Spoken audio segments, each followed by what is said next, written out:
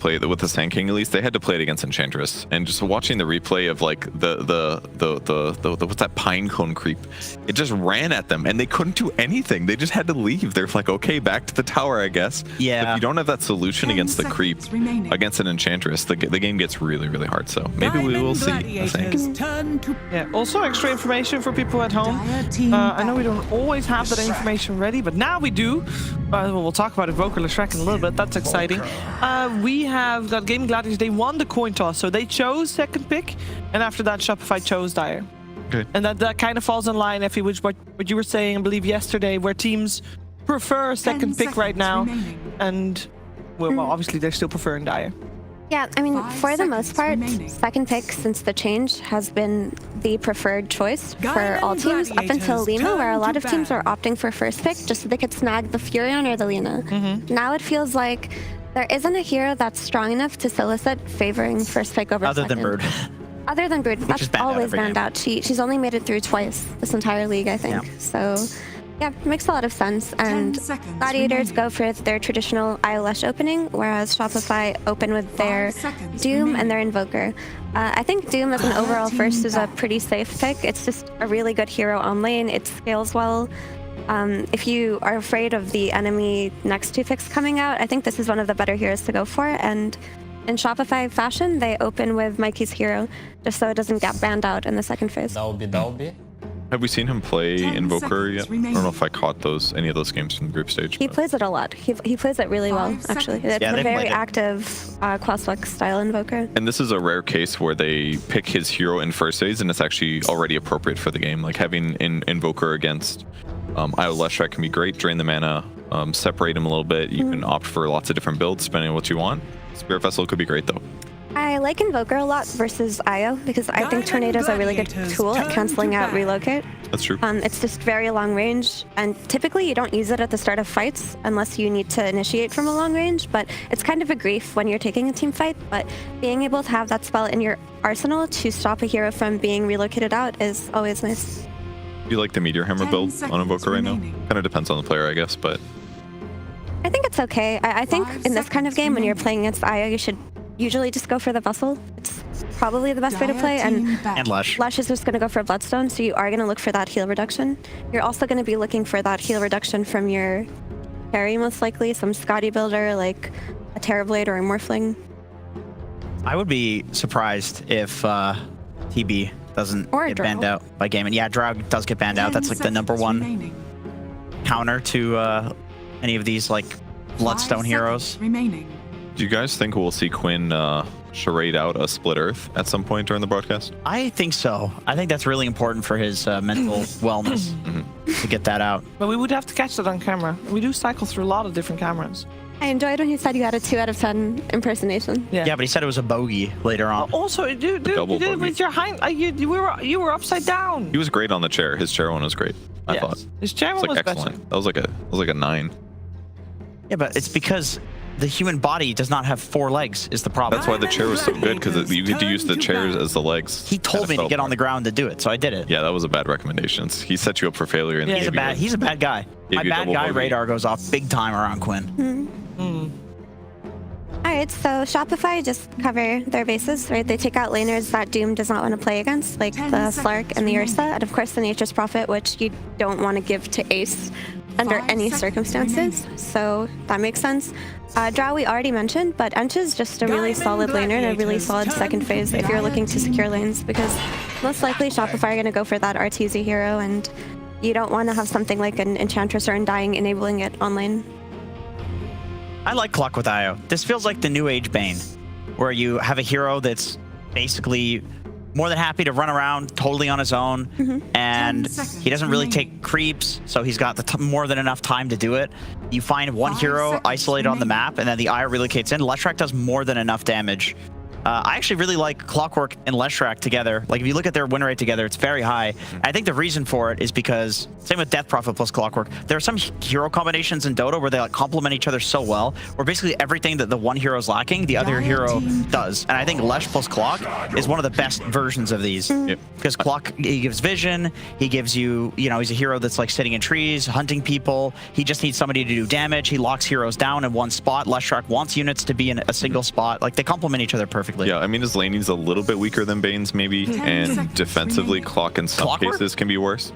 You think he's better at laner than Bane? I think Bane is overrated at laning. I don't disagree with that, but anyway, it's a small point. My main thing is just that Clock's ability to initiate from so many different situations that Bane would struggle in is another really nice thing. Yeah, the that's setups true. are great. The cogs can defend Lesh in some scary situations against Yeah, you can areas. save him too. Yeah. Yeah, it's definitely a better combo. I really agree with that. I think the most important thing about this clock pick is to punish the invoker early on, right? So when you're playing something like a Lesh against an invoker, any kind of support rotation that can just go in and stun it for you is how you kill it, because it's really susceptible early game to early ganks. It's susceptible to dying, and later on when you get hookshot, like Invoker, when he gets cogged, it doesn't feel good. He's not a natural Force Sapphire, and it takes him a while to get out of those cogs. So these early game Linas and Invokers, when they get rattle traps, it really sucks for them. And I think Leshrac can't solo kill this Invoker, but that's why they needed to go for something like a clock instead of a typical tofu hero like Rubik or Hoodwink. It's definitely a lot more solid. Another point with the clock is, of course, he can set up across the map for the relocate in, which is, I think, also what they were looking for, because I don't necessarily think that they wanted to give that to their offlaner right now, because Nature's Prophet is what they do it with, and it's just not in the pool. Yeah, Clock covers a lot of bases for that as well. I feel like you can lane SD against Clock pretty successfully, though. If you ever get caught by Battery Assault, you just disrupt him or yourself, and you've got Illusions to tank it. That can be a decent trade. And then the synergy that they've got between Shadow Demon and Doom and Mirana and the Invoker setup is all really good right now. I really like that. Yeah. The ultimate's fantastic against Leshrac as well. Just stop his mobility advantage. You can amplify the damage he takes. That's another counter to heals, is you just amplify whatever damage people already do to the guy. So that plus minus healing means they can actually kill the Leshrac pretty good. And the disseminate damage would splash to IO in a lot of cases too. So I like the SD. I'm starting to like SD more and more, also just as a save, like against an initiation. Like he can come in and kind of counter the clock initiation plus relocate, but also it's just a really solid stacking hero, and it just looks like they've been setting up for this like big RTZ hard carry that's going to come out, and Shadow Demon definitely excels at stacking the jungle. It's probably one of his best qualities as an early game support. Good point. Typically, the way teams play against SDs when they come out now are they pick these cores that aren't mobility dependent. Oh, wow. Here we go. Why are they doing it? Offlane, I Witch take Doctor. credit for this, by the way. All right, tell the story. Tell the story, Jenkins, because no one will believe me if I say it. Tell them what CY, the coach of GG, what did he say to me? This is true. This is a true story. This is a true story. 10 seconds remaining. There's a lot. This story goes on a lot longer than when I'm going to cut it off. 5 that we seconds probably won't want to talk about on broadcast. Because there was some sort of peeping situation that we were doing with CY when he was getting onto the elevator. Okay, just tell Right, the story is, CY did tell us when we were hanging out with him that they saw Effie tweet about this, and they're like, oh, this seems like a cool meme. And then they did it, and they're like, holy shit, this is actually pretty good. The Witch Doctor IO, that's infinite healing strategy. And then they actually did it in competitive, and slowly but surely realized that it was good. Right, you do it as a meme, and you're like, oh, that's pretty good. Maybe we could beat some like crappy team with this. You beat the crappy team, you're like, maybe we could beat an actual team with this. And then they did. So you're welcome for the tweet, Ace. I will say, it was Ace who saw it. And she was complaining about it from her pubs. Yeah, that's where I first saw it too. was I a saw her complaint. tweet about it, and I was like, oh, I'd never heard of that before. It's because I ran into these I Witch Doctor spammers like 10 games in a row, 2 days in a row, and I just wanted to. It's not appropriate to say. I wanted to jump off of a cliff, haha, in Minecraft. Right. Speaking of cliffs, we were looking at for our TC's hero as the last pick here, going to be a big, fat, juicy hero that can lane against a Witch Doctor plus IO, and I can tell you, there's not much that does it. There really is not much that does it. It is such a strong lane. Yeah, and I feel like if it were me, I would have to put the Mirana on the safe lane, which is probably not what they're looking to do, but it's because Io Witch Doctor, they threaten your tower so early. You need Mirana to be able to arrow the catapult, because when that siege creep comes, that tower is dead. They keep, you're right. They keep the creep wave alive. You with need, the heals. Yeah, the creep wave, and they push it in, and there's just no way to fight into it early on. So you have to have Mirana arrow this siege creep. It is of the utmost importance, or Io Witch Doctor are just gonna roll through that top lane. I have to bring up the obvious one. Yesterday when we watched the games from Shopify, we saw OG banning Lone Druid quite frequently. Is this something that still should be on the radar for Shopify? Gaimin Because it's in the pool still, and we've seen it used in great success in the hands of Arteezy. I mean, it's either that or Terrorblade or something. That's a good call. I think Lone Druid would be great here. I mean, you do have the cask for like bouncing between the bear and the hero, but they're not really oftentimes standing that close to each other anyway, and I feel like it would do pretty well against the double healing lane. You just kind of sit there and CS, and then yeah, I mean, we've just seen huge success. Like, you can Alacrity the bear as well, and they can do their like split pushing bullshit that Shopify has been up to lately. If you're Gaimin Gladiators, though, would you not try to want to try and beat it? Like, you're hoping that they pick it? I think Maybe? maybe, I don't know. I think the issue with Lone Druid, which it sounds good, but you need some Scotty buyer now that you've got like triple the heal with the Witch Doctor. That's true. Your carry does have to build Scotty, and I feel that it has to be Morphling or a Terrorblade and just have to take the L on that top lane. But that's just my take after playing against so many Witch Doctors That's tough. on the offlane. I feel like that's not really the Shopify strat typically. Maybe they could do like a Luna or something. That's something that they've been picking a little bit here and there. Gives them a little bit of early group up. Terrorblade is better against Lesh, but I feel like, okay. See, I'm saying if you don't have the Scotty buyer, you're absolutely not. The instant response. Okay, so what's going mid now? I have It's no either idea. Clock Core, Witch What do you mean it's Io It's Witch Doctor? Carry, Witch Doctor. Oh my Sriracha fucking Witch god. Doctor. Oh, so they're playing Io Witch Doctor safe lanes. They've leveled up the They've strategy. evolved. What That's the sick, dude. hell? The Swaparoo, dude, where they're like, oh, it's obvious what we're doing, and then they not only get the perfect TB counter with the Darkseer, but now they also get to like mess up some other lane in a weird way. Dude, Bulba's shaking in his hat right now. But listen, I still think that Io Witch Doctor should be played on the off lane, and you can just put Ace on the safe lane, and then you just swap it in when he's ready to play against the TB, because I still feel like this TB doesn't have the best way to fight into that tower push, but it's just going to depend on what GG have cooking here. 10 seconds. I like Something. it. I like this a lot because it's Quinn Leshrac with Io. I feel like you have enough carry. That's true. If it's a Lesh mid with Io, like Lesh is going to do everything you need in terms of scaling. The damage is already there. And honestly, and Darkseer, like oftentimes when you see this Darkseer versus a TB matchup, the Darkseer has the highest hero damage in the game just because of stealing the Terrorblade illusion. It's stronger than Terrorblade himself. It's actually really ridiculous. And this is not a hero that often has like high hero damage stats. It's usually pretty low. Vacuum plus Witch Doctor core as well. It's gonna get that cask bounces really early this game. Right. Gonna put them all together and it's gonna do a huge amount of damage. It's a cool draft by the Gladiators. It is very cool. And so the thing about it is it's a very high tempo, early mid-game type of draft. So I Witch Doctor play on like Holy Locket and Greaves on the Witch Doctor, and also another Holy Locket on the Io. That's how they play. And if you get that Greaves timing early on Duraccio, you can honestly just run over Shopify. But Shopify do have a win condition in their late game. They definitely have the better scaling with the Doom. They have the better scaling with the TB. Once he hits that Scotty timing, they're going to have the TB illusions with Shadow Demon, and of course the Invoker Alacrity. So if they get to that late game stage, if GG make mistakes early on, Shopify can definitely take this. But of course, I'm going to go with my boys on GG playing the strat. Yeah.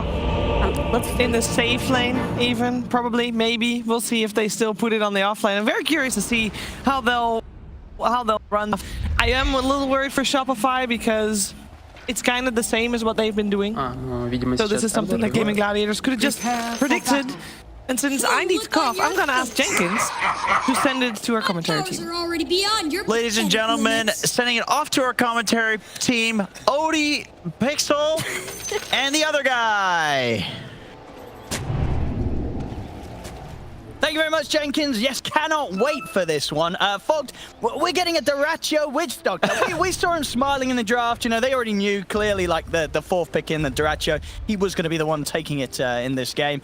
Yeah, on the other side, you saw the webcams of Shopify Rebellion. Very serious faces. Serious. I think they might know. They know this Witch Doctor carry. It's got potential. It's going to be good, folks. It was set up too. Like they knew They knew that this Terrorblade was coming a mile away. It's a common pick versus the Leshrac. It's like they were mentioning on the panel. You want a Scotty buyer to be able to, of course, reduce the healing and stuff like that. Boom, instant darks here. So, I mean, let's see if it's gonna work. This lane, it's unbelievably strong. Honestly, the IO Witch Doctor, it's ridiculous how much it can do. And, so, it looks like they're gonna dodge. It looks like they're actually gonna maybe switch the way that the lanes are perhaps. Well, they need to, right? Because as you say, well, you don't want to run the Doom into the Witch Doctor IO lane. I mean, I don't know. Maybe they're just trying to trip things up and change things a little bit too, because they also don't want to have the TB versus the Darkseer Clockwork. I mean, sure. Because that sounds miserable. So they're actually, it looks like they're going to run a tri-lane. So an aggressive tri-lane coming out for Shopify to try to deal with this pesky IO Witch Doctor. I mean, I feel when Gaimin Gladiators is doing something different against you like this, you've got to come in with a certain approach to it, otherwise you're going to struggle. I mean, looks for now, Crit's going to head top. Okay. So they're just going to keep it 2v2. Okay. But ND just making the switch around. RTZ starting the farm. On the bottom lane is the Terrorblade. Let's see how much you can get out of this lane and how much of an issue the safe lane Witch Doctor and IO combination is going to be. Yeah, this is definitely going to be a game of speed versus greed, right? You can tell that Shopify, they're looking to take this game later, but Gaming, they're looking to set a tempo, set a pace, and I mean, with the overwhelming auras, the overwhelming heal that we've seen Gaming do, even without IO, they tend to always have mech, greaves, pipes, etc. Like, they just are very good about doing that. So let's see if Shopify can endure. And I mean, that top lane, so with the switch around, you know, Saberlight, is he going to be able to sort of survive against this duo, or is this also a pretty rough lane for the Doom? This can definitely be a rough lane. This is one of the best kill combos with the Darkseer that you can possibly set up for. Mirana even Mirana can die constantly as well too if she's not careful, of course, pre-leap. So Crit, he's going to just try to maximize. The Arrow's a big creep. He's going to try to get these levels early. All right. I mean, all in all, you know, looking at the drafts, you know, obviously getting very excited about seeing Dyrachyo playing the carry Witch Doctor. You know, just to sort of take a breather and a step back, is this actually going to be good? Will they win the game? Or could this be a game where it falls flat on its face and suddenly the team with like a more traditional carry, it's Shopify Rebellion with RTZ Terrorblade, will win? The thing is, when Gaming plays with Quinn having Lesh, Quinn is usually the carry. Like, sure, Dyrachyo might be playing some carry. So you're saying it doesn't matter what Dyrachyo plays? I mean, perhaps not. Okay. I mean, we'll see. Quinn can just take it. We'll see how the all stuff downs. If they just start dominating map and they can't actually go out with this greedy draft on Shopify, then it's, what do they do? Like, you're just going to lose every tower to all this overwhelming pressure. I mean, it's very clever stuff. It's just really cool approach to see teams still switching it up a bit here on a patch that we've had for a very long time. You know, Gaming, very clever players with the way they've been setting this stuff up. Let's have a look at some of the CSGO so far in the mid lane. 8 for 3 versus the 7 for 2. Mikey, keep it even with Quinn. And of course, Mikey, on the Invoker, I believe, back at the previous group stages, we did see some great games from him. Absolutely. His Invoker had some fantastic plays. Especially just opening with it. Sometimes you can run into some problems when you first pick it, but this game, I love his approach if he's going to do it. I think Spirit Vessel looks incredible this game. You're playing versus unbelievable amounts of healing, so Quaswex, Spirit Vessel, look to make early rotations to match the aggression that's going to be coming out from the side of Gaming. They're trying to get aggressive onto Dyrachyo. Did they get him? The heals? I mean, the heals are a little too much. Yeah, RTZ can't push forward anymore for this kill. Has to back away. And it's only going to get harder to fight through those heals as the levels come in for Gaimin Gladiators safe lane. Yeah. I mean, the damage that just comes out onto this TB is pretty nutty. Dyrachyo at the moment, though, is missing quite a bit of last hits since they are getting a bit aggressive on the side of Shopify. I mean, to be fair, I wonder how many games Dyrachyo's actually taken the Witch Doctor to the safe lane. I'm gonna get that. You know what I mean? Has he done it before? Has he been doing it in his pubs? Or do you think it was just a spur of the moment? They're like, you know what? Let's put Dyrachyo on the Witch Doctor this time. And he was like, you know what? Go for it. Is there any recorded performances from Dyrachyo? He did it yesterday at a pub and lost. Oh, and he lost. Okay. I mean, he has tried it. He has done it. Yeah, so far, 15 for 3 for RTZ down here. 11 for 3 on Dyrachyo. They're starting to get the dive going top. Both level 3 now. Clockwork and Darkseer. This is the kill threat. Saberlight. They glyph the wave. See you later. I mean, there really is just only so much you can do as a Doom now, right? Yeah. Against these two. If Ace and Tofu see the chance, they're on top of you, and not a whole lot that you can do to stay alive. Even Crit having to jump away.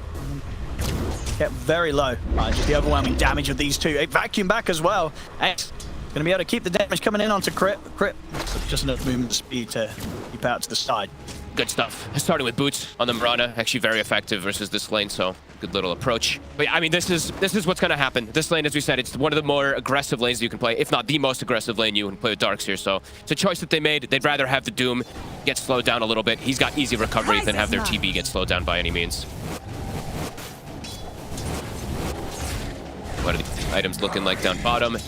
It's the really scary part is pretty much when Celery gets Soul Ring, and he's getting pretty close to it. Because then it's just they have infinite mana to constantly just sit on top of you. Infinite sustain. Yep. And they're going to run RTZ lane a little bit here, throw down the Maledict. Kill him. We'll keep him away from the creep wave for a little bit. Top lane. Trying to go on to Tofu. Ace is going to make his way over to help out. Indeed, the arrow won't connect. Crit jumps forward with the Starstorm to bring Tofu low. They'll get the kill. Nicely done. Arrow doesn't connect, but overwhelming damage from Scorched Earth does add up there. Any type of trade kill is great there. Bottom, Dyrachyo. Poison's adding up. They get the last one. They'll switch to Celery. They'll be able to heal up his buddy. Close start though on the lanes. 5 minutes in, 1-1. And Mikey having a hot start here, 28-7 in the mid. He's got that slight lead against Quinslash so far. And he's got his urn already finished, so he's gonna, I mean, let's see how he makes his first early rotations. They have a good amount of damage in these side lanes, as we've seen already from Shopify, so getting those urn charge bottom. I mean, it's always gonna look like someone's getting close to dying and then they just heal. Yeah, unless there's some sort of insane amount of stacks coming out from Fly. And here comes the Soul Ring. So Celery, he's about to have it finished up, and then it's just infinite mana for your Voodoo Restoration for this Witch Doctor, who's also about to have Arcane, so even more infinite mana.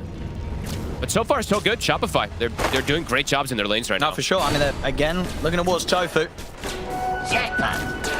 can keep chasing him down. Scorched Earth has come to an end, but the cogs to push them back.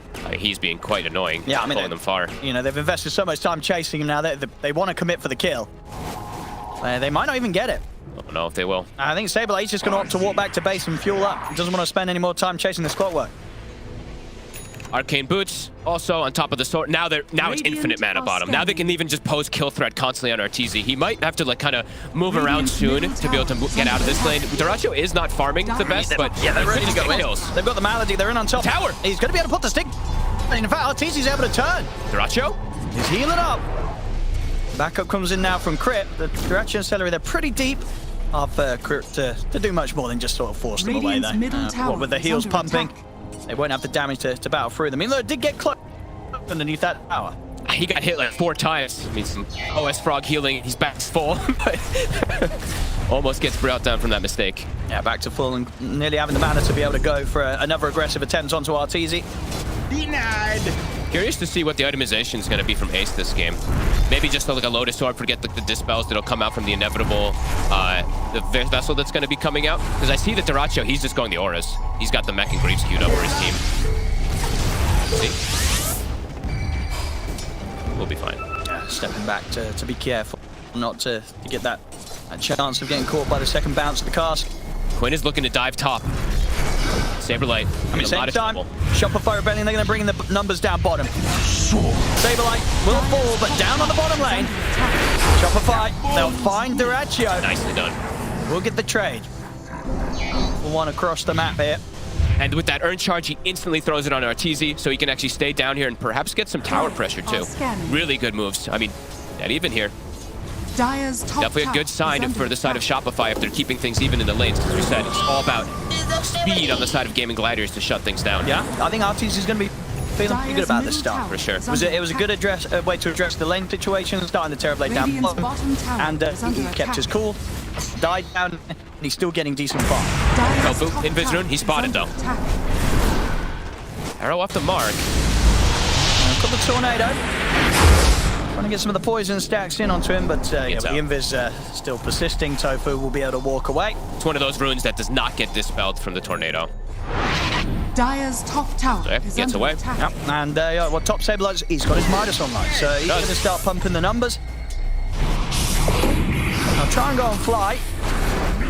Simple disruption. It's back to Dyrachyo. The important thing though for everything is like they're doing well, they're doing great in their lanes, right? For Shopify, the one always scare thing, of course, like, they sound so clowny, of course, because there's like this not carry Watch Doctor. Top lane is under attack. He's juking. Hiding in the trees. His Saberlight will find him. Nicely done, Saberlight. And yeah, stand on top of him with the Scorched Earth. Should easily give them enough damage to take him out through the range of the Doom. Quinn turns up. So nothing he can do to help out. All he's going to have happen is have a fair bit of his mana taken away. Love Mikey's moves. I mean, getting these earn charges is super important early on. Bottom. This time, able to line up the arrow perfectly. Have they got enough damage to burst through the heals? Not quite. Dyrachyo still able to walk this off with Celery. Another poison. It actually misses. It's going to be too much now with the heals. They're back under the tower.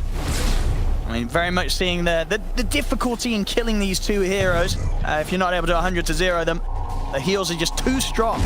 This could be one of... Oh. Easy. Maledict. It's fine. It's only level 1. Ace actually goes for a Meteor Hammer, by the way, on the Darkseer. All right, I guess he wants to put the pressure on, take some towers.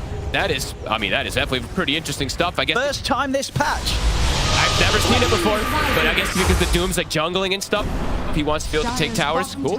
Quinn. Nice arrow. Lovely arrow from Crit. Picking up those earlier missed ones. It's very nice. And Mikey with his constant rotations, he's there for the kills. He almost has Vessel. So they're starting to already find these answers and solutions, perhaps yeah, first I with this think healing. Shopify's going to be feeling pretty good about this. Looks nice. It really is going to be a question if Gaimin Gladiators went a mean too far this game. Yeah. And the one point that I was trying to get to before when Ace was getting doomed is there is still always going to be this super farm Darkseer versus Terrorblade. Sure, so but he's got a hammer. Yeah, he's got a hammer. But you can imagine he might go for like his Aghanims and stuff like that and just run in, always wall this TB, punch him, etc. Because that's how they have it, their own type of carry, perhaps. I mean, trying to understand it, of course, because it's a very interesting style that gaming's gone for this game. But yeah, Shopify, it's a phenomenal start. Mikey, yeah, Vessel's done. So yeah, he's going to be able to shut down a lot. Mikey's ready to pop off this game. Agreed. He's really at that sort of start. Quick TP up towards the top. You've got Tofu trying to make a move onto Saberlight. Saberlight will go down. Z-Ace dropped the wall, but Mikey turns up, drops down a Tornado, and gets the trade. Takes out Tofu. Good stuff. Just TPing to every single one of these aggressive moves. Part of 4 kills of the 5. Crit. He will be able to shove out. It's actually a maxing arrow, by the way, on Crit this game, since he has the Shadow Demon. Sure, and he's hit some pretty good ones the last couple of times. It does mean that they will be a little bit lacking in some damage, perhaps in some situations, because the Starstorm can be nice, but I guess he just wants that hard lockdown, because now Mech, I think it's done for Dyrachyo, so this is where the pressure is going to start kicking up from gaming. But yeah, Shopify, phenomenal stuff with that little bit of a lane swap, putting the TV bottom for now. And they've got Ancients, so Arteezy's going to be able to farm those. And they want to fight. They've got Duma. You know, Mikey, of course, very ready to get active across the map, lead the charge. Vessel ready. Already has Midas queued up. Perfect itemization. Dire's middle tower is under attack. Almighty money. They know what's up. They've hit them with the scan here, Gaimin Gladiators. Saberlight's here. They're going to start going straight for him. The question is if Gaimin Gladiators are going to be able to head over and help out. Dyrachyo getting dove. Arrow hits perfectly. He's gone. See if the Gaimin Gladiators can fight back here. Ace trying to get in prime position for a good setup. He's in on top of Mikey. Mikey will be protected by the disruption. We see Saberlight go straight towards Quinn, but Tender and heals are there from Celery. Celery keeping Quinn alive. They'll lose Mikey. Shopify. Comes on board. Tofu closes the gap on Saberlight. Cogs are down. The hammer there as well. Saberlight will fall. Gaimin Gladiators, they react, they take 2, and maybe even more. Straight away, they charge over towards Fly in the trees. A 3rd kill for Gaimin Gladiators as they respond, pretty much with a full line of that. Got to be careful how aggressive you go. That's the Doom used, and Quinn just stands his ground with Celery. Full heal through it. Oh, there's actually still the Ancients here. And maybe even another kill. Crit's got to be careful. Quinn should easily have the space to take this. Ace, he's going to be able to help out with the hammer. Indeed, those Ancients, they'll go straight into the pockets of Gaimin Gladiators. Timings are soon going to be hit together here. I believe the pipe is coming out soon for the Darkseer. Quinn on his way to Bloodstone. Kind of ramping things up. Dyrachyo, max heal and mech. They want more. He's just going to start running at them. They're just down to Saberlight. Death Ward's there. Fly, he'll try and buy some time for Saberlight with the disruption, but only means that he gets destroyed by the Death Ward, and indeed with the Maledict on Saberlight. He's also going to fall incredibly low. Hookshot fall from Tofu, trapping Saberlight in the cog. Saberlight goes down, Quinn steps in. They're closing the gap on Crit and Mikey. They've got to run Shopify. But Mikey, he cannot escape the Leshrac. Another kill for Quinn. 3 dead once again on Shopify. Gaimin Gladiators, they only lose Tofu. they get the 3 of them, they're also going to be able to take this mid tower. Oh god, Owen, it's starting to get too much. The heals, the pressure. Mikey comes in. Back-to-back deaths now for the Invoker after having a perfect start. I mean, Gaming, they know how to play with this type of Witch Doctor. Doesn't matter if it's on the carry roll, he's still playing it as this like kind of off-laner. Greaves are about to be finished, so they'll have a Dispel now for that Vessel too, at least on him. I mean, they just group up and fight like this. It's insane. It's just impossible for Shopify to find the damage to bite into them. And of course, in the midst of it, just having a hero like Quinn, Leshrac, being played by Quinn, you can't kill this man. Nope. He's going to be pumping out so much damage whilst he's been pumped up with so much heals. Crit. Oh, he knows. He knew. That stun would have indeed hit, so Crit, his only option out of there was to cancel the TP and keep running. Dyrachyo, Cask and a Maledict. Crit's gone. Oh my god. Yeah, 14-minute Greaves online. I mean, Gaimin Gladiators, they're absolutely, from this point onwards, they're just going to keep running at them. Absolutely. I mean, they can force Roshan, they can force every battle. Shopify, I mean, Mikey cannot stop moving around. Maybe he might not be able to go for the Midas. This might be necessary, but relocate. I mean, they're trying to go for Tofu. Get him. They will get him. Disruption holds back Quinn, should give them a bit of space here to back up. And indeed, Shopify Rebellion, they'll get the kill and get out. This time, Gaimin Gladiators not able to chase them down. They see RTZ. Ooh. They're pinging him out immediately. They are running goodness, right at him. Oh, he's in trouble. And Duraj, oh, he missed the Maledict. He did. Make it out? I think he actually will. I think he will. I mean, I think it's what? Oh no, I mean, yeah, he probably would have been fine anyway. It's I think he would, yeah. Well, yeah, level 3 Maledict. It would have been close. He would have maybe taken us to the last tick of the fountain, and the fountain heals open enough. I think, yeah, you're right. He probably would have survived even if the Maledict hit. The team back to base. Shopify have to be, when you're playing versus IO, the game is very different because there's always going to be extra overwhelming pressure, extra numbers that come. Shopify have to be very decisive with how they move around and with how they set up for a lot of these fights. Like, they have to bring numbers in so many different occasions because this game is all about buying time for TB to get his Scotty, get his items online. But at the same time, like I said, the Darkseer will be able to scale versus that as well, as big as the TB gets. Ace. Yes. We'll find him here. Relatively tanky with a completed pipe. We'll get the wall down. Under attack. Once a base, take it out.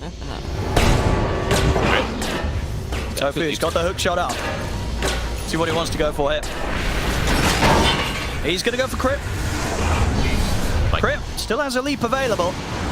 Back over in the mid. Mikey is holding them away. They get the tornado. Arrow not going to quite connect. Doom's going to get laid down, but there's a lot of sustainer from Celery, so he's able to walk away. He baited it.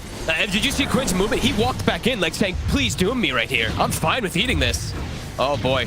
No Doom now.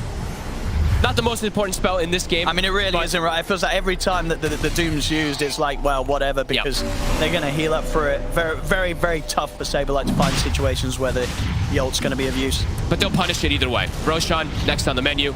They're going to just sit at full HP while doing it. Siege Creep is going to scout it, but I don't know how Shopify tries to contest this. They're going to have to go for heal. Yeah. They'll scout things out with the Sunstrike. There's a full mech done on Crit. We might see Crit go for some sort of leap in. I think you do. You might as well. They're going to try to look for it. See if he's able to time it. They're trying to disrupt it the best they can with the tornado. Radiant's bottom tower is under Back to full health. Radiant structures are fortified. Let's see. Will he get it? Does Crit want to try? He certainly does. And the Sunstrike, they know how low it's getting. See if Crit can time it. He's in! He jumps, but he doesn't get it. Doesn't get it. And they're after the kill goes for Gaimin Gladiators, and Quinn gets the Aegis. Deaththorpe got down the mech. We'll say Crit. Okay. It was a close one as well. He nearly had it there, Crit. Tofu setting up on RTZ. The relocate. Here it comes. See if Fly can help out. There's only so much you can do to hold them back. Disruption. Gonna buy him a little extra time. We'll be able to get the Thunder off RTZ. And we'll manage to actually take down Celery. In fact, he's able to TP out as well. I know he wants to stick around. He's got the backup of Mikey. They could try and go for a third one here. They're looking towards Quinn. RTZ's in onto Quinn. The tornado's there, but Ace comes in with the vacuum wall. Quinn still alive in the midst of it all as RTZ falls. Ace, he's ready for the cleanup himself. Chases down Fly. Mikey will manage to TP out. I mean, that was close there to Shopify, setting up something fantastic for RTZ. But then just as it was starting to get good for them, Ace shows up, walls down, and then not much more you can do against this incredibly stacked Darks here at this stage. The heals. And this game might have the most healing in any game that we've ever seen by the end of it. Depends how long the game is. Depends how long the game goes, of course. I mean, but yeah, with the Bloodstone, with the Max, with the Witch Doctor, IO, etc., that was a pipe, right? I think Ace comes in, pipes, he gets a little bit extra healing on the Lesh and is able to turn things there. Close though. I mean, Shopify, they're still playing really nicely around the map because while that whole Roche was happening, the gold lead actually shifted like 3,000. This is good move from Saberlight. Heals already on. Heals are already there. Let's see if the rest of Shopify can connect in time. They can't. It doesn't end up working out. Looked to be maybe an opportunity to get away with something with the Doom, with Dracho on his own. But indeed, look at them running them. The 5-man here at Gaimin Gladiators going straight over towards Mikey and Saberlight. As Mikey caught in the cogs. Quinn perfect with the timing. Relentless aggression. I mean, that's every Doom so far, I'm pretty sure, has just been them running right through it, not caring about it whatsoever. A great game so far. 20 minutes in, 13-11. Pretty much dead even on the gold. Oh, your pubs are going to get so ruined from this, everybody. Harry Witch Doctor coming to a game near you. At least, Gaimin Gladiators, they've picked it with respect to the fact that, we're nearing the end of this patch. Exactly, that is true. They're like, you know what, guys, should we bring it out? We know how it's going to sort of change what's going on in Dota 2 games around the world. Oh, well, as soon as we're coming to the end, we can show the world the power of the safe lane Witch Doctor. Arteezy does have the first big item that he needs in this game. The Eye of Scotty, it is finished up. So Vessel, Eye of Scotty. Imagine that Saberlight's also going to go Shivas. I think he does have Blink. Yeah, he's queuing up Shiva. So all this heal reduction, this is how they have to play versus this pesky draft of Gaimin Gladiators. But still, the same thing continues. Can they endure long enough? And is it even going to matter when there's this Darks here that's going to constantly throw a wall on top of the TB? Prize is mine. Dire's middle tower has fallen. But still, I mean, they're still doing a great job, though. I mean, Arteezy only has died once so far this game. And they're just feeding him tomes, trying to get him as online as possible. How close is he to his next time? We're trying to get the Hurricane Pike online. He just finished the Scotty, so he's quite far. He finds a pretty good item, though. He gets the neutral item, the Nether Shawl. Probably one of the best ones you can get this game. Yeah, fantastic. Yep. Absorb all that magic damage. Gaming, going to continue dictating pace. Sleep. And Ace, he's gone back for a Blink Dagger. So Blink, he's had the Aghanims queued the whole time, so we imagine eventually, of course, that normal punch will come online versus TB. But they want to just keep running at them. They don't want Shopify to just keep opening up the map and making space constantly. Yeah, some good stuff from Ace. And having fun this game, because usually he's on the Underlord, the Doom, and he's like, right, guys, I'll get the Vanguard, I'll get the Mech. This game, he's on a Darks here, a hero that by standard would probably be expected to get the Auras first up, and he's like, I'm going to have some fun. I'm getting the meteor out of this time. Radiant's top tower is under attack. I mean, it's very true. And he's doing great. We are 1, 2, and 8, picking up the farm. It's top net worth for the moment for the team. He's cleaning up the map. Look at the greed from Shopify, though, right? Mikey, bots, Midas, after the Vessel. Everything is just about taking it and taking it later. I mean, it's a carry Witch Doctor, so you imagine that's obviously the plan, but let's see. This Gaming, 20 seconds still left on this Aegis. Allies disappear. Will Shopify be able to punish? It looks like they're going to try to time a move here with that Aegis kind of ticking out soon. Stabilize ready to go in on this. Aegis? We'll drop down the Doom. 6 seconds on Aegis. It's very hard to fight through these two. They've ideally got to really find Celery. Deafening Blast from Mikey will catch on to Celery, but the tether's back up. He's over to the high ground towards Tofu. They're turning. See a hook shot in aggressively. Tofu over towards Stabilize. Arteezy's wrapping around from the side. They'll lose the Doom. See the vacuum in the meter hammer. Ace with the setup onto Arteezy. They'll lose Celery. Quinn? See if Shopify Rebellion can keep pushing through this as they've taken out Quinn. See if they can get anything more. Tofu blocking off the entrance to the high ground here with the cogs. Duracha has turned up. It's a bit late, though. They still want to go in Shopify Rebellion. Voodoo switcheroo here, used aggressively over towards Arteezy, but Duracha, he's going to die as well. Big moves. The numbers weren't there this time for Gaimin Gladiator. Duracho comes in after the fight's already over and just gives his life to them. I mean, yeah, you saw as well, Shopify Rebellion, they were so confident in their ability to take that fight. They were not going anywhere. They were pushing on around Arteezy. Honestly, Fly is doing some incredible stuff as the Shadow Demon. These disruptions, check it out. Like he's just constantly saving RTZ, saving his buddies in these scenarios where it's like the chain stun might come out and then he comes in and just gets the bailout. It's really beautiful stuff. There again, I mean, I think that's the third Split Earth I've seen him dodge with a disruption for his buddy. A very nice sort of identification there from Shopify to know they could push for this fight and just keep getting his kill after kills after kills. And I guess what for Gaimin Gladiators, the real struggle that they're back in action. They've got the setup. The arrow connects. And Sunstrike's coming in. Quinn, he's gone. They weren't able to relocate him out in time there. Oh my God. A massive kill again here for Shopify Rebellion. They're building a lead and 2 times now back to back where Quinn goes down. Gaimin Gladiators, they're crumbling a little bit. That was so well executed, Mikey. They clear out the creep wave. Literally, the last creep dies as the arrow like is flying right through it, and it hits Quinn. Excellent execution so far from Shopify. Yeah, they're really keeping their cool there. Yeah, Gaimin Gladiators, it was all smiles at the start, but maybe not so much now. Nope. Things getting a bit more serious here with Shopify taking the lead. Dyrachyo has to be there. Like that last fight, it just was him not being there. They don't have wall from Ace either, so yeah, they just didn't have the answer for Arteezy to stand his ground with his friends behind him. 15-14, incredibly close game. Shopify, a pretty explosive moment there, and okay, so this will be the solution, I guess, for the TB.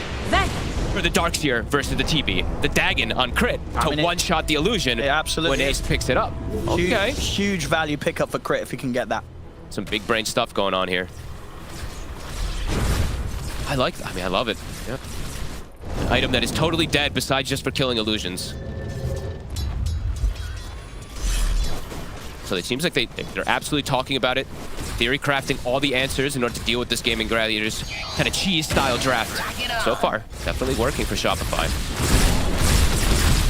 Yeah, because to a point, you know, this would have been something that you would imagine it. You know, Shopify, any other teams going against Gaimin Gladiators will have some sort of preparation for it. Not that it's going to be a carry Witch Doctor, but the fact that they'll play this core Witch Doctor and they'll play this sort of style. Like, there are elements of what Gaimin Gladiators are doing here that could have been prepared for by Shopify. I think 1 or 2 mistakes more for Gaming, and the game is going to be very difficult for them to kind of turn versus this TB, though. Unless Ace somehow does some crazy work with the wall and normal punch and stuff like that, Shopify have, I think, gotten through probably the scariest moments of this game. No, they really have. Top tower is under kind of the big way that these fights have suffered as well. If Quinn's the one that's taken out at the start, you know, that's such a huge portion of the damage required. If they can blow up Quinn, deal with the Darkseer illusions, suddenly this Terrorblade is going to clean up every team fight. And RTZ next up on the items will indeed be the BKB, 2.5k gold towards it. Once that BKB is there, RTZ is going to be set up for some pretty good times in the fight. Yeah, I feel like he can do like BKB and just some like data list or something like that, and then he's just going to rip them to shreds with overwhelming damage. He's also got the buff ups too, of course, the Alacrity. It's now going to be maxed. Exort is full, Wex almost full as well.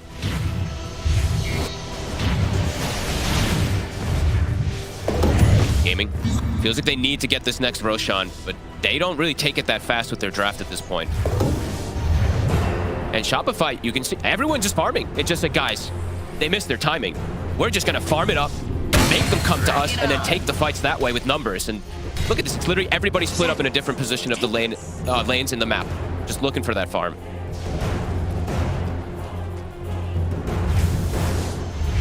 Crit's top, Doom's jungle, TB bottom, SD jungling, Invoker shoving lanes. It's all about just pushing these lanes in constantly.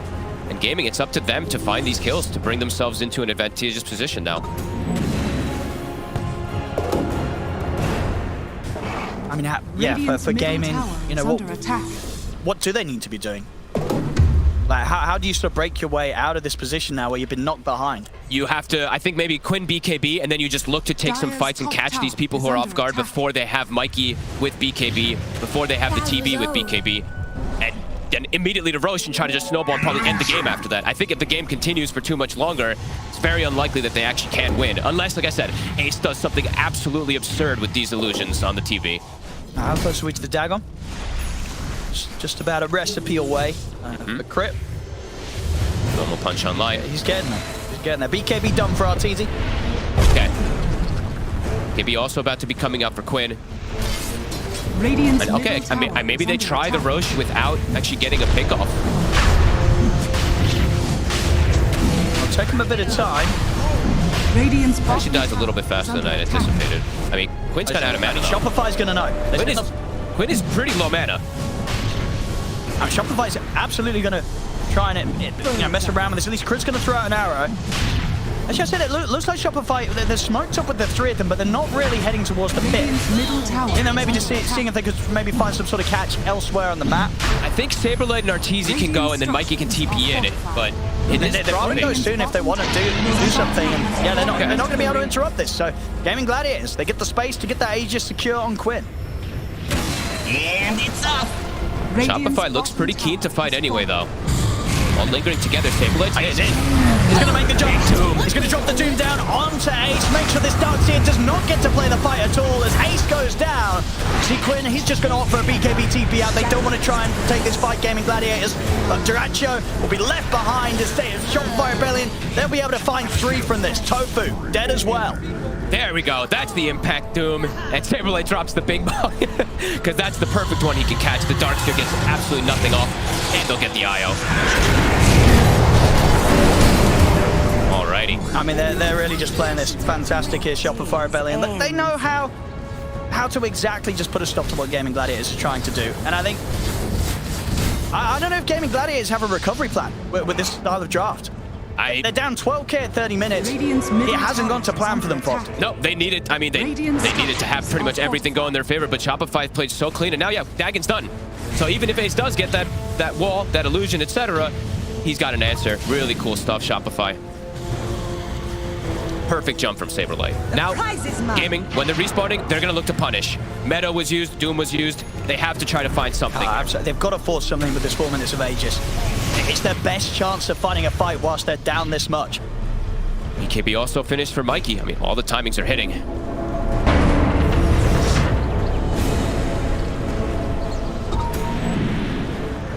Duracho completely now is just, I mean, it's been for a while now. He's just a support.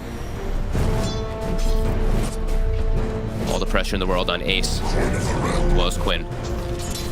Yeah, there's just answers. Shopify. Got just great itemization. Vessel, Shivas, Scotty, deal with the healing. Dagon to clear the illusion. And then I'm seeing, yeah, Fly, he's going to be going for an Aghanim's as well, too. So even more ways to just control the mobility that's going to come out from Lash, Darkseer, etc.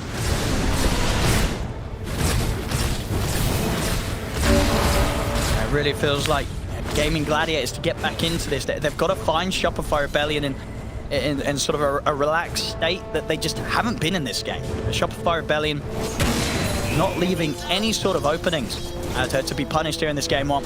They're just shoving lanes. I mean, like Arteezy, 5-1 and 5. Oh, look, bottom wave is coming in. I'm going to push it in. Top, Mikey shoves the wave. Just continuously get that farm going. I mean, you can see the way the Gaming's like running. They're like, we need to do something. Can't just sit back because Doom, it's back online now. Everything's pretty much back online for Shopify. So Shopify, honestly, they can fight right back. Yeah. I mean, and as you say, you know, it's kind of looking towards either Quinn or Ace to make the big impact plays in the fight. Highly likely one of those will be Doom. So whilst they might not die, it's still going to be very hard for them to be fully effective in the team fights. Mikey, he's out. Fancy plays. Pretty sure, yeah, he got the whole creep wave with that too, so he's kind of just baiting them, and now they're making the move, Shopify. And with the Moonlight Shadow and Saberlight, Another Doom. Straight away. Locks it down onto Ace. Make sure that there's going to be space for them to try and make some sort of play happen without the threat of the Darks here, and indeed they'll be able to take out Tofu. Not get anything more. The rest of Gaimin Gladiators are able to survive off to the side. Setting up for the relocate. Saberlight, he's in with the idea of going in for more Mikey. Mask will bounce out between them, and they're able to split. I mean, yeah, you see Gaimin Gladiators, they're really kind of umming and ahhing about getting in on this, but 4 versus 5, even with the Aegis on Quinn, it's just too much of a risk to take, even though they need to be taking some sort of risk. Saberlight just keeps finding the ideal target. They don't get the kill that time, but they're able to kind of like reset and stuff. The thing is, though, now 12 seconds for clock coming up. Like, you got to just push. You got to do something big on Gaming. Meta's used, Doom's down. You have to force the issue here. See if they can.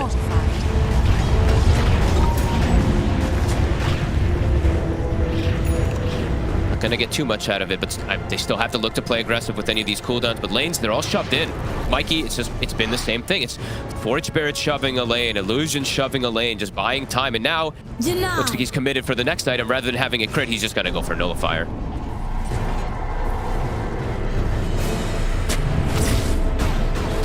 That is going to be the Aegis getting reclaimed in 20 seconds. Quinn, very close at least to his next item. Do you think DD will go all in for the Hex as the best thing in this sort of situation? It feels like buyback isn't going to really matter too much somehow, so I feel like, yeah, he just has to. A tithe to the impurity. And yeah, he's bought it.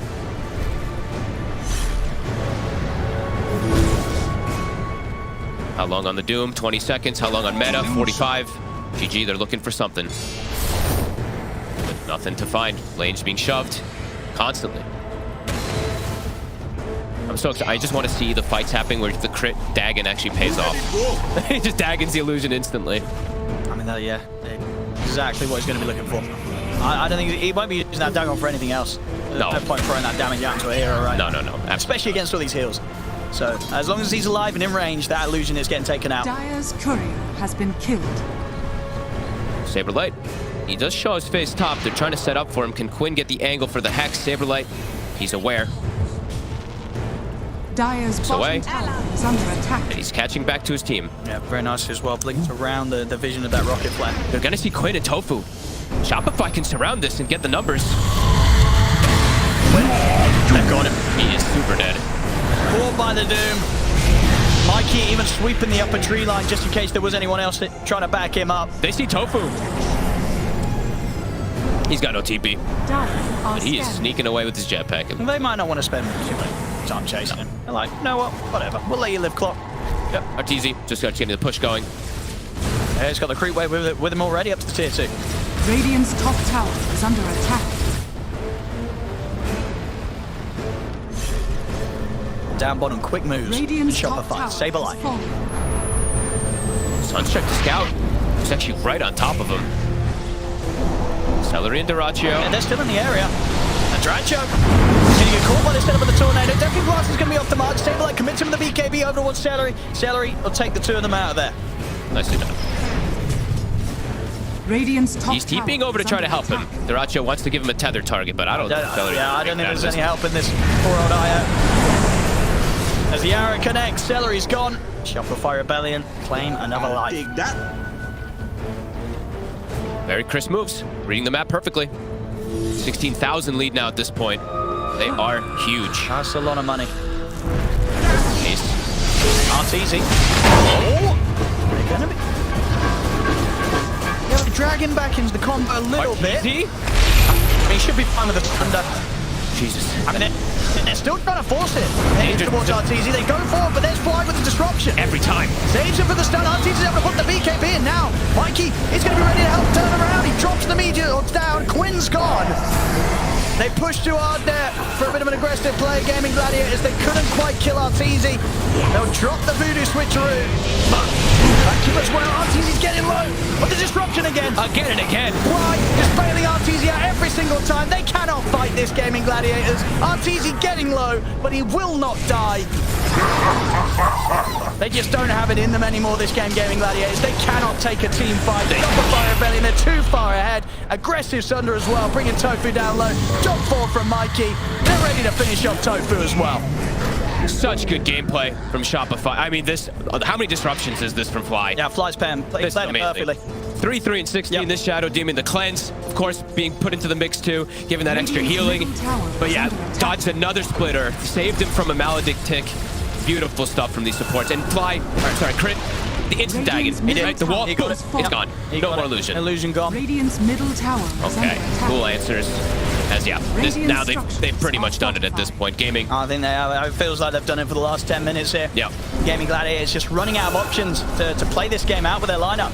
And they had a point in this game where if you look at that win, probably it's like 81% for them. It quickly swung because Shopify, they understood, just play the greed, get the split push, force gaming all over the place. 81, that was high. That is high, right? I feel like watching this game, I don't think this was ever an 80% for Gaimin Gladiators, honestly. I mean, the start, Shopify Rebellion, they never fell behind that much. I think there was like a 2K lead or something at some point for Gaimin Gladiators. But ever since that, it's been all downhill. And yeah, Shopify Rebellion just not missing a beat this game. No, I think it's all important that Arteezy's literally, he's died once. Yeah. Like, Mikey's died 3 times, but 2 of those were like back-to-back deaths in the early game. Besides that, it's been super clean play from these cores, getting backed up from their supports. It's just, if they had died a couple more times, let's say on the TB, then this split push and this greed doesn't actually kick off as much, because then gaming's allowed to take over the map more because the waves aren't getting cut all over the place.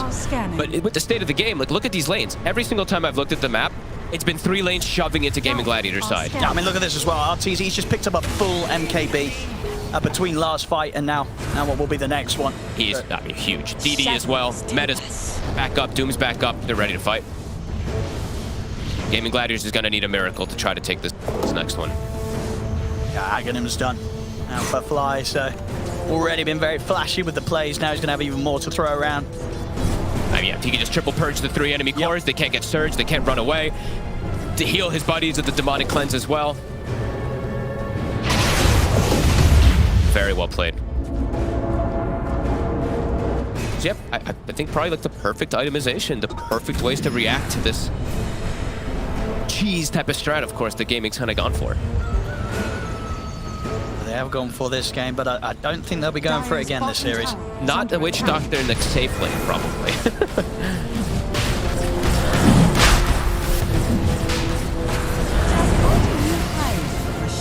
Now it's Shopify Rebellion's turn to head towards the Roach Pit. Could be that final fight. Gaming. I mean, they'll try and get her in time, but Mikey, he knows he's already able to hold them back with the tornado. They're still trying to close in on this.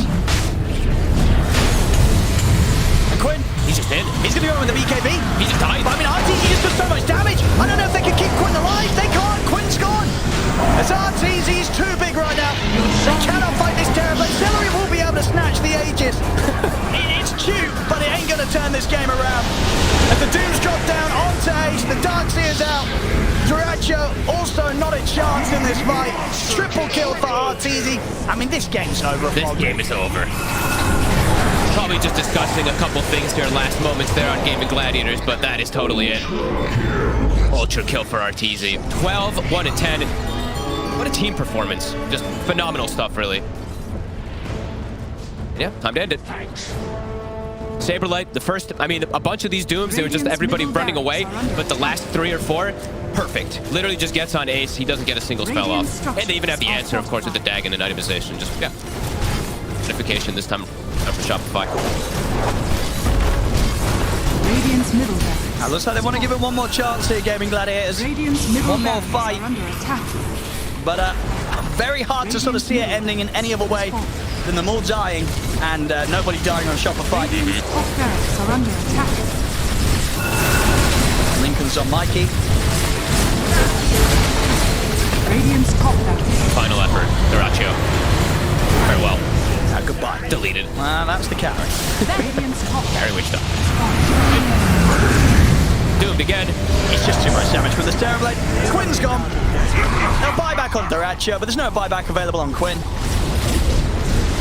Ace just wants to use his wall, but he can't even get the connection. It would have just died to a Dagon anyway, but... 43k gold lead. Another set of racks taken. Still not GG'd out of this one, though. I mean, maybe just taking the time, as you say, to discuss next game. More than likely, yeah. DD for Arteezy, why not? And a full refresher, too. Aghanim's on Saberlight. Almighty money.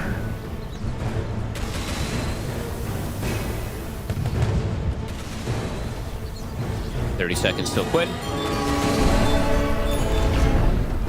He's just gonna walk in. I just post BKB straight away. They threw the Lincolns on him also, I believe, to block the cast. Radiant's bottom tower has fallen. Entire wave to zone them. Radiant's bottom barracks are under attack. Ace. Radiant's bottom. He's going to get in with the punch. Dagon. Duracho, he's trying to step in with the BKB. They'll put the voodoo switcheroo, but unfortunately that doesn't switch the hero he's playing. As the Witch Doctor carry goes down.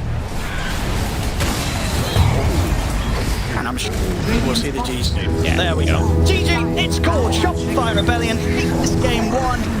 Gaimin Gladiators, we all love to see it. We're all excited to see it. Some carry Witch Doctor. But maybe this game, it was indeed a mean too far from. Maybe a little bit, but I have to give enormous respect to the way that Shopify was playing. As they crushed it, like, on all accounts. There's tons of movement happening. You can see the Gladiators. Well, as Cloud, if he's got these hawks coming through, you know, if there's no... We'll come back to this as they get the dive on, and everything I was saying is now inconsequential because Cloud has gone down, so Kami has to move away from these multiple kisses. There is still that buyback to the Beastmaster though. Let's see. He wants to get himself back into this. The dive onto the back lines. He's got the vortex as well. There's going to be a real nice dismember. The hooks come. Nice save. Though. He saves it. Cloud gets himself back into this now, and Kami is losing so much time. Kami's going to go down. They do get the kill onto Levington there as well. So Mira with that freezing field, Mira will go down. Going down to the hooks. Yatsuro's still in that push roll. He's getting them back. They get the buyback out from the potent Storm Spirit. Everybody from the side of Hydra, they don't want to be giving this one up now as well, but they take down Lefton once again. That's the dieback on the Disruptor, and Yaturo, what can he do? The hook, it's going to be blocked mid. Hook. He's in the dieback on the Cloud. Cloud, can he get himself away from this one? He's still being harassed up by Collapse. One more right click, he goes down. That is going to be the Beastmaster dead for 115 seconds, and now the chase is on for the rest of the side of Hydra. This Aghanims on the Morphling is just making him impossible to deal with. First of all, they use the little shredder on the Pudge to get rid of his armor. He has solid amounts of it, but it is just not enough. And then Yatoro just destroys him, and he knows that he can stand his ground because he cannot be stunned. You literally cannot be stunned. How do you stun water? A lot of their damage, if not most of it, is on the Morphling. Oh, the glimpse comes back though. Inside the Static Storm Mirror, he has that Lotus going, and now if Zofra actually dives a little bit further, the Thunder comes out. The Pod King, he's dove in, yeah. They're going to be able to get a kill onto the Storm Spirit. Can they take down the Pudge? They're going to be able to catch up and cancel off the TP. He's going to be dead. The Storm Spirit though, he has brought back, and they've got no kinetic field, no Static Storm. And like you say, they're even going to be able to get a lockdown onto Cloud. Everybody inside of Hydra, they just overextended, and we praised them in the first game for respecting the power of Team Spirit here, but Hydra might have just lost the heads a little bit, and the buybacks, they're going to be forced out, but I don't know if it's going to be enough to defend this base with the Pudge being down, with no Static Storm for the next 27 seconds. Spirit, what can they get from this? Diving Warwick though, they're going to be able to get them. They get two, they do! They take them down, the cookie comes out, the Yatoro, freezing field, they might lose Happy. Is this the dieback? They do, to break the Lincoln Sphere though. Morphlin. Bilal wants to come right back into this fight because he have the boots of travel to do it. It might take him a little bit longer now. No boots of travel though, so he's going to have to use the blinks, you know, just do it by foot, it seems. Level 25 Storm with a beast stats of so much damage. They're going in for the Morphling. He doesn't have a buyback. No, he can't. Do they get the kill? He goes down. Warwick has to go down though. It's going to be him left alive. No, it's not. The creeps are pushing in. There's no buybacks available on the side of Hydra, and this is going to be 4 heroes, even with the death of the Morphlin. No way Warwick defends this. It's pretty much over. They don't have the glyph. The game is over. They gave it their best. Hydra, they made Team Spirit work for it. The team that is most likely going to be at the top of Eastern Europe DPC Division 1.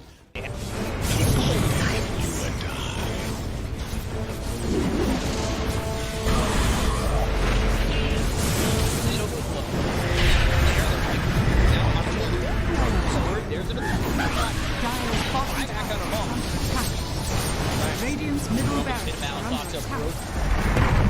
Radiant's middle barracks has fallen. There's just not enough damage. Crimson Guard, Atrophy Aura, Rubik's Fate Bolt, all this damage reduction. Let's see the combo. Bit of Malice, strong in by the Disruptor, and now we're going to be getting the win. It's back up once more. Bit of Malice, and Shamil is in it. They'll lose him in mind control. Right back towards tomorrow. Trying to run from everybody on the side of Gaimin Gladiators. Radiant's middle barracks Siphoning and getting back into the base. Has fallen. Alive. Yeah, I think when it's time to call it, it is time to call it. They have no business left in this. And didn't get the tether off or something. I think it got broken. Either way, I like the ghost up to purchase. That was pretty heads up, but we are back and there's a smoke action. There's 23 looking to end here. There's no IQ. There's the hit. Okay, that hit nothing. 23 knocked right damage. He's dead. Oh my god. Nothing. Less than 10% of his health. I mean, I'm assuming that's just the game. That yeah, 100%. There's no point in talking about the rest AU of it. picks it up. I shot him twice. It's the dive. Go away, you. Oh my god. Victory.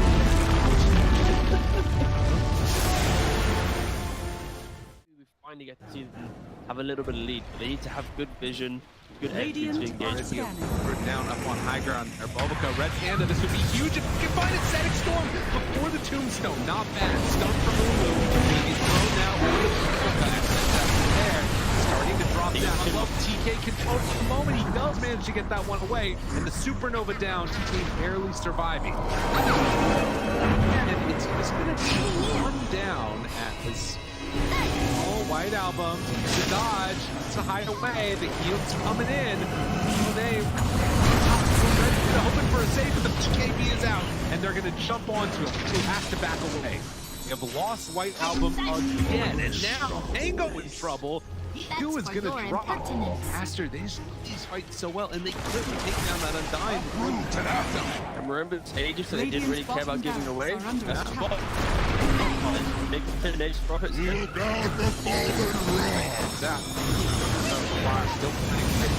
Stun is out on the play. Didn't have a BKB available. Bulbica dropping low. The 10th on back in. They have another throw off Bulbica. Doesn't look like he could. The black hole is there. That's on the agent. He doesn't have multi to become back away. And Aster, they might take full advantage. Move. Radiant's bottom Rax has fallen. Up the bottom. Finally, Aster full advantage. They're building. Radiant's middle tower is under attack. Oh, just for a brief second, had more network. There it is, back again with the higher network. When you click on the L, it's not really an inspiring network. Blink, BKB, Radiant. You might be able to get on top of a hero, but that's not the shot. That's able to 100-0 here. Like even this Undying inside Static Storm, able to then get off the slash column from away. Back, they have that alive. Makes the move, and again, into this fight without Monet here. Quite good for them. Right album, but now Monet is out now. They're in a lot of trouble, but they managed to kill him. Okay. All right. Pops ulti. Now the turn. Find Jinx. Getting away. Sort of survived that first salvo. Very strong. Supernova down. Pops the PKB. Ooh, he's just caught here. They want to get the kill. That's really himself. And now the chase. The avalanche, the toss. Jinx, he's going to give up his life also. This is in. Monet, he's way too strong. This might just be the full set of racks going down bottom. Aster, way too strong for Ares. Like Aaron did JP. Oh, they're done. Okay. I was wondering. It looked like it was that type of game. Yeah, it kind of was. It's like a game where you're an out, not really ever been in the league. Victory. He hasn't really never protected himself.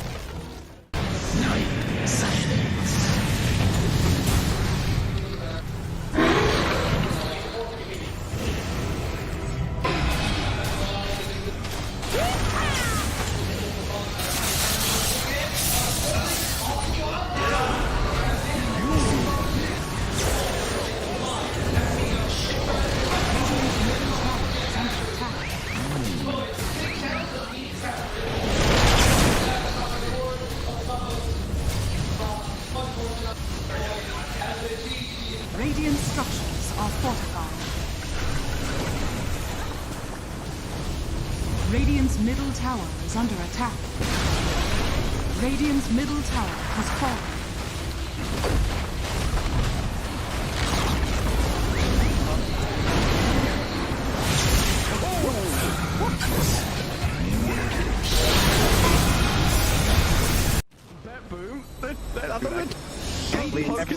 Standing. How are they just standing right now? I can't help but fidget with my hero half the game. I'll be running around in circles. Yeah. pirouetting on the spot. The song, blinking from Pure. They see Yatoro, 3 lined up. Potentialized path play. They're trying to go in. Toronto Tokyo blown up by Collapse. Has to buy back. Yatoro gets off his BKB. Pure with another song. Sprints in. Who are they aiming for? Where is the target acquisition? They can't catch anybody. Collapse BKBs runs down south. Lol being chased out as well. Oh my god, Nightfall. Hazy on disc refresher. Blinks to high ground. Gets away from danger for now. Pure, what's he up to? He's back to the high ground too. Mirror image out. Aegis claimed. Lol in the fire. Still surviving and blowing up GPK. Team Spirit sprinting out their base. They don't catch Nightfall on the way out. He's blinked out of the range of Mirror. They're still hunting though, and he's going to find Toronto Tokyo. Who cares, Gem? I see Jakiro. Eon disc popped. And with this rapier damage of like short work and a twin-headed dragon. Unstoppable. Larl the collapse waiting in the back line actually worked. He stormed out of the tree line and he just then started eviscerating the 2 supports with the help of Larl. He completely jumped over. They dodged everything that Naga was trying to set and prep there. And Yatoro was also just firing the cannon from the top there. Did the combined damage of Collapse and Larl together. He is a monster. Oh, Pure. Lol. Oh, God. Nightfall's gonna get a bit of vision here with the Hawk. Imagine. Can they? Imagine. Will they? They have to do something kind of crazy. They're gonna be losing their base pretty soon. Lash has buyback. Naga Beastmaster have to get back to base to defend. Drow Rangers up here. Tier 3 gone. Barracks to follow. There's no buyback of Collapse though. That's a big one. And Mira. Radiant structure. Look at all the wolves. Look at all the summons. It's vulnerable. Gets away from there. Help of the Glimmer Cave to jump in from Lol. Disruption, self-save. Barracks taken out. Lol. Oh, tries to fight. Nightfall. He'll just pop, but he can't get any control of Lol. It's Lol. Puck is all over the place. Now they go into GPK though. Aiming for the puck. They're going to find him at long last. They get him and the rapier's on the floor. He messed up the phase shift. He canceled it. Oh no. Oh, you see that? I'm not crazy, right? I don't know. Yeah, he phase shift and accidentally ended it. There's an Axe Blessing recipe. There's a rapier. There's all sorts of stuff everywhere. An Axe Blessing recipe. What's that there? Okay. Not sure what the story on that one is. Meanwhile, Save, I think he had a refresher shard, right? Because Laurel dove him, he disrupts himself, and he tries to kill him again after it. Save just refreshes and then uses it again. How did they not got the rapier? That was another DD. I don't think they care. Toronto Tokyo is going to take it, is he? Oh yes, the Jakiro with a rapier. Coming to feed it back to them, guys.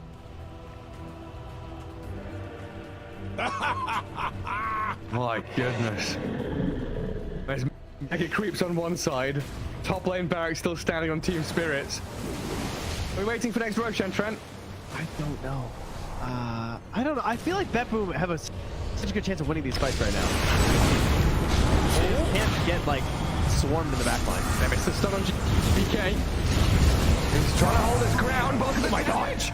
Oh my god, Yatoro shreds. Where'd he go? Daedalus hits, refreshes, blinks forward, kills off Save as well. SD's gone, TP home. Get the hell out of here, BetBoom now. Lucky he didn't get coiled.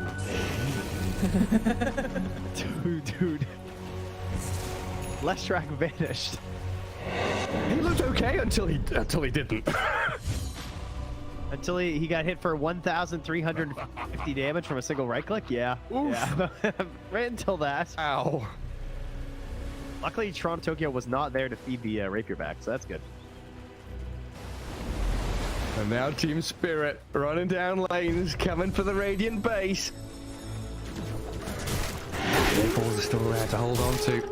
This has got to be mentally debilitating for BetBoom. 71 minutes. Team Spirit is wearing them down. The admins have been on, they told them, nope, these guys. The longer this game goes, the harder things are.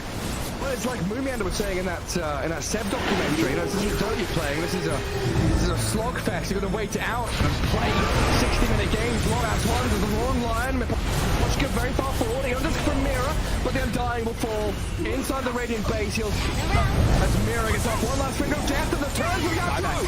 They kill GPK. It's a direct on the ledge. Naga now in trouble. Song of the Siren trying to buy a bit of time, but Yatro moves forward, gets the damage in. Will is dead. Oh god, it all comes crumbling apart for that boom now. Wait, back. They're on to Mira. They kill off Nightfall, save though, and lol. He opens up on them. The howitzer is here. Massive 40 mil cannon just shattering into that boom. Drow saved by the rip. The soul is there for Undying. There's two. And she's called it over. Team Spirit. Look at him. Look at him. Look at Mira. Oh my god. Shard to anybody. We've got some games for you. We're in the middle of a series, actually. First game was taken by Shopify Rebellion against Gaimin Gladiators, and we're going to find out if Gaimin Gladiators can push it back, and we can have a third game to this one, as we're going to find out. This time around, Shopify Rebellion had priority in the draft. They chose first pick, which is a little uncommon, Effie, right? Yeah, it's a bit unusual. So that means there's one hero that they value very strongly versus GG, and they want to just pick it first. So I think the Doom worked out really nicely for them. I thought it might be that, but GG take it out. They just don't want to play against it again. So now I feel like it could be one of their standard Undyings, maybe. We'll see. But I think first pick really matters for them also, just so that they can pick Mikey's hero on 8, because Mikey is a player that they have to first phase draft for, because his hero pool gets round out by the enemy team if it's not picked out in the first phase. So first pick does make sense for them while they're playing with Mikey. Well, both Bat and Invoker are now in first. That's true. Yeah. It's like the standard draft thing in ranked, where you want your like mid player to pick as late as possible, but they have to pick him first phase or it gets 2 bans. So because there's not, he doesn't play enough heroes. They get to pick a generic 5 or a generic offlaner. Then they get to see 2 of the enemy heroes, and then he gets to pick like which of the. But then also, most importantly, they can ban out 3 heroes, and most of the time there are only like 2 or 3 really bad matchups for a mid hero. So they get to see the most information, and they get to protect it the most without allowing. Right. And if he didn't have a limited hero pool, then they could just do that exact same thing, except in a later phase, and not have to worry about the heroes getting banned out. But that is the nature of a lot of these specialist players. I think with Aved, they would definitely prefer second pick over first pick. They would, yeah. It makes sense with Mikey. Also, wow, Undying, what a big surprise. And this hero is just so easy to open with. It just secures the lane for a hard carry type of player. It shows like nothing, RTZ. too. Yeah. The only thing it's slightly weak at is it can limit your initiation options from support, I think. Undying does almost nothing. The only time he looks good is like a tempo initiator is if you pair him with like Rana, and you can get into like melee range, so you can actually use his ulti as a slow. That's true, but you can just cover him with an initiator from a different role, because Undying, you just pick him to win the lane for your RTZ, and then you're happy. Yeah. And Tombstone's nice, you know, you can have impact with that too. Yeah, it's good. But that's all it needs to do, really. Wow. Nature's Rubik. I like both of these heroes a lot against Undying. Like I would actually wager that this is probably going to be the lane. That one of the best ways to beat Undying is just ranged heroes. You just whack him before he can close the gap on you and hit those decays. Lane-wise, good, but I'm kind of starting to doubt Nature's Prophet off lane. Like they all go Ags. There's no more of that like Gleipnir rush stuff. But the Ags just feels a little slow. Other than the tower killing stuff, in terms of like setting tempo by getting hero kills, it feels weak. I have a theory on why we're seeing Ags in like pretty much every game. Okay, what do you got? I think it's because Nature's is being answered with like Primal or Bat, and I think against those heroes, you really need the Aghanim Scepter. To like stop them from murdering you. Stop them from murdering you, yeah, and your whole team. I think Ace has had such exceptional performances on Nature's Prophet that I don't really doubt their Nature's pick here. So typically, if you want to first phase of Nature's, you tend to eliminate the Bat Rider, or it's definitely going to come out on 8, and they know that's the Mikey hero, but they just let it through because they have faith in the way that they play the Prophet. And I remember during Lima, they actually last picked a Nature's Prophet into Naga Siren, and everyone was like, wait, that's absurd. But they had such a cool take on it, where they just built Mjolnir instead of Gleipnir, and they completely stomped that game. And everyone was looking at it like it was a massive question mark. GG just have a really solid understanding of Furion. Honestly, Nature's, I've seen that hero beat Naga in lane. I feel like Nature's just doesn't lose lanes, period. You've tranced, they do a ton of damage. You've some of the best stat gains in the game. Your base attack time is insane. If they take you to 10% HP and you don't have tangos, you TP to base, TP back. It's like, you really have to screw up to lose lane on Nature's Prophet, especially Ace. I've seen him win some lanes that he's not supposed to on Nature's. Or at least win lanes he's supposed to go 50-50 in. 5 seconds. We got the Primal Beast ban for the Niche Prophet, of course. We got the Terrorblade ban for the anti-Artesian. I'm wondering what Gaimin Gladiators is gonna remove next, because I do feel like a Lone Druid is still around the corner. It's possible. Drow also not banned so far for the first time in the second phase. It's like definitely one of the most consistent, generically good carries right now. Nature kind of owns Drow though. It's one of the highest win rate heroes versus Drow. Yeah. The Antoine is not in second phase so often because it's just so easy to build on her here, and she's another strong laner that would have secured Shopify. They just need to think about the ranged carries that are going to come out with this Undying. It's usually how you pair it. 10 seconds Like very, very little time teams tend to pair Undying with something like an anti-mage, but for the most part it's just a solid draft. And because Shopify have first pick, I wouldn't be surprised if their SF came out at some point either. SF is one of the better carries when you can't counter on the last 2 picks because just such strong lane overall, and it's easy for it to come out. And yeah, it complements the Undying. That's a Snapfire. Gaimin Gladiators. And an instant Lycan Nyx Assassin. No time wasted to go for that. Or are they going to pick the summon counter, the Night Stalker, the something else? Although Fog did show me this morning that if you get Ags on Snapfire, you can kill the neutral with that. That only denies it, so you don't get the gold. It's not as cool. And then you have to buy an Axe Snapfire, and then you have to go in melee range. If they get in, it's closer than melee range, bro. It's so small. That does not sound ideal. The more you talk about The this, dragon has to be towering over you for you to gobble it. That's the only oh no. I'm a little surprised that. Look at this little guy. Why is he so tiny? I'm surprised they picked this little guy because it's Which of the two? the Nyx Assassin. Okay. So obviously it's one of the hardest counters to Snapfire in the game. You just walk into the Mortimer's Kisses with Carapace on, and it's going to cancel 100% of the time. But this is 2 melee supports. This is pretty punishable. Yeah. In Gaimin, they do punish it. They pick a AoE scaling mid laner that these heroes can't really gank that easily. Nyx is kind of good against ganking Ember, though. I mean, it's not the same as it used to be, because he's not so much about split push. You can still spike Carapace to reflect him. Yes, I like Nyx on Lycan lanes because he can just do a lot of creep shenanigans, and he can also rotate to the mid lane and secure runes. Also, I've always liked the Nyx and Batrider synergy because Nyx tends to set up on side lanes, and Batrider, when he goes travels, which is something Mikey's been doing now, he can instantly follow up on that. So I think that it's a pretty solid Nyx pick. We just don't see it enough for us to be sold on it, but my first instinct looking at it is that it actually looks pretty good for them. Plus Meteor Hammer. Why not? As a 4? I would rather just the typical Nyx build. I've seen most people not go for Meteor Hammer on 4 Nyx. Like Matthew still just goes Blink, Yules, Force. That's yeah, I feel like it's just not good. I like Blink, 8 lens, Yules, like kiting, stuff like that.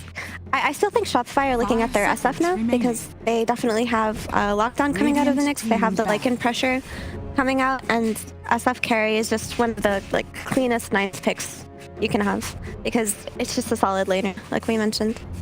9 picks that Shopify have played are like Luna, potentially something like a Faceless Void, but I don't like Faceless Void so much here because there's not too much damage coming into the Chrono. Yeah, I would say Luna or SF for Shopify. I'd like that. I feel like you don't need to answer the Nature's Prophet as much for Shopify because the Batrider is already the best hero in the entire game versus it. So it's pretty much like a carry that's good against all of the other heroes in the game, but then can lane against Nature's Prophet. So that is why I think I agree. SF would be really nice here. SF will shred the other heroes and just do perfectly fine against Nature's in lane. Do you think that GG were trying to bait another pivot from Shopify like they did yesterday with the earlier Ember? I think they're trying to bait the pivot, but it's not going to happen. So it's most likely just going to be a Quinn Ember and a natural Durachio. Yeah, the pivots have not been working out for teams too well. So I feel like we're going to start seeing teams just I'll just take Ember. Nobody's going to counter or whatever. If you have your normal lineup, I feel way more confident about the pivot. But with the stand in it, it's you're already restricted. I think that's 2 levels deep of weird stuff. The pivot is awful if you have first pick generally. So that's why I'm just wondering if they're trying to bait them because they fell for that trap yesterday. They got baited by an Ember and just picked Necro, and then they pivoted the Ember to safe lane, and then they picked SF. So. They're baiting the Shopify pivot. They're pick Necro again. Please pick Necro. Would a free win. Yeah, I just feel like there's no way. I'm really feeling the SF for Shopify. I feel like it's incredibly good against Ember. You're gonna absolutely dumpster the 2 supports, no problem. Lane fine against Natures. Fits the draft really well. I think a lot of the damage is kind of riding on A.K.A right now, and they need something to add to that. And they probably want a ranged hero. With all the melee guys that they have right now, they probably want a ranged guy. It's pretty cool with Lycan too. 2 sources of minus arm. So there's some synergy. Yeah, I like it. Or they could like morph, but I don't want them to morph here because then you can just get like dumpstered on 24. I feel like SF is probably the strongest, maybe Luna. But for GG, I actually like the Night Stalker carry. Like, I know a lot of teams have been trying it out and it's looked really solid. It would give them a faster solution for Lycan early on, but it's just a really good game to blink the backlines, right? Because you want to protect Snapfire from this Nyx. If you can just get on this Nyx early on with the Night Stalker, that sounds really good. And you're not worried about scaling too much because you have a Nature's Prophet and a number. It does restrict your item build a little. You can't really go Radiance as safely against Nyx. That's one downside. Maybe there'd be like too much of a window where you can get ganked repeatedly. Like, would you have to change your item build? On Night Stalker? You don't like Radiance Night Stalker? I mean, I don't feel like common. I don't feel like that's the build you go for here. Would you just go traditional like armlet stuff? Yeah, like BKB? Blink, Armlet, BKB. They could still just lone Druid. Yeah. That's still in the pool. That's kind of what I'm expecting. I know here. Shiver wanted to say it. So I know, thank you. I'm not going to mention it for the 3rd time in a row, guys. It would be fine. I mean, okay, they do it. Shiver was well done, right. Shiver. I mean, eventually, I'm going to be correct, right? I will say this is looking pretty scary in terms of pushing tempo because we've seen, even if Shopify loses the game, like the lanes and basically gets behind, they can still win. The amount of pressure coming out, they'll still win with it. Lycan Lone Druid is pretty insane. I have a really important question. Can you bite the bear? If you transform into a bear and then you get bit, what do you become? You still a bear wolf. Isn't it a werebear? No, it's a bear wolf. Oh, okay. All right, continue. But we were talking about the SF, and I think for a lot of the same reasons that like SF is good, Lone Druid also is. Like Lone Druid with a minus armor build will dumpster an Ember. It's just that instead of having minus armor built in, you're gonna build it on the hero with items. And they go, okay, well, now it's gonna be Radiance. What I was gonna say is that GG are just gonna pick some illusion carry now versus the Lone Druid and just play to outscale. But that's typically how you deal with this hero towards the end, because the more aggressive heroes, the fighting heroes that can play into Lone Druid, Slark and Lifestealer, got banned out. So that basically just leaves your PL or your Naga. Yeah, it's a good call. I mean, if Shopify Rebellion is really good at pressuring in that 10 to 20 minute period, they could definitely really Gladiators apart. But considering how well they did that against Liquid, avoided that pressure, I could definitely see them just delay, like you said, until they get that late game outscale. So I like both drafts, honestly. I think that Mikey should have a great game. This is his most comfortable hero, and he has good heroes to play into. He also has good rotations that they can make. They also don't really have counterplay versus Lycan yet, but I think that GG just have such a solid laning phase every time that I'm not too worried about them coming out of the lanes at a loss, and I feel like Dyrachyo will be able to recover if he gets overpressured. So yeah, the way Shopify had the better scaling in game 1, I think GG's scaling in game 2 is better this time around. I agree. I think Gaimin's lanes. I feel like they have 3 winning lanes. It's like 2 melee heroes in the off lane against them. Nature's is never going to lose lane, and you can hit the Lone Druid Bear.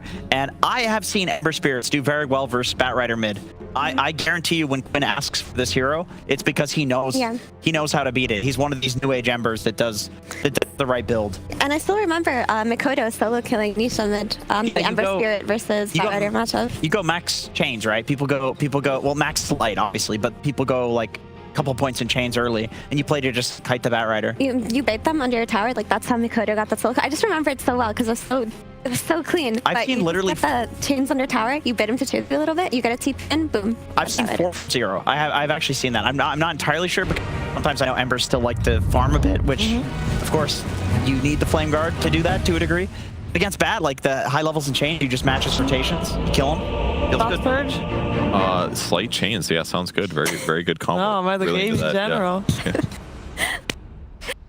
I'm here for a reason. Anyways, can't wait to see who wins in the mid game. I'm watching Nyx. You're watching the mid-game rotations. We're all watching the mid-game rotations and early game rotations and the late game rotations. If it gets to that point, we're finding out what's going to happen in the second game of the series. We're heading over to OD Pixel and Fog. Thank you very much, Shiva. Yes, Gaimin Gladiators versus Shopify Rebellion in this game too. And get excited to see what happens here, Fog. Both teams each sort of bringing in a hero that we don't really see too much. So this time around, it's Gaimin Gladiators, Duracho. They feel that this is the time to try and make PL work. And Shopify Rebellion, we're getting crit on the Nyx Assassin. Ain't nobody playing this hero right now. Oh, and I feel like we just casted this game the other day almost. Not the exact thing, but we have a lone druid bat versus the PL carry. We had Pakaz doing this the other day. I'm pretty sure Pakaz ended up not dying, or died once, I think, in the game, and the game ended, right? So he was super farm. He played really well, and it looked like a really good PL game. This, honestly, it does look similar, but yeah. So everything on paper, you can talk about all that kind of stuff, but is the PL actually going to be able to thrive? Sure. And the problem with PL, right, is you just need that time. You've got to get your 3 major items. And this, honestly, it is against a lineup that has a lot of push. It sure does. Yeah, so Shopify Rebellion, if they're able to come out sort of even on the laning stage like they did last game, the push is going to come in hard. And it's going to be a question if Gaimin Gladiator can deal with that. Yeah, at least it's a more normal draft. Not cheese, just straight Dota this time around. Coming up, Gaimin Gladiators, Shopify, they played so well last game to endure that pressure. Mid-ward, we saw it just get... Oh, Celery's going to get this one, though. So Quinn got the deny on his own obs ward from the Sentry, and then Celery's actually going to get the opposing observer ward in the mid lane. All right. And what about this Shopify Rebellion? Yeah, on the Nyx Assassin, a hero that we just don't really see. What do you reckon it was about this game that made them want to run it? And what are the reasons, like the downsides of this hero, the reasons why we see a lot of teams playing it? It's just a very specific hero for players, and it's also just a very weak laner. Your lane versus most heroes you can't trade too effectively. Sets him for double melee, so that could maybe run into some problems here. This game, it shows it. Oh, snap. You saw Nick. They wanted to have Crit in this hunting hero. Crit and Celery are going absolutely at it right now. He's fine. Still got the stick and the fairy fire. Celery won't waste any more time chasing him. And Quinn, I mean, he picks the matchup. Panel talked about it a bunch. He wants to play versus the Bat of the Ember. We've been seeing these Embers doing very, very good versus now, which is bad now.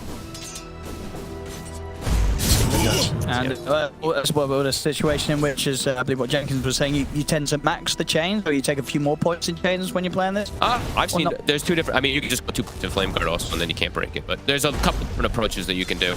I think SEA tends to go for the slight chain, but Quinn, he's supposed to endure and have that farm backup, so like, if lane even does get messed up, you'll have some time to be able to farm.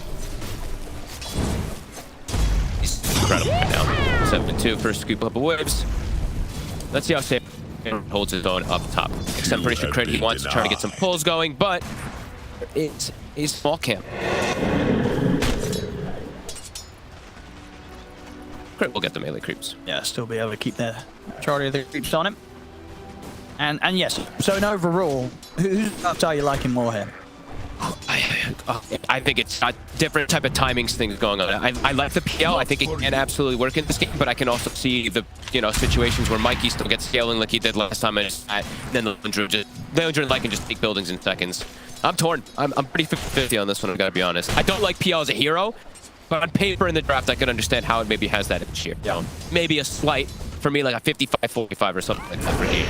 Sure. And we weren't really talking about him too much towards the end of the game, the last game, but Mikey, after a hot start today, right, in this series, his Invoker play, he was making a lot of moves. Yeah, perfect itemization as well, too. Went for the greed. I mean, they knew how to play that game. They just had to pass like 30-35 minutes with being like 20k behind or something, and they were never really going to win that one. It was great.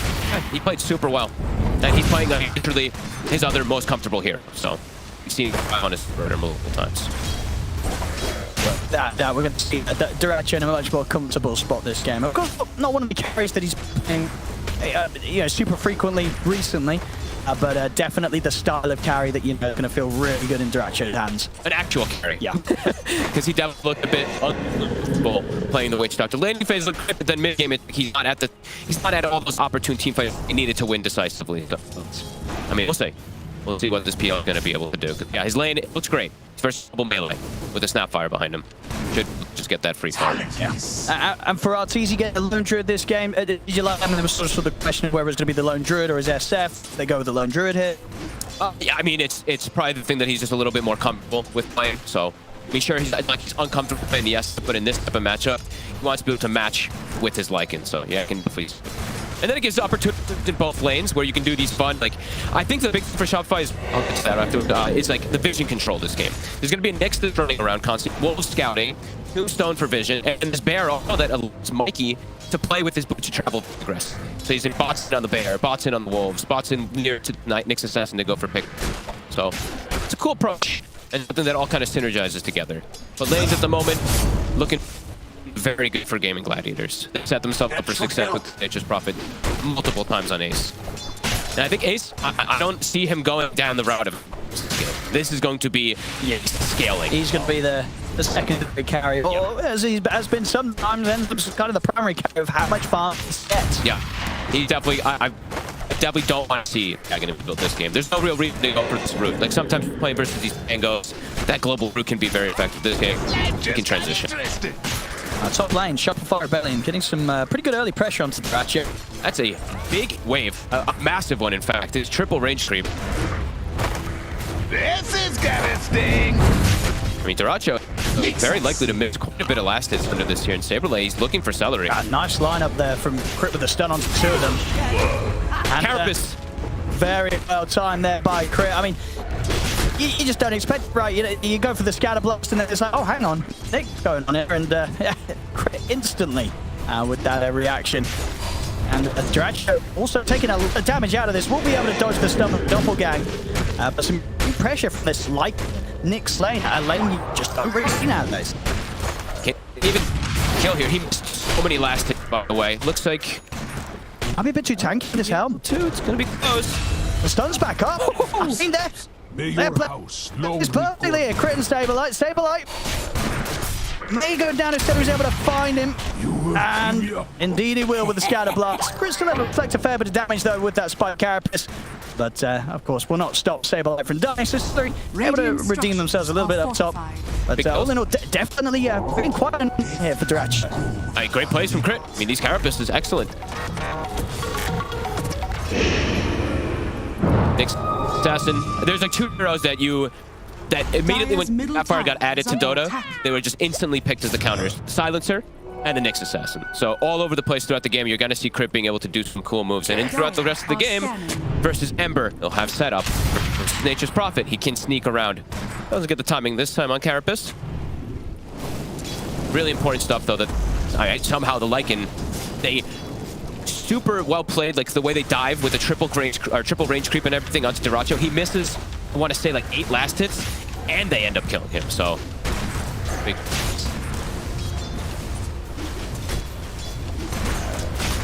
Crit.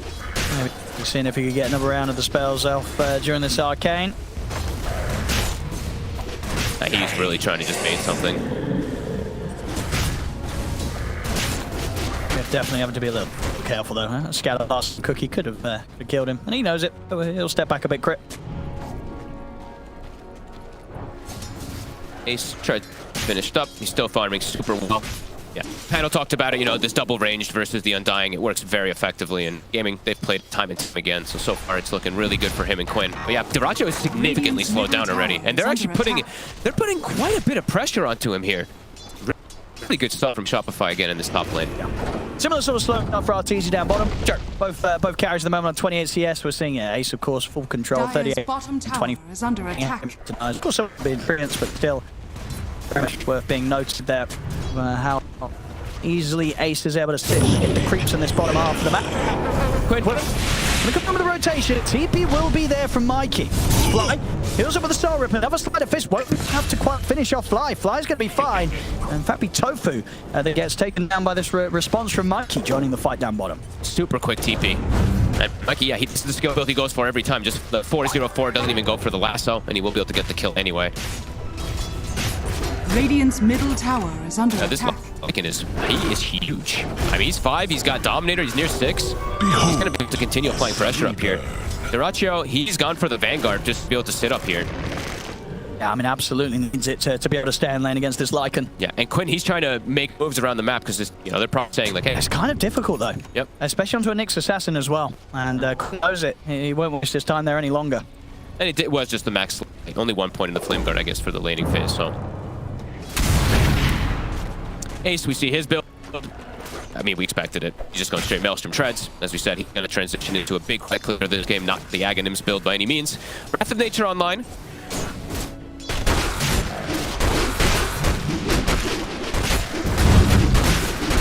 I mean, they're just hitting the Ratio, though. Yeah, he's able to sustain for a bit of it now with that Ring of Health.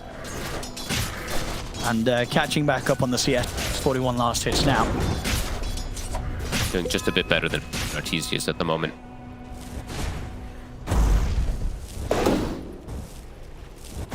He might be able to find Tofu here. More hits. One more. Oh, the uphill miss! No! Okay, I'll get him anyway. Top this boy. Nicely done. Top lane. Sablelight's got the starting to chase down Stellar. Duracho and Quinn are here. And yeah, Sablelight will start to back off. Crit. Go for Spike Carapace TP out. Sleight of Fist comes back up just in time. Quinn will manage to get Crit out of that rotation towards top there from Gaimin Gladiators. Good moves from Quinn. Making tons of space around the map. He's just trying to help out the side lanes as much as possible. And they have the Wrath of Nature to just help from the opposite side. Arteezy, though, in the meanwhile, immediately does start putting pressure on mid. And they even swing Saberlight's creep over. This is pretty cool. Might just be able to finish up tower with this. Gonna have to move the creep over. It'll get up cold. Twins. Yeah.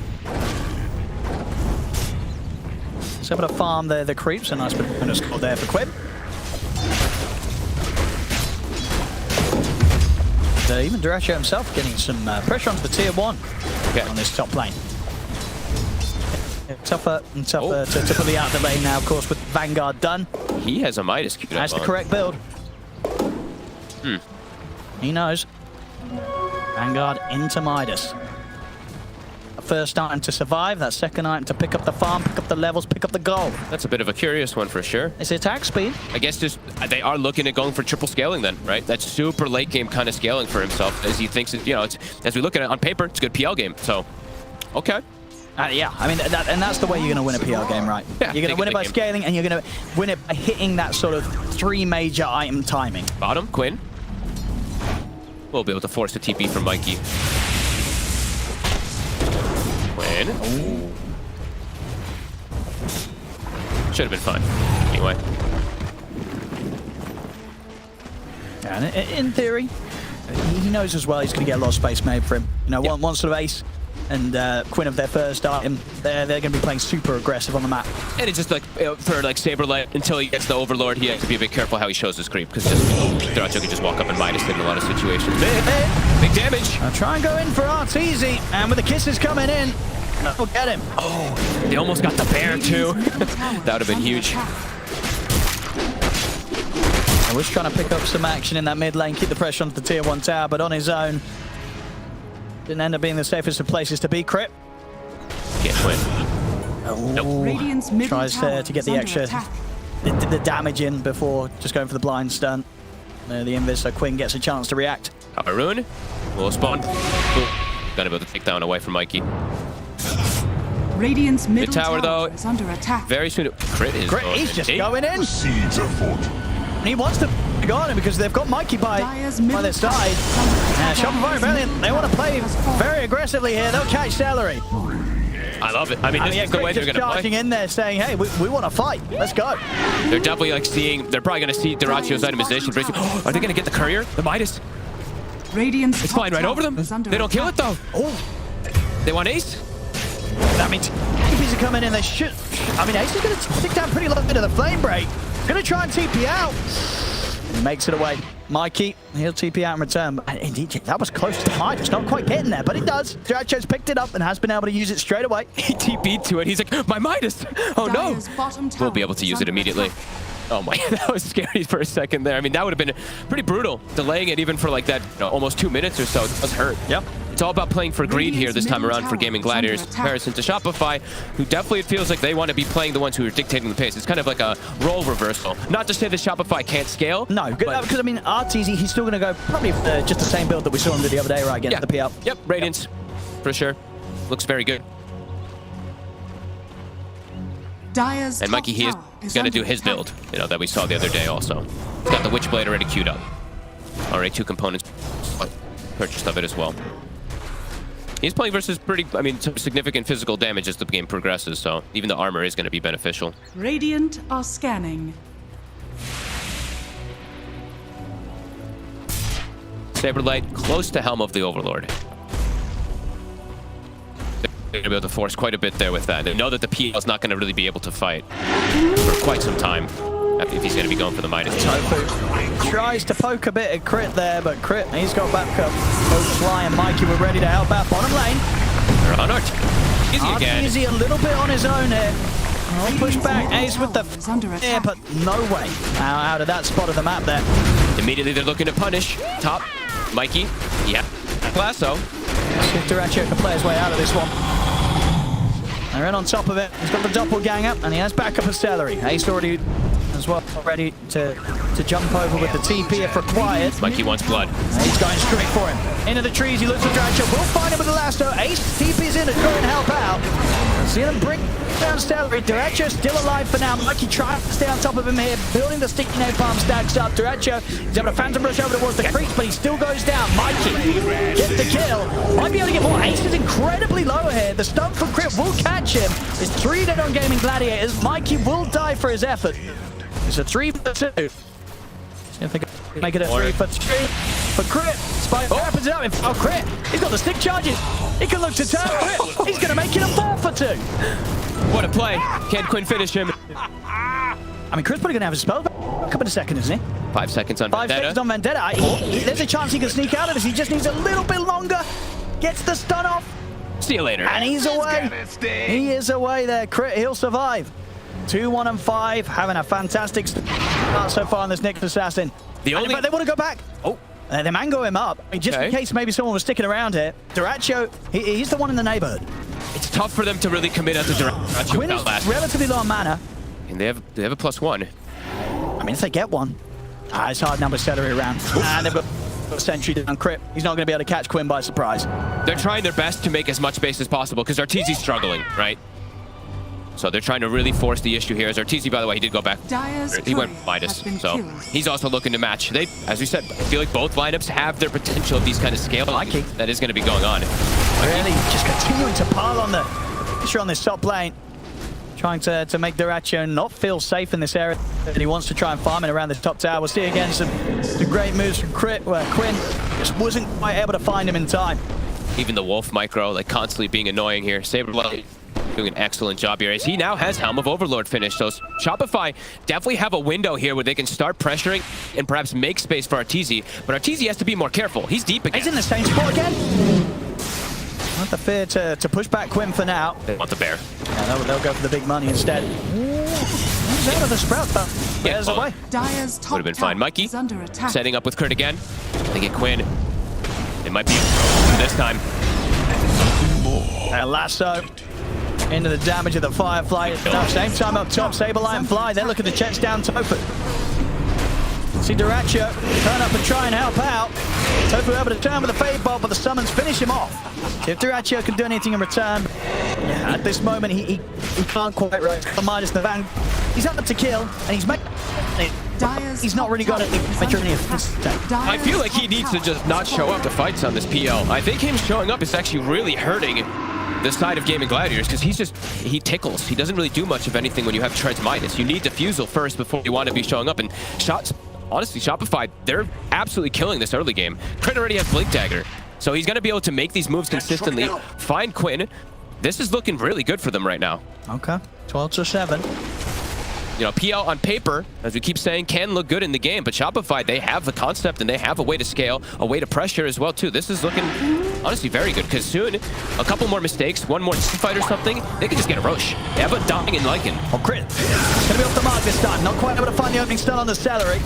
Saberlight still wants to charge in on this. Missed him with the ultimate. No back up, get healed up by the Soul Rip. Celery. See if the summons can finish him off. Final Wolf, not quite got enough bite in him to take Celery down. But lane Arteezy, getting a bit of space to put the pressure onto this tier 2 tower, but Ace will TP over, and Ace, of course, very much having to be feared. He is the top net worth right now.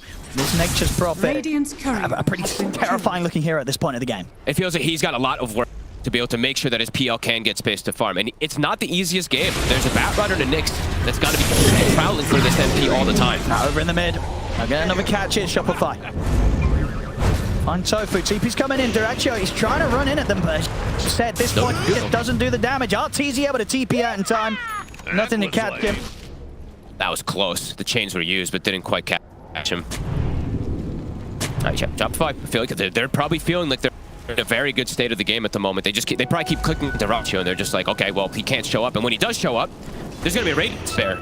So they're actually going to have a pretty good answer for that PL, even when he does have Diffusal, if RTZ, which I imagine is going to start showing up. And Shopify can force fights constantly because soon, as I was mentioning, Roche is going to be on the menu. When you have Undying, Lycan, Lone Druid, you can easily take that Roche and sneak at pretty much any moment. Death tax. That's true, and I guess Gaimin Gladiators, on the other hand, they don't really take Roche. They need a lot more items to be able to do so. I think they might just go for it here on Shopify. I think so. I don't think they need a kill by any means. Go into the pit. Yep.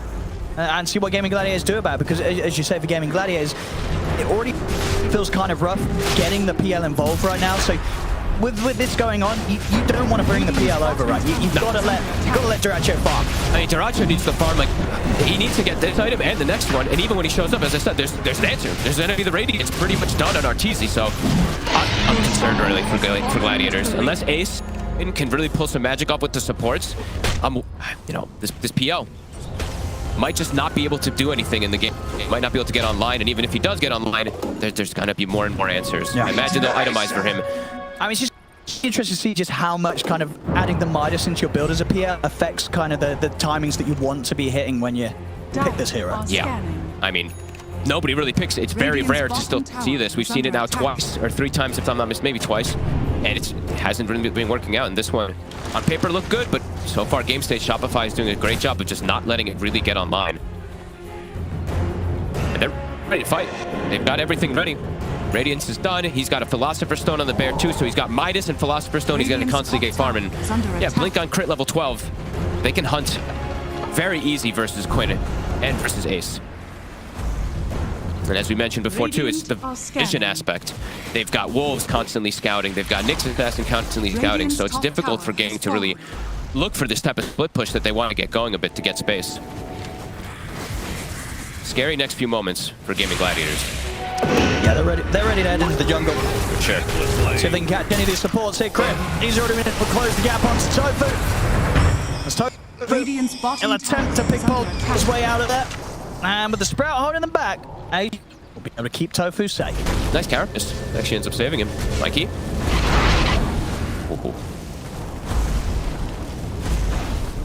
Duracho pushing the limits.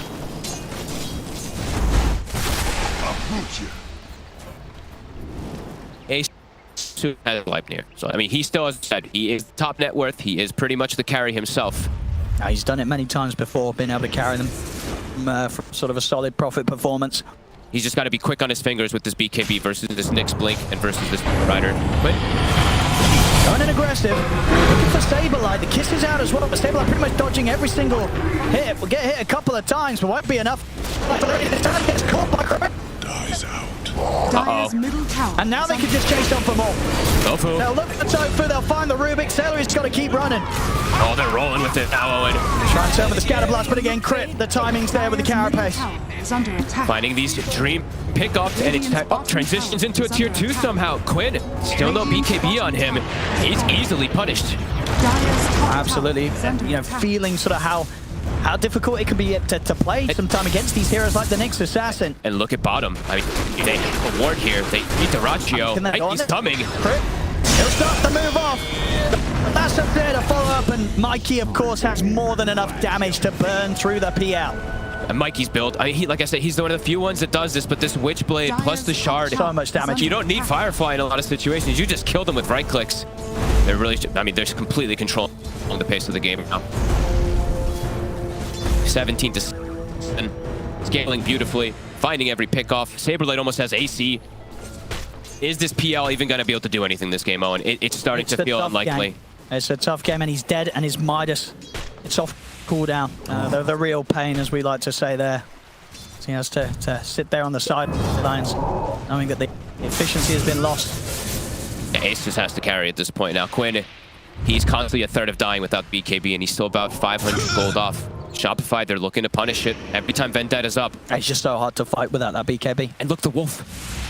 Scouting Quinn. Mikey. Andracho. Step up to use the Midas. Crit.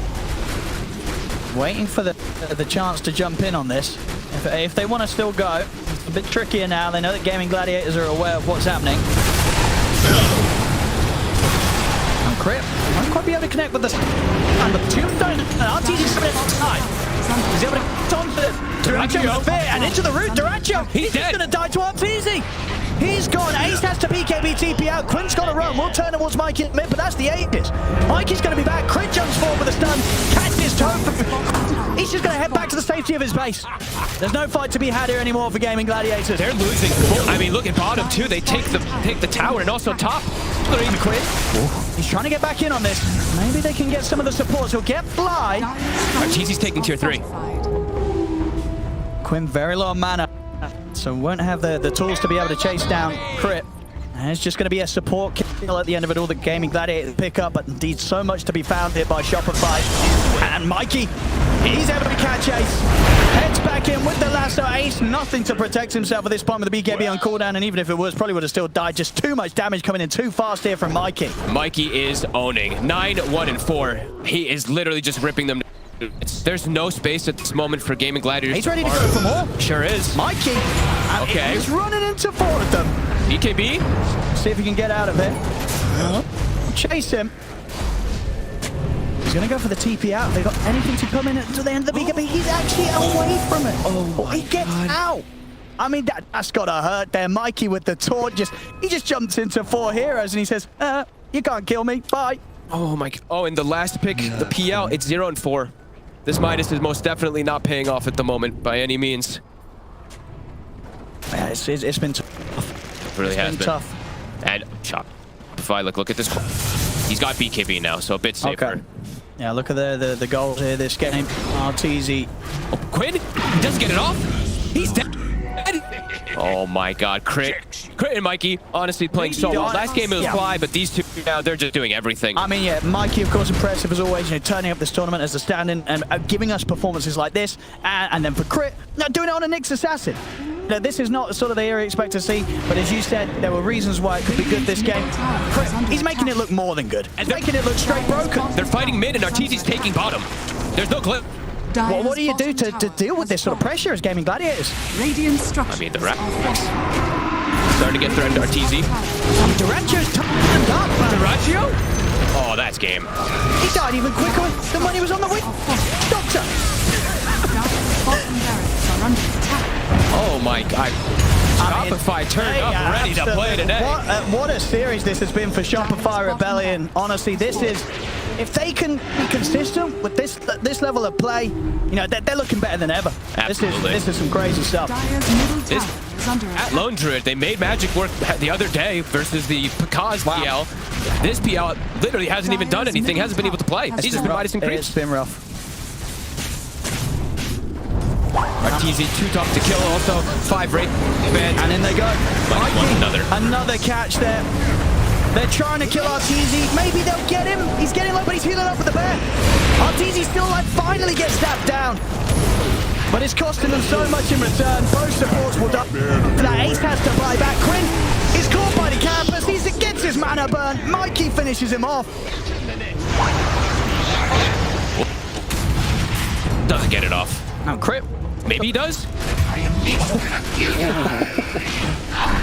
It's a little bit of something for Gaimin Gladiators because not enough for Mike. He's ready to go again. Look at how fine celery, another one.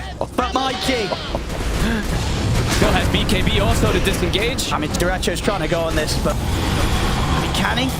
BKB's back up. I mean, Duracho, he might have to be careful himself here.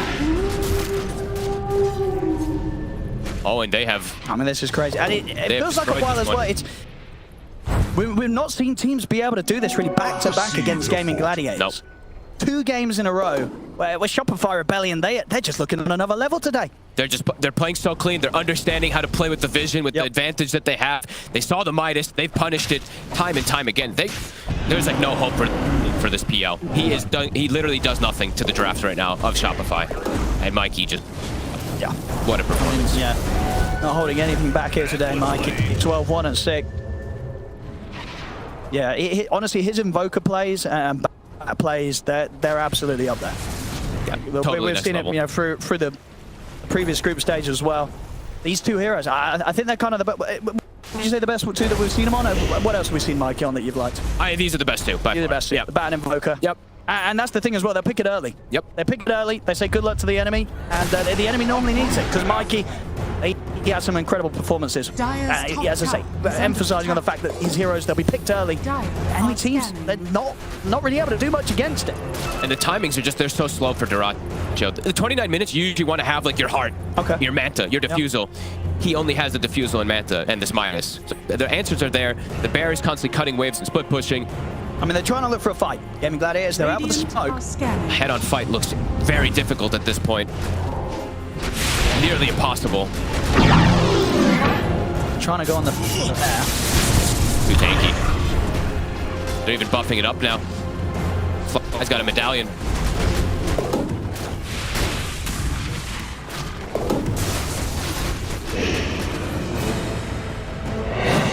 For here, Gaimin Gladiators, like, where do you go? What do you do? Duracho is just so weak. Your NP is farmed and stuff like that, but there's the natural counters of the Bat Nyx. Quinn always under pressure. They've got eyes on him. Like, knows they've got eyes on him. He's got his sentry down. Doesn't matter. I mean, he still gets caught. He knew that they could see him, but they're not able to react quick enough. Mikey, he gets blasted on Duracho. And Duracho, he'll be able to jump out with the top ganger, but he's so low, and Mikey's still on top of him. Duracho goes down. They will be able to kill the Bat, but they're losing heroes left, right, center. Quinn just die-backed. It's over. It is totally. It's been over. Time to close it up. They're going tier 4s. What a day from Shopify. Absolutely. Dire's middle tower has fallen. 2 times back-to-back, and against Gaimin Gladiators, they crushed them. Absolutely crushed them. They crushed them, and impressively as well. Tons of people have been asking for this Nyx too. Like, in some of these games, it looks like it can work, and honestly, crit. I mean, he was great What in a the day display. right on the Nyx assassin. This was just, wow. Look at that. I mean, they definitely got to be feeling happy after that one. Crit, look at him. Yep. Oh, yeah. This was a beastly performance across the board.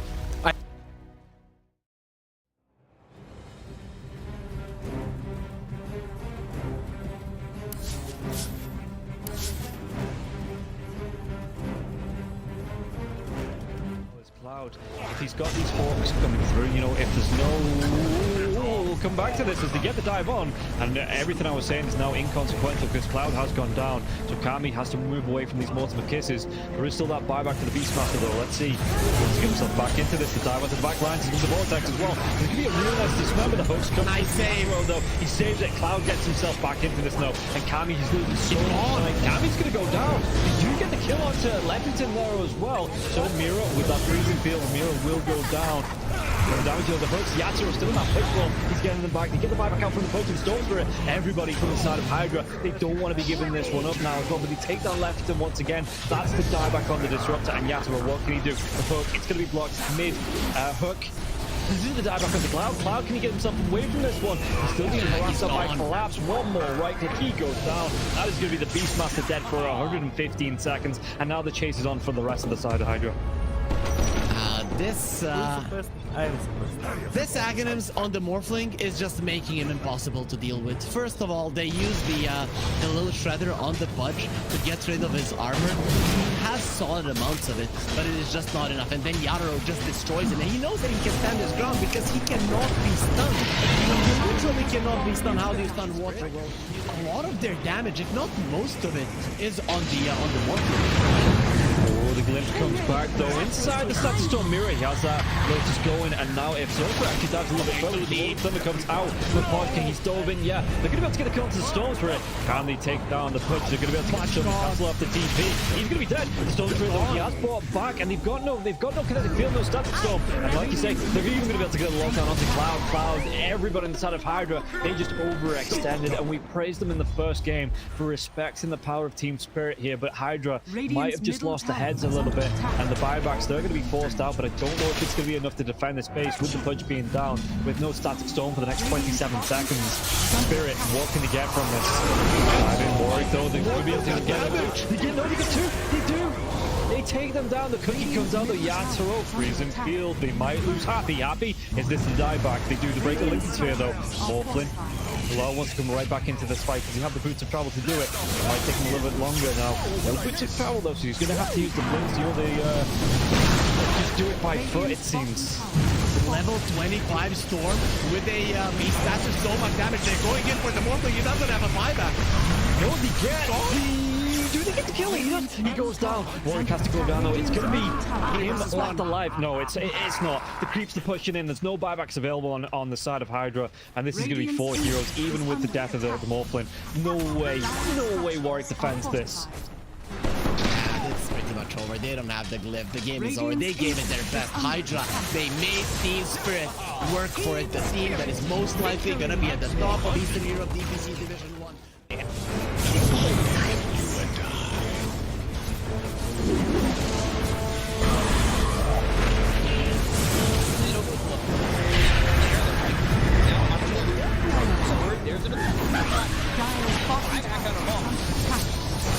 Radiant's middle barracks are under attack. Radiant's middle barracks has fallen. You want to commit. There's just not enough damage. Crimson Guard, Atrophy Aura, Rubik's Fate Bolt, all this damage reduction. Let's see the combo. Bit of Malice. Strong in by the Disruptor, and now they're going to be getting to win it back up once more. Bit of Malice, and Sumail is in it. They'll lose him in mind control. Right it back towards tomorrow. Trying to run from everybody on the side of Gaimin Gladiators. Radiant's middle barracks are under Siphoning attack. and getting back into the base. Has fallen. Alive. Yeah, I think when it's time to call it, it is time to call it. They have no business left in this. And didn't get the tether off or something. I think it got broken. Either way, I like the ghost up to purchase. That was pretty heads up, but we are back and there's a smoke action. There's the divide right there. They're going in on Q. There's the hit. Okay, get that hit off. 123. Knocked great damage into he's dead. Oh my god. Nothing. Less than 10% of his health. I mean, I'm assuming that's just the game. That, yeah, 100%. There's no point in talking about the AU picks it up. I got it, bro. He's denied it. Go away, you. Oh my god. Victory.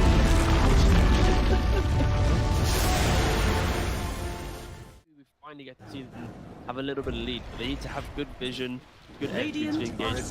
We're down up on high ground. Our Bulbaca, Red Panda, this would be huge if we can find a Static Storm before the Tombstone. Not bad. Stun from Lulu. He's thrown now. There. Starting to drop down. I love TK control at the moment. He does manage to get that one away. And the Supernova down. TK barely surviving. And it's just going to be one down at his... Oh, White Album, the dodge, to hide away, the heal's coming in. Oh, they hoping for a save, but the BKB is out, and they're going to jump onto him. He has to back away. We have lost White Album again, and now Tango in trouble. Q is going to drop faster. These fight so well, and they couldn't take down that Undying before the turn. And remember, it's ages, so they didn't really care about giving away. That's the ball. Big finish for it.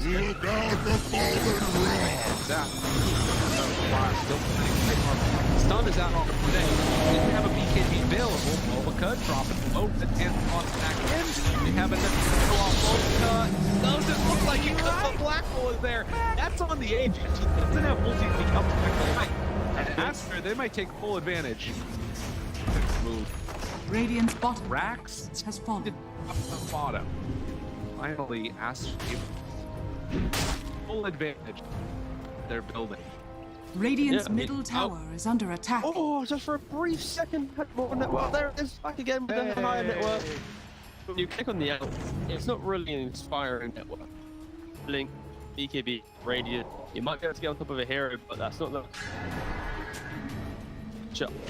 That's able to 100-0 here. Like even this Undying inside Static Storm, able to then get up with Slash Golem from away. Back, they have that alive. Makes the move, and again, into this fight without Monet here. Pretty good for them. Right Alpha, but now Monet goes now. A lot of trouble, but maybe one. To kill him. Okay. All right. Pops ulti. Now the turn. Punching. Getting away. Sort of survived that first salvo. Very strong. Supernova down. Pops the BKB. Ooh, he's just caught here. They want to get the kill. That's really himself up.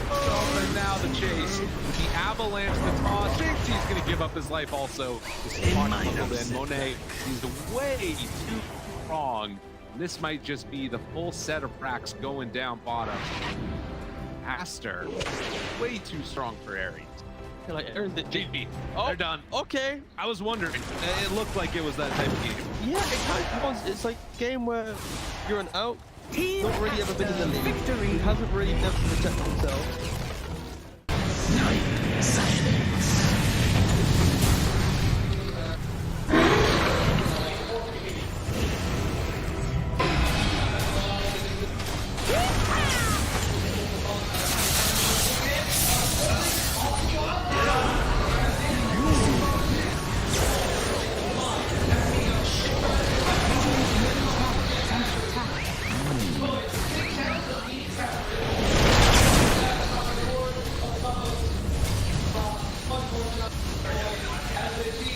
Radiant structures are fortified. Radiant's middle tower is under attack. Radiant's middle tower has fallen.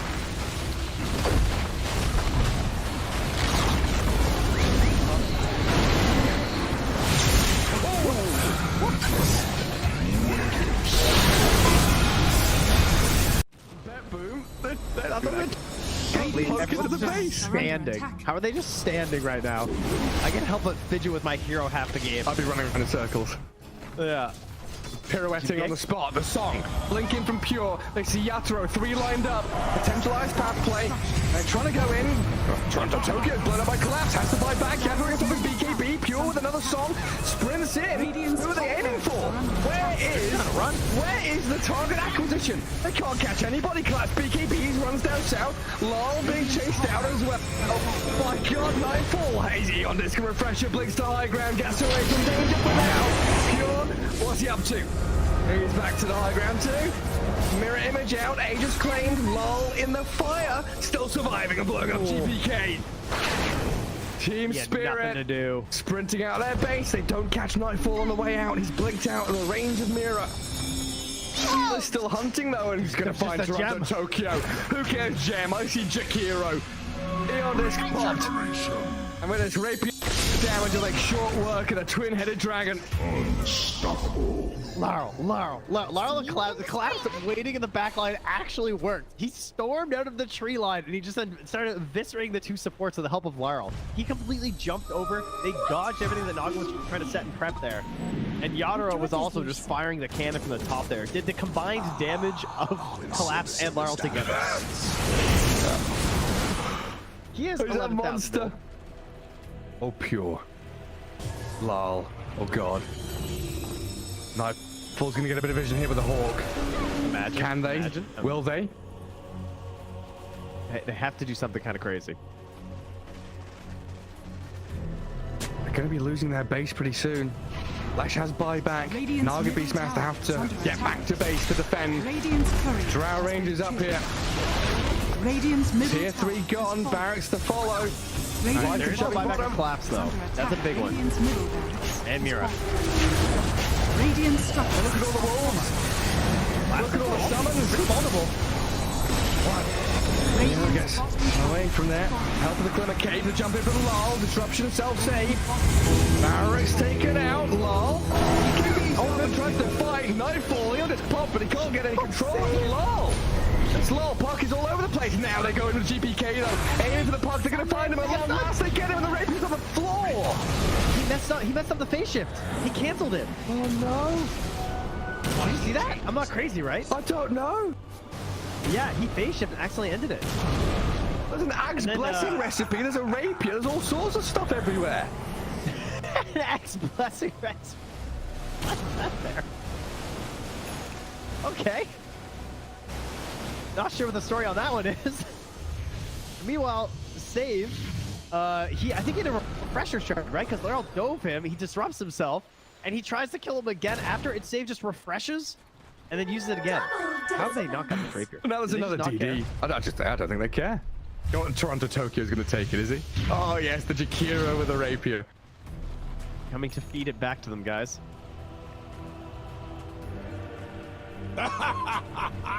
My goodness. There's Mega Creeps on one side. Top lane Barrack still standing on Team Spirits. Are we waiting for next Roshan, Trent? I don't know.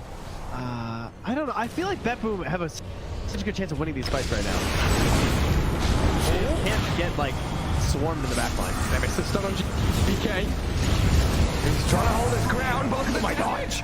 Oh my god, Yaturo shreds, where'd he go? Daedalus hits, refreshes, blinks forward, kills off Save as well. SD's gone, TP home, get the hell out of here, BetBoom now.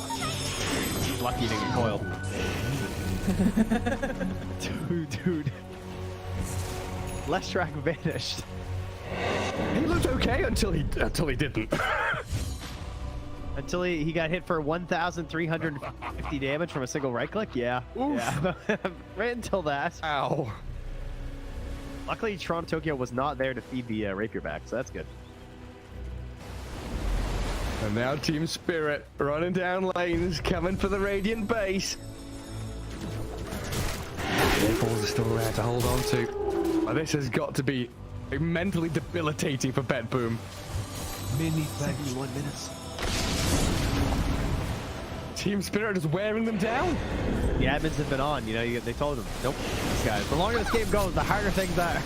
Well, it's like Moomiander was saying in that Seb documentary. This isn't Dota you're playing. This is a slogfest. You're going to wait it out and play 60-minute games. Long out one. There's a long line. Watch get very far forward. He unders from Mira, but the Undying will fall inside the Radiant base. As Mira gets off one last finger of death, and the turn from Yatro.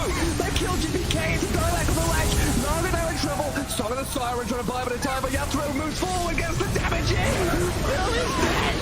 Oh god. It all comes crumbling apart for BetBoom now. Wait, back. They're on to Mira. They kill off Nightfall, save though, and lol. He opens up on them. The howitzer is here. Massive 40 mil cannon just shattering into BetBoom. Drow saved by the rip. The soul is everyone dying. There's two. And she's called it over. Team Spirit. Look at them. Look at Mira. Oh my god. The shard to anybody who would listen at the Lima Major. Which was nope. Which, yeah, nobody's taken him up on it yet.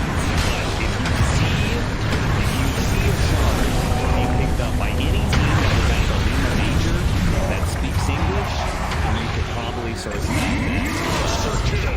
It's good. But this shard is actually I don't know how to get there.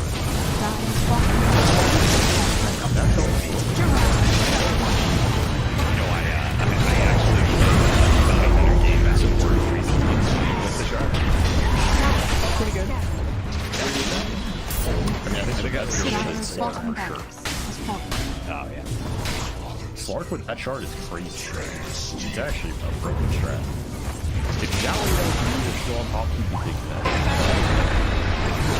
Maybe that everybody needs to get back to the top. Shadow Walk is way back to the top. And then theoretically there's 1,000 comments, but because I say it and nobody comes to I will say the other good thing about Bounty Hunter for the fight is we've got two different memes here. The Bounty Hunter shard, the Magnus Ags. He does have extremely high damage. And against probably has highest base armor, starting base armor in the game, which can make him really good at the laning phase for free. yeah. He versatile. Terrible. Oh yeah. And frontline a little bit of the shield support, but again, Dire's middle tower is under attack. Radiant's top tower is under attack. TSM FTX victory. My Midas was being, so they have an inkling that this is going on, but they jump forward, find the Son of Spectre. The Doom is there, Force Staff, keeping him alive and on the other side of the fissure, but there's way too much damage, and the rundown is going to be there. MC is gone, GH is gone, and looking for more. 9 jumps back in, finds Kuro too, tries to get out of there, does not have a way to escape. Mar is completely under control. He too is gonna die. The buybacks are coming in. Amar realizes he can't do that cancel TP, but eyes on the prize. Tundra trying to close this one out, close this series out. The quick 2-0 as they set their sights now onto the tier 4 towers. There is a buyback still on Spectre, and no Doom available. Damage to BKB is out though, and now the turn, the break, the finish. Amar dies a second time. MC on top of Snake managed to find that kill. Sumail still controlled, does manage to get the blink back and away. MC, they're gonna go back in for more. They will can't, but Sumail, away just barely. Sumail got be controlled. They got him there with the Gleipnir, and it's only MC left alive as Tundra start hitting these tier 4 towers. With this Unleash, with the damage coming through from the Psychic now as well. Watch Buckle though, it's actually going to be the Molten stealing that Pango form.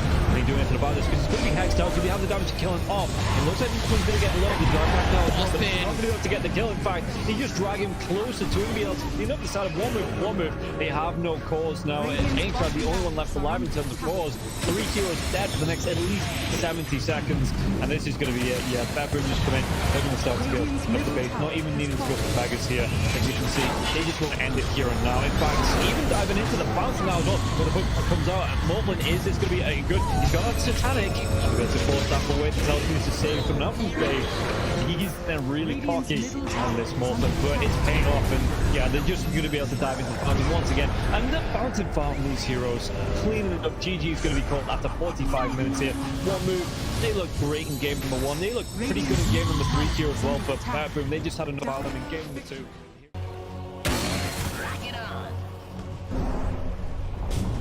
Dire's middle tower has fallen. Right? I keep my enemies close.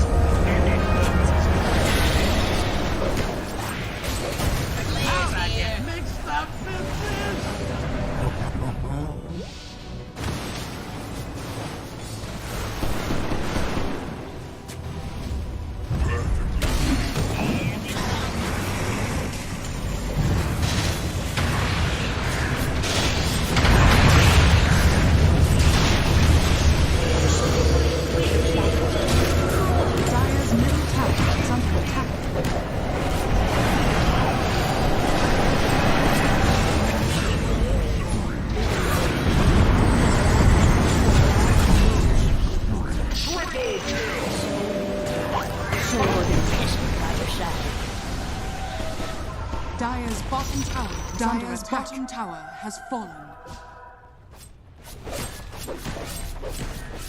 Radiant victory. Away from enemy, it's not guys really just dying getting them because anything. generally go with the Bible. It's also good with the strategy, which is why the replay was that first blood.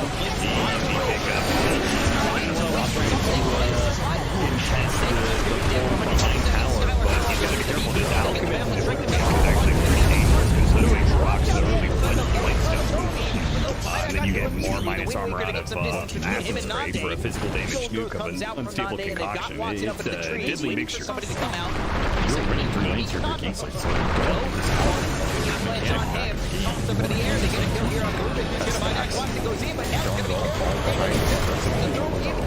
No, they can't. Look at that. Not enough. You're gonna have to play to defend power. Won't finish him off. Lots of beyond godlike. That's going to be 2-0 here for the side of Dream's not having a whole lot of fun with this. 10 stick charges, and he did manage to at least hit the Jingle stacks off of the Bounded Strength.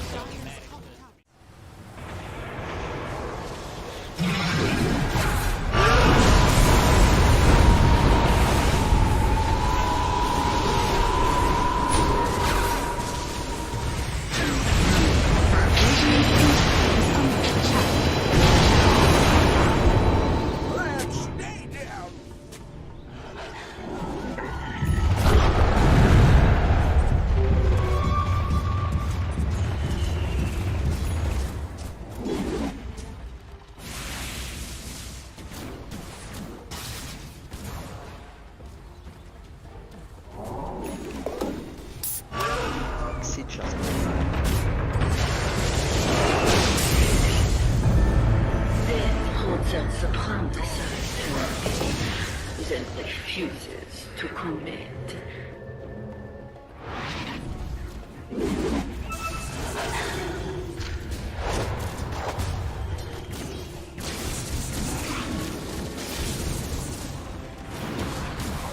Sanaba.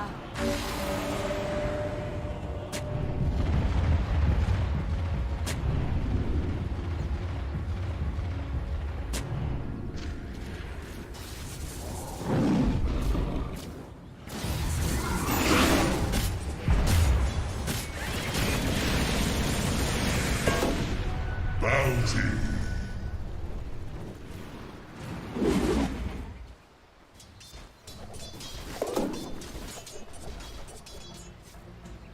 Vanish.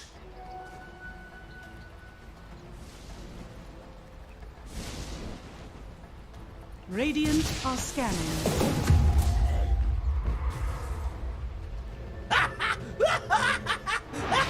Dire are scanning.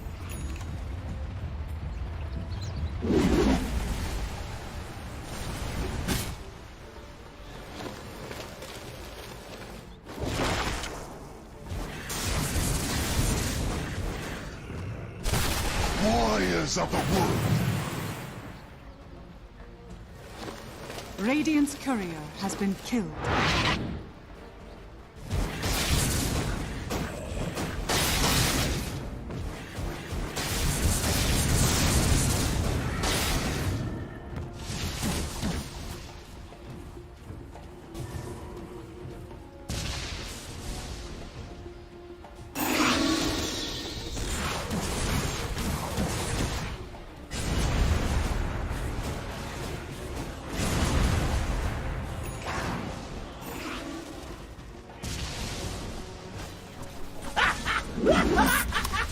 Сейчас поиграем. Сейчас поиграем.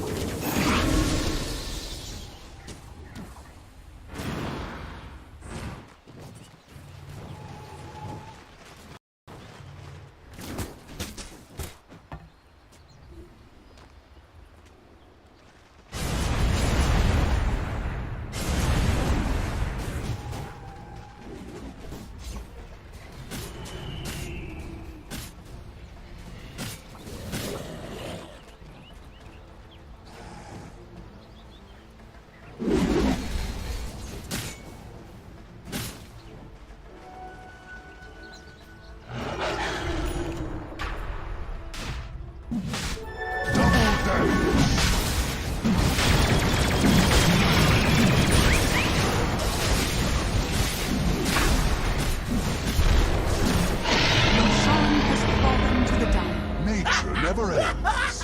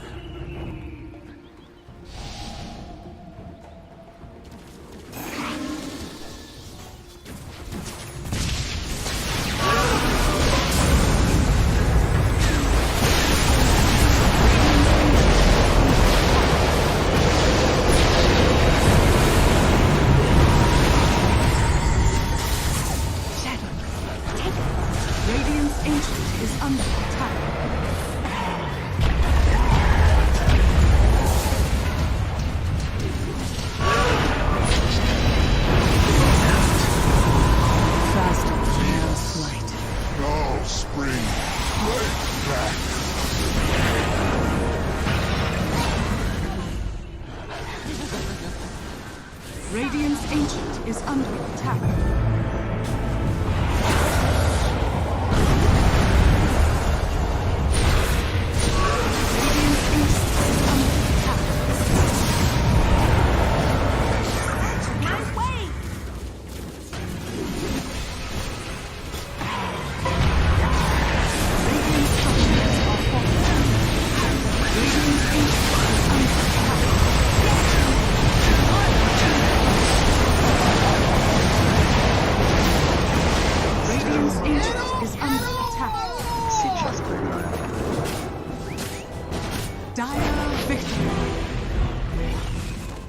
Ultimately, this game kind of comes down to just who jumps who.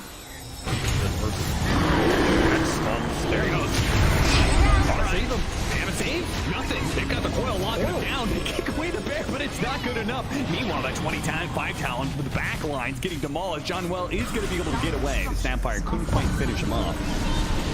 Let's see if they can force the buyback. Surely they will, but is Geek Slate going to be able to get a successful fight? The use of that buyback. One of these wolves is bigger than the other. Yeah, but it's not that big wolf you got to worry about. It's the little one. Hex. They're trying to force this punch by, but he is holding it. Discipline. Does not care about the racks. And I agree. What the hell do racks mean? It's out. Get the heck. Nice. I mean, they need a kickback. I think he'll buy back once they get a kickback from the Re-Wolf. In refresher charge. Round 2. He's well put into use. Kill the top. Man, he died fast in that little interaction. Now the buyback goes out from Scam. They really want to want to go for this Ursa. They managed to get the scythe on him now. He silenced up on the front. Able to get to eat anything. He goes for the refresh. But he got scythed as well. He just went to go for a dieback. Dubu just commits with the help of everybody else on the side. I believe they die. Forced now on the run, but Reed are running down Geek Slate heroes. They have just demolished them. There is no chance, no shot on the side of Geek Slate to be able to fight back against this lineup this late. We're not winning the late game man fight here. Then Dubu's taking it to bad attack speed. He just runs in. Right here, where's the Managed not getting it pushed in. Drop it. Oh, look at that damage coming in from the kids as well. The back line, Cox being assaulted. Cord's not gonna let him get away. Get forced down. Forced them back into hell. What is this man fight? Satanic against all these heroes. He is so alive, but eventually they Satanic at the BKB. Can't get in. Hold the snowball safe. Maybe trying to pick him up. Okay, now they got him maybe with the orb. They can control him up. Enough force down. No way. Don't let Force get away now. This is the end of the game. The Giants Ring gets him over this round. Finishes off the Nature's Prophet. Jenny's down. Finally died, but they haven't really gone through buybacks on the lead. They've got all their buybacks ready to go. So that is going to be it. Finally, GG is going to be called and Bleed get their first series win here in the CD. Really do not want to give this one up, but they may just have to here. Oh, there's 3 man. It's over. It's over. It's all over. Just show them mercy. Throw the towel. Just stop giving this man highlights. It's too much for one day. Dear God.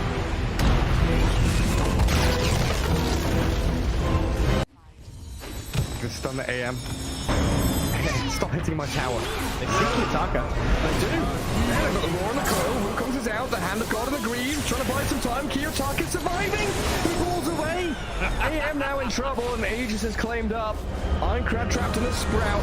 And HR still fighting the Wukongs. Cow. They can't catch the AM. Too quick to blink away. Has the counter spell up, but Ramsey's held his Dragon Tail. They've got him now. AM dead twice. Gilgary's a dragon, but even with that Ghost Scepter burning alive, the root will catch him. Prophet finds the control. Poor Afterlife dead to Kiyotaka, and Ramses with a mega kill streak clear through one move. I'm just not sure. I think that might be it, Gary. Yeah, even with a triple buyback. Yeah, Park, Rubik, Beastmaster, there's the third one. No AM for 30 seconds. The building's a forfeit. Enchantress lift up and drag away from Rubik. Saves her for the meantime. Let's say Kiyotaka's clear to have a little bit of fun now at this point. It's go time. Do what you want. We got 32-minute tumbler toy. Yeah, okay. Yeah, good, great item, by the way. that thing is busted now. If there's any item I agree has to be like removed from the game, we do need a new cycle of neutral items. Oh, no fight with fire, they say. So I'll just go fight with an arcane rune instead. Have fun with mega creeps. Yep.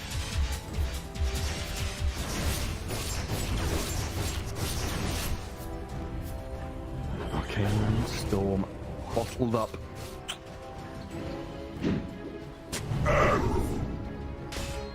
I mean, they did make a hell of a comeback last game. You know, what is 0% Stupendous.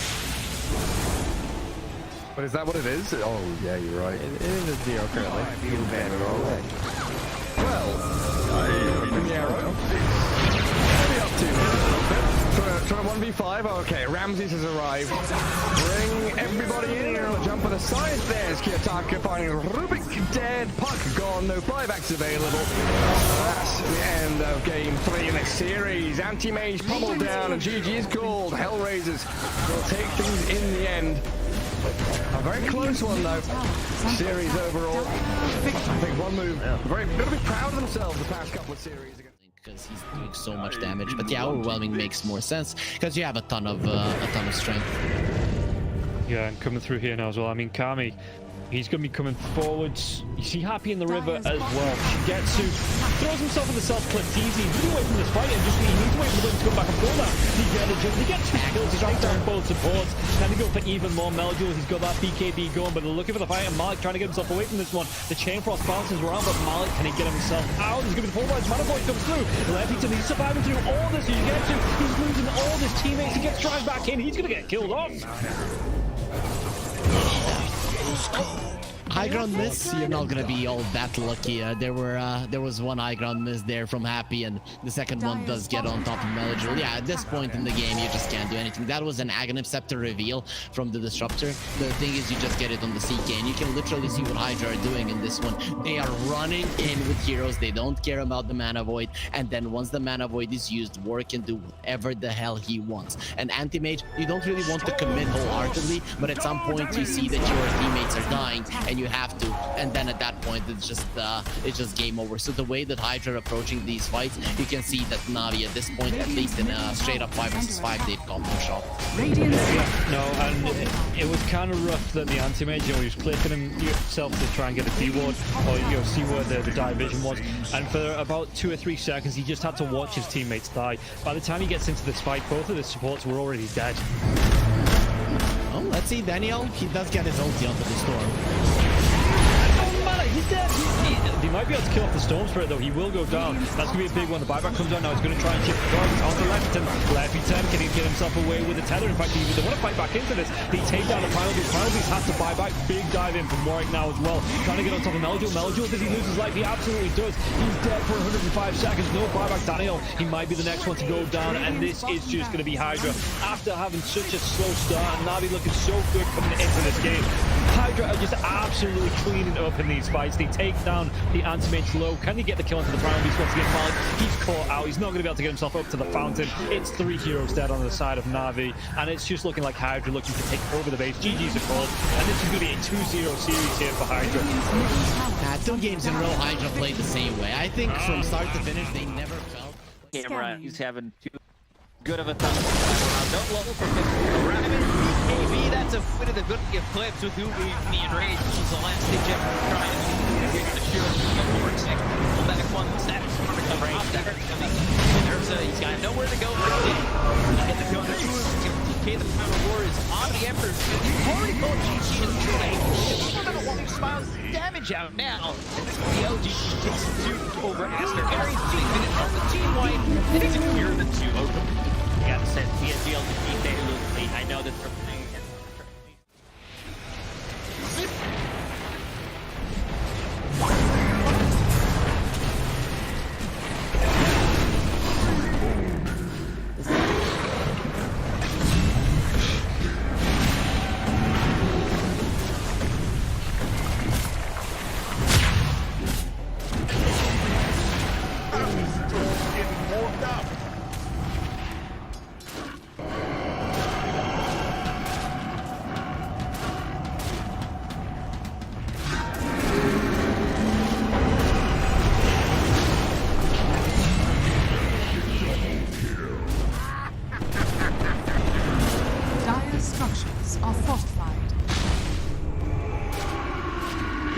Dire's middle tower is under attack. Now, victory!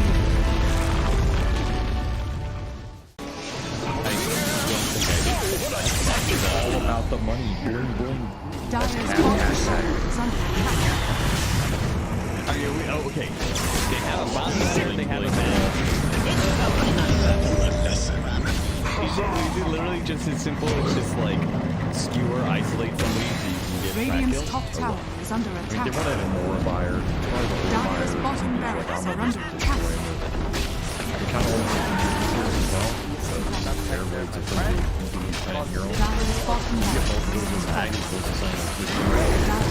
barracks Radiant now have mega.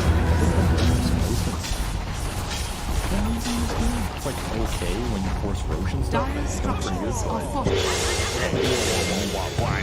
Wait, never mind. You're done. Smart. I figured it out. All right. DB. It's gonna go the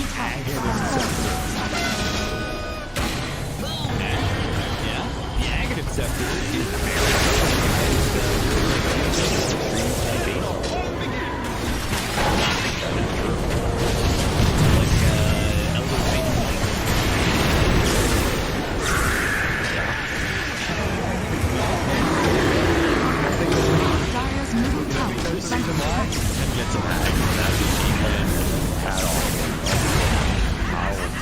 all of my hats, all 30 of them. Dire's middle tower Wait, has that's 30 fallen. hats. My Dota hats. Radiant. What are you talking about, Dota? Well as Cloud, if he's got these hawks coming through, you know, if there's no... We'll come back to this as they get the dive on, and everything I was saying is now inconsequential because Cloud has gone down, so Kami has to move away from these multiple kisses. There is still that buyback to the Beastmaster though. Let's see. Let's get himself back into this. The dive onto the back lines into the vortex as well. There's going to be a real nice dismember. The hooks come. Nice save. Though he saves it. Cloud gets himself back into this now, and Kami is losing so much time. Kami's going to go down. You do get the kill onto Leppington there as well. So Mira with that freezing field, Mira will go down. Going down to the hooks. Yatsuro still in that push roll. He's getting them back. They get the buyback out from the potent storm spirit. Everybody from the side of Hydra. They don't want to be giving this one up now as well, but they take down Leppington once again. That's the dieback on the disruptor, and Yatsuro, what can he do? The hook, it's going to be blocked mid hook. He's in the dieback on the Cloud. Cloud, can he get himself away from this one? He's still being harassed by Collapse. One more right click, he goes down. That is going to be the Beastmaster dead for 115 seconds, and now the chase is on for the rest of the side of Hydra. This Aghanims on the Morphling is just making him impossible to deal with. First of all, they use the little shredder on the Budge to get rid of his armor. He has solid amounts of it, but it is just not enough. And then Yatsuro just destroys it, and he knows that he can stand his ground because he cannot be stunned. He literally cannot be stunned. How do you stun water? Well, a lot of their damage, if not most of it, is on the Morphling. Oh, the glimpse comes back though. Inside the Static Storm Mirror, he has that Lotus going, and now if Zofra actually dives a little bit further, the Thunder comes out with Podking. He's dove in, yeah. They're going to be able to get a kill onto the Storm Spirit. Can they take down the push? They're going to be able to catch him, cancel off the TP. He's going to be dead. The Storm Spirit though, he has brought back, and they've got no kinetic field, no Static Storm. And like you say, they're even going to be able to get a lockdown onto Cloud. Everybody inside of Hydra, they just overextended, and we praised them in the first game for respecting the power of Team Spirit here, but Hydra might have just lost the heads a little bit, and the buybacks, they're going to be forced out, but I don't know if it's going to be enough to defend the space with the punch being down, with no Static Storm for the next 27 seconds. Spirit, what can they get from this? I've been worried though, they're going to be able to get it. They get two, they do! They take them down, the cookie comes out, the Yatsuro, freezing field, they might lose Happy. Is this the dieback? They do, they break the Lincoln Sphere though. Morphling. Lau wants to come right back into this fight because he have the boots of travel to do it. It might take him a little bit longer now. No boots of travel though, so he's going to have to use the blinks. You know, they just do it by foot, it seems. Level 25 Storm with a beast. That's just so much damage. They're going in for the Morphling. He doesn't have a buyback. No, they get. Do they get the kill? He goes down. Warwick has to go down though. It's going to be him left alive. No, it's not. The creeps are pushing in. There's no buybacks available on the side of Hydra, and this is going to be 4 heroes, even with the death of the Morphling. No way Warwick defends this. It's pretty much over. They don't have the glyph. The game is over. They gave it their best. Hydra, they made Team Spirit work for it. The team that is most likely going to be at the top of Eastern Europe DPC Division 1.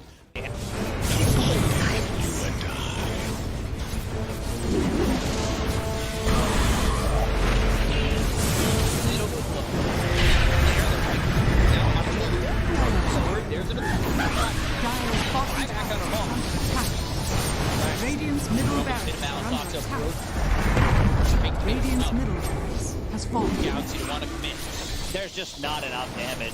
Crimson Guard, Atrophy Aura, Rubik's Fate Bolt, all this damage reduction. Let's see the combo. Bit of Malice. Shall be strong in by that by the Disruptor. And now we're going to be getting from winning back up once more. Bit of Malice and Sumail is in it. They'll lose him in mind control. Right back towards tomorrow. But trying to run from everybody on the side of Gaimin Gladiators. Radiant's middle barracks are under Siphoning attack. and getting back into the base. Has fallen. Alive.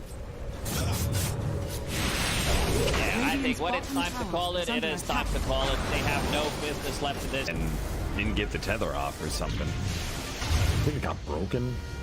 Either way, I like the ghost up to purchase. That was pretty heads up, but we are back and there's a smoke action. There's the 23 divide looking right to end. here. They're going in on Q. There's the hit. Okay, get that hit off. 123. Knocked great damage. He's dead. Oh my god. Nothing. Less than 10% of his health. I mean, I'm assuming that's just the game. That, yeah, 100%. There's no point in talking about the rest AU of it. picks it up. I got it, boys. It's the dive yet. Go away, you. Oh my god. Victory!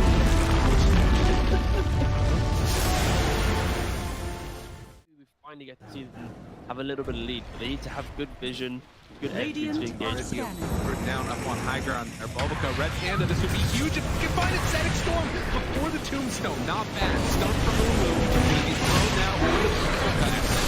There. Starting to drop down. I love TK control at the moment. He does manage to get that one away. And the Supernova down. TK barely surviving. And it's just going to be one down at his... Oh, White Album, the dodge, it's a hideaway, the heal's coming in. Oh, they hoping for a save, but the BKB is out, and they're going to jump onto him. They have to back away. They have lost White Album again, and now Tango in trouble. Q is going to drop. Aster, these fight so well, and they quickly take down that Undying. And remember, it's ages, so they didn't really care about giving away. That's the ball. Make the finish profits.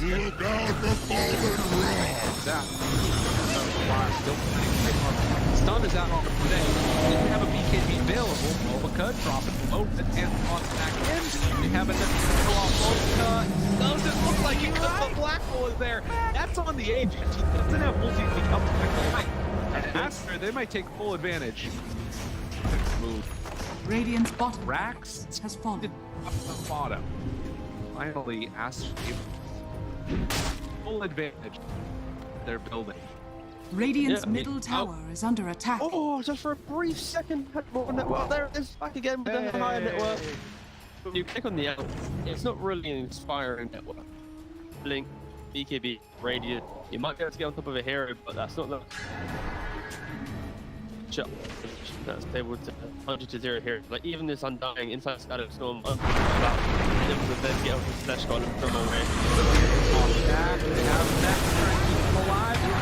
Makes the move, and again, into this fight without Monet here. Pretty good for them. Right album, but now Monet is out now. They're in a lot of trouble, but they managed to kill him. Okay. Alright. Pops ulti. Now the turn, punching. Really getting away. Sort of survived that first salvo. Very strong. Supernova down, pops the BKB. Ooh, he's just caught here. They want to get the kill. That's really himself up. And now the chase. With the avalanche, the toss. Thinks he's going to give up his life also. This is buckled in. Monet, he's way too strong. This might just be the full set of racks going down bottom. Aster, way too strong for Ares. Like Aaron did JP.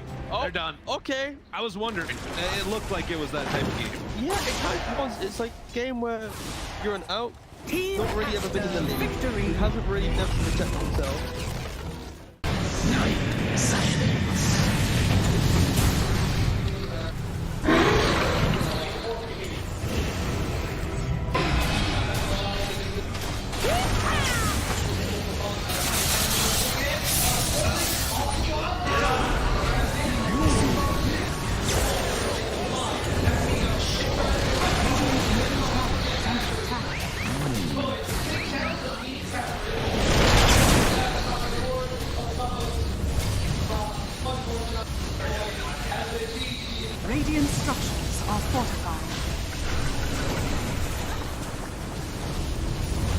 middle tower is under attack.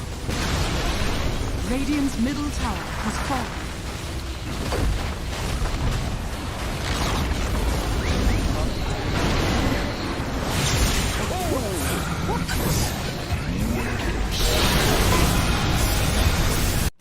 Boom. Everyone's just standing. How are they just standing right now? I can't help but fidget with my hero half the game. I'll be running around in circles. Yeah. Pirouetting on the spot, the song, blinking from Pure. They see Yatoro, 3 lined up. Potentialized path play. They're trying to go in. Toronto Tokyo, blown up by Collapse, has to buy back. Yatoro gets up with BKB. Pure with another song, sprints in. Who are they aiming for? Where is the target acquisition? They can't catch anybody. Collapse, BKB runs down south. Lol being chased out as well. Oh my god, Nightfall. Hazy on this refresher, blinks to high ground, gets away from danger for now. Pure, what's he up to? He's back to the high ground too. Mirror image out, Aegis claimed, lol in the fire, still surviving and blowing up GPK. Team Spirit nothing to do. Sprinting out their base, they don't catch Nightfall on the way out, he's blinked out of the range of Mirror.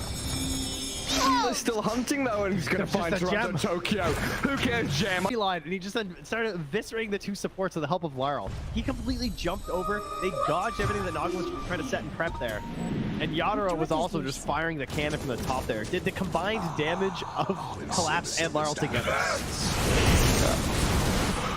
He is a monster. Oh, Pure. Lol. Oh god. Nightfall's gonna get a bit of vision here with the Hawk. Imagine. Can they? Imagine. Will they? They have to do something kind of crazy. They're gonna be losing their base pretty soon. Lash has buyback. Naga Beastmaster have to get back to base to defend. Drow Rangers up here. Tier 3 gone. Barracks to follow. There's no buyback and Collapse though. That's a big one. And Mira. Radiant structure. Look at all the wolves. Look at all the summons. It's vulnerable. Mira gets away from there. Help of the Glimmer Cave to jump in from Lol. Disruption of self-save. Barracks taken out. Lol. Owen tries to fight. Nightfall. He'll just pop, but he can't get any control of the Lol. It's Lol. Puck is all over the place. Now they go into the GPK though. Aiming for the Puck. They're going to find him at long last. They get him and the Rapier's on the floor. He messed up the phase shift. He canceled it. Oh no. Did you see that? I'm not crazy, right? I don't know. Yeah, he phase shifted and accidentally ended it. There's an Axe Blessing recipe. There's a Rapier. There's all sorts of stuff everywhere. An Axe Blessing recipe. What's that there? Okay. Not sure what the story on that one is. Meanwhile, Save, I think he had a refresher shard, right? Because Laurel dove him, he disrupts himself, and he tries to kill him again after it Save just refreshes, and then uses it again. How have they not got the Rapier? Now there's another DD. I don't think they care. Toronto Tokyo is going to take it, is he? Oh yes, the Jakiro with the Rapier. Coming to feed it back to them, guys.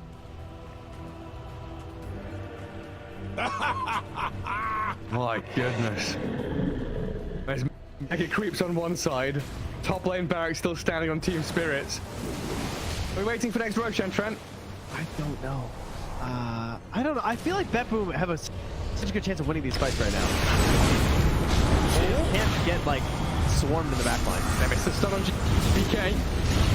He's trying to hold his ground, but oh my god! Oh my god! Yatoro shreds. Where'd he go? Daedalus hits, refreshes, blinks forward, kills off Save as well. SD's gone. TP home. Get the hell out of here, BetBoom now. Lucky eating a coil. Dude. Leshrac vanished. He looked okay until he didn't. Until he got hit for 1,350 damage from a single right click? Yeah. Yeah. Right until that. Ow. Luckily, Toronto Tokyo was not there to feed the Rapier back, so that's good. And now Team Spirit running down lanes, coming for the Radiant base. Balls are still there to hold on to. Well, this has got to be mentally debilitating for BetBoom. Mini 71 minutes. Team Spirit is wearing them down. The admins have been on, they told him, nope, these guys. The longer this game goes, the harder things are. Well, it's like Moomiander was saying in that Seb documentary. You know, this isn't Dota you're playing. This is a slogfest. You're going to wait it out and play 60-minute games, long-ass ones. There's a long line. Watch get very far forward. He unders from Mira, but the Undying will fall inside the Radiant base. He'll as Mira gets off one last finger of death and the turns we got through. They killed GPK. It's a direct on the ledge. Naga now in trouble. Song of the Siren trying to buy him at a time, but Yatro moves forward, gets the damage in. Bill is dead. Oh god, it all comes crumbling apart from that boom now. Wait, back. They're on to Mira. The kill off Nightfall save though, and lol. He opens up on them. The howitzer is here. Massive 40 mil cannon just shattering into that boom. Drow saved by the rip. The soul is everyone dying. Those two. And she's called it over. Team Spirit. Look at them. Look at it. Look at Mira. Oh my god. The shard to anybody who would listen at the Lima Major. Which, yeah, nobody's taking him up on it yet. But if you see a shard being picked up by any team that was at the Lima Major that speaks English, you could probably source it. It's good. I'm like, this shard is actually good. I don't know what, but I don't know how you get there. I'm not sure. You know, I actually got a better game as a word recently with the shard. Pretty good. I think that's really good Slark for sure. Oh, yeah. Slark with that shard is crazy. It's actually a broken strat. If Jolly is still on top, he'd be taking that. Maybe that's what he needs to get back on top. Shadow Walk his way back to the top. And then theoretically over 1,000 comments, but because I say it and nobody I will say the other thing about Bounty Hunter for the is we've got two different memes here. The Bounty Hunter shard, the Magnus Ags. He does have extremely high damage. And against he probably has the highest base armor, starting base armor in the game, which can make him really good and the laning phase trading. Yeah. He's versatile. Terrible. Oh yeah.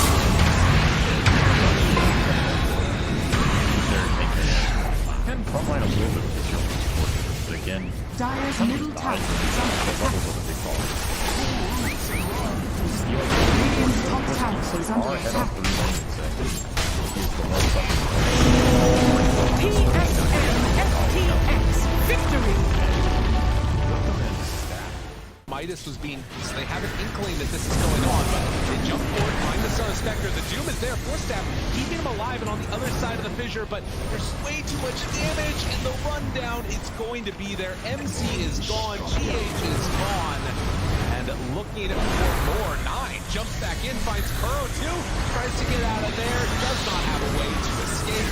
Mar is completely under control, P2 is gonna die. Buybacks are coming in. Amar realizes he can't do that kill TP, but eyes on the prize. Tundra trying to close this one out, close this series out with a quick 2-0 as they set their sights now onto the tier 4 towers. There is a buyback still on Spectre, but the BKB is out though, and now the turn, the break, the finish. Amar dies a second time. MC on top of snaking managed to find that kill. Sumail still controlled, does manage to get the blink back and away. MC, they're gonna go back in for more. They can't, but Sumail, gets away just barely. Sumail got to be controlled. They got him there with the Gleipnir, and it's only MC left alive as Tundra start hitting these tier 4 towers. With this Unleash, with the damage coming through from the Psychic now as well. Watch Buckle though, it's actually going to be the Molten stealing that Pango form. And he doing anything about this because it's going to be hexed out. Could he have the damage to kill him off? It looks like this one's going to get low. He's right back now as well, but he's not going to be able to get the kill. In fact, he just drag him closer to him. Be able to clean up the side of one move. They have no cause now. Aintrad, the only one left alive in terms of cause. 3 heroes dead for the next at least 70 seconds.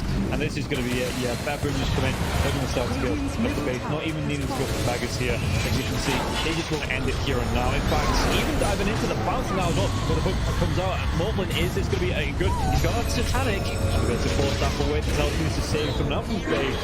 He's then really cocky on this Morblin, but it's paying off, and yeah, they're just going to be able to dive into the fountain once again. And they're bouncing far from these heroes, cleaning it up. GG is going to be called after 45 minutes here. One move, they look great in game number 1. They look pretty good in game number 3 here as well, but boom, they just had enough out of them in game number 2.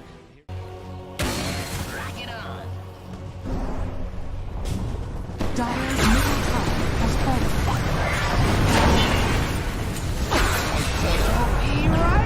I keep my enemies close.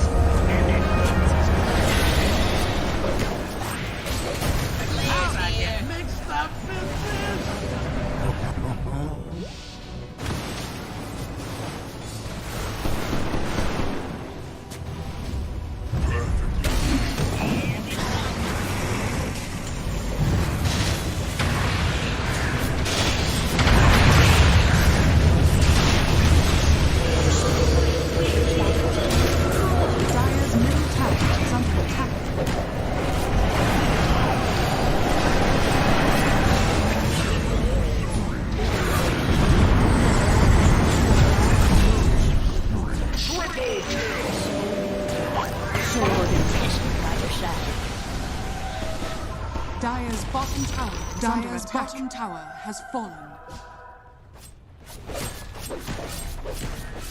Radiant away from enemy. Like your guys are just dying because Generally core the Bible is also doing the strategy, which is why the Oh, that's first one. Easy pickup. Behind tower, but you gotta be careful. This alchemist is actually pretty dangerous because literally rocks literally points down. And then you get more minus armor out of acid spray for a physical damage nuke of an unstable concoction. It's a deadly mixture. You're winning for the nature of your key sites.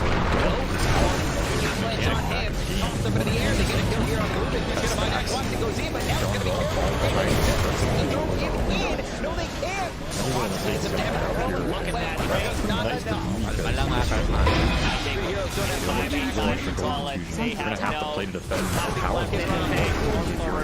Won't finish him off. Knocks it beyond. Radiant's bottom tower. That's going to be 2-0 here for the side of He's not having a whole lot of fun with this. 10 stick charges, and he did manage to at least get the 2 stacks off of the Bound of Strength.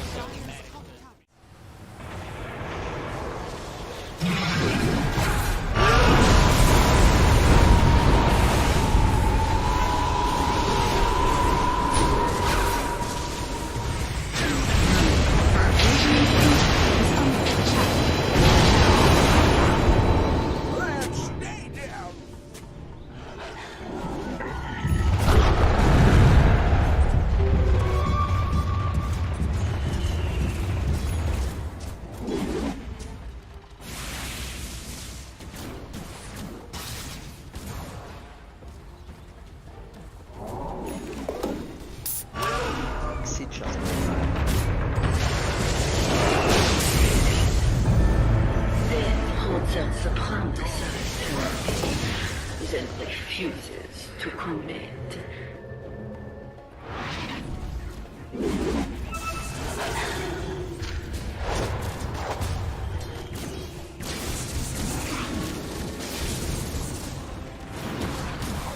Sanaba.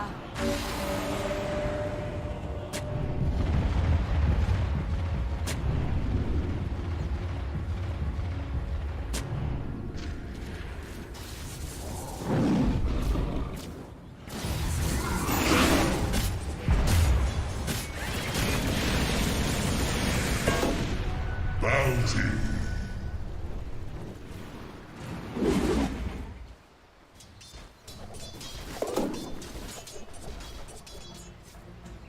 Vanish.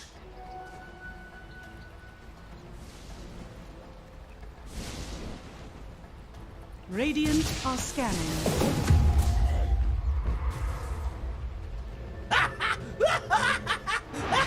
Dire are scanning.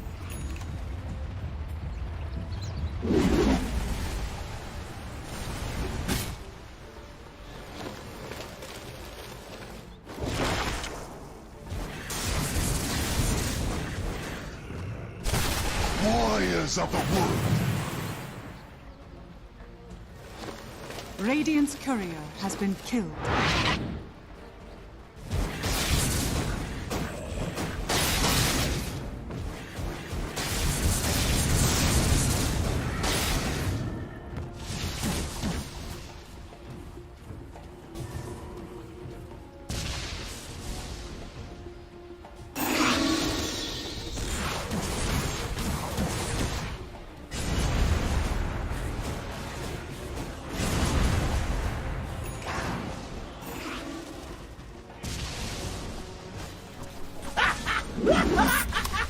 Сейчас поиграем. Сейчас поиграем.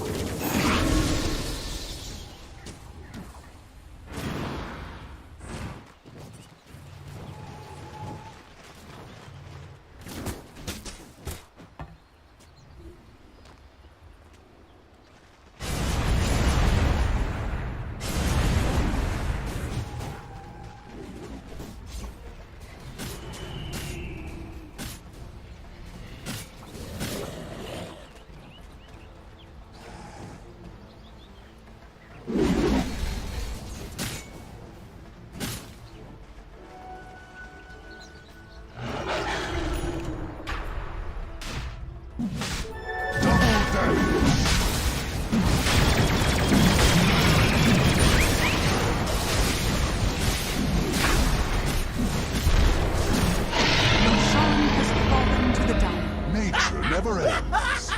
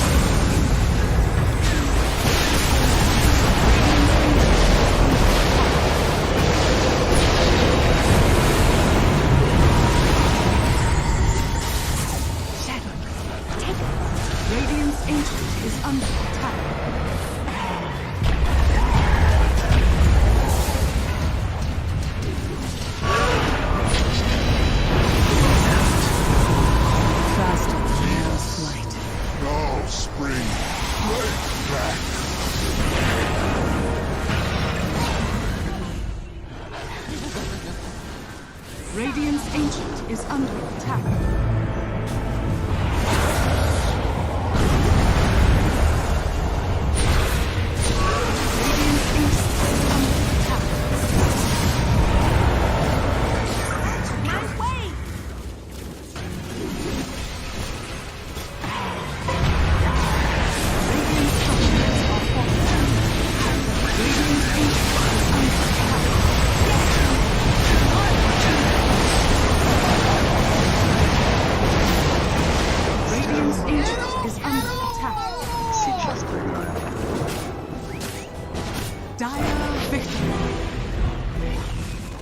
Ultimately, this game kind of comes down to just who jumps who.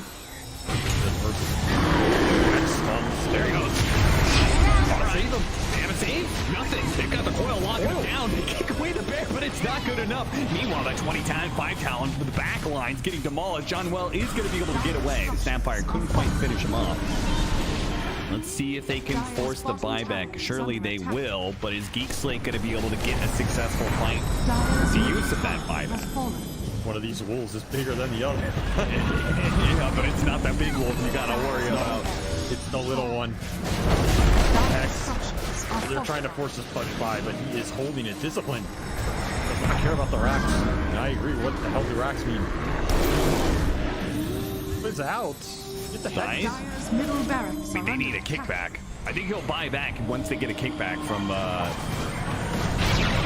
re-wolf. Need a pressure charge. Round 2. He's well put into use. Kill the top. And he died fast in that little interaction. Now the buyback goes out from Scam.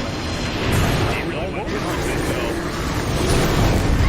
You want to go for this Ursa. They managed to get the scythe on him now. He silenced up on the front like Tundra to get the eating thing. He goes for the refresh. He got sight as well. He touched over a dieback. Tubu just commits with the help of everybody else on the side of Bleed, and they die. Forcing now on the run, but Bleed are running down Geek Slate Heroes. They have just demolished them. There is no chance, no shot on the side of Geek Slate being able to fight back against this lineup this late.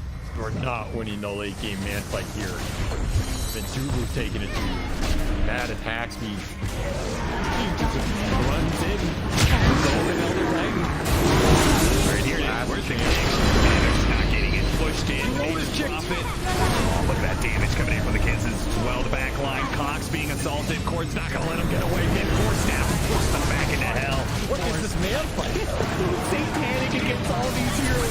He is happy because so alive, but eventually they Satanic at the beat. They can't get in. Gold is almost safe. Maybe trying to pick him up. Okay, now they got him. Maybe or if they can control him up. Enough force down. No way. Don't let Force get away now. This is the end of the game. The Giants Ring gets him over this round. Finishes off the Nature's Prophet. Jenny's down finally died, but they haven't really gone through buybacks off the Bleed. They've got all their buybacks ready to go, so that is going to be it. Finally, GG is going to be called, and Bleed get their first series win here in the CD. Really do not want to give this one up, but they may just have to here. Dragon Tail's done. Oh, there's 3 man. It's over. It's all over. Just show the mercy. Throw the towel. Just stop giving this man highlights. It's too much for one day.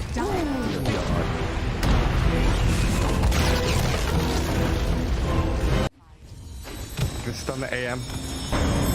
Stop hitting my tower. They see Kiyotaka. They do. And they've got the Roar on the coil. Wukong's is out. The Hand of God and the Greed. Trying to buy some time. Kiyotaka surviving. He pulls away. AM now in trouble, and Aegis is claimed up. Ironcrad trapped in the Sprout. And HR still fighting the Wukongs. Cow. They can't catch the AM. Too quick to blink away. Has the counter spell up, but Ramsey's held his Dragon Tail. They've got him now. AM dead twice. Gilgary's a dragon, but even with that Ghost Scepter burning alive, the Root finds the control. Poor Afterlife dead to Kiyotaka, and Ramses with a mega kill streak clear through one move.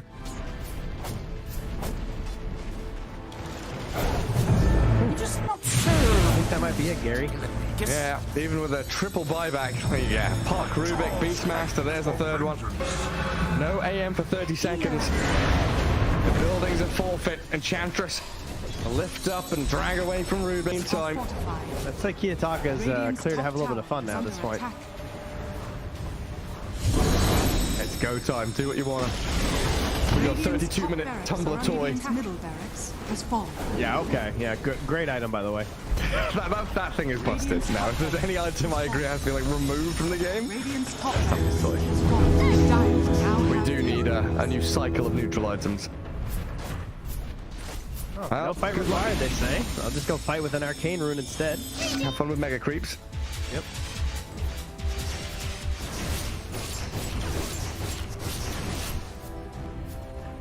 Arcane Storm bottled up. I mean, they did make a hell of a comeback last game. You know, what is 0% even? But is that what it is? Oh, yeah, you're right. It is a 0 currently. Well, what are we up to? Try 1v5. Okay, Ramses has arrived. Bring everybody in. Jump on the side. There's Kiyotaka finding Rubik dead. Puck gone. No buybacks available. That's the end of game 3 in this series. Anti-Mage pummeled down, and GG is called. Hellraisers will take things in the end. A very close one though. Series overall. I think one move. Very gonna be proud of themselves the past couple of series.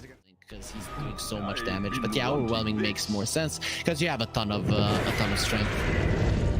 Yeah, and coming through here now as well. I mean, Kami He's going to be coming forwards. You see Happy in the river as well. Shigetsu throws himself on the self-clip. Easy. He's really away from this fight and just he needs to wait for them to come back and pull that. He get a jump. He gets 2 kills. He's right down both supports. Trying to go for even more Melduel. He's got that BKB going, but they're looking for the fight. And Malik trying to get himself away from this one. The Chain Frost bounces around, but Malik, can he get himself out? He's going to be pulled by his Mana Void comes through. Lefington, he's surviving through all this. Shigetsu, he's losing all his teammates. He gets drive back in. He's going to get killed off. High ground miss, you're not gonna be all that lucky. There was one high ground miss there from Happy, and the second one does get on top of Melodril. Yeah, at this point in the game, you just can't do anything. That was an Aghanim Scepter reveal from the Disruptor. The thing is, you just get it on the CK, and you can literally see what Hydra are doing in this one. They are running in with heroes. They don't care about the Mana Void, and then once the Mana Void is used, War can do whatever the hell he wants. And Anti-Mage, you don't really want to commit wholeheartedly, but at some point you see that your teammates are dying, and you have to, and then at that point it's just game over. So the way that Hydra are approaching these fights, you can see that Na'Vi at this point, at least in a straight up 5 versus 5, they've got no shot. No, and it was kind of rough that the Anti-Mage, he was clicking himself to try and get a D-ward, or see where the dive vision was, and for about 2 or 3 seconds he just had to watch his teammates die. By the time he gets into this fight, both of the supports were already dead. Oh, let's see, Daniel, he does get his ulti onto the storm. He's dead. He might be able to kill off the Storm Spirit, though. He will go down. That's going to be a big one. The buyback comes down now. He's going to try and shift the target onto Lefington. Lefington, can he get himself away with the tether? In fact, they want to fight back into this. They take down the Final Beast. Final Beast has to buy back. Big dive in from Warwick now as well. Trying to get on top of Melduel. Melduel, does he lose his life? He absolutely does. He's dead for 105 seconds. No buyback. Daniel, he might be the next one to go down, and this is just going to be Hydra. After having such a slow start, and Na'Vi looking so good coming into this game, Hydra are just absolutely cleaning up in these fights. They take down the Anti-Mage low. Can he get the kill onto the Prime Beast once again? Malik, he's caught out. He's not going to be able to get himself up to the fountain. It's 3 heroes dead on the side of Na'Vi, and it's just looking like Hydra looking to take over the base. GG's a call, and this is going to be a 2-0 series here for Hydra. 2 games in a row, Hydra played the same way. I think from start to finish, they never felt. Camera, he's having too good of a time. Don't level for Raven. BKB, that's a bit of the good of clips with Ubi and Rage. This was the last ditch effort trying to get the shield. Pull back one status. He's got nowhere to go. Get the kill on the TK, the final war is on the Emperor. Already called GG is too late. One smiles damage out now. It's the LGG takes 2 over Aster. Aries 2 minutes on the team wipe. And he's a clear the 2 over. You gotta send PSG LGG there a little late. I know that they're playing against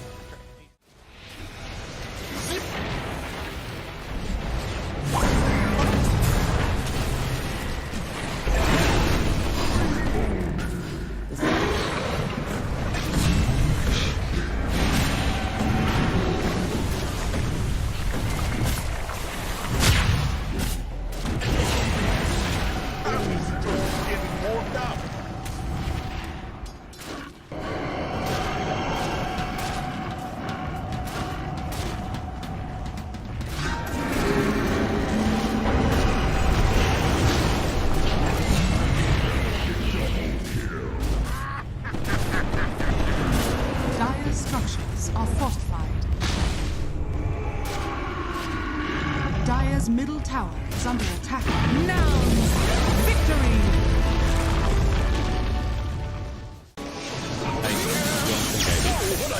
It's all about the money. Boom. Dire's bottom tower is under attack. Okay. They have a bounce there, they have a It's literally just as simple as just like skewer, isolate somebody so you can get Radiant's back top tower is under I attack. mean, they want to have more buyer. Dire's bottom barracks are under attack. They kind of want to so not fair moves or something. Dire's bottom barracks I would prefer the Gigabyte. Radiant now have negative. It's like okay when you force Roshan stuff. Dire structures are fortified. Wait, never mind. You're done. I figured it out. All right. DB. It's gonna go the Aghanim Scepter. Yeah, the Aghanim Scepter is very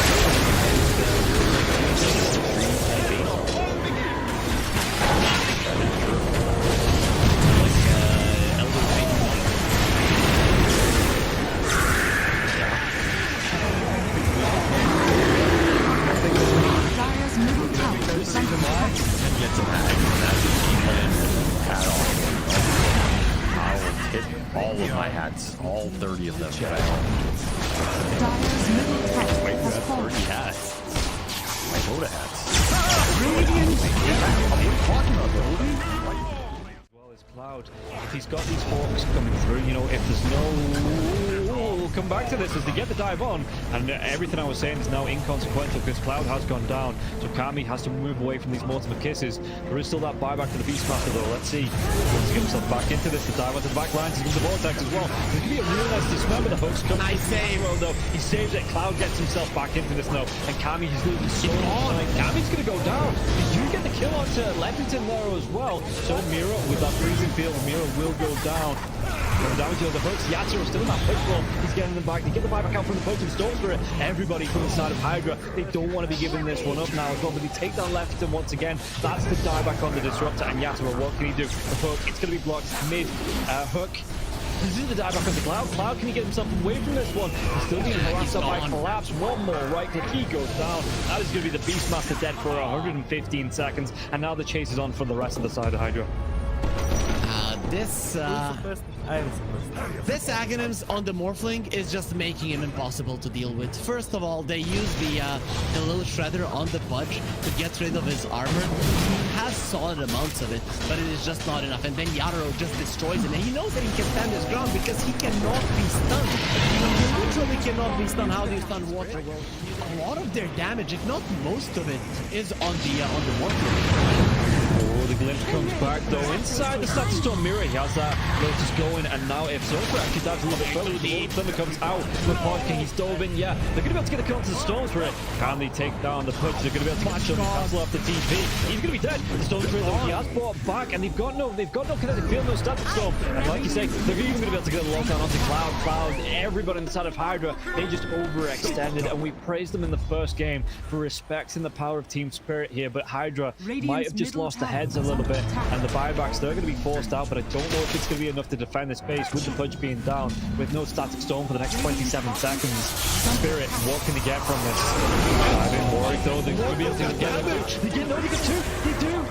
They take them down, the cookie comes out, the Yatoro, freezing field, they might lose Happy. Is this the dieback? They do the break the Lincoln Sphere though. Morphlin. Law wants to come right back into this fight because he have the boots of travel to do it. It might take him a little bit longer now.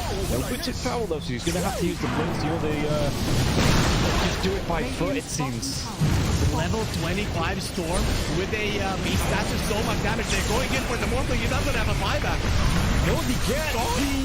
Do they get the kill? He goes down. Warwick has to go down though. It's going to be him left alive. No, it's not. The creeps are pushing in. There's no buybacks available on the side of Hydra, and this is going to be 4 heroes, even with the death of the Morphling. No way Warwick defends this. It's pretty much over. They don't have the glyph. The game is over. They gave it their best. Hydra, they made Team Spirit work for it. The team that is most likely going to be at the top of Eastern Europe DPC Division 1.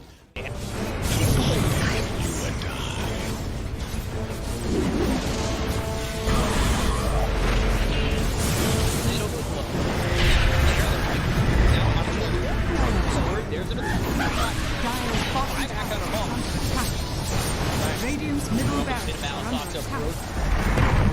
Radiant's middle barracks has fallen. You want to commit. There's just not enough damage. Crimson Guard, Atrophy Aura, Rubik's Fate Bolt, all this damage reduction. Let's see the combo. Bit of Malice. Strong in by the Disruptor, and now we're going to be getting the win. It's back up once more. Bit of Malice, and Sumail is in it. They'll lose him in mind control. Right it back towards Tomorrow. Trying to run from everybody on the side of Gaimin Gladiators. Radiant's middle barracks are under Siphoning attack. and getting back into the base. Has fallen. Alive. Yeah, I think when it's time to call it, it is time to call it. They have no business left in this. And didn't get the tether off or something. I think it got broken. Either way, I like the ghost up to purchase. That was pretty heads up, but we are back and there's a smoke action. There's 23 Divine looking right to end. here. There's They're a going in on Divine. Q. There's the hit. Okay, get that hit off. Nothing. 23. Knocked. What damage? He's dead. Oh my god. Nothing. Less than 10% of his health. I mean, I'm assuming that's just the game. That, yeah, 100%. There's no point in talking about the rest AU of it. picks it up. I shot him twice. The dive. Go away, you. Oh my god. Victory.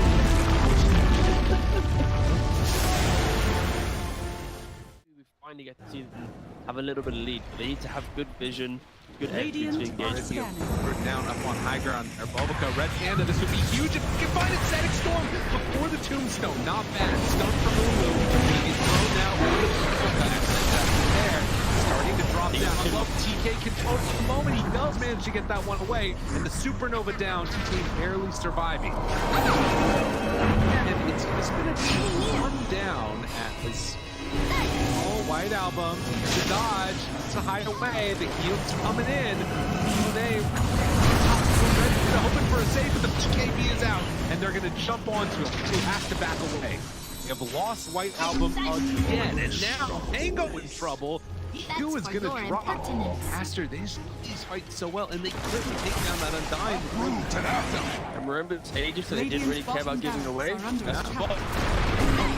Big finish, profits. Stun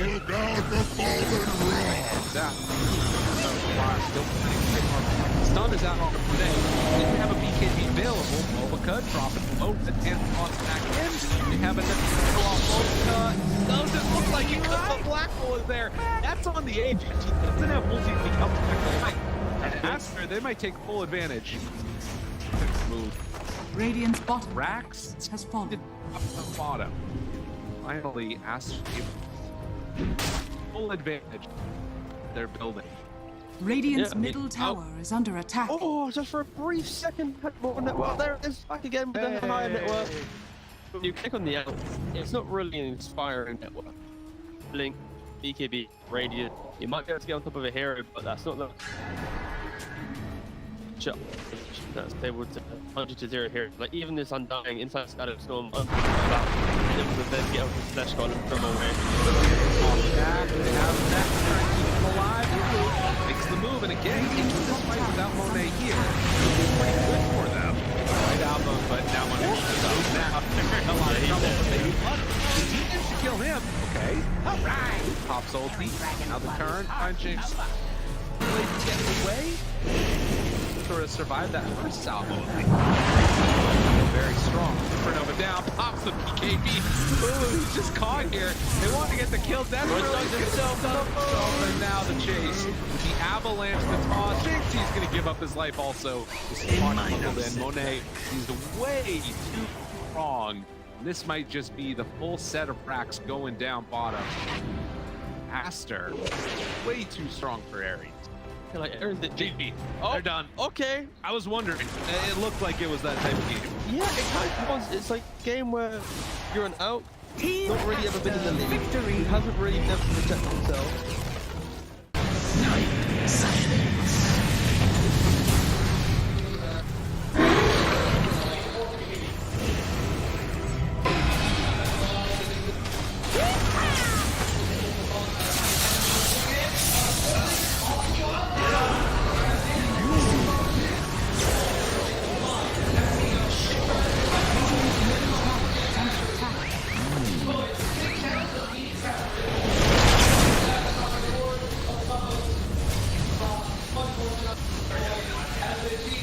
Radiant structures are fortified.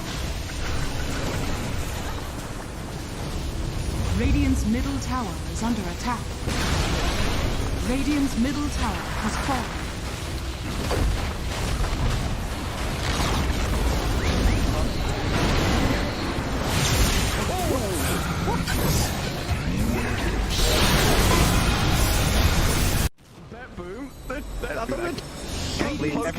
Standing. How are they just standing right now? I can't help but fidget with my hero half the game. I'll be running around in circles. Yeah. Pirouetting on the spot, the song, blinking from Pure, they see Yatoro, 3 lined up, potentialized path play, they're trying to go in, trying to Tokyo, blown up by Collapse, has to buy back, Yatoro gets up with BKB, Pure with another song, sprints in, who are they aiming for? Where is the target acquisition? They can't catch anybody, Collapse, BKB runs down south, Lol being chased out as well, oh my god, Nightfall, Hazy on disc refresher, blinks to high ground, gets away from danger for now, Pure, what's he up to? He's back to the high ground too. Mirror image out, Aegis claimed, Lull in the fire, still surviving and blowing up GPK. Team Spirit nothing to do. Sprinting out their base, they don't catch Nightfall on the way out, he's blinked out of the range of Mirror. They're still hunting though, and he's gonna find Toronto Tokyo. Who cares, Gem? I see Jakiro. Eon is popped. And with his rapier damage is like short work and a twin-headed dragon. Unstoppable. Larl collapsed waiting in the back line actually worked. He stormed out of the tree line and he just then started eviscerating the two supports with the help of Larl. He completely jumped over. They dodged everything that Naga was trying to set and prep there. And Yadro was also just firing the cannon from the top there. Did the combined damage of Collapse and Larl together. He is a monster. Oh, pure. Lol. Oh, God. Nightfall's gonna get a bit of vision here with the Hawk. I think the fact that Tundra doesn't like necessarily bringing numbers until they have those aura items up. I feel like the 3-man that Liquid tends to do, maybe with one of the other 2 cores connecting if it's near a tower, is sufficient against Tundra, but maybe not GG. Liquid's turn to pick. A coin toss use? I was about to look that up, but I'm not there yet. Please hold. Well, I have a very important point to make then. Tundra won. I believe you. Okay, I don't need to make a sheet. Effie, coin toss, Tundra won. Okay, no, I was just curious. And they chose second pick, and then Liquid chose Dire. Okay, I can go back to my really important point. Yeah, very important point. Liquid is not playing the first series of the day. That's true. And they notoriously have bad boys on their team. They wake up 5 minutes before. Did you see the Insania spotlight we just had the video? Yes. About Insania. He looked really tired. He was really tired. There is a segment that was recorded that same day where he was asked his opinion about third-party Dota. And obviously, he likes third-party Dota. We all know Insania. He loves third-party Dota. 10 seconds remaining. He did not seem like he enjoyed it at all. Yes, I really enjoy ESL. It's like a great that product. Day, it just doesn't work for him. And a couple of his team, it just doesn't work for them. So this might be a difference for them. Yeah, they're not morning people, and that's okay. That's okay. But Gaimin Gladiators does constantly have their number, so I don't think, early mornings. They played at 11, by the way, so it wasn't that early. Well, for gamers, I mean, you only get like a percentage excuse there. It's never like 100%. You can't get your ass beat like that and be like, oh, it was early. It was too big of a. So, like, hypothetically speaking, if we had like a game at 3 p.m. and if you and I had a game, no, just a team. Sorry. Okay, because we don't have a team anymore. Yeah. So if you have teammates that you're concerned if they'll wake up in time for the 3 p.m. match, is that something that as a team you'd want to fix, or do you just kind of like accept that over the course of 3 years? I could go. It's genetics. There is a genetic component to this. That if somebody is a night person, you cannot change it. Not easily. Are you quoting your sleep book again? Yes, I am. Matthew Walker, Why We Sleep. Fantastic book. Would recommend. Bill Gates also recommends that book, so it's not just me. I watched the docuseries on Netflix about Bill Gates, and it was actually way better than I thought. I don't know if you watched it. I didn't see that. I haven't watched it. But I know there's some dark stuff going on with him, so. All right. But he did cure Ebola. So good for him. It was actually polio that good for him. He didn't eradicate it completely, but they got it pretty low. Anyway, back to first round anti-mage. Yeah, but when anti-mage comes out like this, I really quite like it, right? You see an offlaner, you see a support that doesn't have a stun, and by offlaner I mean an offlaner that you can exploit as an AM, and you have an aggressive support like a disruptor. So you actually can first phase your carry this early and get away with it. And this is actually Liquid taking a page out of Team Spirit's book, because Team Spirit, they love to just first phase their anti-mage and their Drows when they have overall 8, and it works out for them really well if they're confident on their players. So far, I mean, I like that Liquid have adapted their draft and they're going for something that I can actually see working here. Yeah, I think Disruptor pairs the best with passive guys, like guys with passives. So like Ursa, Slark, anti-mage. Yeah. I had to like reword that, add that little caveat there. So hold them back and get more. Yeah, because the idea is that the best way to play against these heroes in lane is to not let them hit you multiple times in a row. So a lot of offlaners will go like early windlaces, early boots, and all of a sudden, like the anti-mage who would normally stop chasing you and go back to farm knows that Glimpse is coming out. He's going to now burn your mana. And on the AM first pick or first phase as well, like. Of course, Spirit has proven that this is possible. Teams need that. They're like, okay, we're not just going to grief the game by first phasing anti-mage. It's also consistently getting banned out whenever a team picks Doom. It almost always ends up being one of those 3 bans in the second phase. So Liquid also felt kind of forced to pick it early if they wanted against the Doom. I like their bans to protect the anti-mage, specifically Ricky, a hero we've been seeing pop up in the mid lane core, and that matchup as anti-mage is pretty unplayable. It's one of his worst matchups on Dota buff because the silence from out of you have to buy a BKB. Like, if you don't buy Hurricane Pike or BKB on a hero, like, how do you deal with Ricky? And AM is always where, like, other heroes can't be and where he shouldn't be. Like, farming your jungle, farming your ancients, cutting waves. Like, Ricky loved hunting these heroes to, like, sit in trees and hide and play on your side of the map. Ricky's just there with already sets up, team TPs in, and AM dies. Yep. I only like Ricky as mid. When 9 plays it, I've seen some offlane Rickies. Doesn't look great, but No, I mean, this is a really solid ban if you're playing against Tundra. I think Tundra needs to go for some ranged 4 with a stun now, just so they can have some counterplay on this anti-mage disruptor lane. Like, if it's some hoodwink or something, she stuns the disruptor, they can run her down with Scorched Earth. Oh, I like I that. guess Shadow Demon is a similar regard. It's a setup. You also have a save against Glimpse, because Shadow Demon's one of the better supports against Disruptor. You can stop your core from getting Glimpse back, or if you don't make it in time, you can save them in the static storm duration. So it prevents the glimpse. I actually don't know this. Okay, it does. Also an incredibly high win rate here against anti-mage.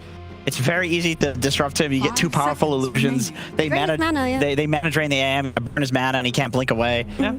It's a classic. It is a classic, yeah. And then the disruptor counter that you guys have mentioned is like this was a no-brainer pick, especially considering they have Aramis. Yes, the lockdown on Tundra is really weak right now, and I feel like if they were to pick a spirit on Liquid, then Anti-Mage and a Spirit hero would both benefit from the same thing, the lack of disables, the easily exploitable supports. So I do feel that Tundra have to correct this, or they're just going to have a hole in their draft right now. But thankfully, they do have 2 counter picks in the last 2 phases. I think a summons hero would own them here for Tundra. My only concern is, or for like 4 Liquid would own Tundra. My only concern is you can't buy Helm of the Overlord because of the Doom. Yeah. But I think like none of these heroes defend tower. No, they don't. I mean, especially the 2 supports, like they're just gonna get melted.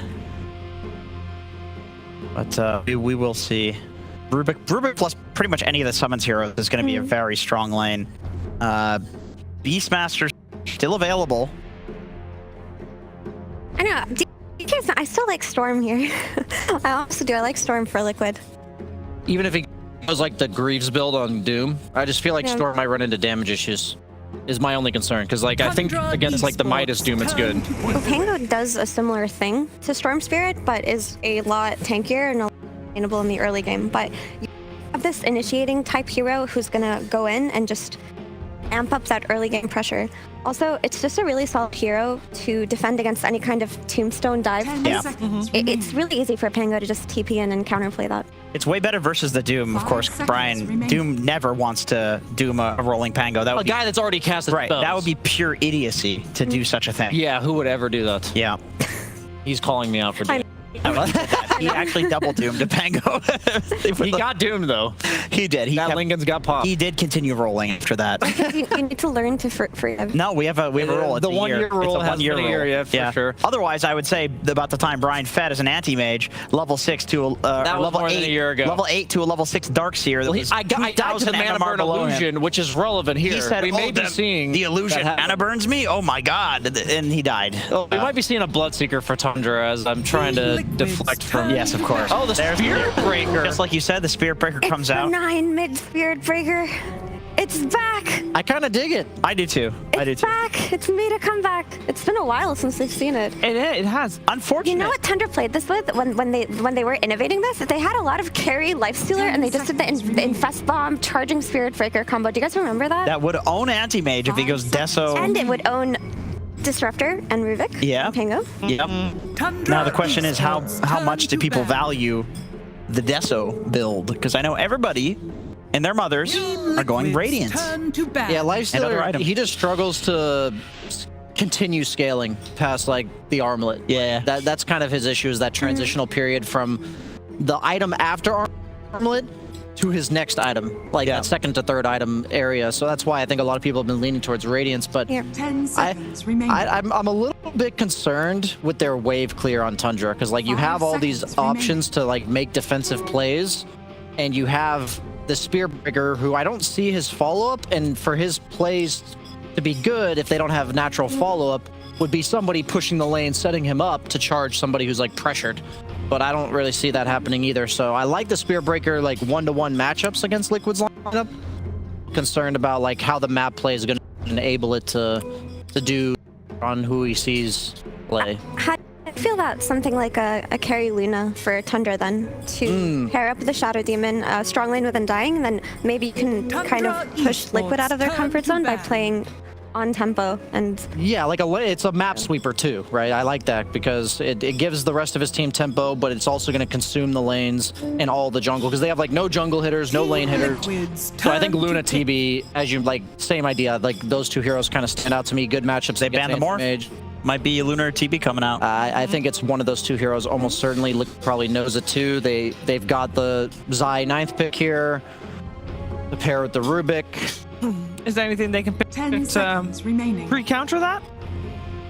Like a lot of the heroes I'm thinking that are good against those are strength offlaners, and they have Undying. Centaur. That's exactly what I'm thinking. But then it's like you have Centaur against Undying. You have Undying. Yeah.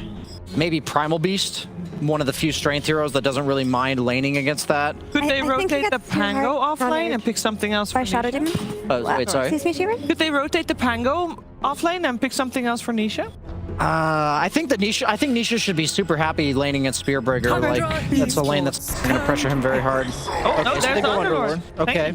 I feel like that is preemptively countering TB specifically, so maybe Luna's a bit better now because she does have the plus damage from her aura that does not get reduced.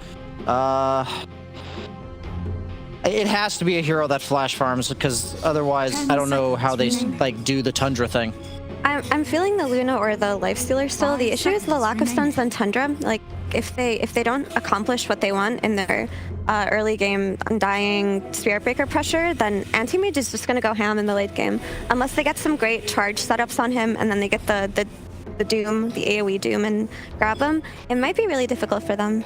I'm gonna throw my frog in the old Witch's Cauldron here, Effie. I'm gonna say this is a Sven pickup coming out from Tundra. I think it's gonna be the first Sven of the tournament. Throw that into the cauldron. I think you're nuts. Do you like that? It kind of sucks here. I just want to make a bold prediction. That's all. I agree. Don't worry. I was gonna let Jenkins like have his moment where he's like, maybe they'll actually pick it. I just wanted to say Witch's Cauldron. That's what I wanted to say. Okay, that was the emphasis of that sentence. I got you. And your frog is now gone. You know, this Underlord pick might be back. Such a good pick yeah, here. It just stops them. It discourages them from picking a lot of things Skeeter would go for here, like the TB or the CK even. Well, at least TB can spawn an illusion of Underlord and then get his aura. That's always nice. I would say that TB. There's no way you pick TB willingly and Underlord it. We'll see. That's like a pretty garbage matchup for TB. They do the I was right. They played this before. It looks really funny when it succeeds. Like it's actually hilarious because once if Spiritbreaker's scaling with levels and gets a Midas or something and he gets the charge move speed talent, they're just like all over the place and they're like two-shotting the support. It looks really funny. The one issue is that very exploitable early game by Liquid because there's just a lack of disables. Like people can just run away or Disruptor can glimpse people away. But I mean, I like it. This is the Tundra specialty. Yeah, the thing is that charge is flat movement speed bonus, while infest is percentage-based movement speed bonus. So if you are infested while charging, you are the definition of a race car, maybe even faster than like Bloodseeker with 5 low heroes on the enemy team. But my issue still stands with Tundra's lineup that they lack wave clear until like Spearbreaker gets like Kaya Yasha or Ags or something like that, just one-shots the wave. Shadow Blade at least. Yeah, Shadow Blade at least. And I feel like Mickey is not going to be forced to respond to anything. He might not even have to show in lanes once he gets that Battle Fury, which makes him not vulnerable to the Spearbreaker Lifestealer. So they also have like Pango and Underlord are insanely good at pushing lanes. I just feel like if all the lanes are into your towers, it doesn't matter if you have kill threat. I'm also looking at the 9 Spiritbreaker, so you have to consider the side lanes and who you're going to be able to charge, because you're not going to solo kill this Pango mid, and your supports aren't going to come rotate and help you kill a Pango either. So you're going to be focused on the anti-mage Disruptor lane most likely, because you're not going to kill this Underlord either. And if those rotations go pretty well, and they can just kick anti-mage out and maybe get a few kills on Disruptor, then maybe they'll just open up the top side of the map for themselves and find their farm there. That could happen. That's true. Yeah, absolutely. That definitely sounds like their win condition. It could happen. Jack, do you have anything else to say? Because I heard you talk about a frog and Cauldron. To be honest, jokes aside, no Witch's Cauldrons. I really do like Tundra's draft. I feel like there's There's a golden nugget there. This really interesting combo between the Lifestealer and the Charging Man. I think that's really interesting, and I feel like the Liquid side is a little bit more standard. I also think Tundra, if they go late game, when you start getting into the Yasha and Kaya timing and the Silver, they have a legit late game, dude. I don't know if you guys have seen like 25 Spirit Breaker with full items. It is one of the most oppressive things to play against in Dota. If they get there. If they get there. Somebody on Liquid will die in like 1 second. Yeah. The period before TI-10, I think a lot of people remember ZOW8 mid Spirit Breaker. And it crashed for a little while. Yeah. Will it continue here? Will Tundra have success with it once more? We're finding out who gets the upper hand here in this first game of this best of 3. We're heading over to OD Pixel and Fog. Thank you very much, Shiva. Yes, ready to go here with Liquid versus Tundra. And yeah, folks, there's some crazy stuff happening in the draft. We're seeing Liquid go down that route of wanting to slam out an anti-mage pick nice and early. Comes in second pick this game. And then on the side of things from Tundra, we're going to get, once again, some fantastic innovation from Nine. We've seen it from him before. He's going to be bringing it in again. Some mid Spirit Breaker. This is a very interesting draft. It's very Tundra style. Little concerned because of the lack of control and lockdown, perhaps, versus an AM and a Pango. But, I mean, if they can get the ball rolling, if they can get themselves to these later stages of the game, I'm just looking forward to people getting one-shotted just in charge. It really gets ridiculous if you get this talent 22 with the Infest movement speed. It's pretty hype. I'm just looking forward to see what's going to happen and how the battles are going to kick off. But I'm a little worried just because of lack of catch. And perhaps this AM is just going to be able to do AM things. And I think Liquid may have learned a good amount from the yesterday with this Underlord. I actually, yes, the Lifestealer is very good in game and throughout the lanes and stuff, and throughout the lane, of course, versus Underlord. But Underlord has a lot of tricky stuff he can do, where, you know, AM gets doomed, you put like the Fiend's Gate down and he just dips out or something like that, or you jump in and you help him out and give him some type of heals and sustain. I'm a bit torn. I'm not too sure. I think I'm liking what Liquid's got, but it's also an AM versus like 0 int heroes that he's like really gonna thrive against. But then it's an AM versus like no stun, so yeah, we'll see how it ends up going down. Let's see how the mid matchup goes on. You know, Nisha on the Pango against 9 Spirit Breaker. We've seen, you know, time and time again, Pango's just having insane games. Is Spirit Breaker a potential answer to this hero? I mean, the lane probably is going to look pretty decent. I don't see how you bully a Spirit Breaker as a Pango. You can just constantly charge for CS. He's got good regen, got good armor. So, I mean, for the Spirit Breaker, should be a good lane overall. The pit is going to be very annoying in mid-game. But he also isn't playing versus the craziest amount of stuns until those like level 6s come out, in particular for Pango, right? So this is going to be one of the more interesting games I feel like watching, because there's just so many crazy weird potentials. Even the Shadow Demon is very, very pesky for something like the AM, especially at the start of the game. I mean, you just keep getting your mana burn right. Yeah. He's going to make the illusions, send them on ya. This is cool. Doom, we're off to a fantastic start. 6 denies, 33. Getting almost every single lap. So Doom doing well to start here. Again, AM getting put under, gonna burn pretty much the rest of his mana. So it's in an annoying lane. Yeah, I mean, maybe the lane setups are just gonna be too much for Liquid's draft to get online with, because all 3 lanes looking incredible. It's a Lifestealer with an Undying versus an Underlord. It's a Spirit Breaker mid versus a Pango. And it's this Doom plus, well, it's mostly the Shadow Demon, just shuts down the AM early. This is a very interesting approach. And in terms of and talking about the AM, why is it that we're seeing some teams show this hero early? It seems like it's kind of started having a bit out of the blue. What sort of strength do you have by going for an early anti-mage in your draft? I guess just wanting to be able to have this successful. I mean, A.K.A. could be in some trouble. They actually have to glimpse away. I think just trying to set up for this lane. They see, everybody talked about, they see a Doom and an Undying. So they're like, okay, they're going to probably be limited in disables. But it's a different approach that Tundra's taken. Instead of caring about disables, it's more just dominant lanes and steamroll the game and then just get that huge advantage. So I'm not too sure about this AM. Even though it's into so little stuns, I can't believe I'm saying this. He's got 3 CS at the moment. He can't get anything. You know, he wants free farm, not 3 farm. Yeah, 33 is getting like every last hit. Just keeps getting all his mana burned. Evangelizing for my cause. This is cool stuff. I mean, yeah, all 3 cores from Tundra. They're having a lovely time. Sai has 3 last hits. AM has 5 last hits. These are low numbers. Okay. Like hell. Yeah, I mean, lanes are super strong. Yeah, and Aramis, he's going to be happy on the Shadow Demon, right? We saw a pretty good game from him on this the other day when he was standing in. He owned. He played super well. I think I was really liking Shadow Demon even in the last patch when we saw it versus like the Train Protector counter with the cleanse and stuff like that. So I'm glad to see this hero rising even more. Yeah, look at Mickey. Even Insania, he's just like, oh my god, we actually just can't kill these illusions. Yeah. Holy moly. 18 and 10 so far from 33 on that offlane. Snaking's bullying both heroes bottom as this Undying. So Skeeter, he has a free lane and he's into an Underlord, so he just hits him. Still yet to break past that third CS this game. Very, very tough lane for him. 9. Oh, he's gonna have room control. And even potential for like maybe early ganks if he sees an opportunity. The absolute dream start. Radiant's bottom tower is under attack. I mean, it just cannot. He just cannot walk off. This is insane. Of course, does have that full stick. So this will be able to make sure he has mana ready for any sort of emergency blink out if he starts getting dove, which could begin to happen soon. And once the levels start coming in for Tundra's offlane duo, they could get even more aggressive against the anti-mage and disruptor. I mean, look at 33's got the mana burn creep, so giving mana to his Shadow Demon as well too to keep the spam going. He's also burning mana from the AM too.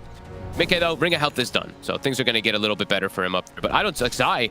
They're gonna have to just creep pull in order for him to fix everything that's been going on down there. He's nearly got his own Ring of Health.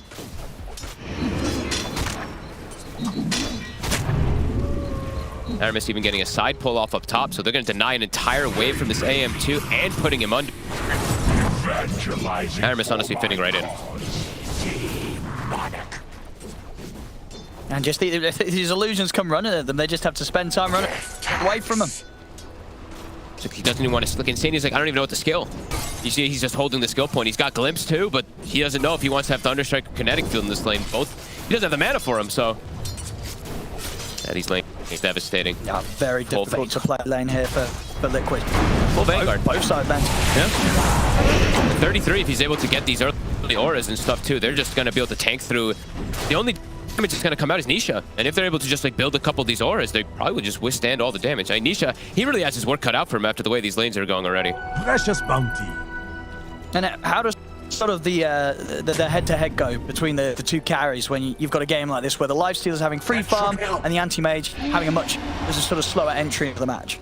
I mean, Lifestealer can definitely eat an AM alive. If he gets this like itemization for like a Deso or something like that, he absolutely can. And 9, got the ult. So if they've got quite enough damage, stick charges are there. So he's got Arcane. He might be able to keep going. 3 seconds on charge. So it's just more time than Mickey's not able to touch the creeps. Under attack. Diving it. Going in for Insania instead. I mean, all Mickey can do is sort of watch. Gonna get Dove here. It's more. It's got to be TP rotations. It's Nisha coming. I mean, 33's getting in there with a scorched out of Nisha. Got the Rolling Thunder, but these are two tanky heroes, 9 and 33. And 9, he'll opt to charge out of there. Insania will be able to bring him back with the glimpse.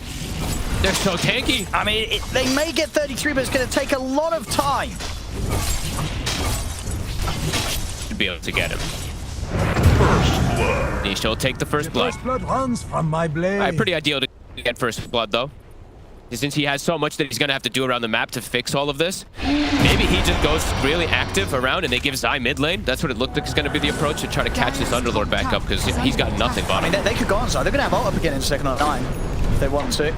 They are scared of the rotation. They see Nisha swinging back over. Still thinking about it, though. 9 teasing with the ultimate. They're missed. Nice blocks there for Nisha. Accepts death. Nisha making sure he gets that last hit. Okay, things are getting fixed very quickly here. But it's just that one pretty much all on Nisha to sort of solve this bit of the game. Nisha's gonna have to make just crazy reactions and movements all over the place. Zai, he can just jungle, I guess, on this Underlord. He does not want to play versus Lifestealer. And Nisha sees another chance to get involved for a bit of a kill. He's looking at snaking. Locking him off, gives time for Insania to get in with the glimpse. Drag snaking back. 9 will be able to take out Boxy. The Rolling Thunder's up. And Nisha, he's on his way to chase Breaker, pick up another. Nisha doing everything to keep this opening stable for Liquid. Re-establishing things quickly. Aramis will take the rune away, but a very good start there for Nisha, and a very ideal one to get it to. Very early defusal timing could be massive for them to make space. And Zai, he is recovering a little bit here. It's going to be a slow recovery, but does get a little bit of those camps cleared out. Still very good. I mean, such good lane setups as we saw from Tundra there. And yeah, let's see what Skeeter does. I think this is pretty standard, though, what he should do this game. Corrosion, Armlet, and I think Deso and stuff like that looks very good versus AM. Mickey not getting breathing room, but immediately loses all his mana on the one initial disruption.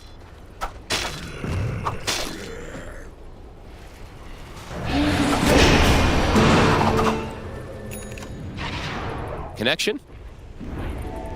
But we'll get the bottom filled. Now Zai has to play in some weird positions. He's farming the enemy medium camp. Just does not want to play near that life stealer. Closing in on his Vanguard. Once the Vanguard's there, he'll feel a bit safer going to the lane. They're making the move top. Probably expecting a Doom to be coming out soon. A.K.A does not have a point in counterspell just yet. I don't know if they look at though. It's always the kind of play that you see with these AMs is they're waiting for the animation of the Doom, right? You see the arms go up, and they could just pop counterspell. So I don't think they know that it is level 2 blink.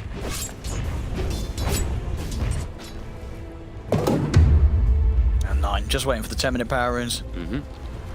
If they're able to control them. And he's got both supports, Aramis and Snaking, ready to hold this area. Wondering what itemization he was going to go for. I've seen a couple Meteor Hammer Spirit Breakers. He's going to do the more sensible route. He's going to go for this just Shadow Blade to be very active around the map himself too. DD Rune is a nice one here. I mean, who do you think right now 9 wants to be punishing the most from Liquid? I mean, anyone you can really see. I don't think he wants to just sit back and farm too much as the Spirit Breaker. They're going to smoke. Just try to get any of these core kills in particular. Yeah, Zai, at the moment, the one struggling the most would be the easier of the cores to try and go for. Especially with Skeeter right here. Yeah, step pretty far down the lane. See if they try and TP anyone over to help out Zai. And they're not going to. They're just going to let Zai go down here by the speed. Able to walk it off a little bit, but 9 holding the ultimate. Has it ready to knock him back into the claws of Skeeter. Make sure Skeeter gets the kill. Want to see him get that fast item timing. Nisha. Aramis. Aggressive in the mid lane, able to back up Insania Boxes. Making him with a tombstone, and you're not charging him from the side. The Rolling Thunder does come off in time. Nine's able to turn, take down Insania. Nisha, he's got to run. He's lost his 2 supports. No further fight to be had here for Liquid. Good reactions, quick TPs. Even Skeeter makes his way over. They're going to try to hit the tower. DD should be able to get some good damage, but here comes Zai. Put a stop to this. Max Firestorm. So not going to be able to get too much out of it. Nisha, top net worth, almost defusal done. He's actually going to take the Fiend's Gate back to base, fill up, and then rejoin the fray. And Mickey has now gotten all the space in the world to be pretty much caught up. Yeah, he's catching up. A nice few peaceful moments in the top lane finally for Mickey. And now they're making moves. Insania, not quite level 6. We're looking to pick up another kill to finish off the defusal. Aramis. Extremely dead here. See if Liquid can find anything more with this. Down bottom lane, it's actually going to be Zai that gets set up on one again. And indeed, nothing to put a stop to that. Nearly having enough damage though. Still very much showing, how it's a free farm for Skeeter's paying off in the items. Top net worth right now, Skeeter. And it will standard items. Armlet's done. Queuing up the Deso. Wants to just be able to do that immense physical damage versus an anti-mage versus a Pango. But for Nisha, I mean, he's got his Diffu done. He is very potent right now in the game. 9 could even be in trouble. Gets glimpsed there. They lost vision.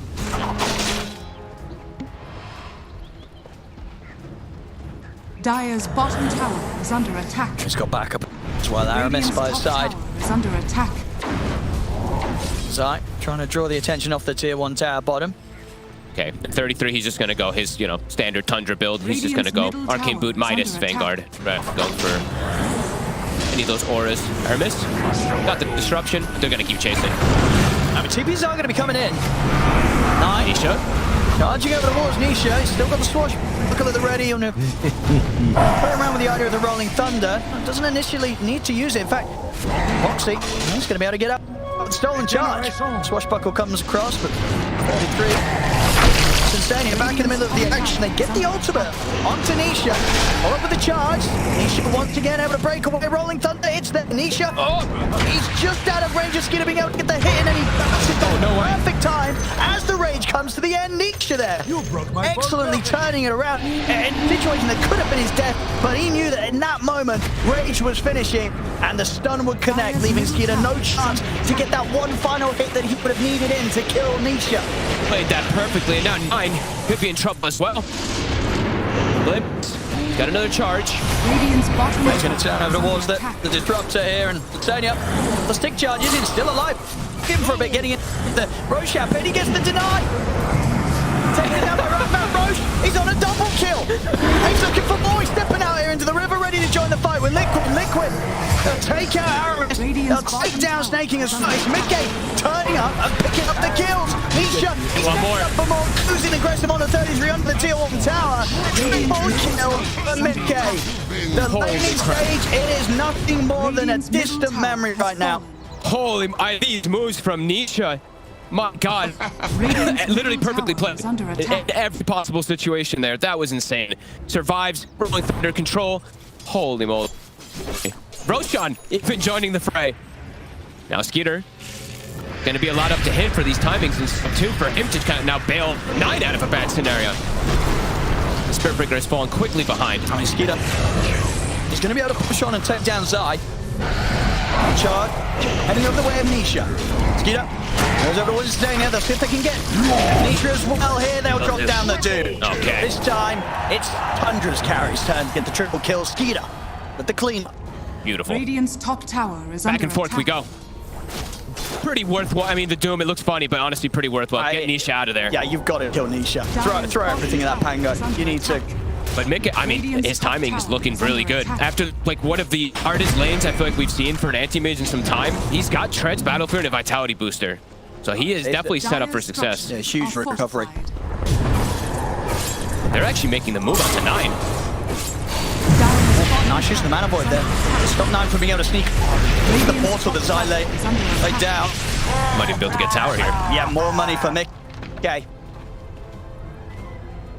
I think they have to give Skeeter almost every single kill to be able to set up for this. After such a good laning phase, like you said, it's just a distant memory. And now, I mean, look at this. Beautiful stack. They're setting up Tundra's triangle to farm for themselves. Oh my goodness. A couple of triple stacks, I think, at least here for Mickey to clean up with the help of Zai. Mickey's like, alrighty, maybe I'll just go back for my Vanguard if I want to. Dire's bottom tower is under attack. Oh, that is beautiful. Radiant's middle tower is under attack. Yeah, why not? He wants to fight. He feels strong. The limited amount of catch. It's definitely gonna start feeling it. I mean, Nisha, he needed to kind of do this after these other 2 lists going a bit rough, and absolutely delivering. 5 really, this is some top Nisha Pango. Excellent. Nothing to the game. After indeed both side lanes were struggling, but if you're tuning in now, there's not really much remnants of that. I guess it's sure Zai's still behind, but you look at the state of some of the other core matchups. I mean, 9 very much falling far behind this game. Very difficult for him to keep up on Spirit Breaker once he starts falling behind with this hero. He has to just kind of maybe finish the Shadow Blade, but mostly I think it's just going in fast bomb constantly. Use this life stealer with this early deso, find these kills to back into the game. Try to set for Zai. Thank you, though. Immediate TPs. They can't commit for this kill on Zai close to the tower. They've got to run. Immediate infest, though. I think you gotta keep going as 9. I don't think you can slow down. You have to get these kills, otherwise AM's just gonna do anti-mage things. I will see. He's making a 9. Go for the smoke up. Good damage come out from Skeeter, of course. 9 is able to deliver him. Lane. The front lines. I mean, Liquid. They're gonna start going on Tundra first. They get the catch. On to 33 and snaking. Stack Storm laid down by Staining. Rolling Thunder's coming through from Nisha. A moment of time with the disruptions. Try and keep 33 safe. Tries to... We'll drop the Doom onto Mickey, but Mickey doesn't care. It's Puden on Tundra. Once again, we're just outnumbering, forcing Tundra to have to run. Not get away. He will. Okay, he's almost got glimpse. Has to get his buddy out. They brought the numbers. I mean, Beans game, they have infinitely more catch. All the catch on Tundra, it's completely reliant on 9. And we saw there, he charges, just gets into a pit. He can't move. Vision. They had the ward there. They're going to be able to find him. He'll go for the charge. It's only just over towards Insania. And there's a glimpse. The old gets interrupted by the mana void of Mickey. Boxy on a killing spree. And yeah, Boxy one kill away from taking over the net worth of 9 this game. Radiant's they found the answers. There's lanes. Nisha. Leading the charge numbers, just liquid outnumbering over and over and over again. I still think, but maybe finish Shadowblade this time around, but these next few charges need to work. Python Zai. So now you're just going to be throwing yourself into a fight where Liquid's got the greater auras. They're going to be keeping everyone alive. And they're quick and decisive with their movements. They're early aggressive wards. And they're the ones just constantly hunting. Tundra, limited forms of catch, limited forms of keeping people in the fight. 3 wards doing work. Not the most ideal tier 2 to get. I don't think we almost ever see that tier 2 top taken before the bottom one. But I mean, either way, it opens up the map for an anti-mage because that's sure you're not taking you have to triangle, which is probably actually better than AM. You're not lying that far away from the next Steelers mass. Charging it up. Yep. To Benicia. There we go. Lost money, it's an amount of money for Ski. Just they need to get this life stealer as many kills as they can. They've got to keep this life stealer ahead of the anti-match. 9 for honestly quite a bit now. It's mid-game. I think he's gonna have to be slightly like relegated almost as a support. He's just be a delivery vehicle to get these kills. I don't want to see him on the sprint. We need some back. Radiant's bottom tower is under attack. Out with the TP, they won't be able to find him. Skeeter's going to waste time through the tree line. No hero to find it. He's going to try and get that BKB online like Skeeter after the death. So knows how ready he is. He's got to be just committing these fights. Up. He's on his way over. He can't go away. BKB will be enough. Foxy thinking about Jackson for a little bit, but no, top of BKB, DP. That's 3 escapes. But they're just really proud. Look at the way they're sweeping. They're the ones with an A. They're the aggressors in these last few moments. They know it's like 9 is the only this. He's gonna try again. He's looking for shot.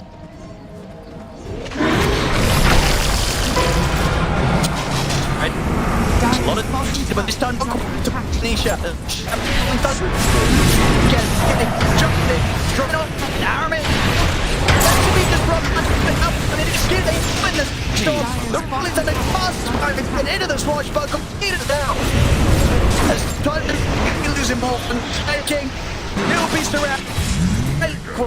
And they just can't take these fights right. And the thing is, you don't want to play in this. You don't want to put in a situation where you're playing a farm game versus a teammate trap. And now it's Roche opened up to it for Mickey. As you said, far good memory, that landing phase that they had.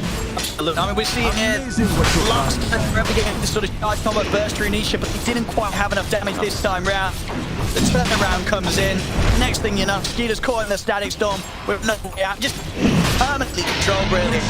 With the crossover from Nisha and the Rolling Thunders. Good playing, super clean. Just knowing that they bring these up. And the windows for these kills for the Spirit Breaker, it's just gonna start disappearing. I believe Lincoln's is now done for Nisha. I saw that even the AM had a Q for a moment, but he's gonna go for momentum. Okay? I'm gonna get the new ult. They've got the Lincoln's, they're gonna block away from 33 just in time. Right there. He's got another blink. Out. And now they're coming. Yeah, Liquid. coming from the side and take this fight now. Now look towards Aramis. We'll get healed up momentarily by the stone. Trying to trick. Gets reflected by A.K.A. Straight in with the rolling thunder. There's going to be Aramis taken out. They turn towards the stage to fall. Take out the squishies. He's gone double kill for A.K.A. Again, catching Skeeter in the midst of the step.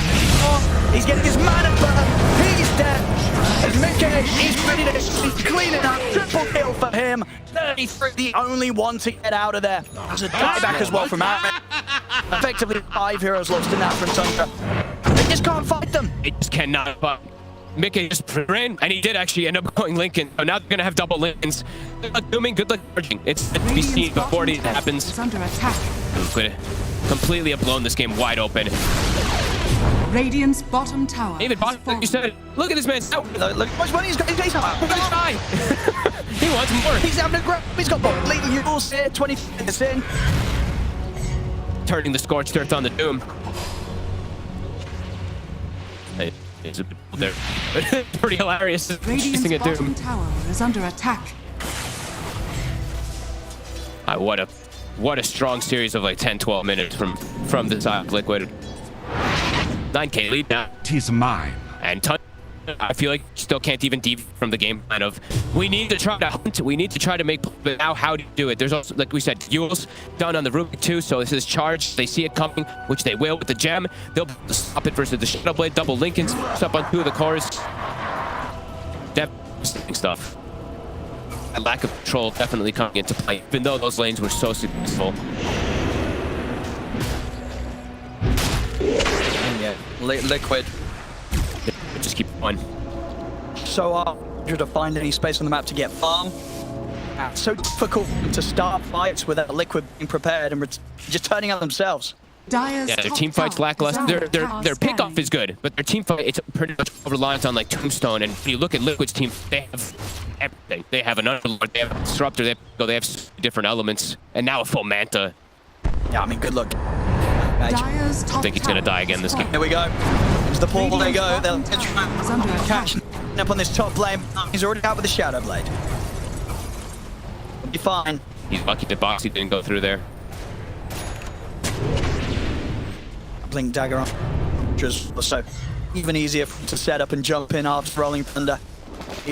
Tundra very little chances to do anything about him. And we've already saw it by how difficult it is for Tundra to get a kill off the back of that initial charge and jump out of the life stealer. They just can't delete a hero at the start. I mean, he has his blink and everything. Yep. He's trying to look for some that Baker can't charge people with these Lincolns, so I mean, still on number 33, he can't doom people. Maybe just in the Warshop duration, he can try to bring people down with this lifestealer. Who has to go BK this game, and he did. He just got it. He does have at least 1 form of protection, but it's a 10k lead versus an anti-mage. You almost need that +1 more item on Skinner, the Basher, in order to have extra control, extra damage to be able to deal with this man who's 2100 HP. Radiant's bottom tower has fallen.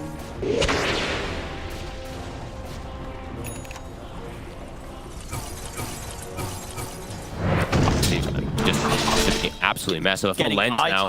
Item on this Rubik. He does have Devour, so you know for now he's definitely gonna make a lot of money. Philly Stone. Can they punish any of these movements? Radiant's middle tower is free range around the map.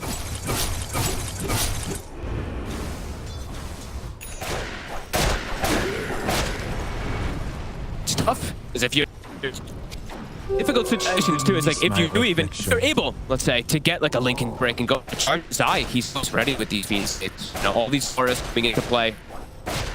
And Liquid always paired up. I'm seeing two supports just running around each other at battle at any given modus.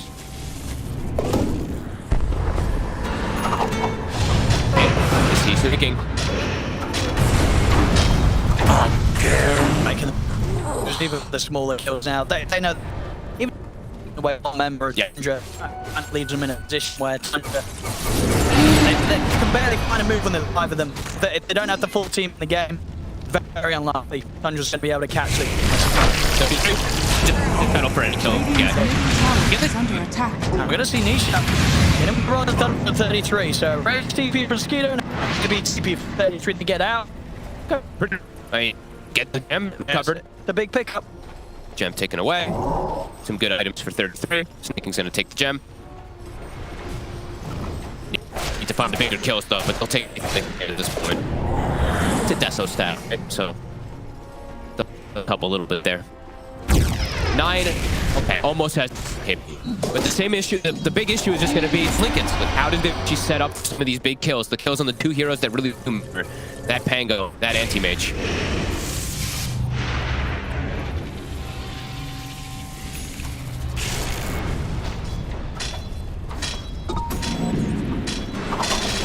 Stadia. Like inside the pit. I mean, a little early.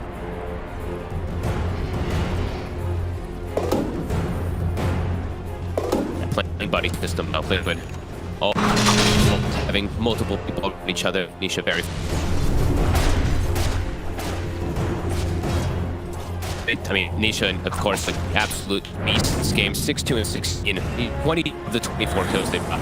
Just knew exactly what he needed to do to be able to fix those lanes, and he did it, honestly, better than I could have imagined. Yep. It felt like he won all three. Yeah, pretty much. Radiant's middle tower is under attack. Such great testing and movement. Illusion. Tundra. Okay, gonna try again. Like we said, same things. I think I have to try to get some of these kills to slow down this far. Because A.K.A, I mean, he's just getting way too big. Abyssal's pretty much gonna be finished now. More and more answers for this lifestyle. Go, Tundra. Full effort now into trying to find catch here with a 4-man smoke. 5-man with Radiant ready to pop out at 33. Relying on 33 finding that gem. Stop. And if they can finish up the target inside of it, important one. If killing the AM feels very unlikely unless they get some type of dream scenario with a charge through or a break Lincoln's plus a full chain control. They need to commit like everything to kill this enemy. Hey, yeah, whoever goes in, if they jump, they get the fucking. Radiant's middle tower is under 3 tower. attack.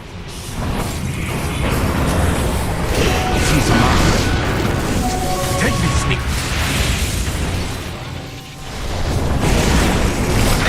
Considering going in, he's going to make the jump. We'll go and return. Turns out to make it evident to the stop. Ninja rolling double. Gets the angle onto pretty much the 3 of them then. Here he goes again. Up to 30. Up to and a moment. Again. Takes it at the they try in triple kill. Get it. The Boston Mill disrupt him up. Step over and pick the Ultra. Nice soul. What a play. They want more. They want more. Want to try 9. Okay. Was another sentry a little too speedy and Mickey on his own. He seems to know. Oh, he's just gonna go for him. 9. Gold from a gift from the tempest of battle. And I mean, these fights, they just seem possible. It does. It really. This point is too big. And when in a ball like that, the clean up your core. They actually found 9. Ninja, the perfect control. They met them. They burn off and 33. He can't beat Kimmy. None of them really can as they get controlled. And yeah, they'll find 9. In action. That's anyway, whatever. AFF. Radiant's middle tower is under attack. Yeah. And he said, yeah, the 2 really deserve. Gets 12 in our name. Remember we had like 8 lashes at the like 10-minute mark or 6 minutes or something? I mean, that's the you do this with that mage. It's like, well, it makes perfect sense because early in the half, we don't care what you do. We don't play and like, we're gonna have a good game with it. And it's definitely been the case for me. Fantastic stuff. Indeed, they're just a complete polar opposite. We were seeing him suffer in the first 5 to this game. Honestly, it's probably, of course, has to be given to Nishi. Scoreline for Mick is so ridiculous. It's just what his hero also complements with the AM. The fuse is burning people's mana, allowing him to set up for mana vault, fixing all 3 lanes, like you said. Now they've got multiple bashers, and Tundra feels this could be their final move to try and fix something. They have to. They have to do this. They've got to smoke. They've got to try and down with the blink. And they catch him. I mean, he's going to up. And the glimpse on 33. But won't get to try sort of Doom plan. And Rush it spotted. Tanya's picking it. The team, get over here. They can't fight this area. On 5v5, no way. Tundra, they just can't catch Liquid by surprise. No. I mean, it's the double Lickens, the Spirit Breaker. They got it at such good timings after consecutive kills. Mine just has had nowhere to...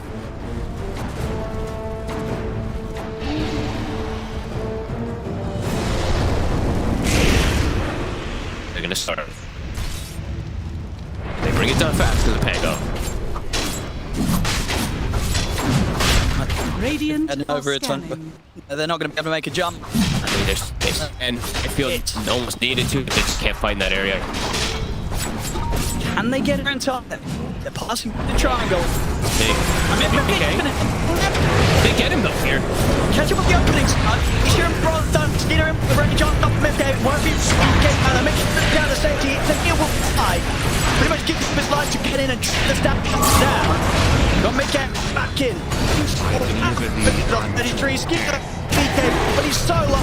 It's the bashes. They'll heal us still a little from the story, but it will not save him. He's down. 9 point the beacon. The shadow lane. He'll live. Little long up. Everybody is dead. Not ready. Scanning. And shoot this advantage, make it look easy. There's nothing to break. They could break the Lincolns this time. Make it just each shots in alone to start the fight. They can't even get the dude to him. And that rush to full powder and just these timings insane. Roshan has fallen to the down. 24,000 lead. Roshan's map control. Radiant's top tower is And under they're ready to start moving it down. Sure are. They can look go high ground. I don't think they're scared here, Liquid. No, smooth ceiling for a very, very... I mean, if they're charging in, see if we get any sort of clips back. Radiant structures are fortified. Make it 20 already. Radiant's middle tower is under attack.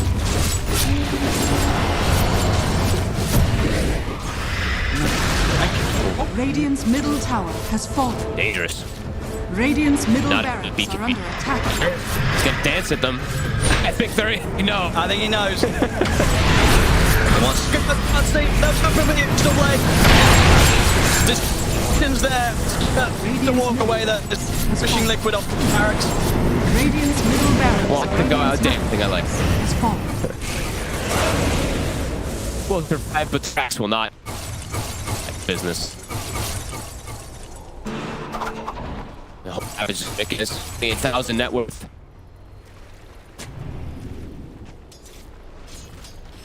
Tundra made an attempt, right? With this Spirit pick. But we haven't seen a while.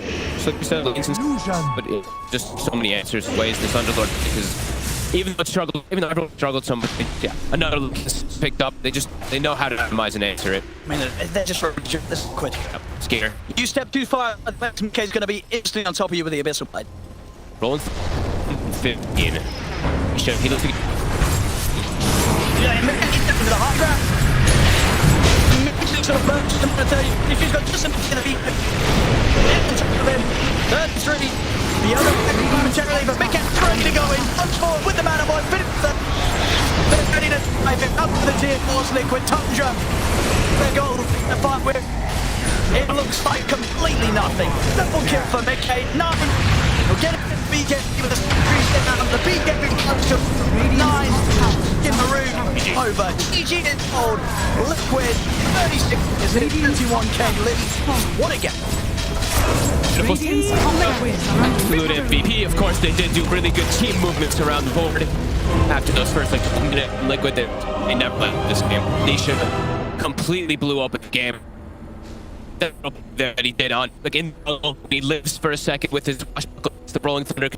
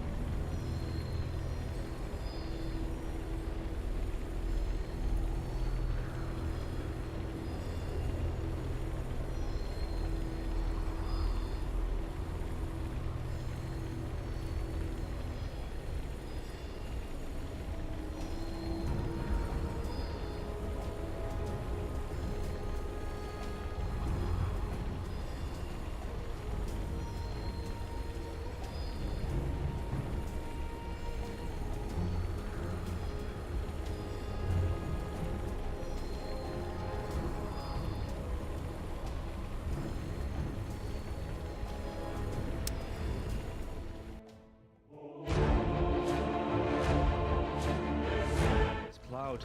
If he's got these hawks coming through, you know, if there's no... we'll come back to this as they get the dive on, and everything I was saying is now inconsequential because Cloud has gone down, so Kami has to move away from these Mortimer Kisses. There is still that buyback for the Beastmaster though. Let's see. Let's get himself back into this. The dive onto the back lines is the Vortex as well. There's going to be a real nice dismember. The hooks come. Nice save though. He saves it. Cloud gets himself back into this now, and Kami, he's losing so much. Kami's going to go down. They do get the kill onto Leppington there as well. So Mira with that freezing field, Mira will go down. Going down to the hooks. Yatsuo still in that push roll. He's getting them back. They get the buyback out from the post and Storm Spirit. Everybody from the side of Hydra. They don't want to be giving this one up now as well, but they take down Leppington once again. That's the dieback on the Disruptor, and Yatsuo, what can he do? The hook, it's going to be blocked mid. Hook. This is the dieback on the Cloud. Cloud, can he get himself away from this one? He's still being harassed up by Collapse. One more right click. He goes down. That is going to be the Beastmaster dead for 115 seconds. And now the chase is on for the rest of the side of Hydra. This Aghanims on the Morphling is just making him impossible to deal with. First of all, they use the little shredder on the Budge to get rid of his armor. He has solid amounts of it, but it is just not enough. And then Yatoro just destroys him. And he knows that he can stand his ground because he cannot be stunned. He literally cannot be stunned. How do you stun water? A lot of their damage, if not most of it, is on the Morphling. Oh, the glimpse comes back though. Inside the Statustorm Mirror, he has that Lotus going, and now if Zofra actually dives a little bit further, the Thunder comes out. The Pod King, he's dove in, yeah. They're going to be able to get the counter to Storms for it. Can they take down the Push? They're going to be able to catch up the Castle after TP. He's going to be dead. The Storm Spirit though, he has brought back, and they've got no kinetic field, no Static Storm. And like you say, they're even going to be able to get a lockdown onto Cloud. Everybody inside of Hydra, they just overextended, and we praised them in the first game for respecting the power of Team Spirit here, but Hydra might have just lost the heads a little bit, and the buybacks, they're going to be forced out, but I don't know if it's going to be enough to defend this base with the Pudge being down, with no Static Storm for the next 27 seconds. Spirit, what can they get from this? I've been worried though, they're going to be able to get it. They get two, they do! They take them down, the cookie comes out, the Yatsuo, freezing field, they might lose Happy. Is this the dieback? They do the break the Lincoln Sphere though. Morphling. Law wants to come right back into this fight because he have the boots of travel to do it. It might take him a little bit longer now.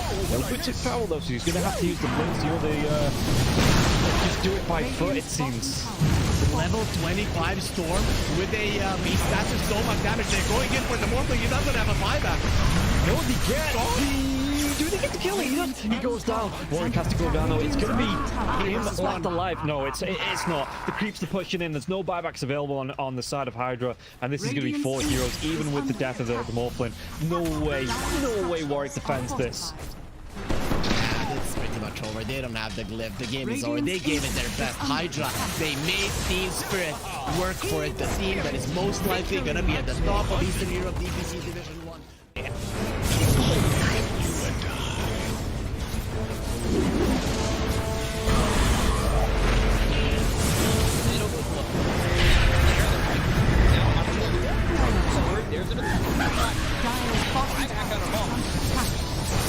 Radiant's middle barracks are under attack. Radiant's middle barracks has fallen. Galaxy to want to commit. There's just not enough damage. Crimson Guard, Atrophy Aura, Rubik's Fate Bolt, all this damage reduction. Let's see the combo. Bit of Malice. Strong in by the Disruptor, and now we're going to be hitting the win. It's back up once more. Bit of Malice, and Sumail is in it. They'll lose him in mind control. Right back towards Amara. But trying to run from everybody on the side of Gaimin Gladiators. Radiant's middle barracks are under Siphoning attack. and getting back into the base. Has fallen. Alive. Yeah, I think when it's time to call it, it is time to call it. They have no business left in this. And didn't get the tether off or something. I think it got broken. Either way, I like the Ghost up to purchase. That was pretty heads up, but we are back, and there's a smoke action. There's 23 Divine looking right to end. here. They're going in on Q. There's the hit. Okay, get that hit off. 123. Knocked away. Damage and he's dead. Oh my god. Nothing. Less than 10% of his health. I mean, I'm assuming that's just the game. That, yeah, 100%. There's no point in talking about the rest AU of it. picks it up. I got it, Royce. It's the dive yet. Go away, you. Oh my god. Victory!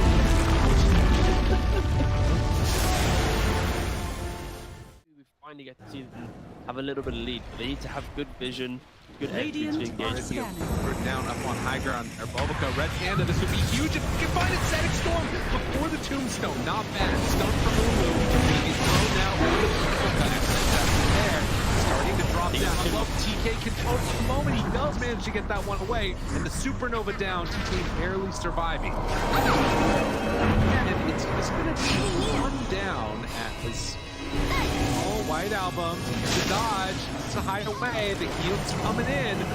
They hoping for a save, but the BKB is out, and they're going to jump onto him. He has to back away.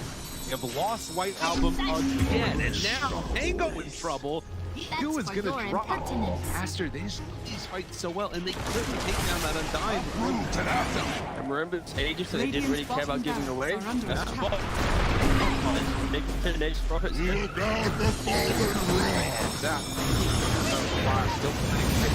Stun is out on the play. Didn't have a BKB available. Bulbica dropping low and on back in. They have a Bulbica. Doesn't look like it because the black hole is there. That's on the edge. He doesn't have full team to come back.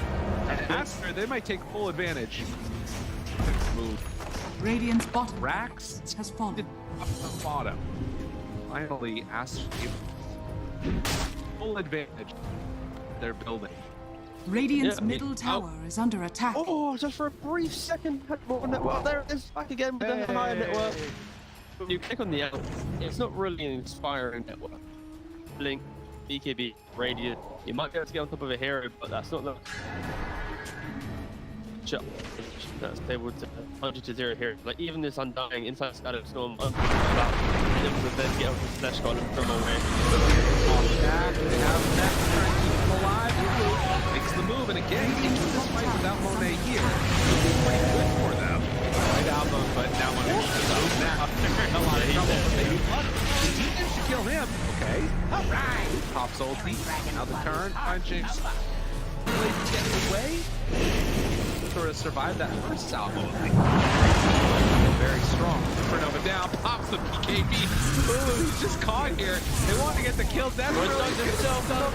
And now the chase. The avalanche, the toss. Thinks he's going to give up his life also. Then Monet is way too strong. This might just be the full set of racks going down bottom. Aster, way too strong for Ares. Like Aaron's the GG. Oh, they're done. Okay. I was wondering. It looked like it was that type of game. Yeah, it kind of was. It's like a game where you're an out, not really ever been in the league. Victory. You haven't really never protected themselves.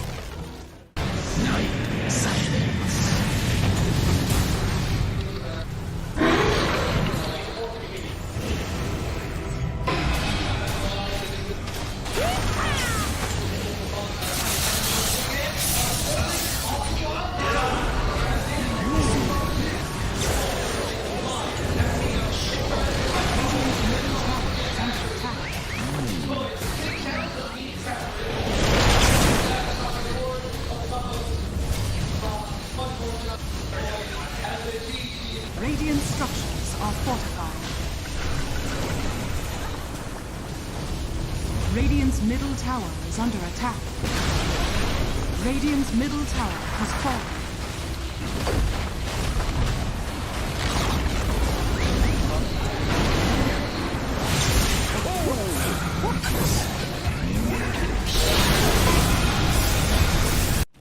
Boom. Standing. How are they just standing right now? I can't help but fidget with my hero half the game. I'll be running around in circles. Yeah. Pirouetting on the spot, the song, blinking from Pure. They see Yatoro, 3 lined up. Potentialized path play. They're trying to go in. Toronto Tokyo, blown up by Collapse, has to buy back. Gathering up with BKB, Pure with another song. Sprints in. Who are they aiming for? Where is the target acquisition? They can't catch anybody. Collapse, BKB runs down south. Lol being chased out as well. Oh my god, Nightfall. Hazy on disc refresher, blinks to high ground, gets away from danger for now. Pure, what's he up to? He's back to the high ground too. Mirror image out, Aegis claimed, lol in the fire, still surviving and blowing up GPK. Team Spirit nothing to do. Sprinting out their base, they don't catch Nightfall on the way out, he's blinked out of the range of Mirror. They're still hunting though, and he's gonna find Toronto Tokyo. Who cares, Gem? I see Jakiro. Eon disc popped. And with this rapier damage of like short work and a twin-headed dragon. Unstoppable. Laurel, the collapse waiting in the back line actually worked. He stormed out of the tree line and he just then started eviscerating the two supports with the help of Laurel. He completely jumped over. They dodged everything that Naga was trying to set and prep there. And Yadoro was also just firing the cannon from the top there. Did the combined damage of Collapse and Laurel together. He is a monster. Oh, pure. Lol. Oh, God. Nightfall's gonna get a bit of vision here with the Hawk. Imagine. Can they? Imagine. Will they? They have to do something kind of crazy. They're gonna be losing their base pretty soon. Lash has buyback. Naga Beastmaster have to get back to base to defend. Drow Rangers up here. Tier 3 gone. Barracks to follow. There's no buyback to Collapse though. That's a big one. And Mira. Radiant structure. Look at all the wolves. Look at all the summons. Pretty vulnerable. I guess away from there. Help of the Glimmer Cave to jump in from Lol. Disruption of self-save. Barracks taken out. Lol. Oh, tries to fight. Nightfall. He'll just pop, but he can't get any control of Lol. It's Lol. Puck is all over the place. Now they go into GPK though. Aiming for the puck. They're going to find him at long last. They get him and the rapier's on the floor. He messed up the phase shift. He canceled it. Oh no. Did you see that? I'm not crazy, right? I don't know. Yeah, he phase shift and accidentally ended it. There's an Axe Blessing recipe. There's a rapier. There's all sorts of stuff everywhere. An Axe Blessing recipe. What's that there? Okay. Not sure what the story on that one is. Meanwhile, Save, I think he had a refresher charge, right? Because Laurel dove him, he disrupts himself, and he tries to kill him again after it Save just refreshes, and then uses it again. How have they not got the rapier? Now there's another DD. I don't think they care. Toronto Tokyo's going to take it, is he? Oh yes, the Jakiro with the rapier. Coming to feed it back to them, guys.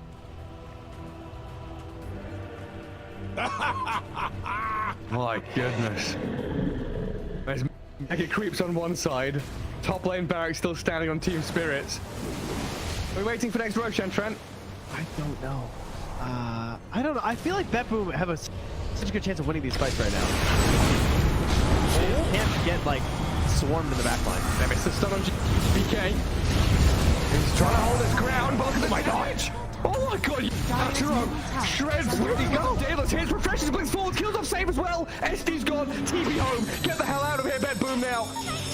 He's lucky he didn't coil. Dude. Leshrac vanished. He looked okay until he didn't. Until he got hit for 1,350 damage from a single right click? Yeah. Oof. Yeah. Right until that. Ow. Luckily, Toronto Tokyo was not there to feed the rapier back, so that's good. And now Team Spirit running down lanes, coming for the Radiant base. Balls are still there to hold on to. But this has got to be mentally debilitating for BetBoom. Mini 71 minutes. Team Spirit is wearing them down. The admins have been on, they told them, nope, these guys. The longer this game goes, the harder things are. Well, it's like Moomiander was saying in that Seb documentary. This isn't Dota you're playing. This is a slot. It's succeeded in pop culture. However, it failed as a comic book writing. That's why Superman's the worst superhero, and Batman is the better superhero in the DC universe. But Batman just has gadgets. Yeah, he's cool. Yeah, but he's not a superhero. He's just a rich man with a person that can create gadgets. By the time this conversation is over, so will be the draft. They have drafted 5 heroes.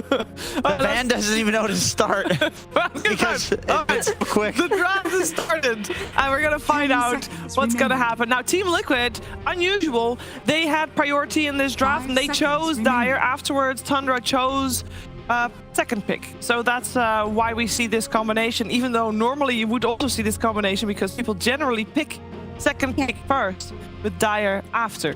So They want to first phase another core. They want to do something similar to what they did last game. It could be either their mid hero or their carry, but it feels like that's what they're setting up for here, the 3 protection bands. They know the Doom's coming out, right? They let it through. Is this a run it back scenario? It's the exact same draft so far. This is a run it back scenario, it looks like. I think you pick a stun here. I think do. Yes, instead of the Undying, maybe go for something else.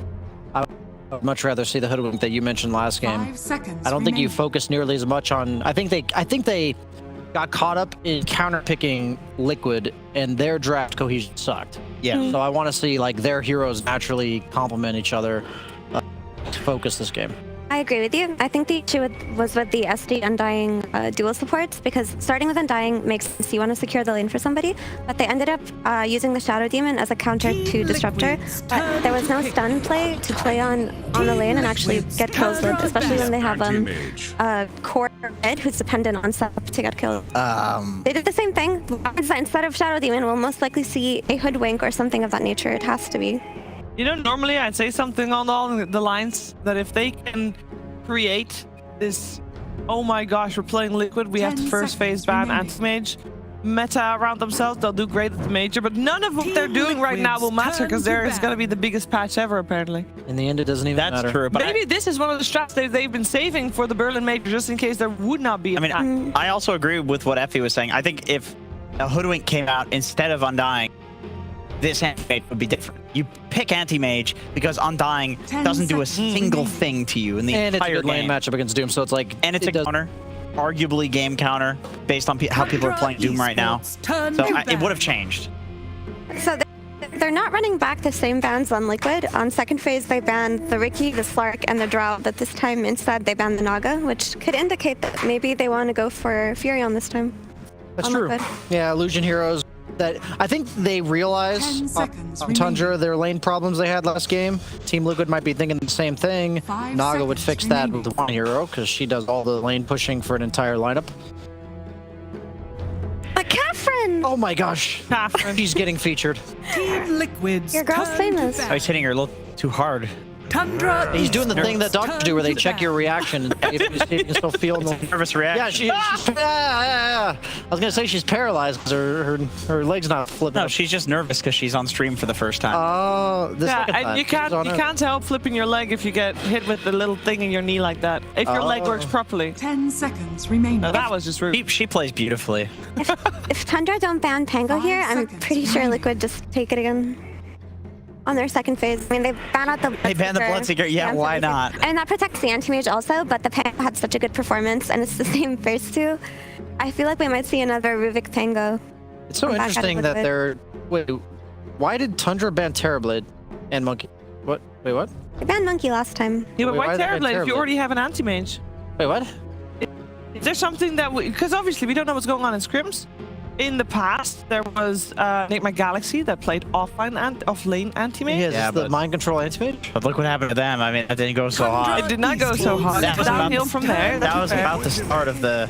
The effect of that was I got to see Jenkins play that like 20 times. Oh, you liked that, didn't you? Oh, I loved it so much. And they ban out the Ember. They steal the Pango instead, which is good. They needed to address it, but it also does more for them than the Spirit Breaker did already, just because it's more reliable early game rotations, right? But I still do think that your position 4 needs to be a setup hero. It needs to be stun hero. You cannot get away with another Shadow Demon.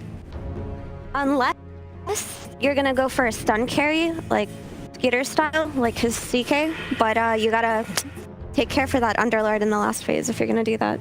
Okay. I mean, there's still Rubik available for Tundra. I feel like that's a no-brainer against anti-mage. You still blink, you're happy about that. You still any disruptor spells, you're happy about that. Great laner with Doom. Don't Liquid just take Rubik here though? I feel like it's the most obvious choice. Yeah. Rubik being through in the second phase is always kind of first come, first serve situation. So. Oh, this music is cool. It is. I'm happy that it's my job to not talk that much during this period. I get to listen to top tier Dota from you three, listen to top tier music from those three. I'm like, best of both worlds. Yay! Okay, continue with top tier Dota. I think they should pick Pudge here. This is a great slot for... I can't joke about that anymore because it's actually good. It's I a feel good like hero. Pudge is kind of fallen off. They've nerfed him a lot. They have nerfed him. Yeah, they need to buff him back up. He's been slightly irrelevant for one patch. I agree. Speaking of buff, there's Snake King. Did an excellent job in the last game, zoning for the first 4 minutes. I wonder if Liquid are thinking for a long time, because I feel like banning TV and banning Ember could also indicate that you're setting up for some morphling or something, right? And you just take out the Scotty Bar and the TV and the like high pressure of the Ember. Yeah, that's true. I think in mind that like Liquid's thinking the same thing. Like, what is Tundra trying to set up for? As I imagine Liquid will pick their mid since they see the Pango, potentially Storm, Nisha, potentially. I feel like a lot of the heroes I'm thinking of that would farm well aren't good against Undying Doom, so that's why Storm comes to mind, like a mobile hero that can jump them. Puck, maybe. Puck sounds amazing. That sounds really good. And Furion is also still in the pool if they're considering it on Liquid. Okay. Storm. Okay. Storm. I like this. My only concern, maybe they'll do IO anti-mage top actually, because my only concern if you pick IO is you might end up with like dual strength against Undying in the bottom lane, but you can easily swap up the lanes without swapping up who's playing what. Disruptor perfectly fine to play 4. Just kind of depends on how Tundra approaches their lane counters this game. But the fact that they picked this Pango as a denial, what they did in the second pick is traditionally not done, because you have 2 response picks on 8 on this pick and then the next pick, so you usually have 2 favorable lanes. But Tundra has effectively put Doom before the anti-mage, so that got countered. The Pango against the Storm, which just got countered. So Tundra kind of forced themselves to be at a disadvantage in 2 lanes. Ooh. You saw this game 1, didn't you? Yeah, but so I am laughing because the Dark Willow came out, and I feel like Dark Willow is kind of a pseudo disruptor when it comes to countering IO, because you place the Brambles down on the reload and then you fear away, and then if you fear away the IO, it breaks from its tether target and you can focus on it. It's always been disruptor light as an IO counter, but I just don't think it's a good hero. So I think I'm baited into picking this Dark Willow, because yeah, it does provide lockdown, and its ability to kill Storm in the early game is actually not bad, right? Because if you can land that one good Bramble, you can chain it into a Terrorize. But as the game progresses, this Willow is just free food. There's like the static Storm ground damage from Disruptor, there's a potential Storm initiation, of course anti-mage can just counterspell her Curse Crown. The thing I always think of when I see Willow, going off of your point, is she's a follow-up. Like, she's needs setup for her Bramble to usually land against these heroes like Anti-Mage and Storm. Where's that coming from? I don't understand where... Hoof stomp. From the Doom? Yep. I just think that like their formula for playing fights and like taking engagements is so much simpler on Team Liquid again.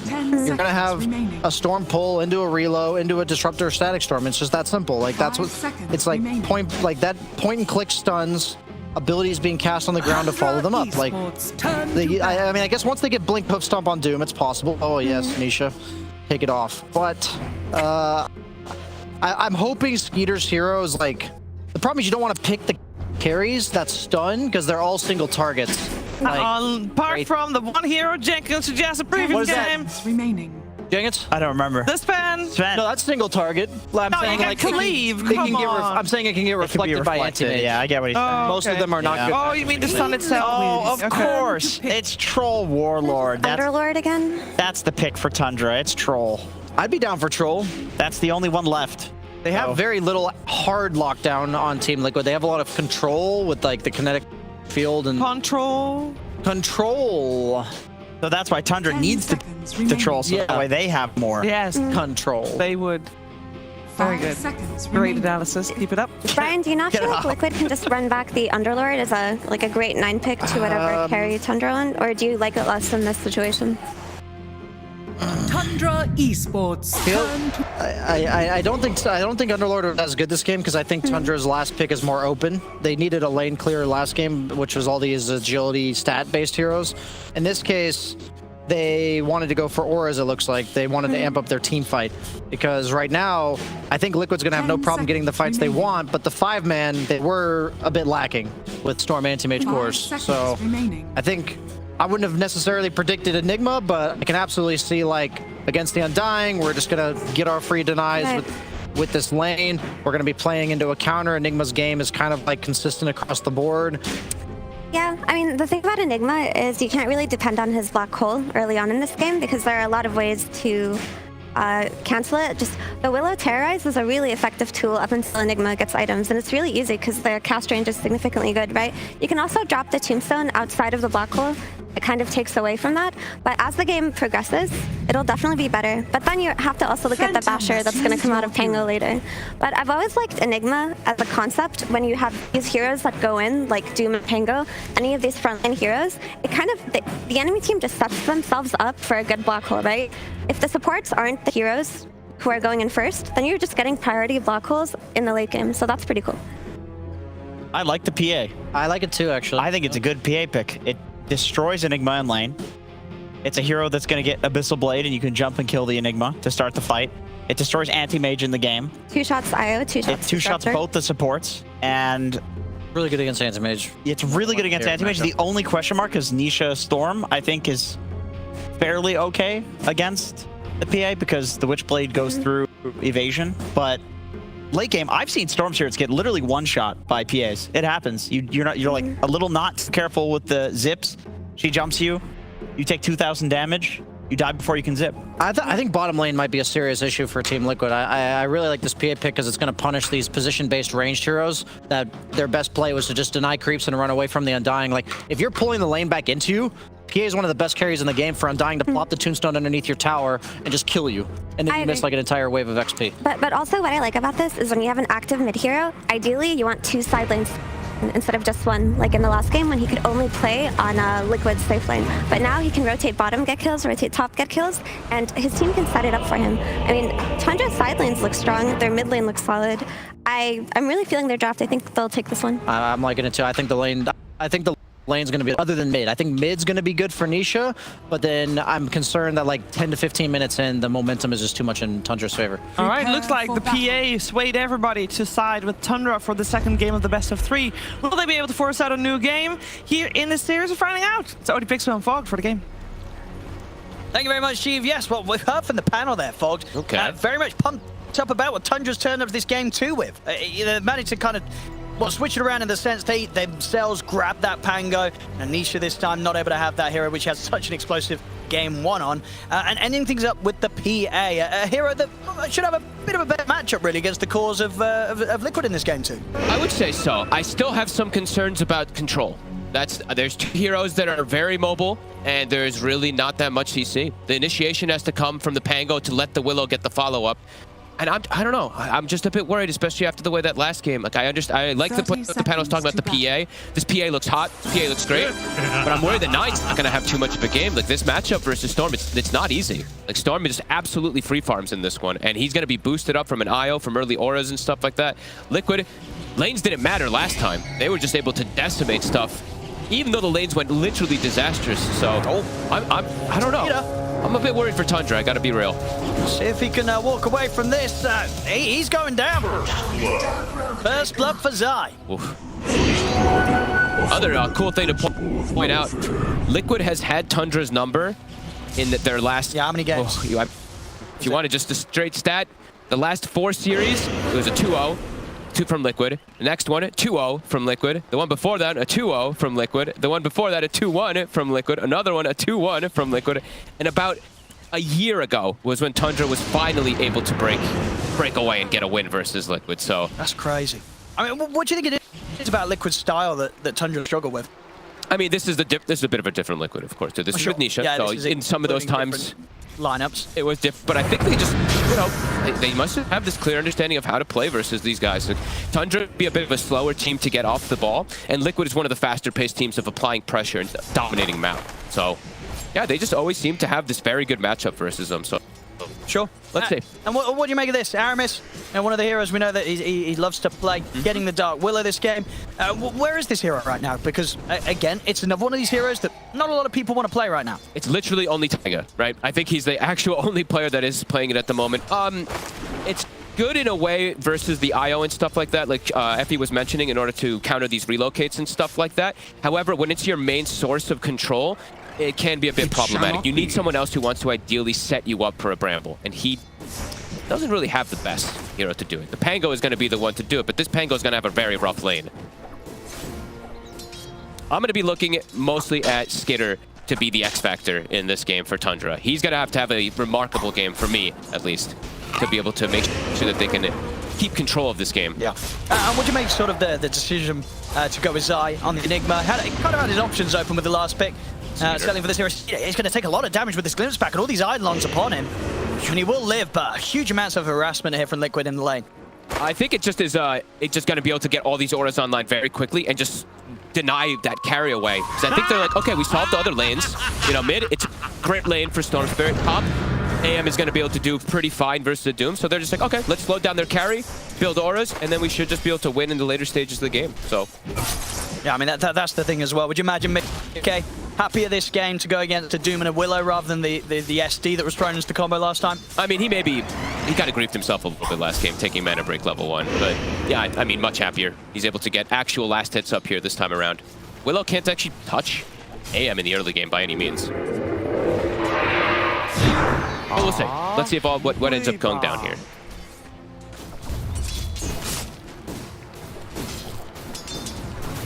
At the moment, I think Nisha has missed only one last hit so far. So 19-4 right now in this mid matchup versus a 10-0. And now the positioning of the lane, I mean, he has it on his hill. So 9, every time he walks up, he's at threat of just getting vortexed and heavily harassed. Not a fun matchup to play in. Exactly why Nisha grabs this hero. He himself, of course, he's been the Pango many a time in the mid lane matchup. He knows what he doesn't like going against and what's strong against it. Indeed, Storm very much up there at the top. I think we've seen it across like almost all regions. Whenever I see the Pangos picked up, this honestly seems like one of the best answers. You just bully him so hard in the laning phase. You're able to just kill him in one jump with like a follow-up too in a lot of situations. So, and the Storm also, I mean, even though there's this PA who, as I mentioned, can get, you know, one shot of Storm and stuff like that, you can itemize. You know, you can go for this Witch play that is very nice versus PA and stuff too. Snaking. Has to be. He stepped up very far. He needs to drop Tombstone. Zai. He'll back up away from the zombies. Might be able to clean a lot of these Eidolons actually with that tomb. Snake. He gets it pretty aggressively there to take down some Eidolons. Thunder strikes back up. Snaking's gonna. He's gonna die, I think. He's gonna die for that. Oh yeah. Rode you down. That one, pretty much the one tower he tanks ends up being one too many. Top lane. Aramis able to get out into the Shadow Realm just in time. Able to turn. Decent damage thrown back the way at Mickey. Boxy's got a salve. He's gonna be able to heal Mickey right back up to full. Successful lanes at the moment for Liquid. AM is getting slowed down a bit though. Not as much as last time, of course, but seeing 33 is being a bit annoying there with these mana burns and stuff like that. Sure. Well, he's got a lot of creeps coming in though, so he's gonna get, what, 5 more last hits here in a second and be caught right back up. That'll pretty much give him the Ring of Health. Yep. And between that and the fact that he's got an Iron Lane, very difficult to bully Mickey out of it from that point onwards. And Insania, he had to reset back to base. He'll actually just fill up the bottle of Nisha, set him up to just continue dominating this mid matchup extremely. 33-6 to 21-1. Level 6 is going to be hit very early from Nisha. Try and go for Boxy here. Attempting with the brambles to sort of put them between Boxy and Mickey, so he would have got caught in a tether, but he still was able to maneuver his way around them. Turning on 33 a bit here. Aramis is in good trades. Can he finish Boxy? Doesn't have vision. And he's got stick anyway. 9 gets forced back to base. Dire's pressure they've applied, the bottle fill. Nisha. Oh, that's a good courier snipe though. We'll take Mickey's ring of the game for a little bit there. Aramis was able to catch that on his way over. Oh, that's very good. That is very much so the dream. Can they actually apply pressure onto him? He has the IO, so it's not as painful as sometimes it can be in 9. They're setting up for him. Stania's already playing around mid. I think he tried to glimpse him back to base. Catapult wave. They're going to continue looking to apply pressure here. They need to rotate over to help for power rune. Snaking is here. Snaking. He's going to get away with this? He is super dead. And not a chance of surviving there, especially with Nisha getting back away from Boxy, getting some of that mana up. Aramis will be able to step over, take a couple of bounties at least. Okay, I mean, that's nice. At least Aramis gets bounties and they prevent the Storm from getting a regen. So he goes bottom for the kill, but doesn't get the rune top. 9's actually the one able to get in. I mean, honestly, a regen rune on a Storm is probably more valuable than killing an Undying.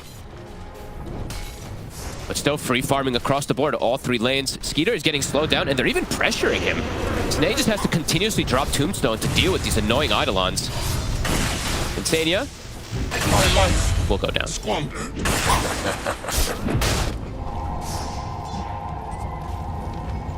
3-1.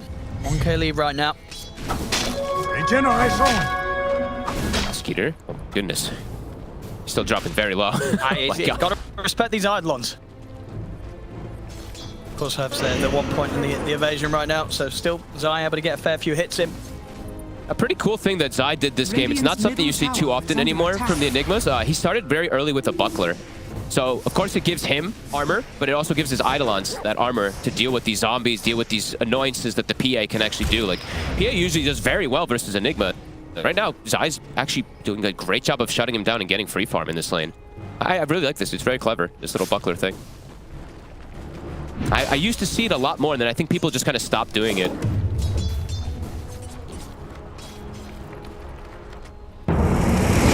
Nine. It's the way. Good instant blip just to sort of just interrupt the roll up with the Thunder. Nice. Skeeter. Nisha's walking over. I mean, we'll be able to jump up to the high ground, but Nisha has got enough mana to follow with the Remnant down, enough burst to take Skeeter out. Black Hole is going to catch 9 here, mid-rolling Thunder. Snakey's going to be taken down, and 9, he'll have to roll away. So, if anything, the Black Hole controlling 9 for a little bit allows Nisha to finish off a second kill. Does, of course, mean Zai still goes down. Radiant's I mean, Nisha is popping off again. He's top of the net worth. By quite a bit as well. Look at this. Over 1K lead ahead of anyone else in the game. And he's actually not even going to go for the Witchblade, it looks like right now. He's doing Falcon Blade, and then he's just going to go for his Kaya. Thinking they probably have enough advance versus mid. That'll be okay. Nisha, not at the moment got enough mana to go aggressive again quite yet. With 33. He's got his eyes on them top, but very difficult to make a move. Mickey very safely able to hit the creeps in this lane with his constant backup of boxing. And it's the same thing as last time. I mean, he's in the same matchup, so it's like they don't know if he has the counter spell point or not. So 33, he's holding skill point just in case he might see an opportunity though for Doom. Radiant's middle tower. Nine gets another stack going, so they are prepping these Ancients and stuff like that for this PA's inevitable Battle Fury. And you like this from Zai? Okay, gotta go Midas.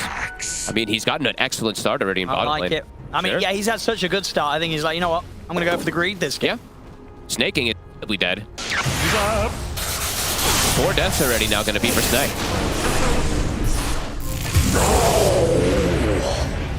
That gets the kill. Quicker toward his Midas. Nisha now, of course, with this advantage, making his way toward bottom too. Get her.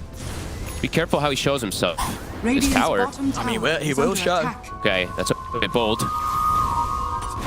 Even stepping out as well, but the blur is so insane. Yeah, you got to get so close nowadays to be able to see him. I cannot believe he just he's just able to walk around them. They don't know where he is. I mean, Snake comes back. Oh, wait. Well, I mean, as soon as he comes back, he's. I mean, he'll live a little longer, but at the end of the day, they'll just farm the Tombstone and they'll just farm him as well. Okay, I guess he wanted to stall the push a little bit more there, but he's just giving them a whole lot more gold. Sure did. And Skitter has to TP out. And that was cute though from Skitter. The blur is insane with the recent buff. Radiant structures are maybe fortified. I think 9 actually needs to farm the Ancient stack instead. I mean, it's just, yeah, he needs to. He needs to get the Fusel timing. And let's see if he does though. Radiant's bottom tower. It's going to definitely take quite a bit of time for Skeeter to be able to make his way over there and farm it.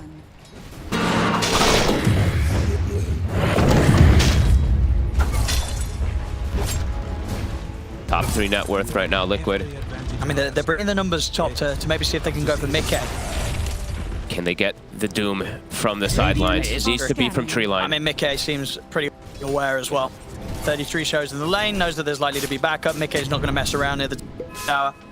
And they're going to start warding camps. All right, so the way to answer the Phantom Assassin, the greedy hero, they're just going to start blocking those camps. And okay, Nisha, he does. Okay, I was going to say, not going to go Witchblade, but he does go back. He is going to go for Witchblade versus this PA. And he's got some big stacks to farm. Midas finished up on Zai. Right, yeah. So, I mean, what's he going to go for beyond the Midas? Will he still get the auras, or are we going to see some kind of full like BKB refresher build or something? I think I mean, they have the IO, so he might go for like a pipe. Actually, isn't it even worth it to go pipe this? It might not be worth it to go pipe. Either way, looking at a fight. Yeah, Boxy is going to take Nisha back to base to get the mana back up. And now Nisha ready to TP top with full mana. Zai sets up for the tree line straight away with the black hole to control 33. 9 will be able to get the rolling thunder off. The fears there from Aramis. And the Curse Crown to hold Nisha back for now. They're coming. 9. Nisha. He closes in on 9. He's having a vortex as well, even though the swashbuckle was there. Mana Void coming out a bit early. Doesn't really do any damage at all there from Mickey. They still want to try and push for this. I mean, Nisha is getting fueled up by Box. He's still got so much mana to play with. What is going on? Aramis, they're going in under the tower. The Doom is there. Mickey, he may have dove a bit too far under the tier 1 tower. Mickey will die. Liquid, they forced it a little too hard there, Fox. I don't think they expected that damage to come out. The stun from 33 was instant. He preemptively stunned there for the storms jumping in. And Mickey just goes a bit too far. Tundra needed that. What did Pango do? Yeah, I mean, 2,000 damage in that fight. He landed a beautiful swashbuckle onto him there. Overplaying their hand a bit there, letting Tundra catch back up here. And that was what, pre-defusal as well from 9, so we're only going to see more and more damage come out of the Pango. Just a few hundred gold and having that defusal complete. I like that they're, keep filling up his bottle. Make sure that 9 is able to have this type of early game, similar as Nisha, where it's kind of up to him in order to make a lot of that space for Skeeter to catch back up. Tower is under attack. Enable this Pango to help your side lanes. Quite a nice play as well from Aramis in that last fight. I mean, you saw him sort of play around with the fear. You know, a lot of the times you think, oh, just throw on the Enigma, cancel the black hole. But he knew that 33 was going to be fine, regardless how long 33 was going to be held in the black hole. So, you know, obviously just throw it the way of Nisha. Fear the storm, stop the storm from being able to make aggressive plays. Yeah, it caused Liquid to just get a little over-aggressive. But Liquid, again, looking for the fight. Trying to go in onto Snake it. Rolling Thunders are already used. Nisha's already used quite a bit of mana. 9. Couple takedown in Dania. Nicely done. And Tundra definitely showing here now in game 2. So, yeah, Liquid, they've got to really think twice about how to play for the team fight. Still go for the pick off down bottom instead. Skeeter is able to jump away. The Storm no combo. Nisha can just keep on going. Witchblade's finished. He's always going to get those hits off onto him now. Boxy. They get him on the way back. They look towards Mickey as well. Blink is up. Mickey, a little too tough to chase when he's running away. Getting pretty close to his battlefield. He's going to have it quite a bit faster with the way they're putting a ton of pressure on the Skitter here. I mean, Sai is just continuing to bottom. Okay, and he's got Blades. I thought he might go for a more greedy route, but looks like they are still looking for some type of aggressive timing here on Liquid if they want to keep the ball rolling. Is under attack. Even though they have AM, they want to play aggressive to shut down this PA so he can't recover.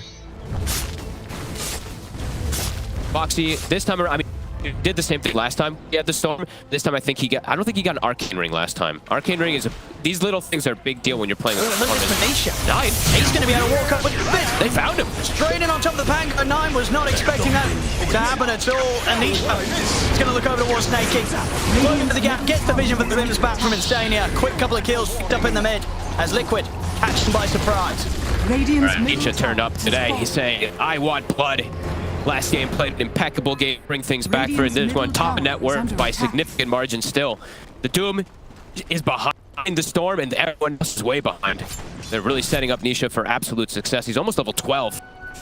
All 3 of the cheap little items he's going to have finished. I mean, and that's pre-20 minutes. Yeah. They have to control the Storm in the fight somehow. And we're pretty much down to... And the reload. 33 shows. And they're going to find him in the trees. He'll turn, he'll get the Doom off. But he'll be here for the damage if ever needed. I mean, at the moment, it's just kind of the 2 of them. He throws out Mana Void. The Mana Void isn't much at all. It wasn't necessary anyway. Nisha takes out another. Get dumped in to try to get the last hit there, but Nisha gets it anyway. It's Kaya, Witchblade, Falcon Blade, already finished up, and of course got the Parry Trinket earlier today. Against India. Radiant's top tower is under attack. And Liquid's cruising. Once again, getting this lead. As we say, you know, Skeeter being on the PA, definitely potential, but needs that time, needs that space. If it starts to speed up at the same rate that game 1 did, Skeeter's going to struggle to find the time to get online. There's a pigeon running. And he's straight in onto 9. Able to pull it back, put a stop to the Rolling Thunder side. It will just put the black hole down on Miss. Beyond godlike already. And he kept the regen. He kept the regen on. I mean, you said it yourself. He had a tough series yesterday, Nisha, but absolutely making up for it here today. 2 games back to back, and he's just completely taken over. Set him up for success. There's just limited stun. He's looking for more. And he'll probably get it. Sure will. Enough.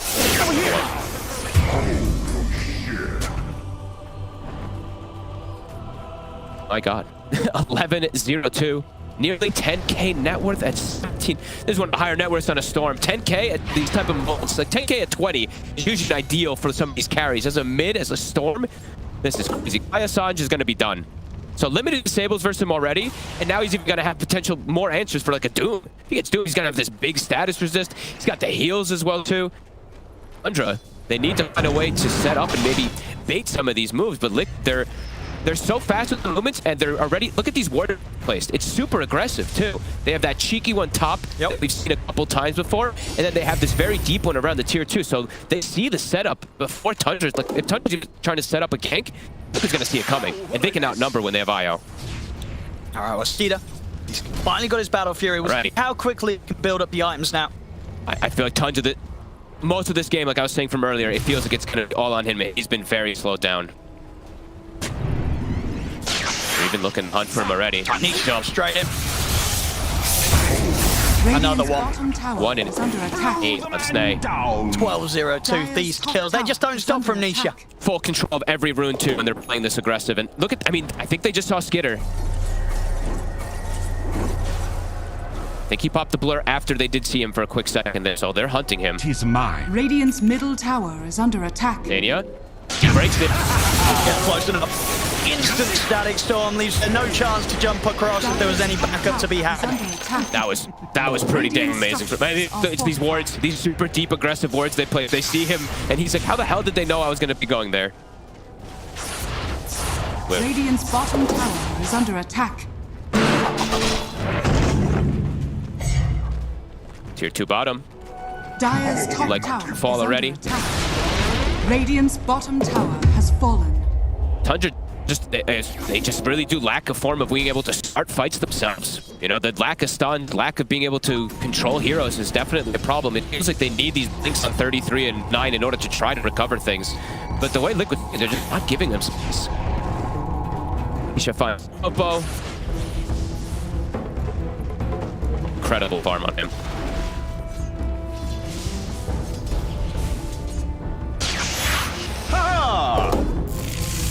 Snaking.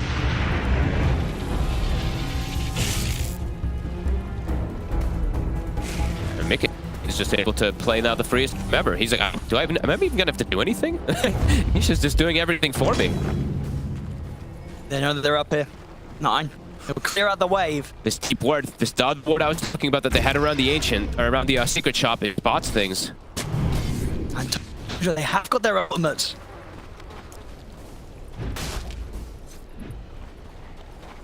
Liquid. They see Skitter again. They want the PA instead.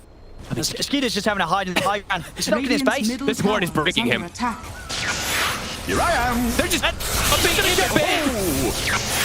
Nisha into the bait. The TP coming in. He lives. All right. Only just about. Lives. Send the Undying back top, and oh look, in the bottom lane, and they're actually setting up the reload snaking. I want to get snaking. Can't hide. 4 snaking.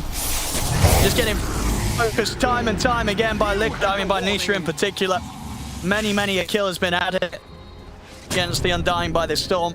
Nisha going absolutely crazy, and the support's just setting him up for this. Yes, I'm getting a second timing when he was just hitting creep. Having that good a time, he's like, oh, this is amazing. I'm just hitting the creep and we're winning. Thanks, guys. I'm doing something. 9. He has to just reset away.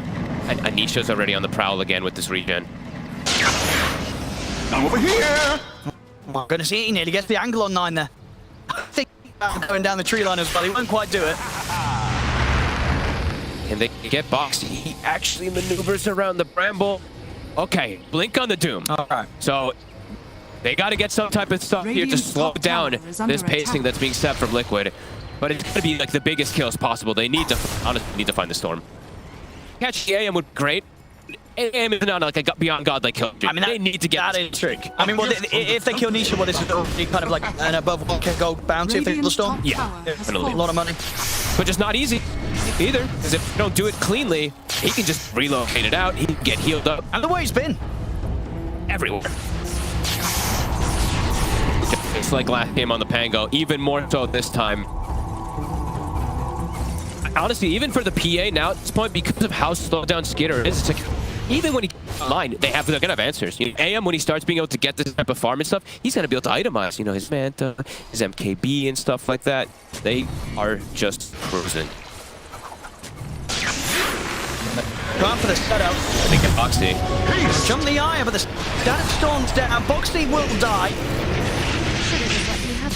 Almost got the Doom, but Insania gets that instant silence. Protects Nisha. That could have been the moment there. Prevented it again.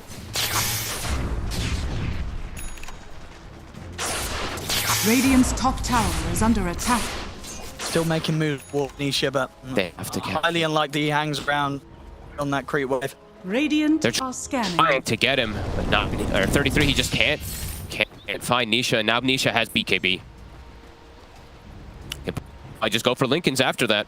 Very similar to the approach that they last time. If it feels it's necessary, he may feel that he's not going to be getting any chance for 33 to close the gap on him. Could definitely be possible. So we'll see what way he'll go. But then at the same time, it's like, what else does he need?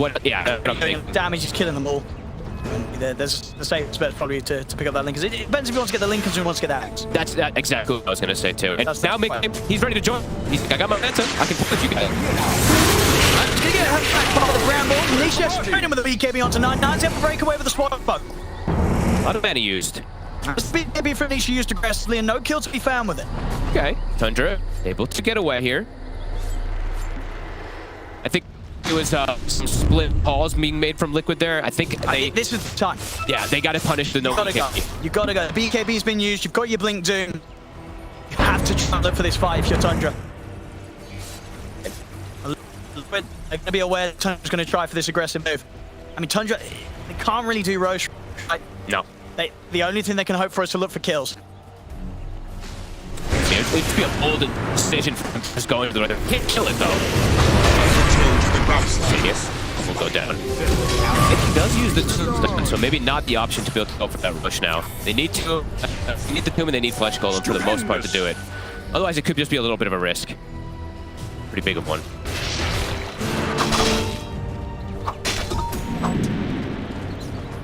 The kill on Twins, what they need.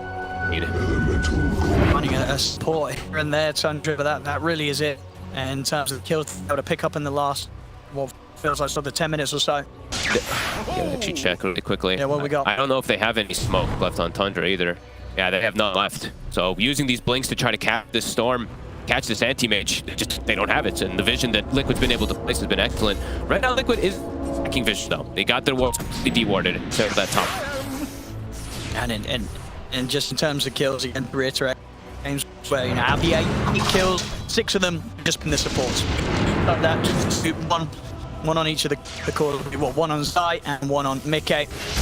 They just haven't been able to find the cores since. Liquid just too well positioned. Tundra can never break through to the cores room. Absolutely not. Liquid soon can eventually just start threatening rush on themselves too. With the Zai's gone for here.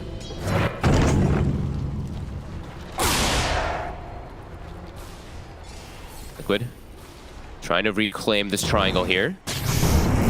Making. Freeze him with a jump. Will be to the later for the Doom. They've managed to get the catch on to the storm. Boxy trying to go over the tether to keep him alive, but he should be going down here. There we go.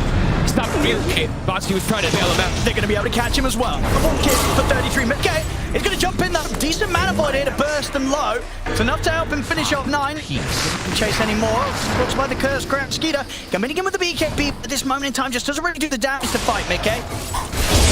Chase out Zai. Hold on! Returns, but a quick decay for Snake will finish him off. Mickey pots the man to dodge the fear. He's ready to push on for more. Nisha with the tip there. Over to Mickey. An excellent dodge. As Mickey's able to keep fighting on, Aramis will be able to scatter around T out. Dire are scanning. They get something there, Tundra. They get the three of them. Of course, they get the big one. They take down Nisha. But the problem is, at the end of the day, it's still Mickey picking up the kills at the end of it all. I think box. I'm pretty sure they get the cancel from like the shield crash, something from the rolling thunder into the backline. They reload, and then yeah, Mickey. He goes, Nisha, thank you for the space. It's my turn now. How much money did they get for killing Nisha? It was the supports who got the kill on him, right? It was 33 who got it. It was 900. 33. So it's a lot of money for the Doom. Sure. It's going to help what 33 get towards. He's trying to get the bots online next. Okay. But it's something. It's something. You know, which is everything really in a game. I'm in a series where both times Tundra, they've really struggled to get any sort of trade in these moments of the action. Nisha again. Oh, he zips away.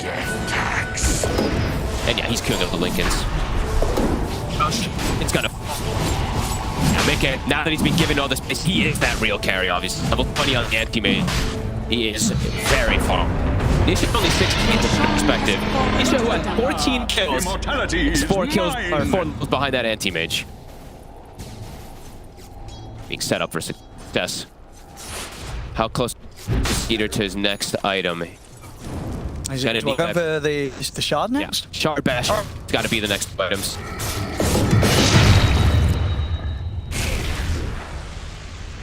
Not a bad. Also on time. Have to for clean fights, and they are completely reliant on Doom. Next. I'm up. Popping him. Zai. Get the jump on Zai. It's a reload coming. So if Skeeter and 33 can get away from these two, 33's going to opt for the BKB, but it comes to Mickey. CD, CT. You know, there's not really much escape to be had. Okay, gonna do him. Can't go for it. His TP was on cooldown. Couldn't get out of there. And next time around, he's not going to have the option at all. Mickey very close to being able to get that bashed. And then while the Doom is dead, it's 40 seconds. It's gonna give. Nisha's not gonna be able to finish Lincoln, but they're gonna be able to progress closer and closer, and finds himself. I mean, he's getting blessed. Another. Regeneration. Over here now. Is C9 there? I think they may have seen 9 up top. I mean, they've just pinged it out. They know there's a charge 9 is going to try and clear this next one. He shows. Pull up into the Rolling Thunder. And yeah, with the TP out, he make it. Escape for 9. Well played.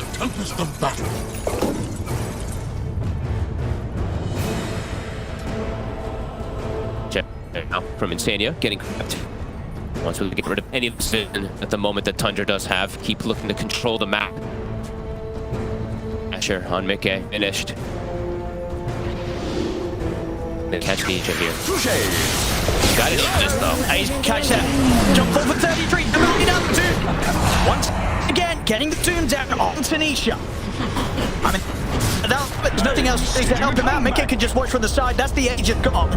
Can't bring him down. I mean, Mickey, he's already ready to jump in over to 33. Also, Mickey up to 33. Skeeter jumps in aggressively on toward the anti-mage. He's up to the high ground. More by his distance with the remainder of his BKBs. Gotta be careful. Comes back in for a minute, but the BKB comes in, and he's caught in the statics. Swashbuckle wants it down for now, but Mickey still able to hit. Throws out a man point onto Skeeter. Malefish from the side, guys wrapping round. They get onto the some of the fear. Aramis, he's able to push back. Loading Mickey outside. Excellent fear from Aramis. Buyback. They've got the Swashbuckle. Skeeter's the back. Taking outside. Turn this around, Tundra. Absolutely not. They've got a chance in this one, no doubt about it. Oh, Skeeter with some big crits. Those matter. These levels that he gets for the kills on these over-leveled heroes. The AM, level 22, he gets the kill. That's massive. That's also on the horizon. Does switch it up. I thought he might go for the Bastion, but he just wants raw damage. I like it. We've got game in our hands. Pop BKB, get in and kill him. I mean, as said at the start around the panel, it could be a game. And he is getting into territory where he could carry this, despite the fact that Liquid's had this lead. Skeeter, Nisha's on him. The Doom's coming in with boots of travel. Nisha. He's got to be a bit full. I mean, Skeeter can definitely.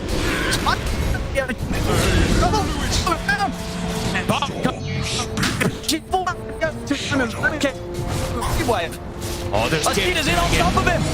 Oh, it It's PA time. Skeeter. He's been patient. He's been calm. They find the 33 has Octary now with quick charm. Comes to respawn. AM's gonna respawn. Doom's pretty back up. Oh, Snake is.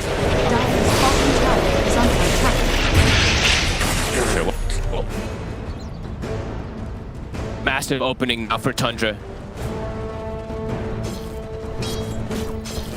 You can't Skeeter do it. I mean, at the same time, I guess this game is going to... Oh, they might be able to get Mickey. They have Doom coming in. I mean, it's a good opening for 9. And indeed, third over. But, what got am I blind? I'm not sure. Wait, what? Doom a creep while he's dying? I think he might have doomed a creep. Oh, no. Something tagged that Doom. Oh, no. Do we get another replay? Anyway, back in action. Skeeter's able to jump over and take out Zai. Skeeter might be able to fight this. Mickey blinks, keeps a distance before the curse ground kicks in. Wait, what? Wait, what? It must have been in front. It must have been. Must have been. They got Aramis. He's got the fit. Benisha's able to dodge it. And here, the chance to get the BKB. And DMK's been caught and the damage is out for Skeeter. Aaron. He's got a full action now, Skeeter. He's getting these times. Nisha is going to try and get back in on towards them, but he's got enough to take us. And then Skeeter's able to run. It's another one for Skeeter. And it's going to be another one. He's doing it. Oh my goodness, the PA getting out of control. Skeeter nearly level 24. Asher wasn't even on him for all that. They didn't even have the Doom. I mean, these fears, these plays. There you go, check it out. Let's see. I mean, it had to have been a creep, right? Like the thing else. I just thought the creeps died. Dire's bottom tower is under attack. Inside of him? Oh, it was literally like on top of them. Well, didn't matter, I guess. It didn't matter. Kills. Oh. My lord. It was just the bones. Sometimes you want to do in the center. I mean, yeah, that was a pretty hard one for 33 to click. It was right on top of him. Skeeter, very difficult. He's godlike, right? I mean, he is. He was 0-4. He's 9-4 now. They've got to kill this PA. If they don't kill this PA, Skeeter, they should just kill every single one of them. 1,500 damage. Crit's coming out now for Skeeter. He's nearly level 25. What a unbelievable recovery from this man. He said he needed to do the heavy lifting, the big work. Somehow he's doing it. And not only just him, have to give credit to Aramis. These players, honestly, yeah, it's on a hero that we just don't see that much, but yeah, fantastic terrorizes from Aramis each and every time. Clipping one of the cores, sometimes two of the cores, it does enough. It's just enough to disrupt the aggressive plan that Mickey, Nisha been trying to get away with. And they're feeling confident now after these last few fights. Doom always going to be available. Hopefully not for creeps. And the Lincoln, I think he was new Lincoln's 6-7 minutes ago. It's been completely deleted. He does have it finished now, but with the kills now that the Doom's been able to get with the space he's getting antagonists. So he's going to have answers as well. Tundra. Yeah, even if it was the two further down, those back-to-back, it slowed him down. Sure did. Yeah. Skeeter, take top spot. Mickey have to come in clutch now to pretty much bring the game back for them. And what do you do in this match against the PA? Do you just have to get MK next to the anti-mage? What do you do? I thought he would. After the Abyss, it feels like he probably just needs to. But this, yeah, I mean, 25 has now been achieved here from Skeeter, and that's his Aghanims also finished too.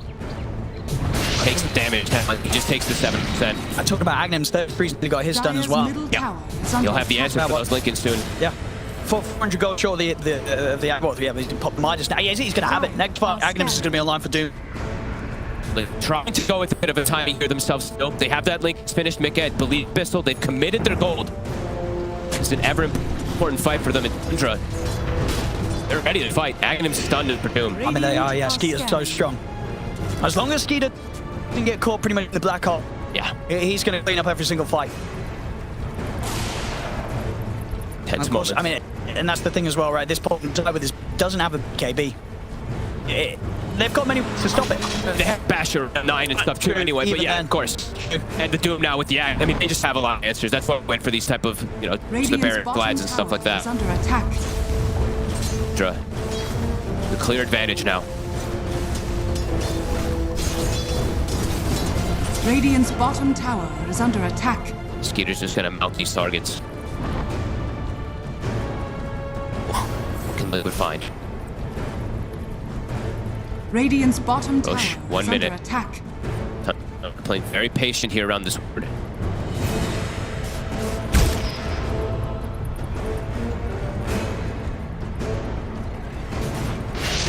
Very much turned into a situation where it's going to be difficult for Liquid to sort of enter into a fight. Absolutely. They're hitting their timings, and the PAs are going to feel ever more so in their element as the minutes pass now. Haven't been able to pick up off the back of those last few fights. Everybody's kind of, I mean, this is dangerous positions though for both sides. In a way, they really, what's these buybacks looking like? I mean, they've spent a ton of gold. Most of the cores do not have buyback. AM is about to.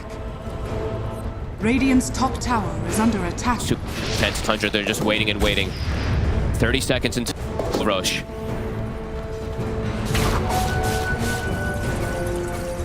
Big up through get her here. I was going to say, yeah, no, which Bane? It's on the Insomnia. Is going to feel as safe as it was before with that go up top. No, to be significant. A.K.A has buyback. Feels like Liquid does need that, perhaps just needs that buyback in order maybe to like bait a Doom play and go for the fight afterwards, but yeah, not easy for them. Roche, it's spawned. Tundra playing super careful here around their vision. It's getting always blurred up with the Sagonims. Yeah, Liquid's going to need to have some perfect play to try and survive for a team fight against Tundra. Okay. Reclaiming control. Okay, he's going to make the jump. They're going to jump 33 straight away. See if they can take out the Doom. The map. Okay, taking him out. Immediate by out for the kick. 9 rolling forward, but Anisha being able to get back out of the fight. Skeeter's in on Stania. Goes to there. Stania still gets burst by the K. That's a gem. It's deleted instantly.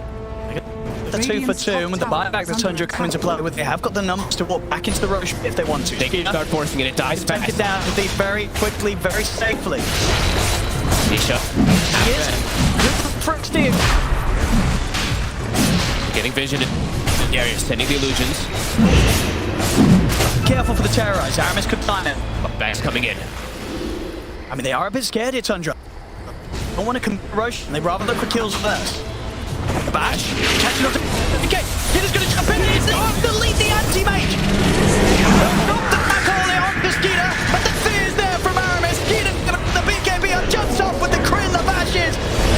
They time it perfectly here, Skeeter.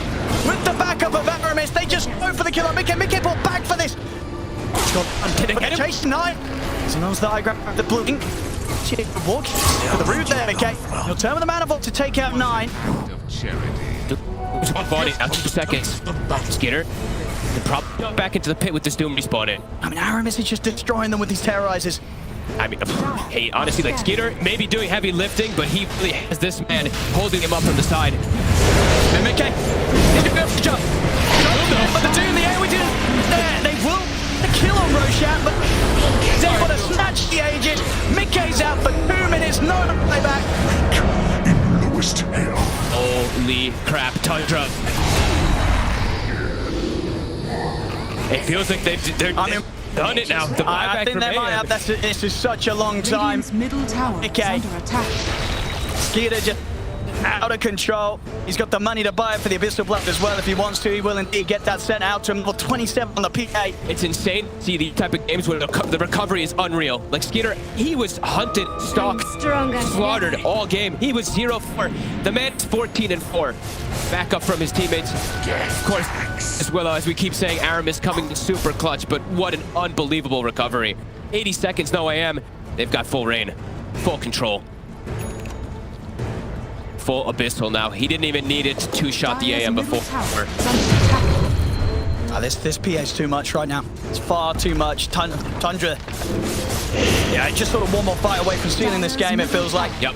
How on earth did Liquid deal with this PA? I feel like Zai might have to like sell his mind, get the BKB, and hope he can get the black hole and just the Doom is down or something like that, but it's just not. Skeeter's in. Zai might just die. A couple of crits. Zai's got no buyback on him. Come forward over towards Instania. There's a buyback from Instania. She will be back in 5 seconds, but still 40 seconds without Mickey, 90 seconds without Zai. Looks like they're going to respect it for a moment here. Back up, reset for a sec. Skeeter hiding in the blur. Nisha, out of mana. They're going to jump him. See them try and go, but the BKB's there from Nisha, and will at least wait Tundra to not fight on any front of the tier 4s. They're happy to focus the objective. They take out the tier 3. Backdoor's back up. 60 seconds. It's no enigma. AM in 12.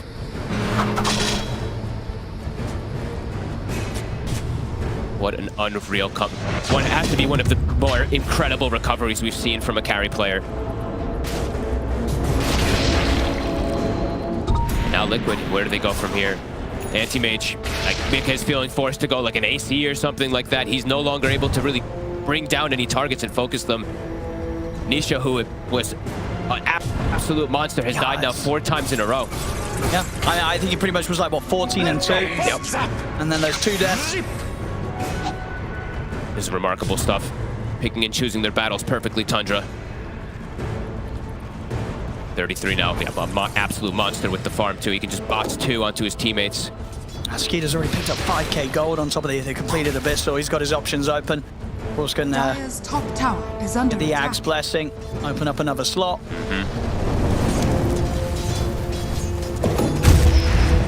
It's unreal stuff.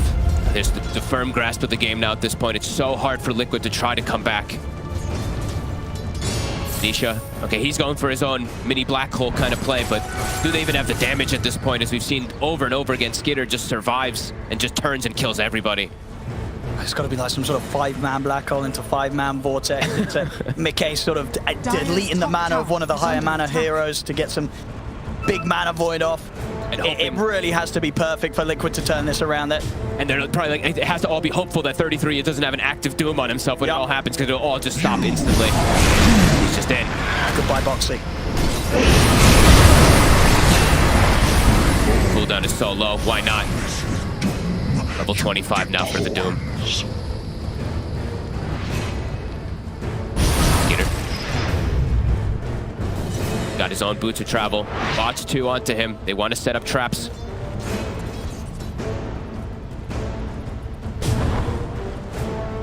Okay. For him to step out here, 33 is just constantly ninja geared on the prowl. We see Zai. He's got the BKB done, but as you say, very much Tundra still having ways to deal with that BKB black hole. So many ways. Yep. If Nine's not in it, if the Doom's in it, he can still cancel it. Even if a Dagger Bash comes his way. Or a Dagger Crit. He might just die. Yeah, that's true.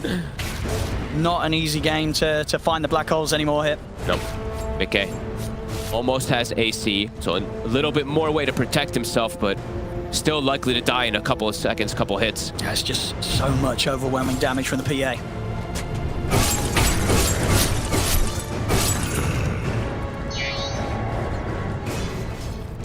He's feeling like they don't. He just feels like they need damage. He's going to be queuing up the Revenant's Brooch.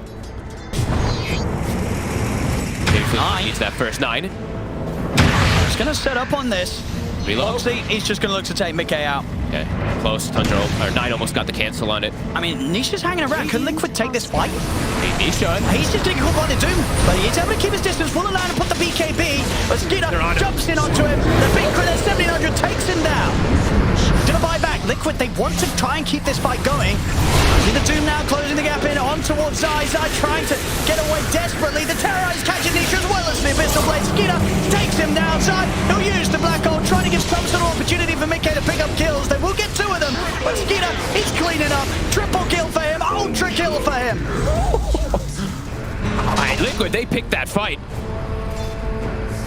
Quickly get disintegrated. Nisha doesn't get anything out of it. Dies. Skeeter, he wants the rampage. He won't get it, Mickey. Not allowing Skeeter to at least get a big team wipe up at the top. The 4 heroes dead. Onto the high ground they go. Dire's middle barracks are under attack. Do they want to buy back to look to end this with the Doom? There's going to be about 10 seconds of Boxy's up. It's just going to be him and Mickey. They can go tier 4s. Skeeter, he's going to do it.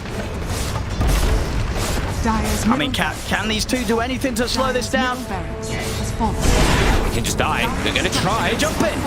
So they're going to at least burn the mana. Decent damage from the Mana Void, but not quite enough. Skinner's ready to turn, jumps straight back in on toward the anti-mage. Mickey's out of the game. No buyback, of course, on him as well. Boxy tries to sneak away with the Glimmer Cape. And they will buy back on. I mean, it's time to end it. Yeah, they want to close it up. It's over. Wow. I mean, Tundra, patience. That was the name of the game. Skitter shut down literally the whole game on a 21 kill streak now. And there it is. There it is. GG is called, ladies and gentlemen. Tundra turning around and taking this game 2 against Liquid. 33 smiling. There we go. I was waiting for some emotion. They were just stone cold killers there. Snay as well. That was amazing. Truly a...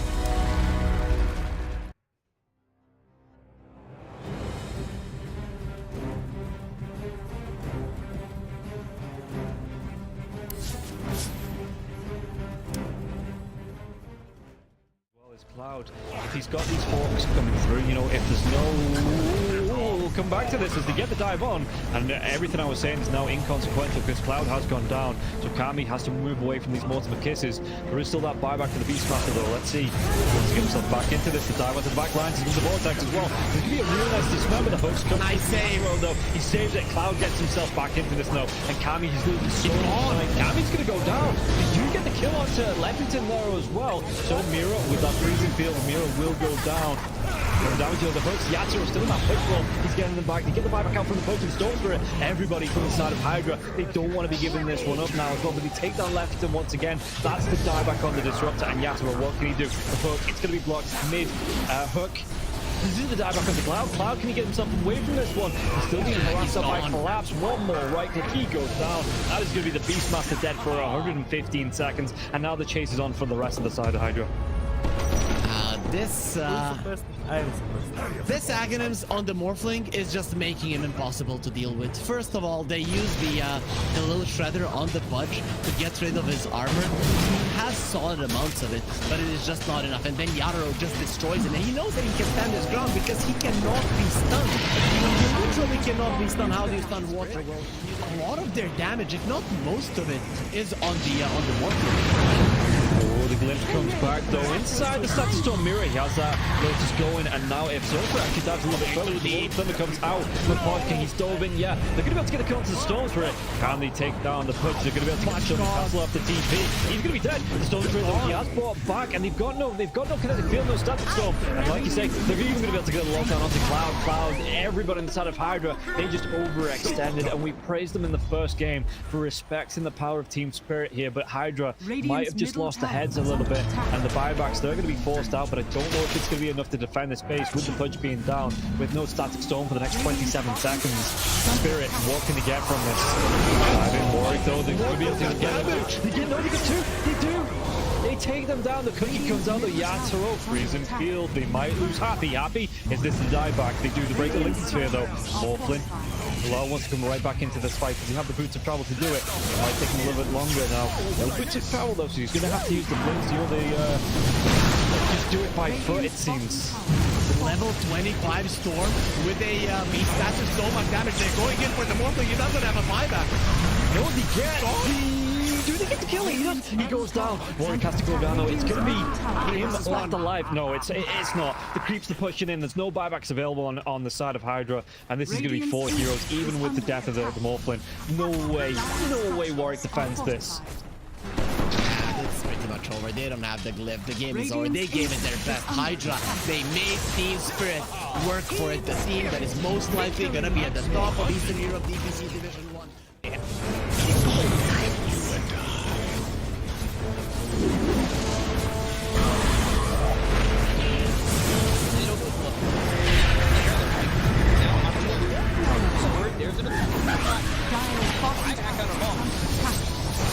Radiant's middle barracks Radiant's middle barracks has fallen. Galaxy want to commit. There's just not enough damage. Crimson Guard, Atrophy Aura, Rubik's Fate Bolt, all this damage reduction. Let's see the combo. In a Palace, strong in by the Disruptor, and now they're going to be hitting the win. It's back up once more. In a Palace, and Sumail is in it. They'll lose him in mind control. Right it back towards tomorrow. Trying to run from everybody on the side of Gaimin Gladiators. Radiant's middle barracks Siphoning and getting back into the base. Has fallen. Oh, I 5.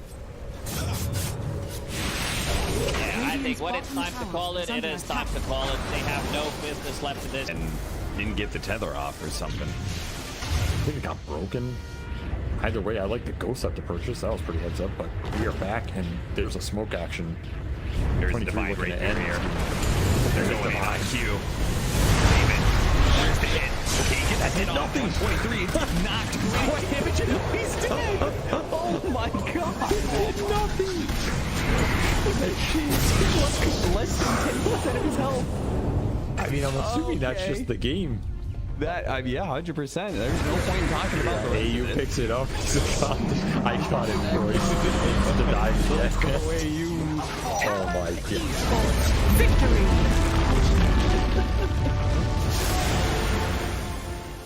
We finally get to see them have a little bit of lead. They need to have good vision, good Radiant execution to engage. We're down up on high ground. Or Bulbaca, Red Panda, this would be huge if we can find it. Static Storm before the Tombstone. Not bad. Stun for Lulu. He's thrown now over the there. Starting to drop down. I love TK control for the moment. He does manage to get that one away. And the Supernova down. TK barely surviving. And it's going to take one down as White Album, the dodge, to hide away, the heal's coming in. They hoping for a save, but the PKB is out, and they're going to jump onto him. He has to back away.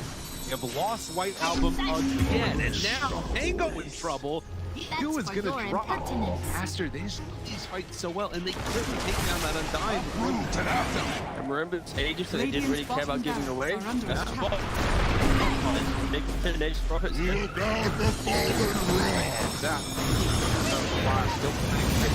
Stun is out on the play. Didn't have a BKB available. Bulbaca dropping low, and toss back in. They have another kill off Bulbaca. Doesn't look like it because the black hole is there. That's on the agent. He doesn't have multi to come back. And Aster, they might take full advantage. Move. Radiant's bottom Rax has fallen. Up the bottom. Finally, Aster full advantage. They're building. Radiant's middle tower is under attack. Oh, just for a brief second, had more network. There it is, back again with the higher network. When you click on the L, it's not really an inspiring network. Blink, BKB, Radiant. You might be able to get on top of a hero, but that's not the shot. That's able to 100-0 here. Like even this Undying inside Static Storm, able to then get up with Slash God and from away. They have that trying to keep him alive. Makes the move, and again, into this fight without Monet here. It's pretty good for them. Right album, but now Monet shows up. Now they're in a lot of trouble, but they managed to kill him. Okay. All right. Pops ulti. Now the turn. Punching. Really getting away. Sort of survived that first salvo. Very strong. Supernova down, pops the PKB. Ooh, he's just caught here. They want to get the kill. That's really himself up.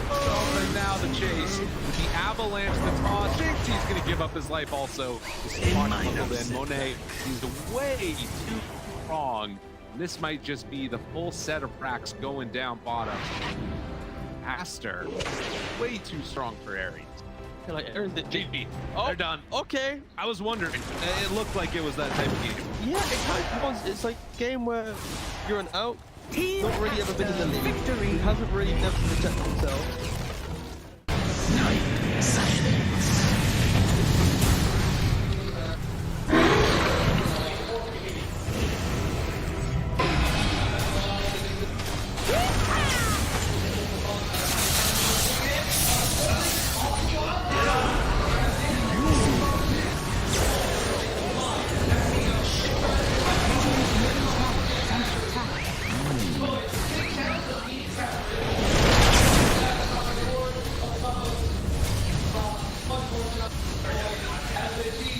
Radiant structures are fortified. Radiant's middle tower is under attack. Radiant's middle tower has fallen.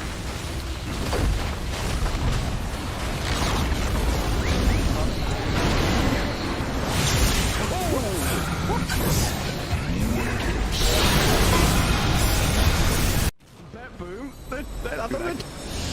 Everything's base. Standing. How are they just standing right now? I can't help but fidget with my hero half the game. I'll be running around in circles. Yeah. Pirouetting on the spot, the song, blinking from Pure. They see Yatoro, 3 lined up. Potentialized path play. They're trying to go in.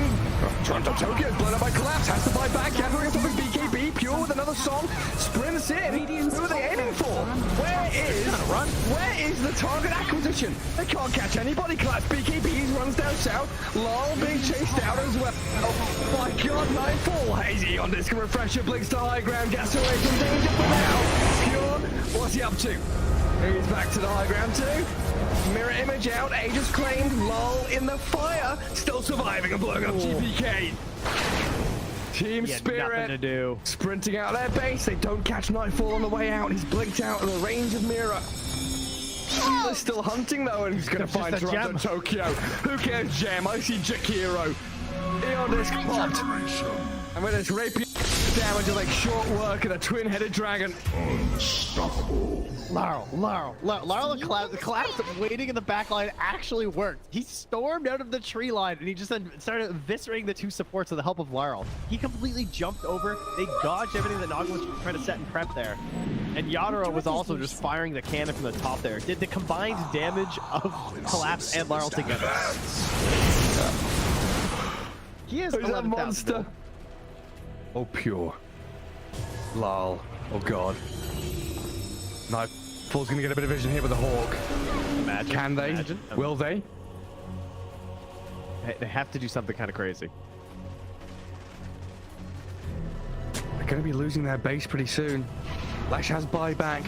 Naga Beastmaster have to get back to base to defend. Drow Rangers up here. Tier 3 gone. Barracks to follow. There is no buyback of Collapse though. That's a big one. And Mira. Look at all the wolves. Look at all the summons. Pretty vulnerable. Mira gets away from there. Help of the Glimmer Cave to jump in for the Lull. Disruption of self-save. Barracks taken out. Lull. Oh, tries to fight. Nightfall. He'll just pop, but he can't get any control of the Lull. It's Lull. Puck is all over the place. Now they're going with GPK though. Aiming for the puck. They're going to find him at long last. They get him and the Rapier's on the floor. He messed up the phase shift. He canceled it. Oh no. Did you see that? I'm not crazy, right? I don't know. Yeah, he phase shift and accidentally ended it. There's an Axe Blessing recipe. There's a Rapier. There's all sorts of stuff everywhere. An Axe Blessing recipe. What's that there? Okay. Not sure what the story on that one is. Meanwhile, Save, I think he had a refresher shard, right? Because Laurel dove him, he disrupts himself, and he tries to kill him again after it Save just refreshes, and then uses it again. How have they not got the breaker? Now there's another DD. I don't think they care. You know what, Toronto Tokyo's going to take it, is he? Oh yes, the Jakiro with a Rapier. Coming to feed it back to them, guys.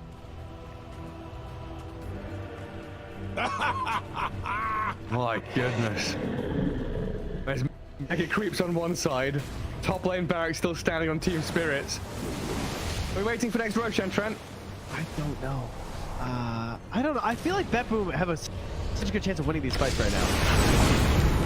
They can't get, like, swarmed in the back line. They missed the stun on BK. He's trying to hold his ground, but look at my dodge! Oh my god, Yatoro shreds. Where'd he go? Daedalus hits, refreshes, blinks forward, kills off Save as well. SD's gone, TP home. Get the hell out of here, BetBoom now. Lucky he didn't get coiled. Dude. Leshrac vanished. He looked okay until he didn't. Until he got hit for 1,350 damage from a single right click? Yeah. Oof. Yeah. Right until that. Ow. Luckily, Toronto Tokyo was not there to feed the Rapier back, so that's good. And now Team Spirit running down lanes, coming for the Radiant base. Balls are still there to hold on to. But this has got to be mentally debilitating for BetBoom. 71 minutes. Team Spirit is wearing them down. The admins have been on, you know, they told them, nope, these guys. The longer this game goes, the harder things are. Well, it's like Moomiander was saying in that Seb documentary. This isn't Dota you're playing. This is a slogfest. You're going to wait it out and play 60-minute games. Long as one. There's a long line. Watch go very far forward. He unders from Mira, but the Undying will fall inside the Radiant base. He'll as Mira gets off one last ring of death and the turn from Yatro. They kill GPK. It's a dialect on the ledge. Naga now in trouble. Song of the Siren trying to buy a bit of time, but Yatro moves forward, gets the damage in. Bill is dead. Oh god. It all comes crumbling apart for that boom now. Wait, back. They're on to Mira. They kill off Nightfall, save though, and lol. He opens up on them. The howitzer is here. Massive 40 mil cannon just shattering into that boom. Drow saved by the rip. The soul is everyone dying. Almost two. And she's called it over. As draft as we should be ready for it. Here we go. For this game, I'm gonna have to look up who has priority, but we do see Team Liquid Dire again. I mean, it's gonna end up, regardless of who has priority, this is how it's gonna end up. Because one team prioritizes second pick, the other team prioritizes Dire, and whoever has priority, they'll choose that, the other choose the other. Yeah. Like it is a match made in heaven. Yep. Both teams like this. And now the other question is, will this end up with another run it back sort of scenario that we saw in the first phase of the last game? I don't know. I feel like if you're Liquid, you might want to take out the Doom instead of the DK this time around, but the DK is pretty scary against when you're playing They took out the Undying. Okay, I mean, yeah, they already swapped at them. Like the first two games, the DK was the first ban, so they were kind of like alluding to the second ban being different. Otherwise, it's just a random. Yeah, otherwise, just choice. mix them up, throw a curveball. Yeah. And we did see the Enchantress banned out by Tundra previous game and the game before that as well, so we'll see if they still want to do that. But at least there is some change, and that's good news. Is it still like what makes Anti-Mage first phase a good thing to pick for Team Liquid? As the only difference here is going to be the DK for now. I think they're going to actually go for the Doom first. I think that's why they were nervous about picking Doom first themselves, because of the Undying. So now they're thinking rather than banning Doom, that's why we're going to do this. So I think the Anti-Mage specifically is a great core to protect with 3 bans, so picking it on the last pick of the first round is fine. And it was just consistently good against Tundra's identical openings in game 1 and 2. Yeah, especially if you're playing against a team like Tundra that open with 3/3s hero whenever they can, it makes it easy to set up for a carry pick. I mean, sometimes Liquid do choose to go for their mid pick in the first phase too, but I do feel like when you're playing against Tundra, just optimizing your safe lane as early as you can. You can't really go wrong with Seconds. What did he just put inside? It's rice. Catherine. It's rice. Wait, what? There's rice inside. Oh my god, No, they're it's not rice. It's not. It is rice. It is rice. They're rice. doing it like one of those rain sticks. Oh, good. Be careful. That's Jenkins' girlfriend. This is the best $100 I've ever spent. I don't think you have to pay your girlfriend usually, though. Something else. Okay, so Liquid steal the Doom instead. This take could also work, but now Tundra could just choose to counterplay this Doom's lane also. They got their G. I can't focus. I'm like, I hear you, but I can't listen because Oh man. Do you think at any point Jens is like, you know what? Jens is our drummer. What have I done with my life? That one. At this moment, I think he might be thinking that. How did I get here? I'm sorry, so Mira, what were you saying about Tundra's response here? They could just choose to counterplay the Doom or either just pick a hero of their own and they just snag their DK. They're super comfortable with it. It's a flex between three of their players. And also they like to pair it up with something like Snap, which is also an Aramis specialty hero. So you've got the easy stun into burst magical damage, but you also have kind of an anti-Nisha pick, because when you have a DK, you're not so much worried about storms or embers or pucks. Yeah, I think that's why DK's gone up in popularity, is he's just the best point-click stun in the game. And unlike a Sand King, for instance, that we saw from Shopify, I'm sure, you know, he's heard the end of this, or hasn't heard the end of this for Saberlight. DK doesn't have to hard commit. Yeah. He can stun from like 400 or 500 range away, and if it doesn't work out, and you just back even off. if he does have to hard commit, he's a lot more tanky than a Sand King. Sand King's pretty squishy. He doesn't have that dragon blood, unfortunately. True. He's got scorpion blood. He's got Ice Frog needing to buff him blood, whatever that is. This is true. Just take all of the talents and put it into the hero as a base. All of the talents. All of them. Everyone. Yes. Yeah. Even the blind? Yeah. The Sandstorm blind and slow. Yeah, I mean, if they have some like audio way of playing the game, then sure. Oh. Why is Sand King not blinded himself by the Sandstorm? He's got special abilities. Also, he has the isn't it the things that he has on his nose blocking him from like he can see still? No, lobsters just don't have eyes. That's not a lobster. That's a scorpion. It's a scorpion. And they can sense movement in the sand. I think this is news to Jenkins. I redact my case. I redact. Wait, did you actually think he was a lobster? Like a yellow lobster? Why is he brown? Yes, some lobsters get that way. No, they're either red or blue. After they're cooked, maybe. Yeah, the lobsters you see. This guy boils a lot of things live, so he's well aware of lobsters. That's where he started. Gotta start somewhere, Jenkins. Yeah. All right. I will say it is a great sound. I constantly hear it, but it's good. It's really good. It's really great acoustics. Great that leg. acoustics in Captain. Yeah. Yeah. Was that your idea or was that his? I don't remember at this point. It all blends together. It's interesting teams are banning Beastmaster when they've already picked Doom. I've actually seen this in multiple series because the first 5 games that this matchup happened, it was 5-0 in favor of Doom. I just think this is like a tribute to how much teams respect Beastmaster and how much it like threatens the early towers and the map control, especially on Radiant for Roche. You just kind of plant yourself in the tier 1 tower, top and mid, and then the Roche area. 3-3 in particular on his Beastmaster, right? He just excels at it. Disruptor is still in the pool for Liquid also, if they choose to play it here. I mean, maybe it's not the best because Pango does have a better time against Disruptor than other heroes, but I still feel like Liquid are bread and butter with it. Maybe if they go Disruptor plus a passive guy, like an Ursa. Brian. Yes. Oh man. You mean a guy with a guy with passive? Yeah, to be very clear. Yes. Then you can solve the kind of damage issues that we're seeing from Team Liquid, and that they will most certainly have if they do pick a Disruptor. They need a pretty high damage carry. Yeah, DK just poses such a weird problem for carries. Like a lot of the best carries against him are the likes of like Terrorblade, just like illusion heroes that he can't really burst. But the problem is, if you go this carry DK, you've got this like Manta build. I would really like to see like a setup for a TB for Liquid. They might even pick it here, even though they see the matchup of the Pango. You know, TB has the highest win rate in the game versus DK. Yeah, it's the strongest matchup. Yeah, it's the Reflection owns him, and also like pretty reliable Sunder target because you usually don't die in the stun duration. Yeah, he just doesn't do quite enough damage to take you out. I mean, maybe if you have a follow-up from Tundra, but you need a lot of follow-up damage. Ooh, the Batrider. Mikey special. Nisha, taking notes. It's been working well. Solid Batrider game. There's just no way they rotate this Pango out of mid, right? Like, they don't have Sacred on their team, so they're not going to run What if they official offlane Pango. What if they Nyx? If they watched Shopify's game earlier, they saw that Batrider plus Nyx and how well it did versus the Snap team.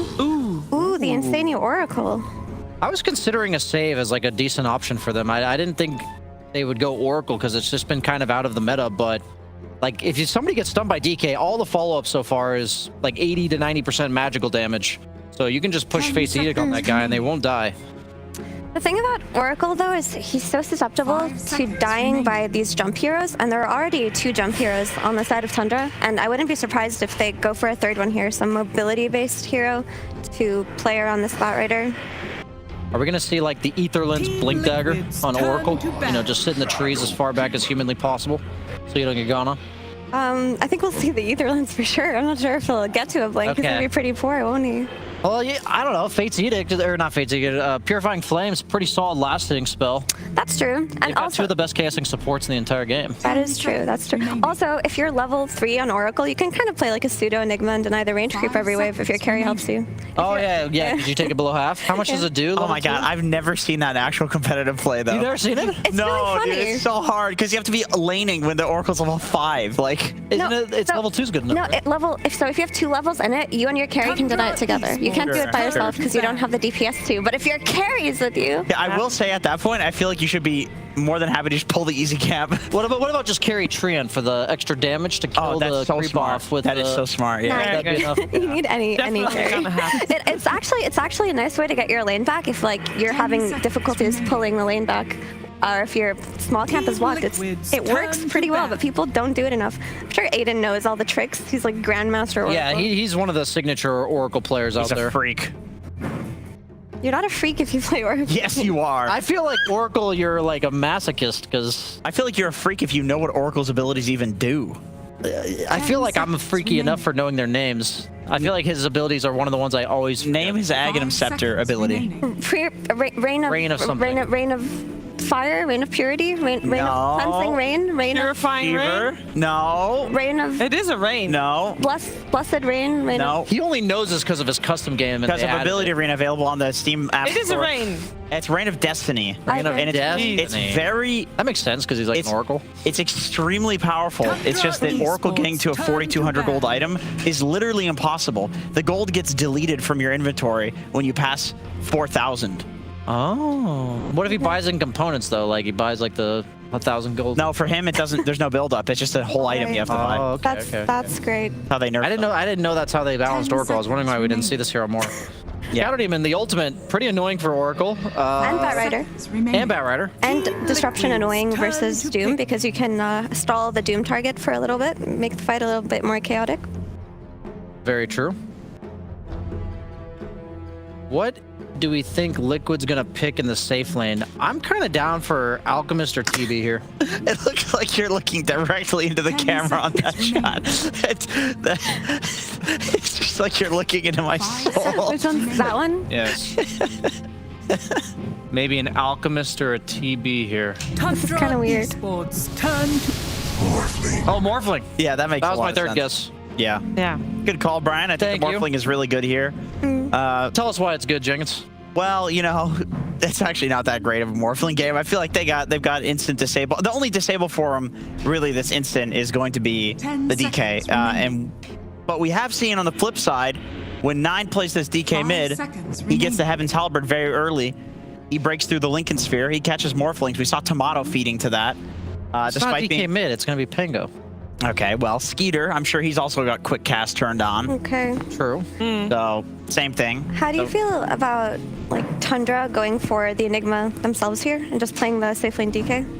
And then having a way to deal with the Morphling later, also just counter-initiate versus a Doom? I'd be down for that. I think with the way the lanes are panning out, I definitely think you're leaning towards carry DK here, and the off-lane counter pick against Morphling goes up in value. Generally, the problem with Enigma, actually, we saw the Doom AoE from last game when you reverse the two teams, and then you also have the Rubik against the Black Hole. I mean, it's not like always about the Black Hole for Enigma. It's true. I mean, I think it would have been fun. Yeah, so Tundra love playing this Meteor Hammer Tide Hunter. They just go Meteor Hammer into Greaves and they just run around the map. And the Shard too afterwards to set up the Meteor. Am I crazy? Isn't Morph one of the better carries against Tide? That is what I was thinking. I feel like Morph can outlast the Tide and the pressure is about high, but I feel like they should be able to straight farm. Also, Shadow Demon, we've talked about it a lot, but he excels at stacking triangles, so I can just get his ult from there. And once he gets that Meteor Hammer, he can start applying the pressure that his team needs. Tide is... Oh, go ahead. No, go ahead. I was going to say Tide is generally pretty good against safe supports because you can like blink behind the carry or the other cores and Ravage, and the Oracle will not physically be able to be within range without getting hit by the Ravage himself. But then also, it's nice against Bat. It's kind of weird though because they have the Tide against Bat because if you get lassoed to get dispelled by Kraken, so you have a hard target to initiate onto, but you can also just doom the Tide. Yeah. Right.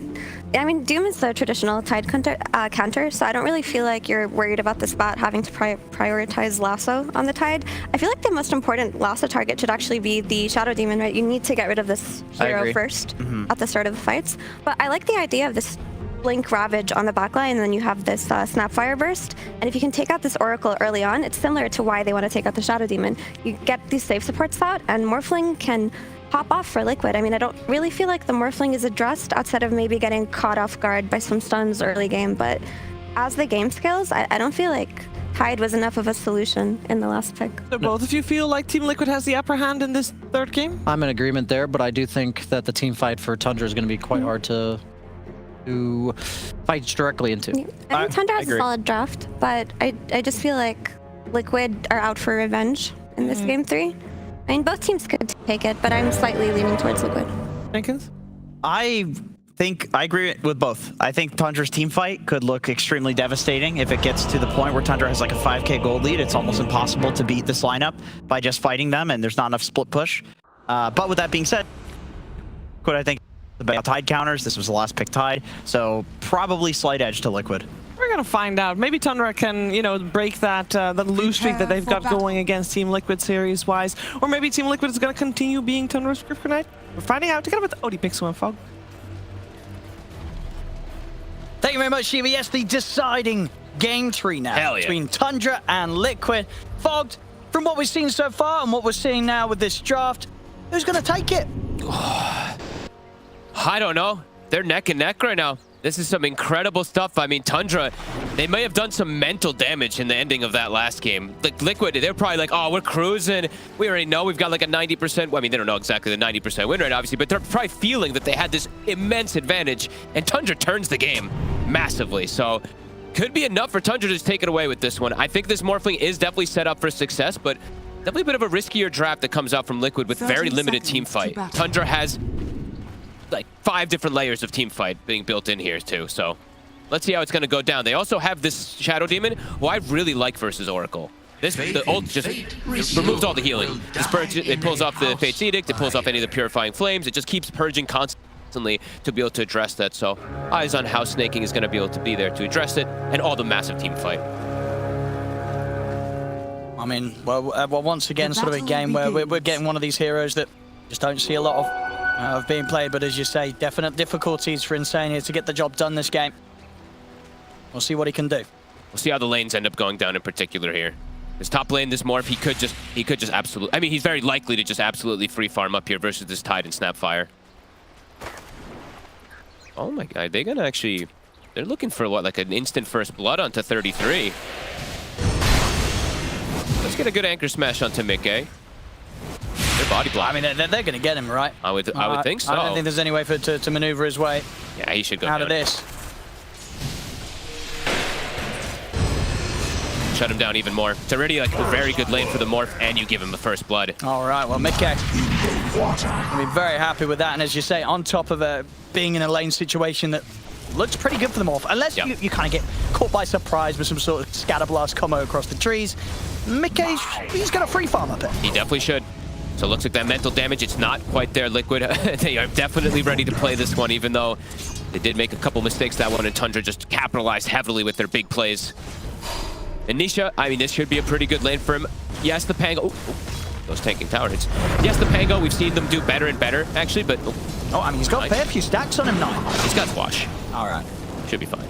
But he's bullied off of those 2 or 3 last hits. Maybe even 4 or 5.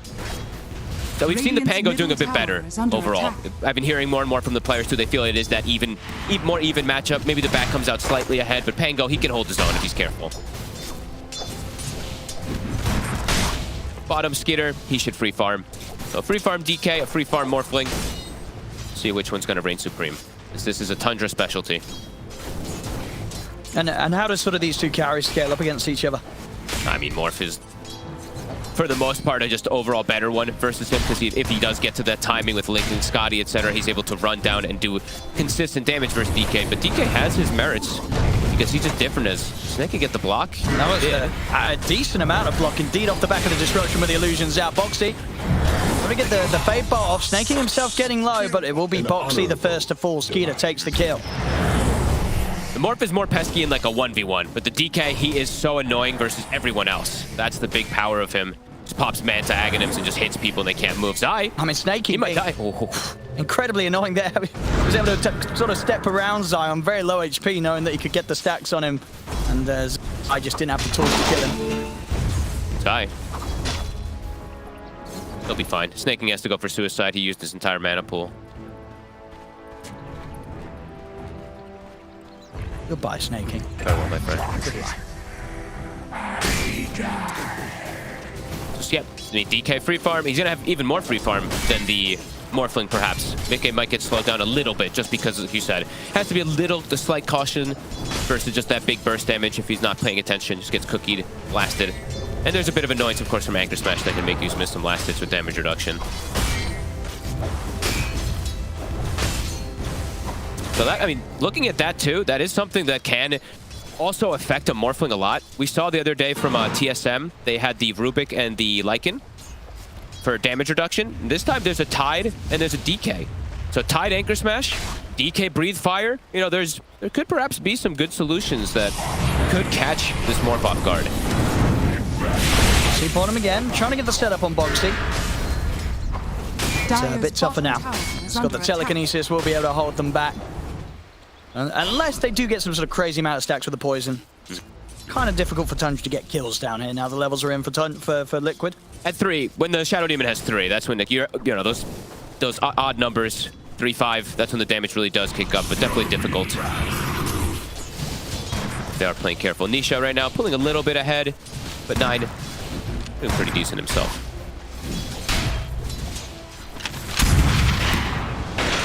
I mean, this game is certain where you want to see Zai build on the Doom. Is he going to be building for himself, or is he going to go for like the auras as soon as possible?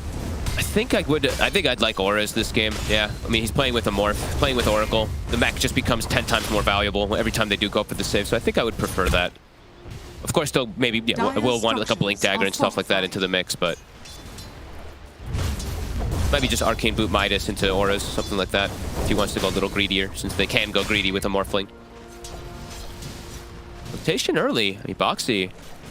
This is super early movement here. 9. Might get caught off guard. Not bad with the flame break into the Firefly and the zap of Boxy. That's 9 gone. Clever rotation.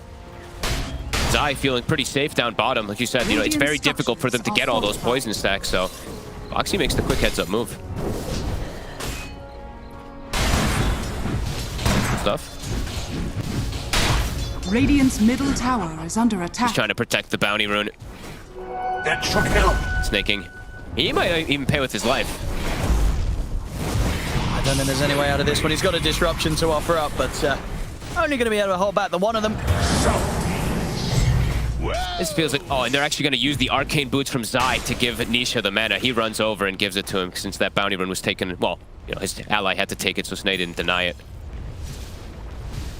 Nice little mini rotation coming out. Rune in about 15 seconds. So both the supports will rotate over.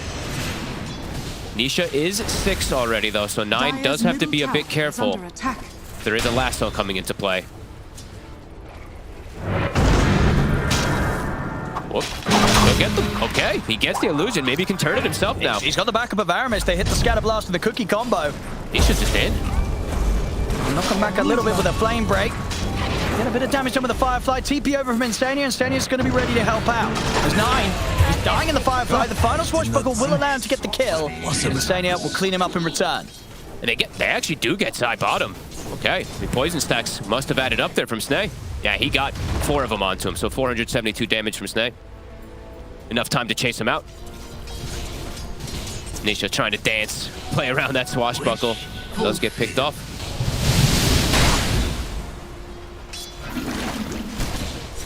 Of course, Liquid themselves, they're very much having the freedom to let Insania leave that top lane. A.K.A. more than happy to sit his solo farming against the Tide. Yeah, right now, I mean, even though that whole kind of trade thing happens, they're feeling very good, Snake. Does he have enough mana for enough poison stacks? With the Dragon Form Mosquito, he'll have a step up in damage output. Boxy turns up with a Fade Bolt. He's got one more. Not quite enough. 9's here, though. Side. They'll just try and make them spend as much time possible chasing him down, but he's going to be gone. Body stokes the nice rotation. Quick moves. Setting up Skeeter for success. Skeeter, he's got that Midas queued up.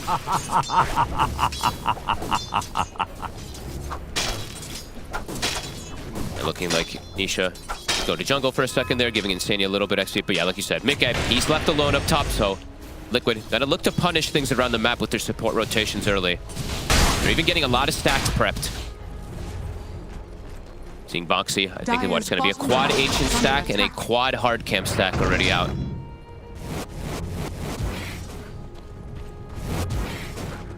Some stacks also on the side of Tundra. Not as many, though. But Aramis has also been trying to match this effort. There's going to be some early boots of travels for me. Pretty much has them done.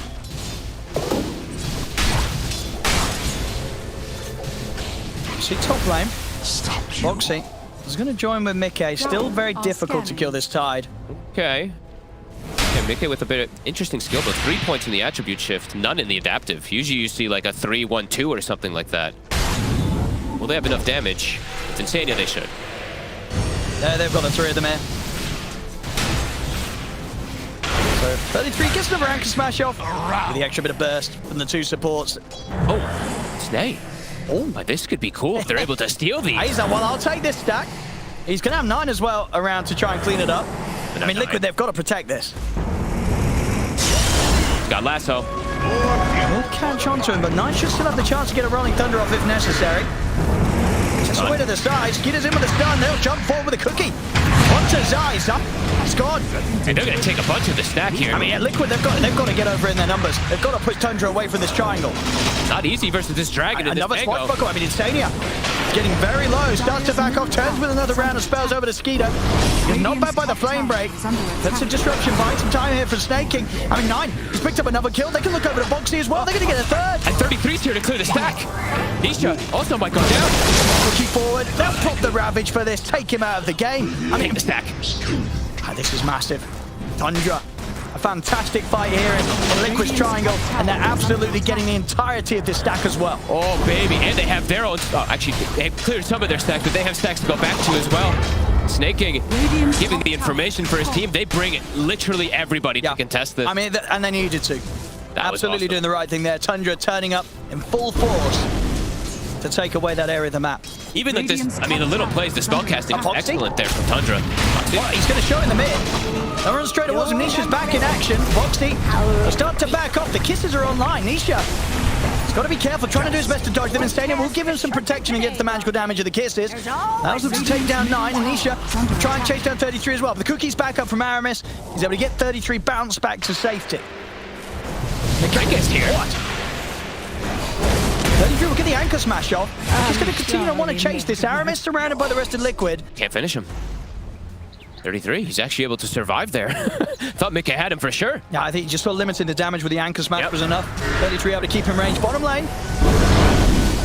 It's just full-on aggression here, already reaching up to 18 kills at 10 minutes in. TP down to the bottom lane for Nisha. Zai will be able to live. Nisha, he's on to Skeeter. Lasso in 1. Up in 1 second. Oh, it's back up just in time. Oh, and this is some of the most tier 1 Dota at its finest. 19 kills in 11 minutes. Everyone just running at each other. Is under attack. Liquid got their stack stolen, but they'll strike back. Dire structures are fortified. Radiant's bottom tower is under attack. Super good responses, Nisha. Literally perfect timing for his last out of Liquid's in mid as well. In mid, 9. They're going to find 9. Mickey and Boxy swinging over. I mean, I don't think he expected Mickey to still be here. I don't think he expected the burst that came out for Boxy, too. And bottom lane, Aramis. Wait, what? Wait, hold up. Wait, that was He just got a solo kill on Zai. He didn't even need to use the ult. All right. Okay, all right. This game's getting crazy. Boxy with the breathe fire plus swashbuckle. I think 9 did not expect that burst damage, playing very aggressively mid. 9 to 12. Aramis, again, having another great performance. Dire's top tower is under attack. I mean, we saw it the other day on the snap far right. Sure did. Greed versus greed.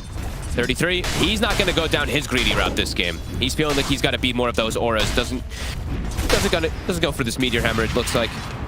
Dire's top tower is under attack. Zai, he might even be setting up for this. He's got Doom available. They're looking to punish 33. Tumbler toy over. Hello. Oh, they're really going for him. Dropping down the Doom, bringing in 4 heroes. They want this Tide dead. Can they get Mickey out of this? Bottom rotation is here from Tundra. They know he's on his own. There's the setup. Disruption into the Rolling Thunder. Kiss is coming in as well. It's a good angle around the cliff, but Mickey manages to waveform up there. They'll continue to chase. You know, they're not stopping for this one. They know that there's no backup coming in for Mickey as Tundra push in and take down Mickey. Moves everywhere. Great play. He's already fully strength morphed. Can't survive it. They'll get the tower themselves here. Liquid looking to rotate themselves immediately to try to catch back up to Tundra. Boxy. He's in with the stolen swashbuckle. He's coming in as well. Tundra. Now, I mean, can they really fight here? No, they'll let Snaking go. The rest of them back off. They're always fine with letting Snaking go. 2, 4, and 6. He tends to be the sacrificial lamb. Nisha lassos back up. He's looking for another one. Skitter has to get away. Aramis. Looks like he should be okay too. Yeah, Boxy not quite able to get close enough with the swashbuckle. 9 hitting a pretty damn good timing here, all things considered, in the matchup that he was given. 4 and 4. Aramis. Diffusal. And Aramis, wait. He's gonna do it! He's still alive, finally gets taken out, but some good jukes around the tree line means he lives long enough to see the death of Boxy. You sass me. These moves, this is crazy. So far, we're seeing Liquid with a bit of the edge, though. Even though there's timings coming out, this Morphling, he has his Lincolns in a second here, so he's going to be able to get a little bit more involved, avoiding that, you know, pretty much that only instant stun that's going to be tripping him up there. It's difficult for them to break it early on, too. We're going the power ends. It's going to be down bottom. Okay. And there's for Nisha.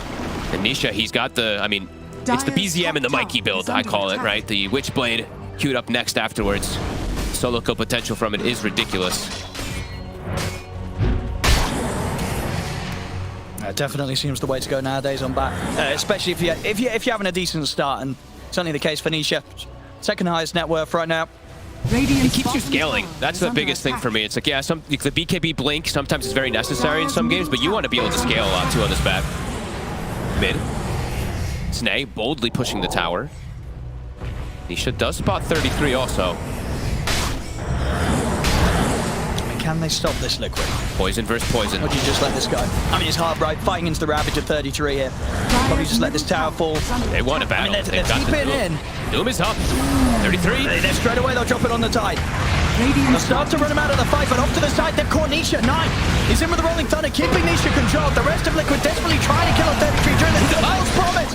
Is dead just in time. He'll still take an awful lot of damage. But Instanium might just be able to save him. Nisha, he's going to be able to live. I think that was 1 HP, Owen. I mean, it was. Or 3 HP. Maybe 3 HP. We saw some after the false promise. He only just had enough HP to stay alive. And Liquid, with that, they're able to clean up. Triple kill for Boxy on the Rubik. 33 somehow ends up surviving all of it, but he has to run. The Doom is effective. They're able to take the fight. Let's see the HP. I think it was 3. Maybe not quite 1. Oh. 3 HP. 3 HP. What a save from Instanium. I mean, we saw in that fight as well. Instanium just making a beeline straight towards Nisha. He knew he needed to help out there, and he absolutely does. He saves him. And they just ignored the tide. You know, they doomed him and just was like, get out of here. We're not going for you. We want bigger targets. They now in trouble. Oh. Ends up surviving with a stick. Liquid hanging on to this mid-tier 1 at 16 minutes still. Yeah, I mean, that... And just, yeah, each time they see this tide, they drop the Doom down onto him. They don't want to fight into a Ravage, they just eliminate the opportunity. Boxy, he jumps in with it, aggressively gets the kill. He'll certainly die for that one. Gives Skitter the kill. Oh, Snaking ends up getting it. I mean, it's a kill streak. It's a kill nonetheless, but you definitely wanted to give as much as possible to Skitter in these moments. Nothing they can true control there, though, because of the Demonic Purge. Oxy being incredibly aggressive. 7-4 at 9 on this Rubik. Aramis? This time, wow, they've still got fortification. I mean, this tower's still not going down. Mickey, turns out they'll be able to get the tower deny if they want it. I mean, 33's going to go for it. They will deny it. Middle tower has been denied. 17 minutes for them to claim it. Liquid has stalled it out nicely. Aramis does have a mech finished up. Great timings for him. Yeah, they're going to try against the jungle. Start to sort of close down the areas of the map that Mickey feels safe in. 9. Mickey, he's going to go straight for 9. Quick burst takes 9 down to half HP. Boxy in. He's able to steal the swashbuckle, closes the gap a bit. 9. He's already out. Hey, Boxy, relentless aggression this game. 7-4 and 9. He really is just... Every time he sees the Pango, he's going in. And he always gets so rich on the Rubik as well. We saw it earlier this series. Aramis is keeping up. Like, Aramis, he's 1-4 and 7. He almost has the same network as the Rubik, though, so it says a lot with how he's been able to pick and choose his battles, too. Another very close game here. 31 kills total in 17 minutes. See what they can find. Liquid. Boxy. The fight looking straight away for Snake. The Ravage comes out for 33. Catches onto the kisses. Flying over Boxy. He's going to get saved momentarily by Instanium. Instanium trying to do his best to keep Boxy alive, but Boxy will still fall. Nisha was able to push on with the BKB, and with the help of Mickey, they've got the damage to burst through Snaking. But 33, he picks up the double. Doom. We drop down onto 9. And that will be enough to allow them to claim 9 in return. So 2 for 2. They end up getting that big kill. Only 2 supports dropping on Liquid. While Tundra do lose 2 big targets. And it's a lot of ults committed too. It's Ravage, it's Kisses. I think Liquid's pretty happy with that. Skeeter probably still pretty happy though, on the flip side, on the other side of the map, just farming. He needs to wait for timings as this DK more than anything. BKB is finished. But as we've seen, 2 more items and levels that are required for him to feel strong. Okay. I mean, he just walks out and takes the bounty right in front of him. All right. Easy. Thank you. Easy money. Foxy to join him. Full BKB on Skeeter. See where they want to fight next, Tundra. They don't have their ults. That's true. I guess without a Dragon Form coming to an end. Yeah, they got to be a little bit careful how they play on the map now for these next few moments. Zai, of course, doesn't have Doom, but for Tundra, it's a bit more important that they do have them. Nisha gonna reset. He has his lasso available, and I believe he almost has the Witchblade finished if he wants to commit for it. Might go for the blink this game to get to the back line, though. I'm gonna try the setup on Zai. Underneath the tier 2, they don't want to push too much, and TPs are coming in. Here comes Nisha. Boxy. See if we can get any catch here. Or did the blink out from 9? Nisha. Running with the Firefly.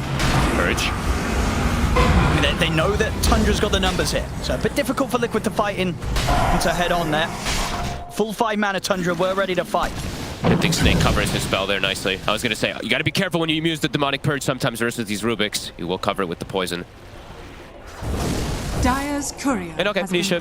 I mean, okay, go more greedy. I was going to say, I could see the reasoning if he did want to prioritize the blink before the Witchblade, but he's going to just go for that.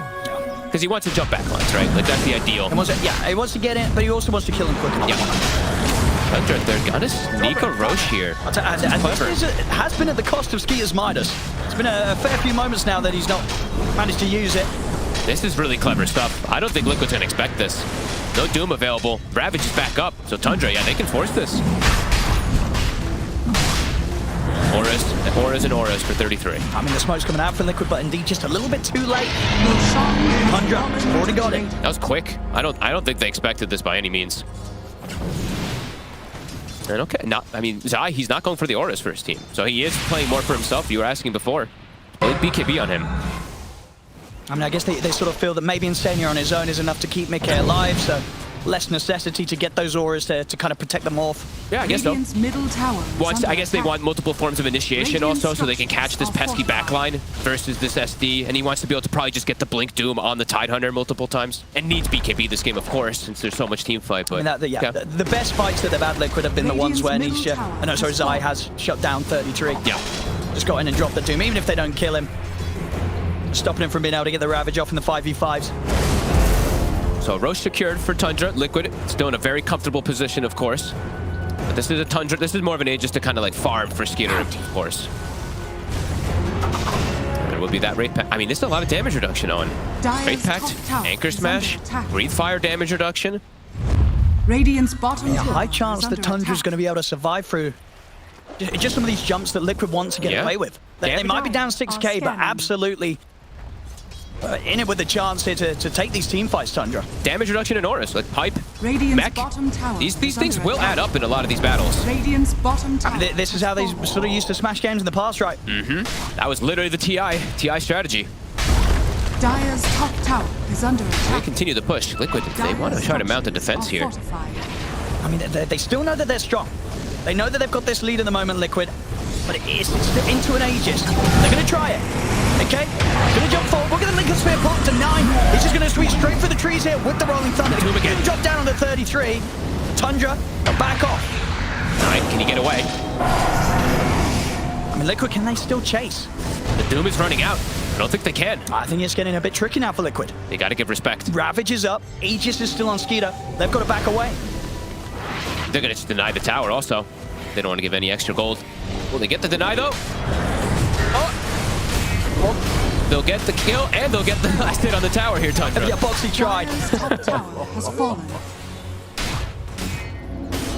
A.K.A. just died as well, by the way. Wait, what? Yeah. I was trying to clear that camp, was he right? And 9 found him. I guess 9 just, he had vision. He just swashbuckled him. Oh, right. Well, not only just getting a tier 2 and a kill on a Rubik, a dead Morphling. I didn't even see that. I literally looked over and I was like, wait, what? All right, vision. It's everything at times. Okay, Tundra making big things happen. And they have Ravage still, so can potentially look to still take fights. Nisha, he does have Shard and Witchblade, but I feel like in that fight, you know, now you can maybe see the repercussion of not having the Blink to be able to force the fight, force the issue where they had to kind of reset away and allowed Tundra to go back in and get some kills. So, you know, it's always a push and pull when you do go for some of these type of greedier items.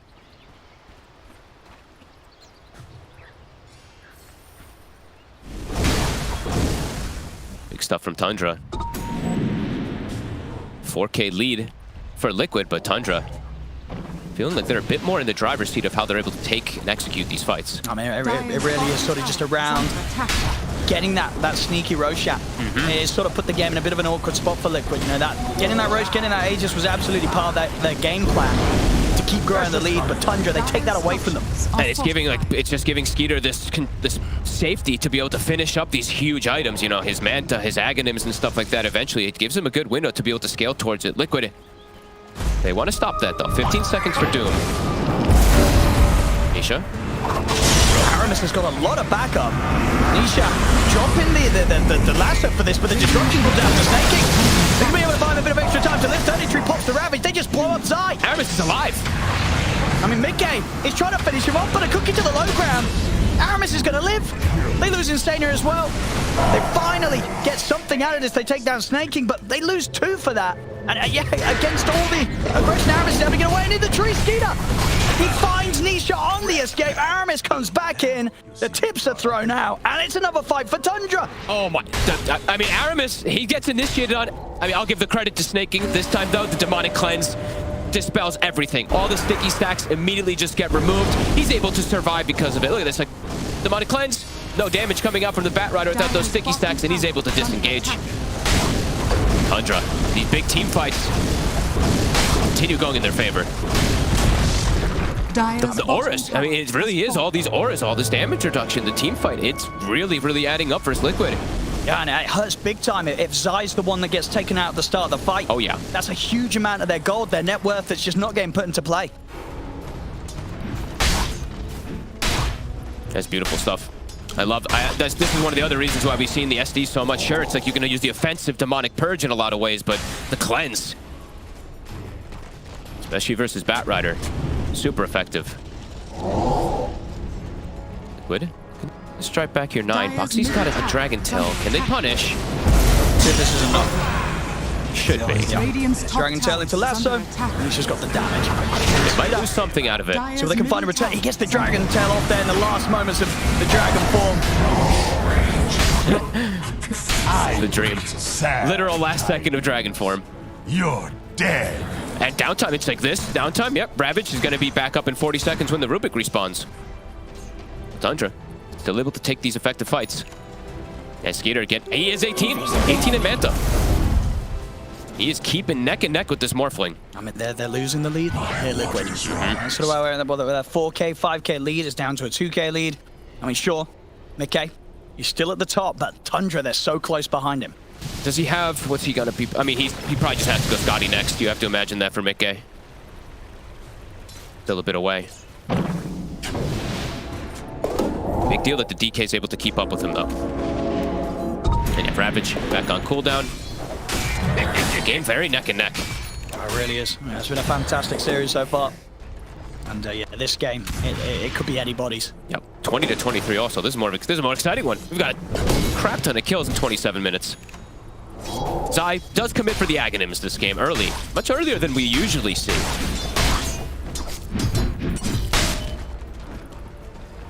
Why do you think saw the acceleration this game? On the Ags? It's a good question. I mean, maybe just for super. I mean, I was gonna say like late game scaling, but then Octarine tends to have more meta. So I guess just wanting to. He wants more targets that he wants to be able to doom. Sticking on top of the tide, being able to chase him out. It's interesting. Aramis. He's gonna build confidence to step up into the jungle. I mean, they can take this outpost here. Looks like Liquid won't want to try and pick a fight. 33's got the full Lotus now. Maybe he's also just anticipating a potential Linken's that'll be coming out at some point soon, since he's playing with Batrider. And he's Doom with the Batrunner's team, right? So you have to imagine that Tundra's probably looking at being like, yeah, they might get Lincoln, so maybe that's also what Zai's thinking. Mickey, I believe, 150 gold till Scotty's done.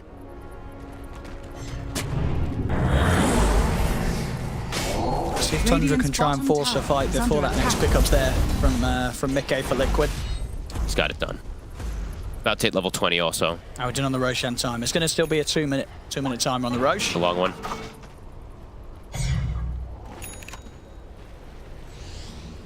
Okay. Let me check actually neutral items really quick here for the side of Tundra. All right. Brigand's Blade still being held by the Pango. Mindbreaker on the DK. They have 3 tier 3 neutrals just chilling. I mean, Mindbreaker is one of the more broken items. If you just get lucky, you just get these silences, you can get so much connection and so much out of it. Especially versus something like Morphling. They'll scan around this area, Liquid. Yeah, they have to be very concerned about the fact that Roshan could be up soon. And the Tundra, they would look to take it, so they need to bring the fight to them. Smoke on smoke. Tundra. I mean, both teams very keen to fight right now. They've got Blink Dagger on Boxy. Another way of initiation, but already in the mid lane. They get the quick jump onto Boxy. He wasn't prepared for that at all. We'll see them going with the Doom Zai. He's in on top of Snaking. Already the BKB's out from Skinner. Skinner just trying to punch back at Zai. He's trying to delete the 2 supports. He'll chase down Aramis, and he'll get the kill. They're taking out the turn, and the buyback was there straight away from Snaking for this fight. The Ravage is up. They'll get the stun opening onto Zai. Zai goes down. Snake dies twice, though. He diebacks instantly. So if there's anything more to be found in Mickey. There's a DD rune. Mickey, he's going to absolutely pick that one up. DD on the morph, but with 3 of his teammates dead. They have buyback. I mean, Mickey wants to fight. They got to give respect to this, how much damage this morph does. He's 20, so he has waveform attacks targets, too. Big ults were used from both sides. 1 buyback. So Snakings. It seems like, multiple different reasons, I think, why this Aghanims for the Doom is going to be coming out. As we said, the Lincoln's potentially going to be coming, but he wants this Doom to hit multiple targets and get on these supports as well as the Tide.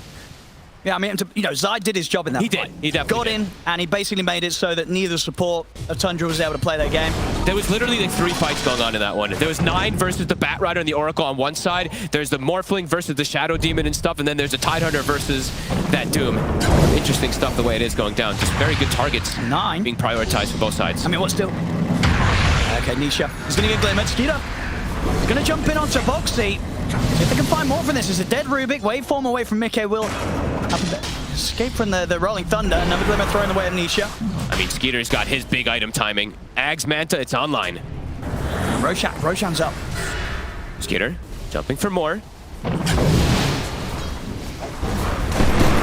Well, they've still got the kisses online from Aramis as well. So if Tundra find any sort of chance to get the jump up to the high ground, Aramis is going to be able to lay down the damage. 20 seconds for Rubik. They want to stop this.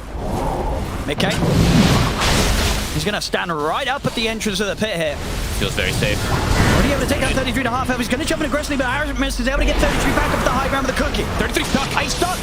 He's having to TP out of this. He's in the spot, the dreaded spot. He'll TP up the tier 2. He'll be able to walk back over. Okay, getting slowed down. He's going to get back up. They need to provide some sort of help. I mean, Instania's trying to get over towards him. Mickey, he'll be able to waveform back in time, and Instania's in with the heals. Just sends one of those illusions onto the supports, and they just literally cannot catch up to their buddy. Doom is back up. Ravage on cooldown, 10 seconds. Tense moments. I mean, can either of these teams get straight back into Roche? It's not that low. It takes some time. Even if they have a good amount of minus armor here on the side of Tundra, they're straight raw physical damage. It's a bit slower than the side of Liquid with this DK. Oh, 9. He also got himself stuck in some trees there. Oopsie.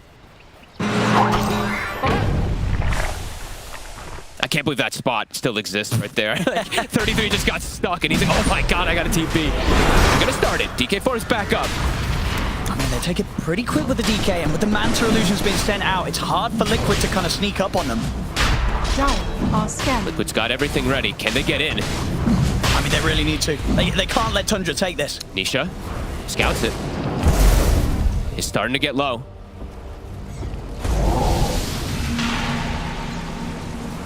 The buyback's looking bad. Only Pango and Oracle at buyback at the moment. Zai. Some of the Doom is a little bit early, though. Is Roshan not quite falling? They're committing. They're trying to take down this time, but the disruption's there from Snaking. 33 is going to have a little bit of an extra chance to live for this fight. The Doom still persists though, and 33, he's still alive. He's able to step out of the range, but 33 is going to live, and Sai's going to get taken down by Aramis with the kisses. 33, he'll die, but he gets the Ravage off, catches Mickey, then try and control the Morphling. He's getting low, he's shifting up onto the strength, but the cookie in from Aramis, Swashbuckle from 9, Boxy's getting focused down by the right clicks of Aramis. Mickey's got one more Swashbuckle to end up with, another burst. Mickey being protected by Instania with his false promise, but now he's got to retreat. He's low on mana, he's low on HP. The TP out for Nisha will be successful. There's nothing to stop. They're on Mickey. Instania trying his best to bail Mickey out of this one. Mickey, he's going to be able to TP out. Roche, it's so low. Tundra, they might just be able to secure this one here with these kills. Nisha still playing with them though. But looks like Tundra, they will inevitably get it. I think they would have lost more people if these buybacks and stuff didn't come out. And Aramis and 33 having it. The aura is significant as 33. He goes, I want the Aegis. They're prioritizing me. Skeeter, he's not really under much threat as we've seen. He's 5-1 and 16 this game. These are tense fights. Both teams, honestly, both teams playing the fights really good. Like the way that they're target prioritizing these supports. Insania gets instantly gone on. Aramis gets jumped. Snaking gets jumped. This is support nightmare.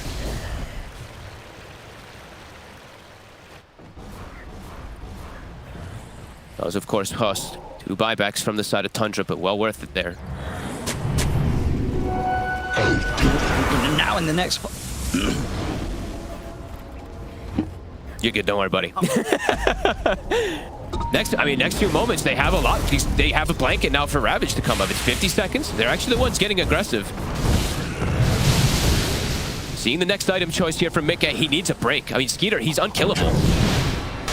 All these auras, all this damage reduction, it's definitely causing Mickey problems to focus fire targets. I mean, do you still go on 33 now he's got this Aegis? I mean, what's sort of Zai's game plan in the next fight? Who knows, really? It's so difficult because you have to deal with these supports, but you also just have to really worry about the Ravage. Maybe you just have to... Maybe you wait for the Silver Edge for the Morph and you hard commit and kill the DK now at this point. If you're able to get the timing during like all this Aegis and stuff like that. It's tough. I mean, Insania, they have to find ways to protect him. I'm just seeing Skitter every single one of these fights. Him and 9, they forego everything else and they jump this poor Oracle. Honestly, Insania needs a Blink Dagger, and I see him queuing it up. I don't blame him. All right. We need some way to bypass all of these stuns, Ravage, etc. Full Octarine on Nisha. Okay. Oh, that's an illusion. Oh, Skeeter. Skeeter, he wants to go. He's going to jump Zai. Lots of TPs coming in. Zai has to BKB TP. They even follow it with the false promise just to make him super safe on the escape. Oh, they both get out. Radiant's top tower is under attack. Hey, look at Skeeter go. I mean, he is feeling so He knows that Nisha's still around. Oh, Nisha. Oh, whoa, whoa, whoa. My waters rise. He'll be all right. How's the Silver Edge? Silver Edge is almost done. So they actually could...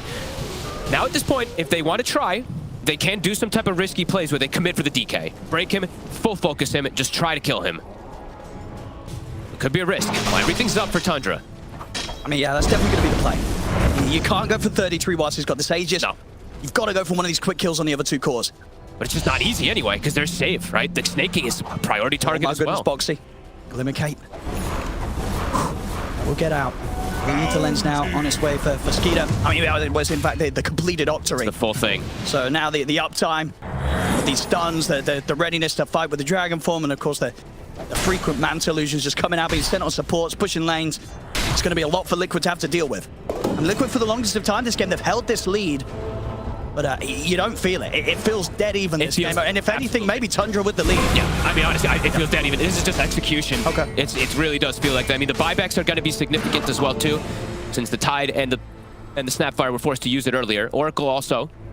But yeah, I think this is anyone's game. The scaling, it's coming up for both sides.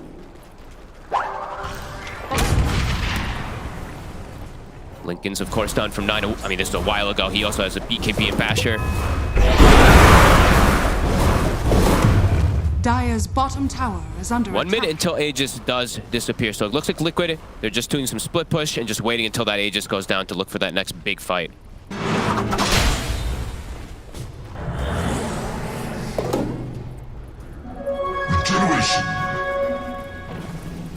What's the next big pickups for Liquid? I mean, I think they've got the biggest yeah, one, right? For now, for quite some time. Yep. Maybe the next big one would be like Insania's Blink, but honestly, he might have to just save for buyback since it's going to be coming up for 3 minutes or so. I mean, buyback's going to be huge for both. Yeah. We've seen already how much buyback's a Gigabyte. They get the jump past Skeeter, and they're in with the Silver Edge hit, and just look how quickly the Dragon Knight dies. They found the prime target. The first mistake from He's Skinner. going to try and look for more. He's able to get him with the lasso. It's going to buy a bit of time for Zai to close in on him. Zai's actually going to blink straight past to look for more kills as he knows that A.K.A. and Nisha, they can finish your snaking. Oh, the first mistake Skinner has made this game. That ward, it was still there from Liquid. They had all the vision of him. He's dead for what? Dead for 70 seconds. He's dead for a while. I mean, He committed. this is definitely an opportunity for Liquid to push. They'll at least get a tier 2 out of this if they want to. Absolutely. A.K.A. Silver Edge coming into play immediately. Almost 25 on this Morphling now, too. Window. It's been found there from Liquid. And they can absolutely keep going. I mean, look at the Aegis. That's also about to expire. In fact, it's just gone. The Aegis is gone now on 33. Liquid, they can push high ground 5 versus 3. Is under attack. Sure can. 40 seconds. Just might be able to get a, honestly, you might be able to get a Rax here. They don't have Zai with them at the moment. I think they still keep going, though. 30 seconds. Radiant's middle tower is under attack. See what Tundra can do. Nice dodge from A.K.A. Oh, he's stuck. Oh, he's stuck in that weird point. I think you have that on the dire side as well, don't you? That little spot on the side of the stairs where you can get trapped. Radiant's middle tower. Tundra had RNG significantly in their favor last time. This time, 2 times we're seeing people get stuck for a moment. Look at the fortifications. So Liquid will back off. We're respecting the fact that Skeeter's up as well in 5. They don't want to keep pushing on into this. Not able to finish off that Rex, but yeah, definitely an appropriate time to step away. Nisha, they're feeding him the tomes now. He's getting close to 25. He is continuing to get the scale. We've seen several times this tournament what a Batrider 25 can do. Just erase targets in 1 second. Especially if they end up getting broken by A.K.A. Broken by A.K.A. and even potential broken by Doom later on. Not yet. Still only level 21 for Zai, but the potential of the 25 will also be there eventually. And A.K.A. 25 finishes up the Hurricane Pike. He's going to jump in aggressively, but starts in with the BKB and the Doom. They're on top of the DK. Skeeter, he's dying so quickly, he's gone. Skeeter. He jumped in for this. I mean, Liquid, they're absolutely going to keep chasing up. Tundra here, see if they can pick more up. Azai is closing in on a 33. He'll jump straight up towards Snaking, and Aramis look to isolate the supports in the back of the lines. A.K.A.'s there to help him out, get the double. I mean, 9 will kill Boxy, but they've lost 2 for this. And 9, he has to put the BKB and run. He's got no place to be in this fight anymore. Goes to for the BKB TP out. Good attempt for him, Insania there to try and catch him through those last moments. The BKB on the TP out, but won't be able to stop him. But still, I mean, they've got to be a bit more careful with their initiations there. I mean, these type of like mistakes in these type of games, these high tier games, they get punished. And that one against Skeeter kind of recklessly jumps up. They just have triple BKBs. They all just pop it. Ravage connects on none of them. They full focus, and now again, no buyback. No buyback on the 2 of them. I mean, Liquid, they're straight down mid. They're without a doubt going to be able to get 1 instead of Rax here. Absolutely. I mean, T2's already been taken in the bottom lane. They can look for more. They sure can. Full refresher on Nisha now. He's about to be 25. Radiant's middle barracks has fallen. Radiant's top tower is under attack. Liquid have found a huge opening in these last 2 fights. Now in a very comfortable position this game. Radiant's bottom tower has fallen. I mean, just with the 3 of them alive, they can't push Mickey off the barracks. No, they can't touch him. They can't stop him. They need absolutely everything, and even now at this point, it's looking very difficult with those last 2 fights going completely in Liquid's favor. I mean, how do you survive as a DK at this point of the game? I mean, the break, it's incredibly effective. Not sure. A.K.A. even getting his own Blink Dagger too to just commit and get that break. It's all about this positioning in order to get Skeeter. The game was literally neck and neck until the 40-minute mark. Or 38-minute mark, whatever the catch was top. And Liquid now in a comfortable position where they can honestly they've got all the items they really need in the game. Sit back, farm buybacks, have the numbers, have like 10 heroes that can come into the fight. And Tundra have to try to get some type of surprise play at this point, but it is not easy. And to the point as well, maybe Skeeter can't be the one to start the fight. Somebody else has got to go in first. 9 probably just has to, but it's, like I said, not easy, because even if that, they can just potentially just save for buybacks on the side of Liquid with this comfortable window they've broken here. How are these buybacks looking? I mean, Tundra, they have 4 of them at the ready here. About to have the 5th one. Liquid, they almost have everybody as well, except for the Morphling.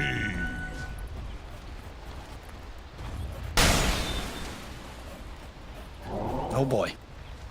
Full swift blink on Mick. He's huge. I mean, he blinks in, Silver Edge hit, he's just gonna shred whoever he goes on.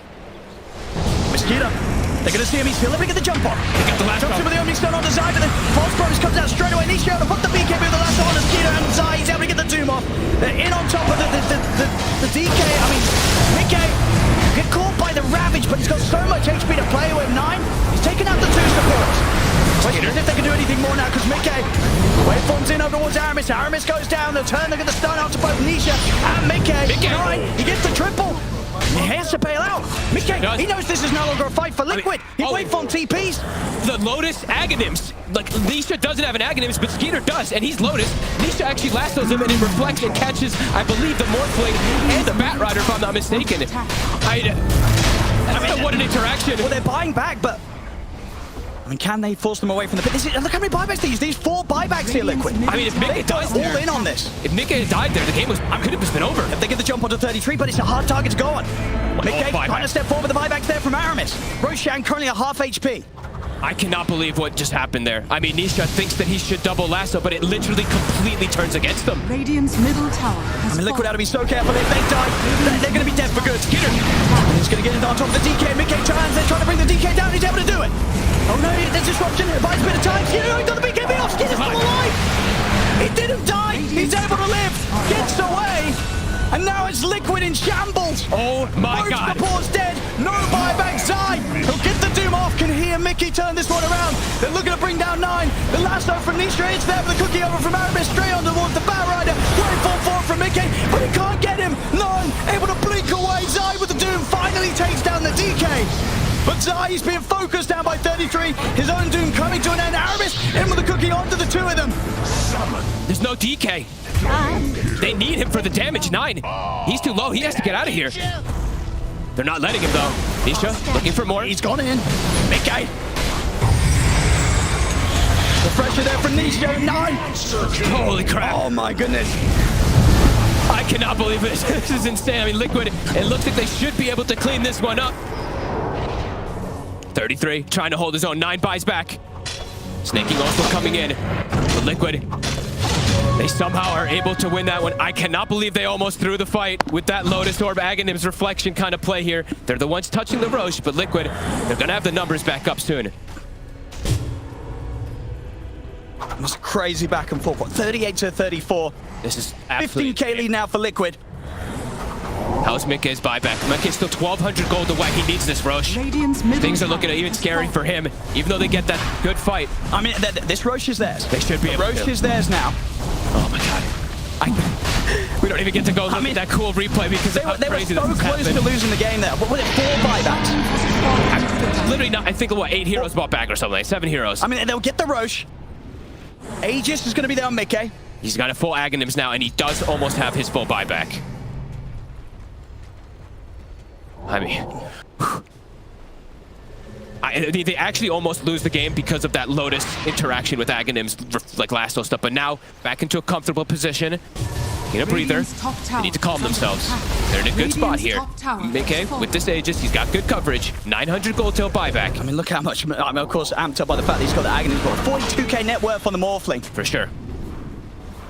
He's got all the items in the world to play with now, Mickey. Aegis as well. Nearly level 28. He's got cheese in the backpack ready for round 2 in the team fight. And this, honestly, the Ags, all these type of things matter. And these type of, I mean, everything matters, of course, with this. But now versus the DK, this is going to hurt. And he's going to have extra status resist as well, too, to protect himself versus these bit of limited control we've seen with Mickey being able to jump in and out. This game is insane. I mean, the graph shows like how you see this massive divot right after that lasso play happened. That moment there, Liquid were definitely a bit of panic probably set in, but they kept their cool. And just as quickly, really, as Tundra got that turnaround, Liquid, they slammed it back in their favor. Yeah, just a momentary blip there in the progress for Liquid. Must have been a heart attack for Blitz. He's probably, look what's going on. Oh my goodness. He should just have. I mean, I think both teams now probably going to calm it down a little bit whilst they wait for the buybacks to come back online. Yep. Liquid in a much more comfortable position, of course. Tier 4s did drop, of course, during all this crazy shenanigans that happened. The creeps weren't able to take it out. Tundra can deal with this, though. Now they got Skeeter. Sure can. Throwing out the illusions, he can push the waves out. You know, whilst Liquid have this lead, have the Aegis, it's still not super easy for them to close this game out. Mickey having the 2 lives is very important, though. Kind of 3 lives, especially if Insane is in position always. I mean, these supports we've seen so many times as these saves at fractions of HP. Yeah, I mean, the disruption last time, buying that time for, for the DK, for Skeeter. Now for Tundra, the game is very, very difficult, though. They have to completely outplay versus the side of Liquid, because Zai, he's also hit 25. So on top of the Silver Edge that they have, he's got the Doom applies break, and he's got a refresher. So he's got 2 full rounds of this AoE Doom that AoE breaks as well. Someone's got to kill him. But how? Insania always seems to be in the right place to bail out his buddy. Oh boy, smoke up from both sides. This is a risky smoke, right? Buyback status is not great for either side. Mickey's the important one, though. He does have it. Skeeter. Skeeter. Oh, he's around. That's the real illusion. One. That's going to be the first Doom. Okay, he's got another one. Aramis is heading in on this. I mean, 33's ready as well from the side. But next moment. Liquid, no, they'll back off. They won't try and force it, despite the fact, as you say, they do have that refresher option ready. I think they might want to, because they have this Aegis. They have this blanket for 2 minutes for Mickey. A minute and 40 seconds left on the Aegis. And it's a big time to hit. If they kill some of these heroes that don't have buyback, it will be game over. Skeeter does have the buyback available. Foxy. Nisha, up with the Lotus. They're straight away, so Nisha's going to be out of position himself. Mickey gets inside. Jumps forward. They're in onto the DK. Everything being focused down onto the DK, but Skeeter's going to be saved by the disruption. Nisha turns his attention over towards Nine, but Nine's having to get the Rolling Thunder offside, pushing them back in, getting on top of both Aramis and Skeeter with the Doom. Rolling Thunder bounces across once more. Skeeter holding the high ground, turning over towards Zai. Zai, he'll get taken out of the game. 2 minutes dead now on the Doom. Mickey, round 2. We fall forward over towards Aramis. Turns towards Snaking. He'll get caught up by the stun, but with the BKB persisting, Mickey gets shoved forward aggressively. The disruption buys time here for the blink out. Skeeter's dead. He's searching the tree line. He's going to be able to find him. Mickey finding Snaking in the trees, takes him out. No buyback available for Snaking. Buyback available for Skeeter, and here it comes. Ravage. This is good Ravage, and Nine, Skeeter, they jump straight over towards Instania. They delete the 2 supports. Instania and Foxy are gone. They're holding on here, Tundra. Mickey, he's got to go for the bailout, but 33 finds him. Okay, he's got a blink in a second. Can he get away? He's got 33. Is he able to get any sort of damage onto him? No. He blinks out. Oh my goodness, nearly caught him there with the shard, but Mickey still gets out. Still, the overall Tundra, they hold. Insane execution. They hold. Team fights. And they're able to kill Mickey the once through the false promise. They isolate everyone else. Nisha, he actually ends up getting Skeeter, but the buyback seems to catch Liquid a bit off guard. I mean, how much can Tundra do now? There's 4 dead. No buybacks on Liquid side. They got to get their lanes pushed out. Step 1. 3 cores are alive. Have to be a little careful how they split up also, because Mickey, he does ridiculous damage at this point if he does find somebody isolated. He's got so much money as well. 9,000 gold. Where can he still go with this? He's still got the ability to buy the Moon Shard. I mean, probably the Moon. I mean, maybe is that it? Maybe just refreshers for his backpack first. Honestly, the Moon Shard not as effective. Maybe needs that one first, but they're hunting him. They're looking for him. He showed himself on that wave. They know he's around here. 33. Doesn't get the connection. Even if he did, Insania would have been around to help out. Was around and had the false promise ready. But we'll get time for everyone to respawn.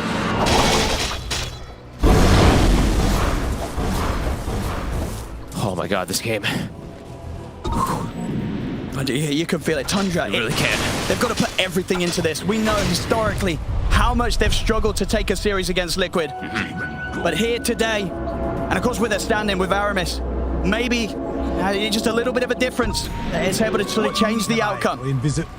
They've struggled time and time again to beat this squad. Nine has, buyback's back in a minute, so maybe wants to save his gold as well, too. He has enough to be able to buy the Abyssal, but might just have to save it. Zai, he's actually short on buyback because he doesn't have the gold. Same thing for Nisha. since they committed further items. And now there is double Ravage. So honestly, Tundra, 33. they can definitely still do it. It's a difficult game for him to get these Ravages off, but the last few fights, he's been able to do it. He sure has. He's been able to do it. And he hasn't gotten it stolen yet. I mean, Boxy, he stole it at the end of that fight there, but they actually controlled Boxy and he wasn't able to get it off. These fights are just ridiculous. And yeah, Mickey, he does commit for his refresher, so he will have second round BKB and stuff like that if he's able to switch it in. Sure. And he's still got buyback gold. He does. So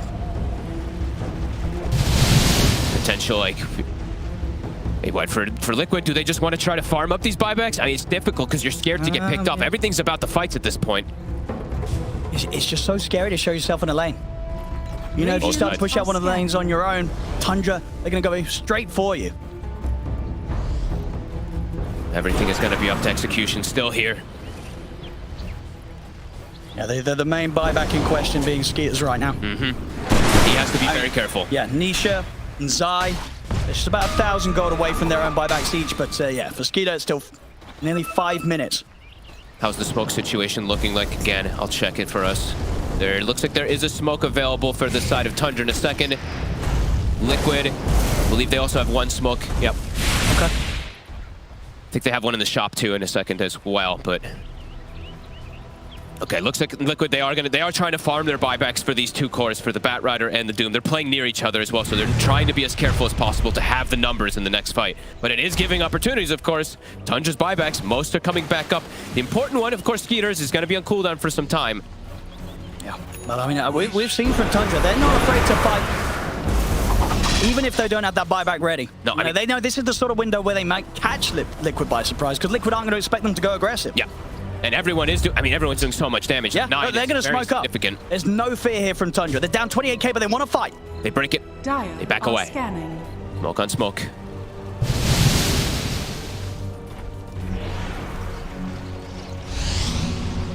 The tensest moments I've felt in a long time in one of these type of games. I mean, absolutely, as I say, because of for Tundra, the struggles they've had, they don't want to let this one slip away. This would be huge just for Tundra as a team to be able to get this win against Liquid. Absolutely. Zai, Anisha, he's probably telling him, don't take my camp, this is my buyback. Yeah, they've got to get that buyback gold. Okay. 300 gold short, Zai. They're going to have 10 heroes. Tundra's only going to have 9. Okay. Well, they have 9 always, but yeah, they'll have 9 because there's no buyback in Skeeter, of course. Wait, what? Yeah, you know what I mean, yeah. The 9? The player. The player. Yeah, buybacks as well, they've got them all. Apart from Skeeter. Apart from 3 minutes. 3 minutes on Skeeter. Of course, 3 minutes as well. If they want to wait that out, it's going to push us close to the 60-minute. See if we get those crazy neutral items online. A DD rune in the river. Oh, Mickey wants it. Are they going to bait him forward? Skeeter takes it. He's never get the jump in front, but he gets caught out. They're going to take these 33s of the Ravage onto the backlines. They're focusing down the DK. But again, defensive destruction goes over snaking. Zai's going to jump forward with the Doom, but Skeeter's able to get the BKB out. He's trying to escape, but Mickey jumps in with the waveform, takes him out. Skeeter's gone for 2 minutes. They got the own port. That's going to come out from Aramis. Zai jump up with the rest of the Doom over towards 33. 33 caught here by the stolen stun. The buyback, they've got to come out. 33 step for 2 minutes. He has got his buyback available. 9 getting chased down by Mickey. He'll go for the BKB TP out, but the physical damage is too much. Mickey gets the triple, cleans him up. They may have done it here. They still have buyback on the Tide and in Pango, but they do not have Skeeter. The numbers from Liquid. Mickey, he pops the refresher. He's ready to end this one. 33 still got a Ravage. Okay, but I mean, without Skeeter, do they have enough versus all of these heroes in Liquid? Still a bit scary for Liquid. Can they force the end? Mickey wants to. He definitely wants to here. No DK. Radiant's level 30 is under attack. With the swift blink as well. Getting in quickly, 33 gets him with the anchor smash. The Doom though. I mean, they're just trying to focus the ancient. Mickey goes down towards 33, gets him with the waveform with the BKB. The Ravage will do nothing. Mickey takes 33 out. Moon alive here from Tundra, but the last dose there, it's over. They couldn't quite do it today once again, Tundra, as Liquid will take this game 3 and with that the series. Holy shit, honestly though, what a game. This was spectacular for both sides. Liquid, they did find these big opportune kills though, right? These kills on Skeeter, when they were able to find him, obviously it was about 20 minutes ago, but those compounded to give them this type of advantage.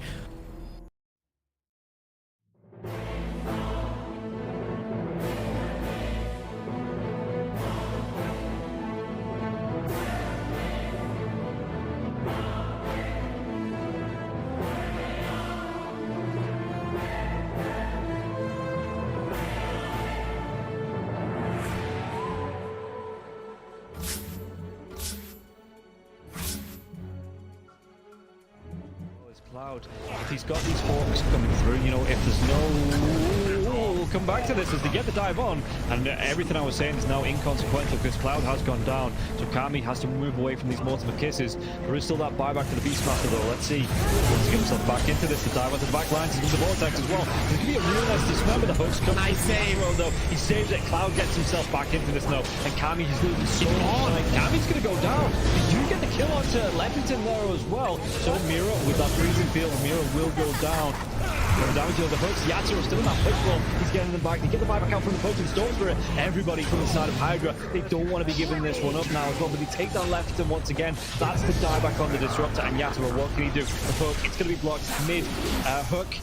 This is the dieback on the Cloud. Cloud, can he get himself away from this one? He's still being harassed by Collapse. One more right click, he goes down. That is going to be the Beastmaster dead for 115 seconds, and now the chase is on for the rest of the side of Hydra. This Aghanims on the Morphling is just making him impossible to deal with. First of all, they use the little shredder on the Budge to get rid of his armor. He has solid amounts of it, but it is just not enough. And then Yatsuro just destroys it, and he knows that he can stand his ground because he cannot be stunned. He literally cannot be stunned. How do you stun water? Well, a lot of their damage, if not most of it, is on the Morphling. Oh, the glimpse comes back though. Inside the Static Storm Mirror, he has that Lotus going, and now if Zofra actually dives a little bit further, the Thunder comes out from Podking. He's dove in, yeah. They're going to be able to get a kill onto the Storm Spirit. Can they take down the push? They're going to be able to catch him and cancel off the TP. He's going to be dead. The Storm Spirit though, he has brought back, and they've got no kinetic field, no Static Storm. And like you say, they're even going to be able to get a lockdown onto Cloud. Everybody inside of Hydra, they just overextended, and we praised them in the first game for respecting the power of Team Spirit here, but Hydra might have just lost the heads a little bit, and the buybacks, they're going to be forced out, but I don't know if it's going to be enough to defend this base with the Pudge being down, with no Static Storm for the next 27 seconds. Spirit, what can they get from this? I've been worried though, they're going to be able to get it. They get two, they do! They take them down, the cookie comes out, the Yatsuro, freezing field, they might lose Happy. Is this the dieback? They do, they break the Lincoln Sphere though. Morphling. Law wants to come right back into this fight because he have the boots of travel to do it. It might take him a little bit longer now. No boots of travel though, so he's going to have to use the blinks. You know, they just do it by foot, it seems. Level 25 Storm with a beast. That's just so much damage. They're going in for the Morphling. He doesn't have a buyback. No, he gets. Do they get the kill? He goes down. Warwick has to go down though. It's going to be him left alive. No, it's not. The creeps are pushing in. There's no buybacks available on the side of Hydra, and this is going to be 4 heroes, even with the death of the Morphling. No way Warwick defends this. It's pretty much over. They don't have the glyph. The game is over. They gave it their best. Hydra, they made Team Spirit work for it. The team that is most likely going to be at the top of Eastern Europe DPC Division 1.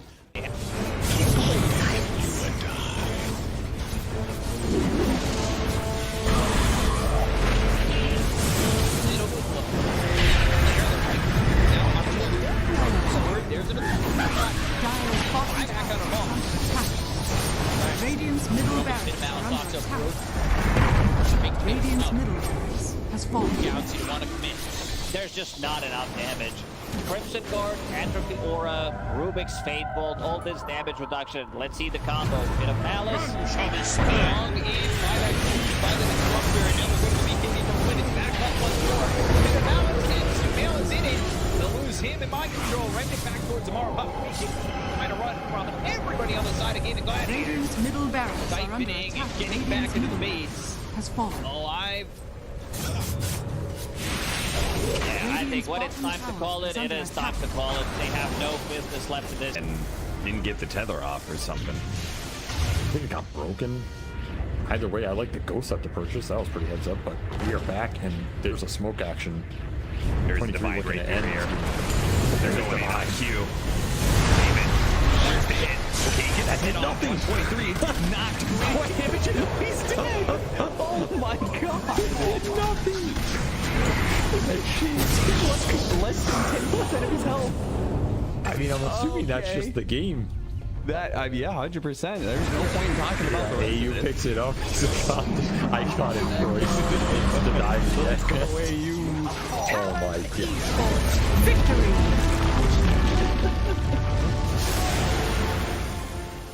We finally get to see them have a little bit of lead, but they need to have good vision Good Radiant exit to engage.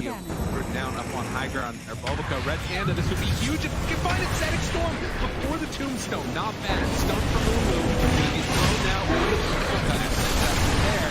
Starting to drop down. I love TK control for the moment. He does manage to get that one away. And the Supernova down. TK barely surviving. And it's going to be one down as all White Album to dodge, to hide away. The heal's coming in. They hoping for a save, but the BKB is out, and they're going to jump onto him. He has to back away. They have lost White Album again, and now Tango in trouble. Who is going to drop? Aster, these fight so well, and they couldn't take down that Undying before the Toronto. And remember, it's ages, so they didn't really care about giving away. That's the ball. Big finish for it.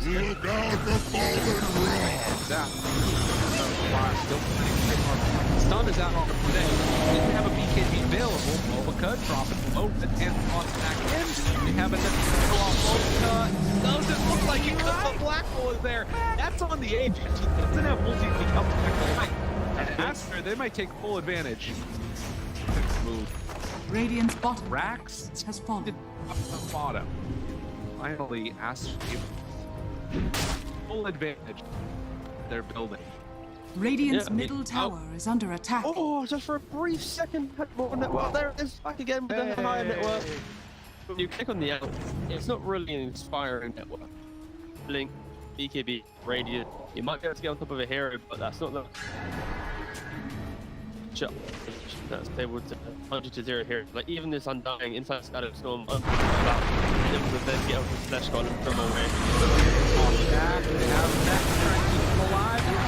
Makes the move, and again, into this fight without Monet here. It's pretty good for them. Right album, but now Monet is out now. They're in a lot of trouble, but they the team managed to kill him. Okay. Alright. Pops ulti. Now the turn. Punching. Really getting away. Sort of survived that first salvo. Very strong. Supernova down, pops the BKB. Ooh, he's just caught here. They want to get the kill. That's really himself up. And now the chase. With the avalanche, the toss. Thinks he's going to give up his life also. Monet, he's way too strong. This might just be the full set of racks going down bottom. Aster, way too strong for Ares. Like Aaron's the GP. Oh, they're done. Okay. I was wondering. It looked like it was that type of game.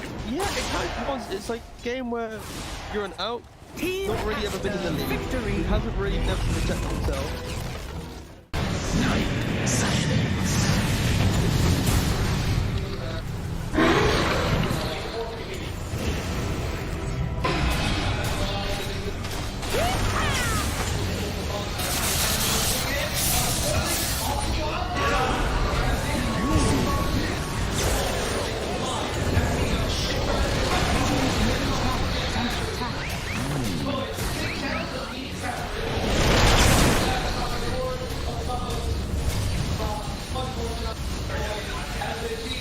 Radiant structures are fortified. Radiant's middle tower is under attack. Radiant's middle tower has fallen.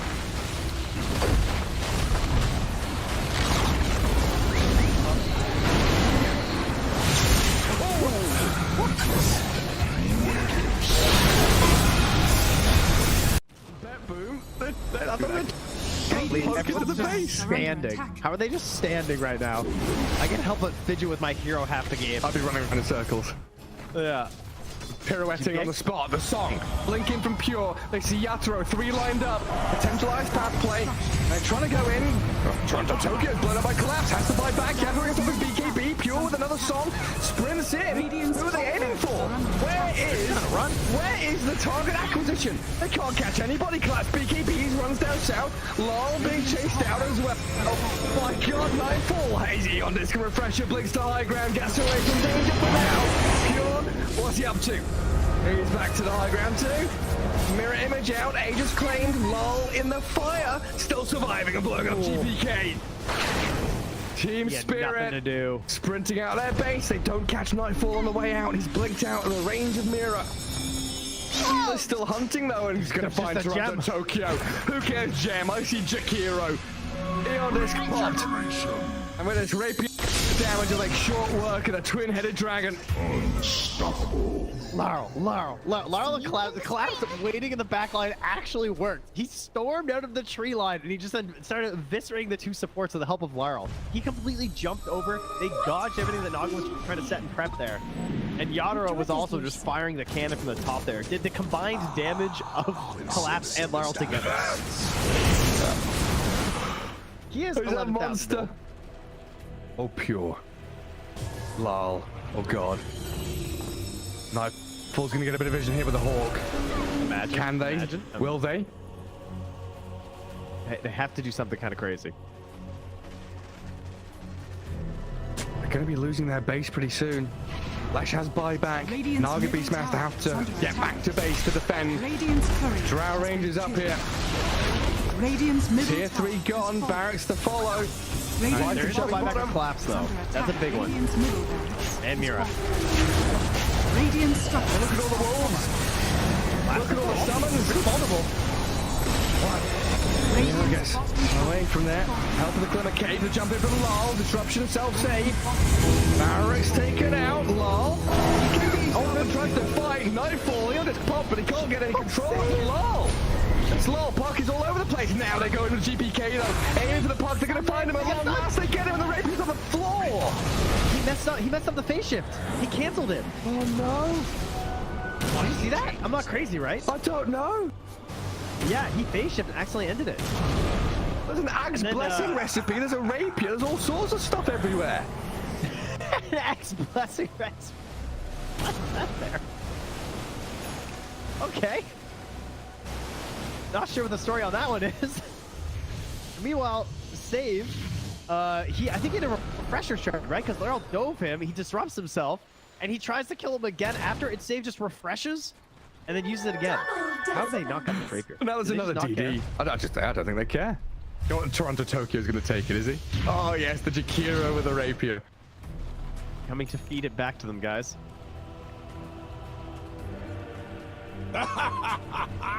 My goodness. There's Mega Creeps on one side. Top lane Barracks still standing on Team Spirits.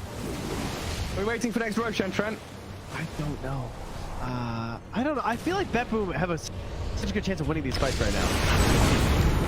They can't get, like, swarmed in the back line. They missed the stun on BK. He's trying to hold his ground, but look at my dodge. Oh my god, Yaturo shreds. Where'd he go? Daedalus hits, refreshes, blinks forward, kills off Save as well. SD's gone, TP home. Get the hell out of here, BetBoom now. Lucky he didn't get coiled. Dude. Leshrac vanished. He looked okay until he didn't. Until he got hit for 1,350 damage from a single right click? Yeah. Oof. Yeah. Right until that. Ow. Luckily, Toronto Tokyo was not there to feed the Rapier back, so that's good. And now Team Spirit running down lanes, coming for the Radiant base. Balls are still there to hold on to. But this has got to be mentally debilitating for BetBoom. Mini 71 minutes. Team Spirit is wearing them down. The admins have been on, you know, they told them, nope, these guys. The longer this game goes, the harder things are. Well, it's like Moomiander was saying in that Seb documentary. You know, this isn't Dota you're playing. This is a slogfest. You're going to wait it out and play 60-minute games. Long out one. There's a long line. Watch get very far forward. He unders from Mira, but the Undying will fall inside the Radiant base. As Mira gets off one last finger of death, and the turns will go. They kill GPK. It's a dialect on the ledge. Naga now in trouble. Song of the Siren trying to buy a bit of time, but Yatro moves forward, gets the damage in. Will is dead. Oh god. It all comes crumbling apart for BetBoom now. Wait, back. Throw it to Mira. They kill off Nightfall, save though, and Lol. He opens up on them. The howitzer is here. Massive 40 mil cannon just shattering into BetBoom. Drow saved by the rip. The soul is everyone dying. There's two. And she's called it over. Team Spirit. Look at him. Look at Mira. Oh my god. The shard to anybody who would listen at the Lima Major, which was nope. which, yeah, nobody's taken him up on it yet. But if you see a shard being picked up by any team that was at the Arena Major that speaks English, then you could probably sort of It's good. I'm like, this shard is actually good. I don't know when, and I don't know how you get there.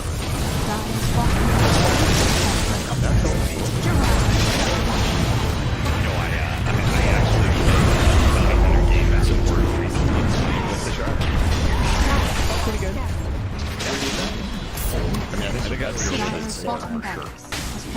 Oh, yeah. Slark with that shard is crazy. It's actually a broken strat. If Galileo is still on top, he'd be taking that.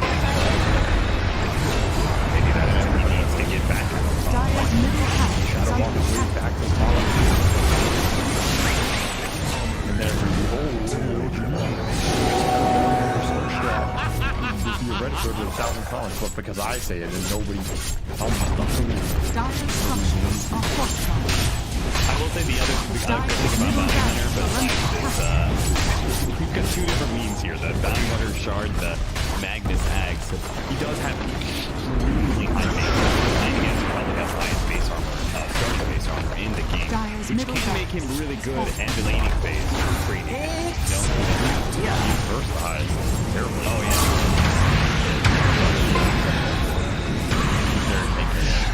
And frontline a little bit of the shield support, but again, Dire's middle tower is under attack. Radiant's top tower is under attack. TSM FTX victory!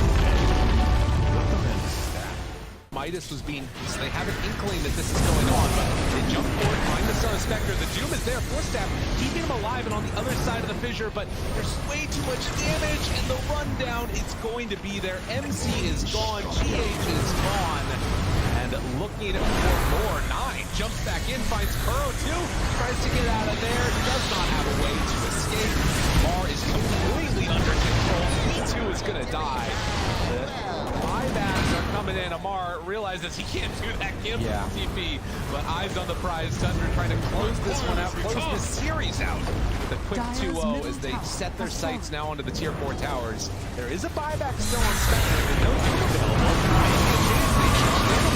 The BKB is out though, and now the turn, the break, the finish. Amar dies a second time. MC on top of Snake King managed to find that kill. Sumail still controlled, does manage to get the blink back and away. MC, they're gonna go back in for more. The Wolf can't, but Sumail, away just barely. Sumail got be controlled.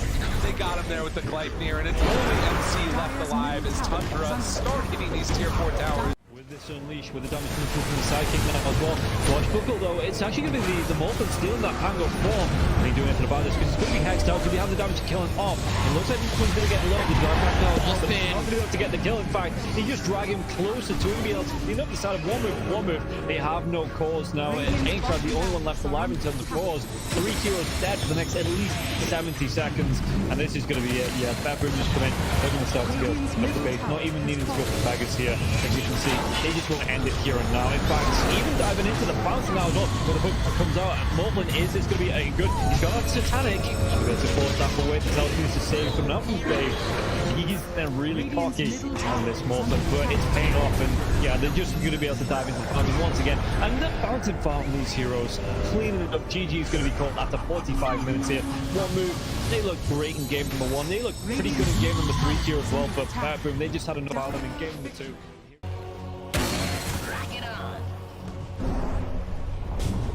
Dire's middle tower has fallen. You right? I keep my enemies close.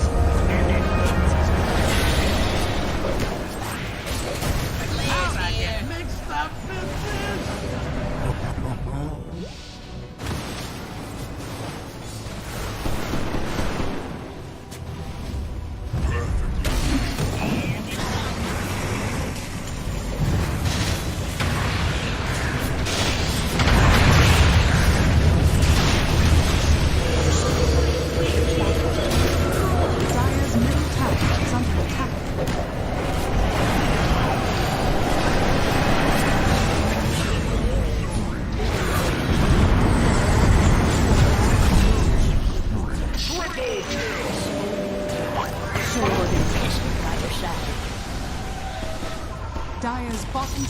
Dire's bottom tower has fallen.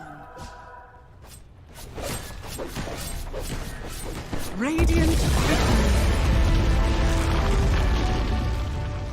Away from NVIDIA, it's not guys are really just dying getting them because anything again. Watson, they got themselves down. I think they can save it. It's also doing the strategy, which is why the replay That's first blood. Easy pickup. Behind tower, but he's got to be careful. This alchemist is actually pretty dangerous considering rocks that are really flooding the plates down. And then you get more minus armor out of Massive Spray for a physical damage nuke of an unstable concoction. It's a deadly mixture. You're ready for the nature of your geeks like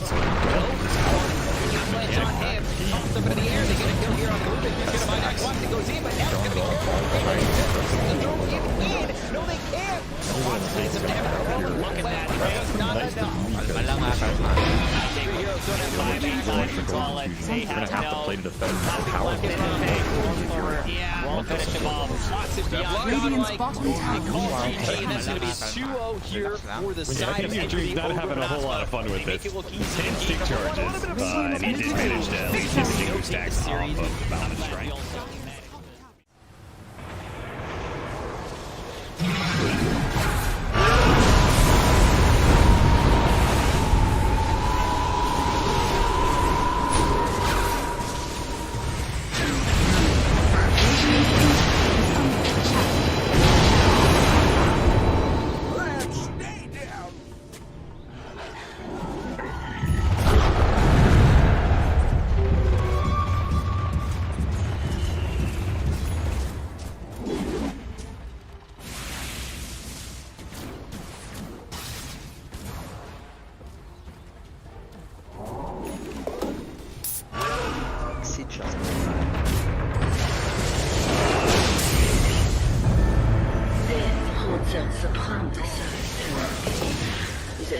refuses to commit.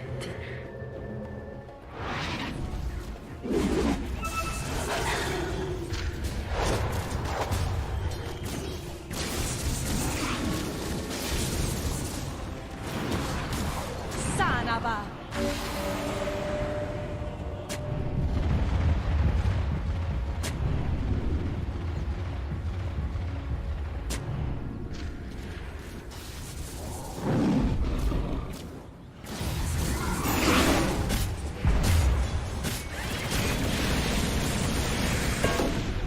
Bounty.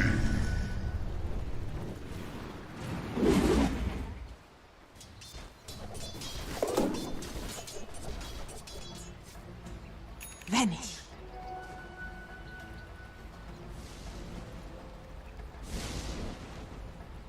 Radiant are scanning.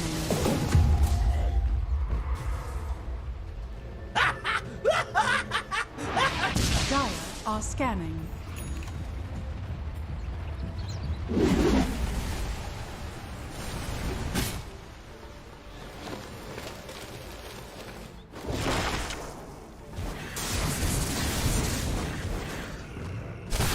Warriors of the wood. Radiant's courier has been killed.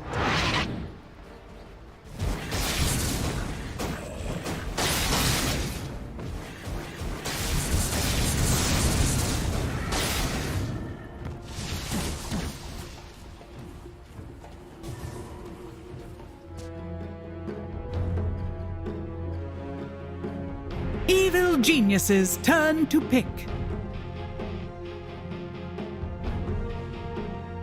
OG's turn to pick.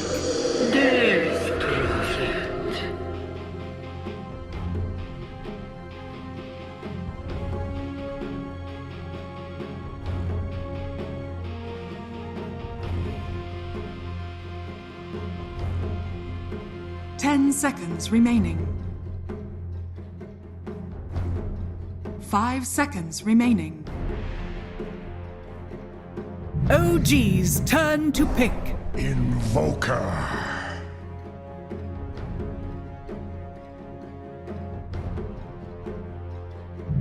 geniuses, turn to pick. Rubik.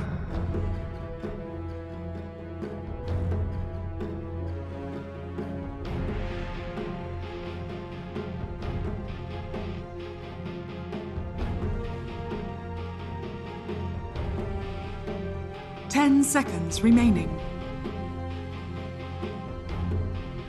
5 seconds remaining.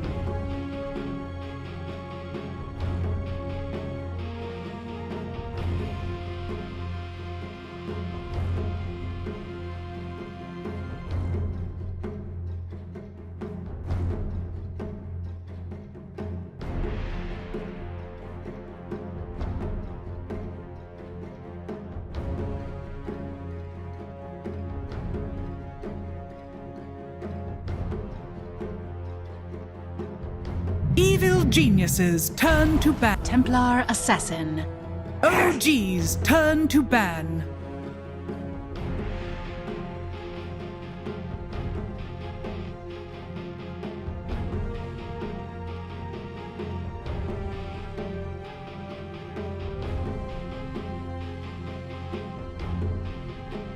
Ten seconds remaining.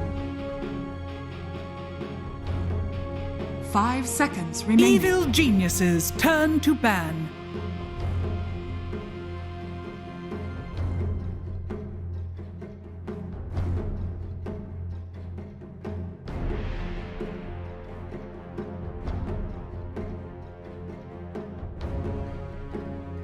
Ten seconds remaining. 5 seconds remaining. OGs, turn to ban.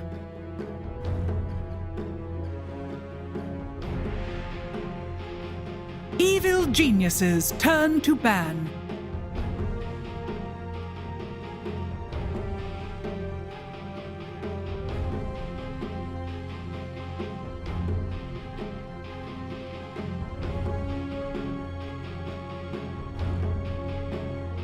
Ten seconds remaining.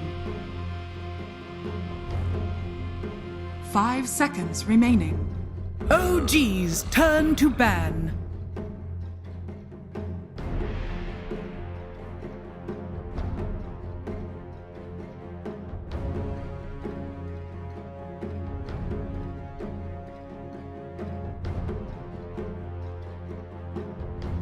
Ten seconds remaining. 5 seconds remaining.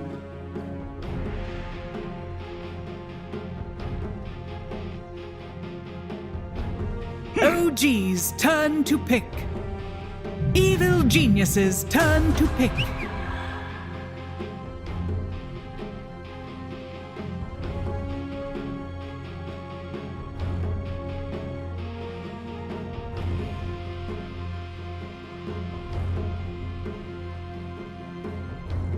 Ten seconds remaining. 5 seconds remaining.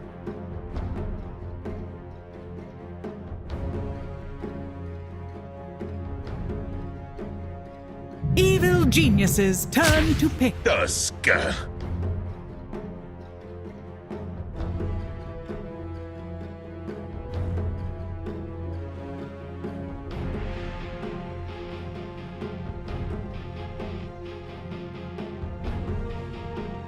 Ten seconds remaining. 5 seconds remaining.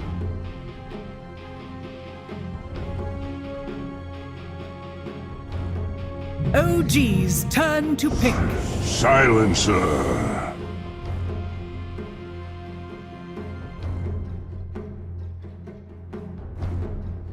Evil geniuses, turn to ban. Morphling.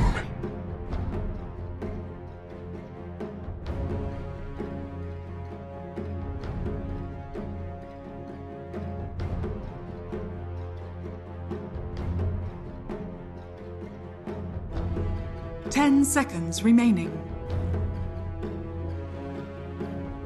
5 seconds remaining.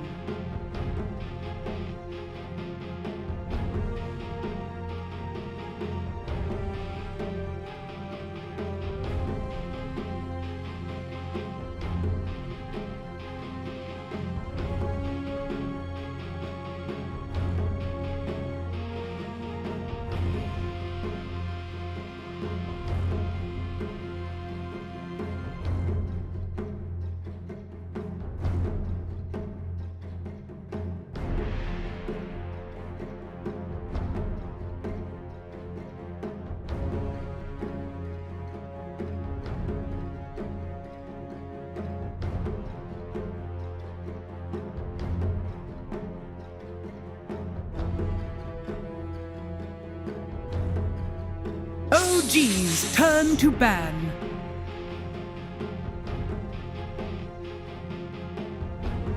Evil Geniuses turn to ban.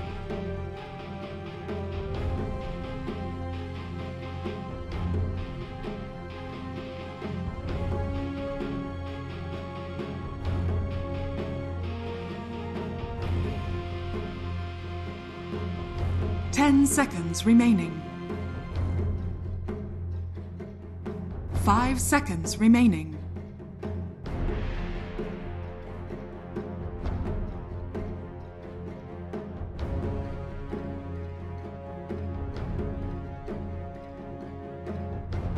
OG's turn to ban.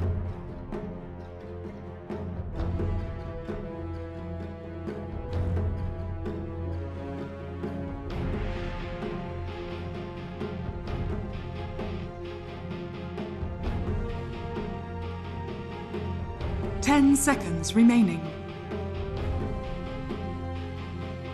5 seconds remaining.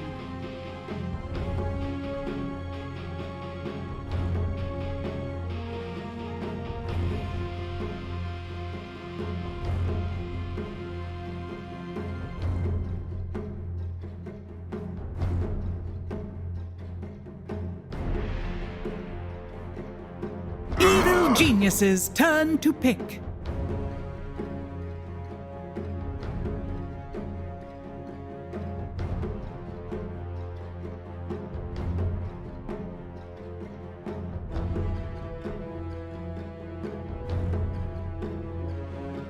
Ten seconds remaining. 5 seconds remaining.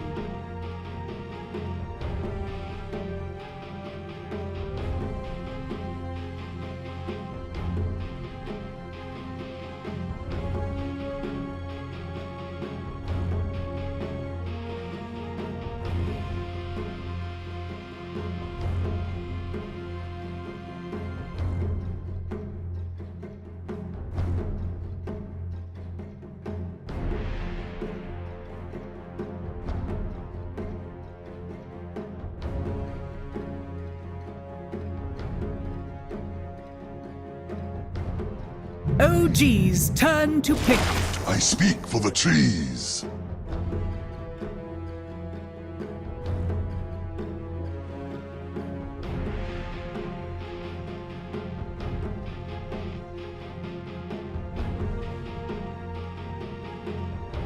Ten seconds remaining.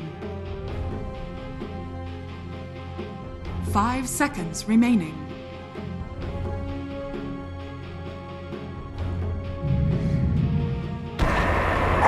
You may now select your heroes.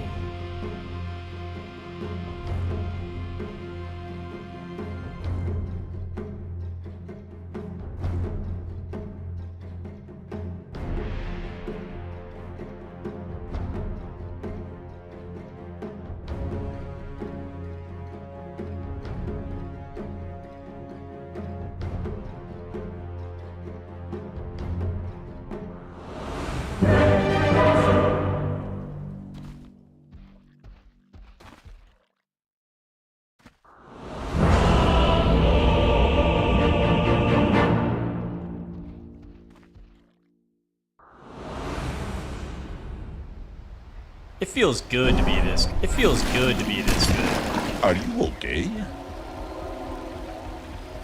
Prepare for battle. Сейчас поиграем.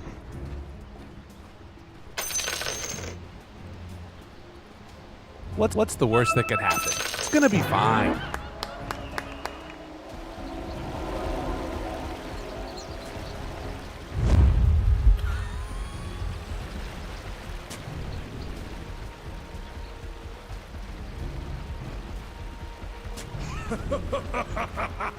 Oh boy.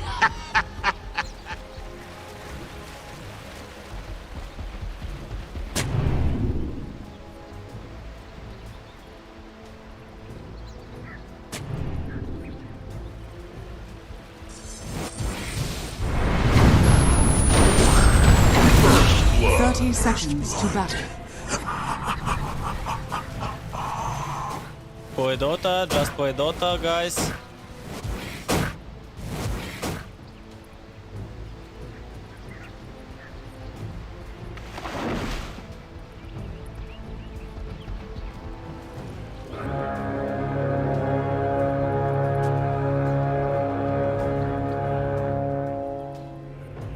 The battle competitor, begins. But someone who is trying to analyze the entirety of the field. I'll tell you what group there's. There's one group. It's the one you're not in, and that's everybody else, and you have to beat them all. So that's it. It's you versus the giant group of the world. If you beat that group, you win a land. That's it. That's how you should think about it. But Avery, you're retired. There's no beating anybody. Oh yeah. Well, I'll take. Sorry, were you getting flashbacks there? Group A. Where am I? I just don't want to be in these group discussions. I've been in some nasty group discussions in my time. All right, 3-hour-long diatribes about statistics and groups and analysis. And you mean when you were on a team? No, that was just Nahaz in the back. Oh yeah, I was about to say that. I knew I recognized that. Somebody got first blooded, and it went to Urag. So that's a damn good start for OG. Very good start. Well, he was popping off yesterday. And you do not want to give these cores on OG a good head start if they continue that momentum. And we're back with the BZM Invoker. Need I say anything? If you've been watching Dota, you know what's coming for you. So I think the onus is on EG to kind of shut down OG's momentum from yesterday, especially after they had the Rust series against Beastcoast, where those games 2 and 3 did not go their way, even after a very strong lane phase. Once again, EG trying to get the lane advantage by the core swap up, put the DP verse, the Underlord, where you can just suck off his HP.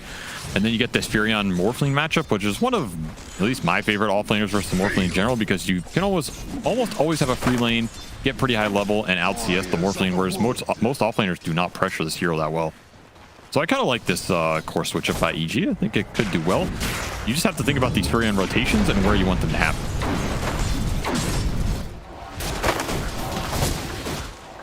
I guess the Tusk would rather be up in that top lane too. Yeah, he's not doing anything to pressure. But it is a lane that I feel like you can get a kill, just because Marcy offers infinite possibilities when it comes to killing heroes. Definitely can overstep. I don't think Baka should die down here, but you never know. Marcy is beyond our mortal understanding. I like how both of these heroes have some gimmicky way to be able to keep their HP high. Because TP's back to the base. Meanwhile, Uragi goes down to 0 HP by full agility. Well, he's just out. Wait, what? He just wants the better lane matchup. They got the Furion TP out of that bottom for the regen, and he's just gone. See you later. Oh yeah, he doesn't have like he used a TP scroll to TP back, obviously, and his teleport skill is on cooldown for another 40 seconds. So downside is this lane is super far in top, so I don't know if Uragi's that happy with the lane equilibrium right now. Do you think EG should chase when the teleport's up? They might. The other thing you can do is just try and gank with it. Okay. I always used to think of it. You know who used to do this all the time was Ramses on the old VP. When they played like the Luna dual lanes, that stuff. He would always TP and hide in the trees and then kill you. And then he would wait for you to TP again and get the advantage that way. People haven't really done that in a long time, but I think that move is still good. It was a sick move. It was a great way to be able to always secure. Yeah, that should like advantage. Almost disbanded my team once, so that move works. I mean that. Oh no way! Uragi totally misread that one. Mismorphed it too. Pure Agi with the 440 HP gets clipped and TP for what? Now he's gonna have to wait 5 seconds and decide where he wants to go. And now if he goes back top, that teleport from Pakaz could just come in and you get the lane back. In terms of the matchup you want. I was almost wondering if Whisper would hold on to his TP to see if the Morphling would show first. But the Morphling actually is going to run out to lane. Yuragi's going to run out to lane and hold on to his TP. So they are very insistent on keeping the right lane matchup. I don't think Pakaz cares about lane versus Underlord if the lane is this far up and he didn't get pressured on the early waves. Sure. And again, he can still get a teleport rotation into mid off of a level 6 TA, who is having a very good time here for C-Smile. He's just destroying BZM in the CS, and that's the advantage of knowing Invoker can only go one lane in Dota. You can just counterpick him and get a pretty good matchup in the CS department. TA, one of the better ones. It's just a free lane for C-Smile. He's really putting in the pressure. If he gets to a fast 6 here and you collapse on this lane, supports plus Furion, it's going to be deadly for BZ. He's dead. He's dead. Give me yours. Even gets the intelligence for it too. Very nice. Whisper is going to be in some trouble here. Doesn't have another Spirit Siphon, so Yuragi will run him down. So their insistence to hold these lanes does pay out.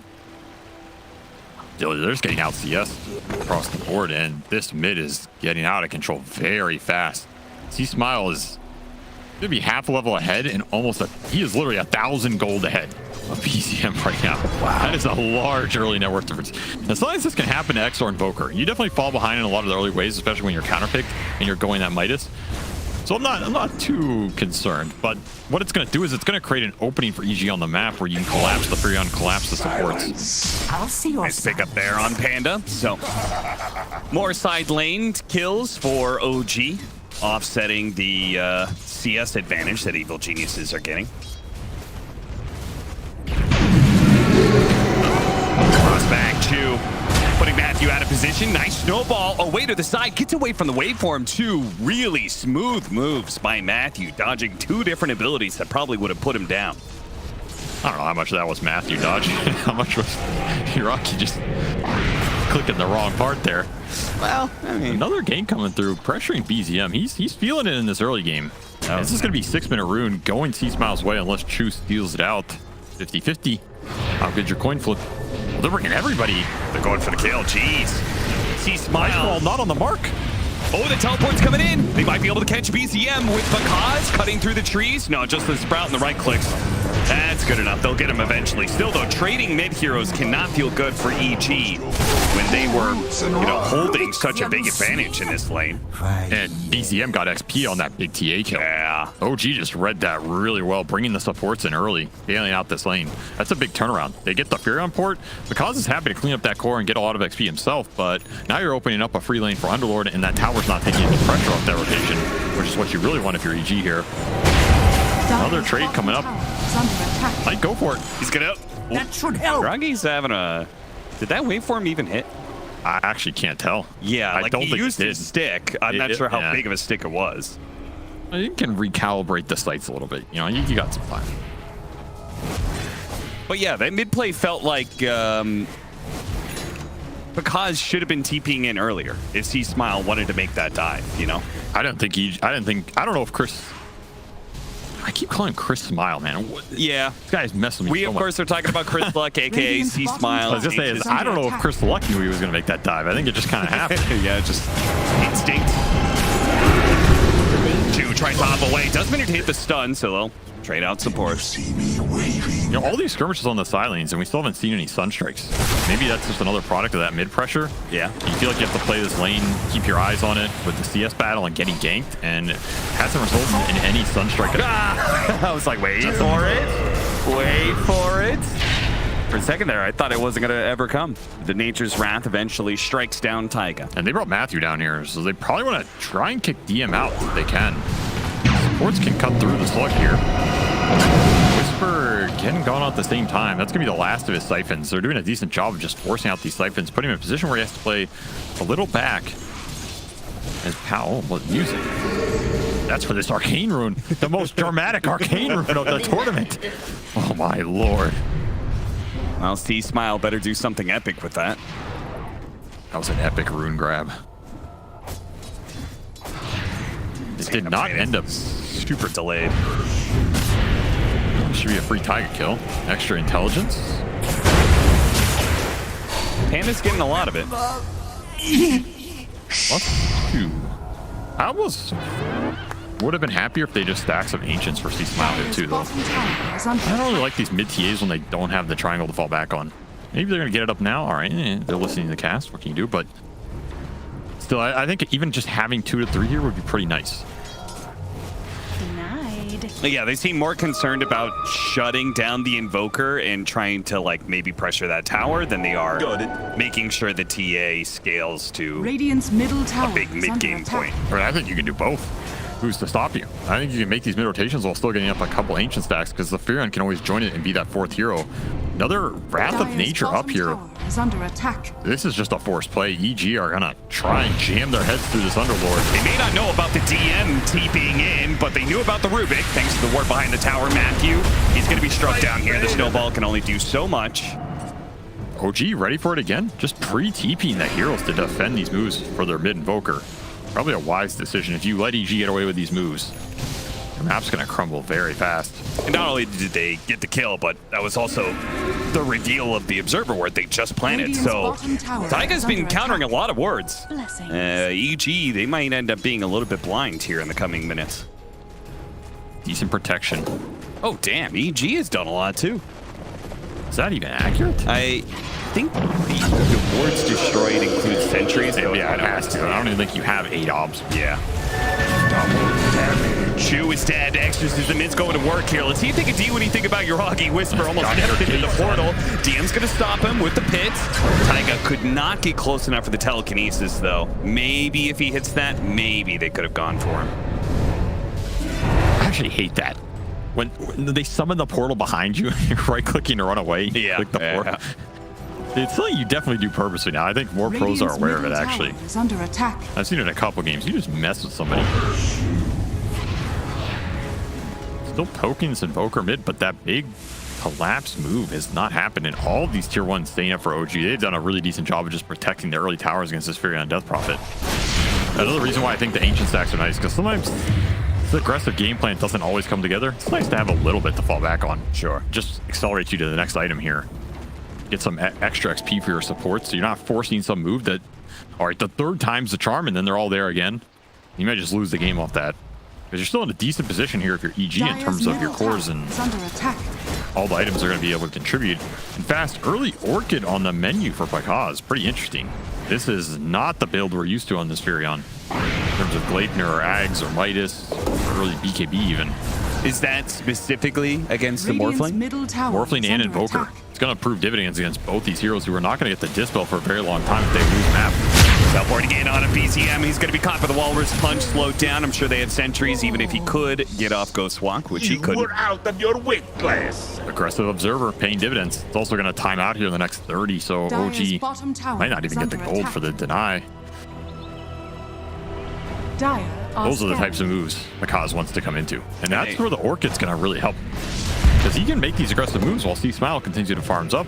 He's the real carry in this game. It's honestly a decent TA game, I feel. Yeah, Morphling's going to dunk on you in the late game with Scotty Manta, that type of territory, but you should be pretty far out ahead based off the Invoker laning phase in the Ancient stacks here. You get an early Roshan, transition into map control with traps plus the Furion Orchid threat on these side lanes. You can limit a lot of the farm that this Morphling and Invoker are able to get. So I do like the Orchid pickup for Pakaz, but you got to make it work. Also, Morphling's timing is kind of slow. It usually means that he can't really do much about Roshan, right? Whereas EG, they've got a great Rosh taking. Oh, it's instant. Yeah. And the contest is difficult because the only zone control you have is Underlord, but Underlord is often not that good at aggressively contesting Roshan. He's better at defensively taking it. This is a very aggressive move. Global Silence is going to cover this one. It still feels like it may not be enough damage. Oh, it was barely enough. He was just about to get the waveform off. Nice two-man stun, but can they burst down this Death Prophet? Doesn't look like it. C-Smile's cleaning up at the back line. DM's going to try and get out next as Chu's left behind. DM, the TP way is successful, but very bad engagement there for OG. Choosing to take a fight or trying to defend a fight that there was a hasted TA. That's just unfortunate. Cleans up the backside, straight into tier 1 pressure, but Pakaz straight back to bottom. This lineup is really going to punish you if you lose these engagements. The first few, OG reacted pretty well. That one, just not prepared for it. And this Morphling lingered way too long in this upper lane. Just getting silenced off the snowball. And remember, Furion can come in with this Orchid at any time. He's just waiting to see what happens. Pretty nice global. Got him before the Morph as well. And Yuragi frustrated that he perhaps turned it off at all. Yeah, that silence was just wearing out, but good coverage by EG, leading off that Death Prophet silence and then following up with the global. Back to the farm. I mean, if you get another bad fight like that, I think this game might spiral out of control for OG. Because then that's probably mid-tower, and if you get mid-tower, probably means you get Roshan as well. Nice snowball over the side here, bailing out Panda. He may still die. The Fate Bolt will put him down, but Matthew, he will be fine for now. Walks it off. EG can bring in the support now. You want to fight this. Going to Exo. Yeah, they've already burned through the refraction there. See Smile. Okay, maybe can't be that bold. The bounce. Oh, it got him. Struck him down before he could get up to the high ground. The hand of God. He shall be smited. Is under attack. And now there's a quick smoke for EG. Oh, they're going again. Remember, every teleport with an Orchid is a kill on these cores. There's no dispels yet for Yuragi. And he's just going to the high ground. He's getting behind him. He's getting up to the high ground to hit him with the Orchid before he knows what's coming. Beautiful stuff. Go Yuragi. He is feeling the pressure that EG is bringing in this series. And that's trap vision on that Ancient. Just knowing this Morphling's going to be there. Yeah, I mean, Taiga's going to look for the D-wards here. You're not going to find him. You're going to find a trap. That's it. Just good map abuse by EG, continuing to build the lead. As OG will try and strike back for a support kill, but Exo is up. This could just be another fight. Sunstrike is going to be able to nail Matthew. Not quite enough damage. He does eventually fall, but not before he puts out the damage to kill both the supports with the help of Whisper. Chases them away. Use the Exorcism to take that mid-tower. This is the snowball that's happening here. I mean, hell, this is early enough. They might be able to just go this tier 1 and do Roche. And see Smile went second item shard on this Templar assassin. So extra silence is coming in. This is a lot of silence for an Invoker and Morphling to deal with, right? Yeah. Because you're not going to have a fast BKB. You went Midas bots on Invoker. You're rushing Manta on Yuragi, but he's still pretty far because he's gotten picked off. So now you have to deal with the silence from Death Prophet, the shard silence from the TA, the Orchid from the Furion, global silence from Silencer. Even if you get a Dispel, it might just be too much to cast anything through. Another haste rune for him as well. Roshan is definitely next on the menu here for EG. If they get another big fight or pick into that, you're going to lose a lot of map space. And I kind of like the strategic idea from EG versus the OG Invoker. Because as we've seen, OG are very confident in this XOR Invoker carrying late game. Yep. So but they if you take don't like get to late game, yeah, that's the problem. So they're just going to run at you and take away all your space. What are you going to do when you have no room to farm with that Midas? Radiant's the talk about all those silences that they have. I don't think you ever build around this idea, but it is cool the fact that Arcane Curse becomes a lot stronger if you have additional silences. Wow, I'm impressed you came up with that. Dire's top tower is under attack. Do you play Dota? A little bit. Are you high rank? Radiant's bottom tower is under attack.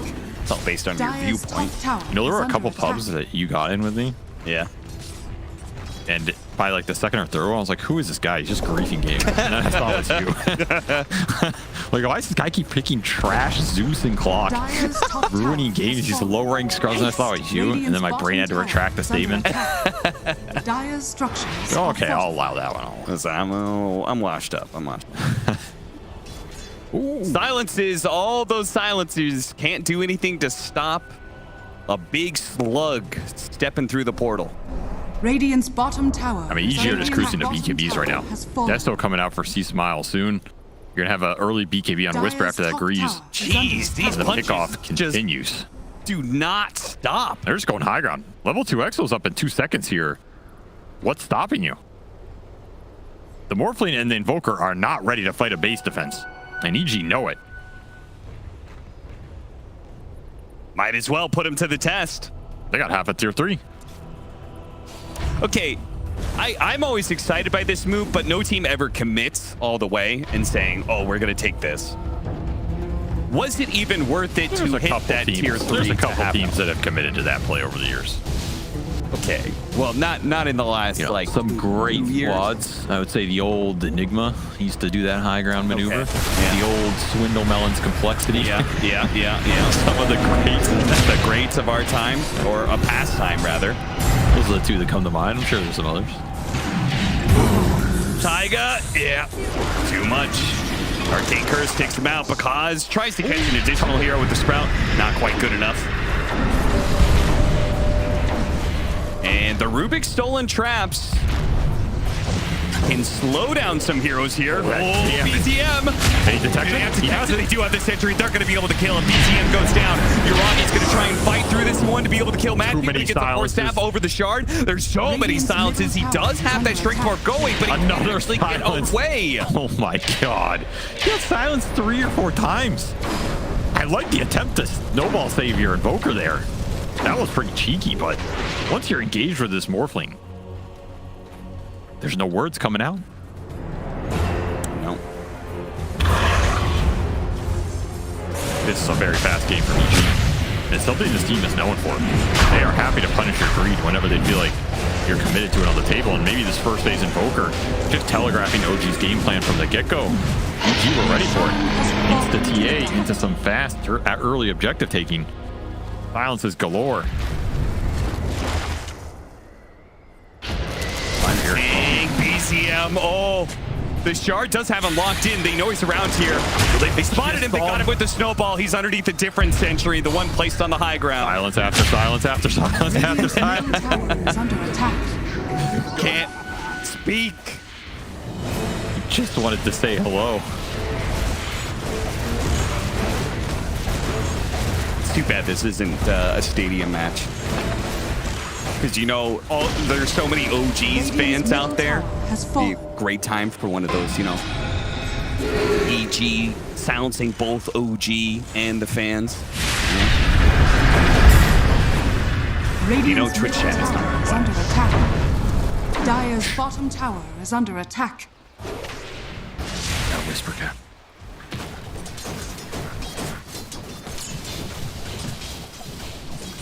I love that Evil Geniuses are playing this kind of speed. And I think it makes them a team that can actually, like, win tournaments as a result, because so many teams are greedy right now. Yep.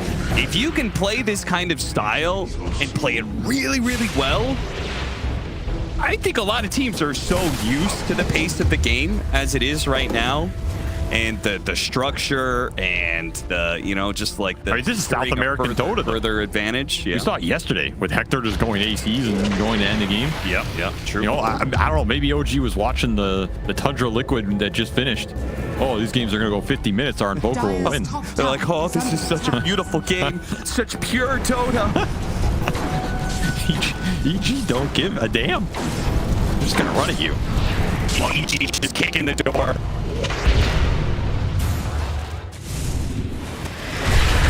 Here to play some high-octane Dota. Just know where to go on this map. The brutal reality of Templar, Assassin, and Furion. One's going to shove your lanes, the other's going to see where you go.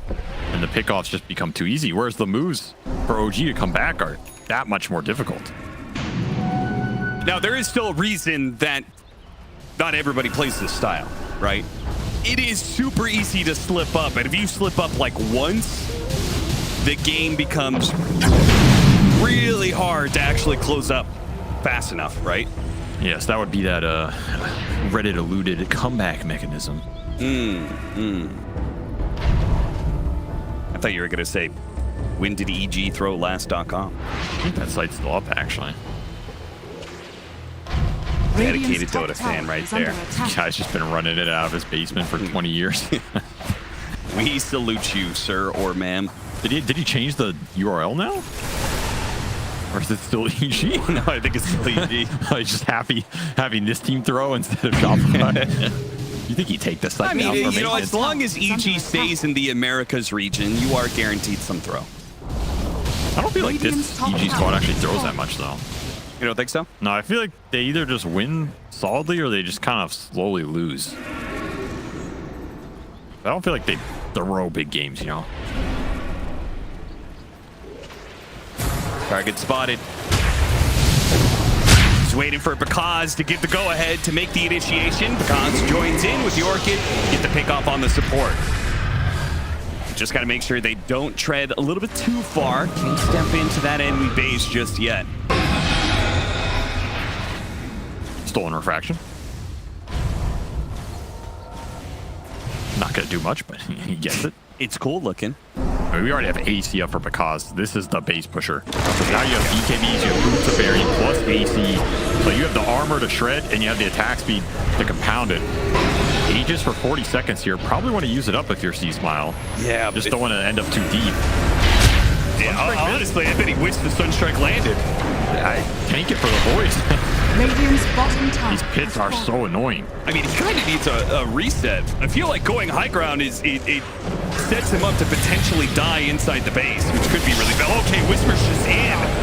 Jesus, both the supports are going to die. Now, the big tanky cores are kind of whatever if they can't do damage, but they do have to be careful of that fire pit. Stolen Spirit Siphon. Maybe that's some comeback mechanism here. We've seen this spell do wonders in the fight. Is under attack. Probably the best spell you can steal at this point. The question is, are you going to be non-silenced to use it? That has been the trouble for OG this game. Or are you just going to get bursted too quickly that the heal doesn't have an effect?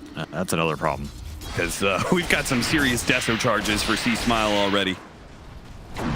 And there's a lot of physical buff as well. The minus armor plus the tag team plus the early Boots of Bearing for Panda. These are not normal right clicks. This is a pretty good smoke if you can find Because. He does have BKB. Very big kill, but he backs away. He sees him first. He can get off his BKB and should be able to get out. Yeah, he's Gucci. No cancel for that. Back. EG coming in from behind. Yeah. Because wonder if he's going to be able to come back into this fight. Either way, it starts off with one dead. Ooh, Yuragi gets out. And DM's trying to go back through the gate, but it expires. Oh, no! The Uber left without the guest. Oh, and Matthew catches him. Oh, do not tip that Uber. At least DM was having a chuckle about it. That's a rough way to go. All right, well, EG, I was going to say, you know, like, okay, this is the moment of time where you sit back, you wait, go for second Roshan. Second Roshan probably ends the game for you if it's successful. But an opportunity like this presents itself. You can hit high ground again. I don't know how long you can commit, but Radiant's this is just free damage. There's just no good initiation or drag back either, right? Yeah. Like, how do you go on C-Smile here? What are you even poking with? Fortified. Not much. It's just Pit and Firestorm. Best you can telekinesis him a little bit closer. Stolen traps again. Gonna be nice for the fight when it comes. But EG are just gonna wait for next Roshan here. And I think Because is gonna be too big to deal with when that moment comes. So you probably need another good smoke out here if you're OG. You just gotta find something. Silence. On silence. Whisper does have a BKB, so he should be fine here. Meanwhile, they're going to target DM. Matthew saw that DM's just got a little bit farther away from the rest of his team. Once the hero is isolated, either Because or C-Smile is going to rip him apart pretty quickly. Matthew just be looking at another high ground poke with no Underlord. They're looking at bottom, dragging the wave too. Yeah, I mean, the Underlord is the biggest problem for them going high ground, right? Because it burns through the refraction pretty quickly. Oh, look at that. Because trying to get the catch on somebody here. A surprise quick move. Didn't quite pay out. Good idea, nonetheless.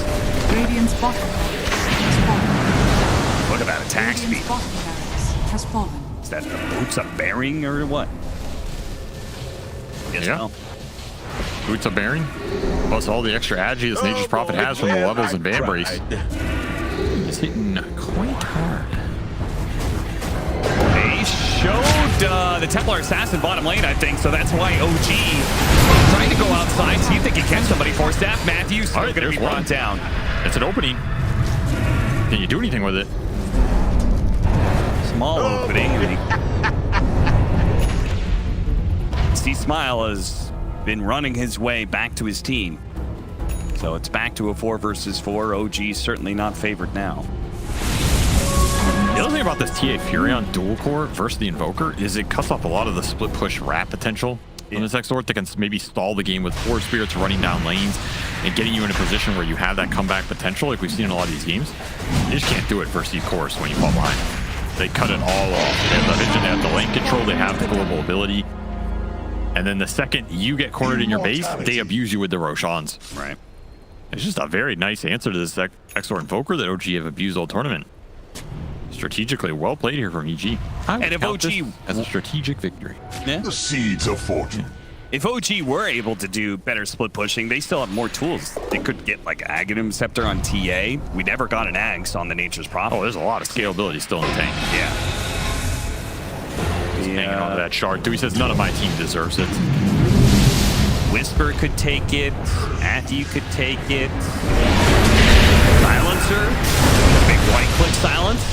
Matthew forced it back down to low ground. Sunstrike. It's going to land, but it's not enough damage. The TK trap, the stolen trap, isn't enough either. It didn't hit him. Oh, it did hit him. It did hit him, but it was an instant pop, so... You will pass that shard on to Matthew. You deserve it. Tanking all that damage. Thank you, sir. Wouldn't you rather... Am I crazy? Isn't the Death Prophet shard better? Radiant's middle tower is under attack. Okay. This is a weird situation. Instantly Manta's off the Orchid, but the Global Silence is there. On top of that one, the Exorcism is causing a lot of damage too. He's going to try and wait for him up here, but he's silenced for so long. BCM is just gone. It's like 10-15 seconds of silence every single time. There's no spells to be cast. There's no game to be played. Just go next, and they will. They silenced that Invoker quite hard here. The max silencer strategy, lane pressure, global ability, early Roshans. That's how you do it. Very clean game from EG. I can't even think of anything that really went wrong for them in that game, other than maybe some of those early lane shenanigans off the like single Picas teleport. I don't even know if that's anything to point to. No, it's just domination. 30-minute victory for EG. Very clean. All three cores having a great game. What more is there to say? Sometimes Dota straight.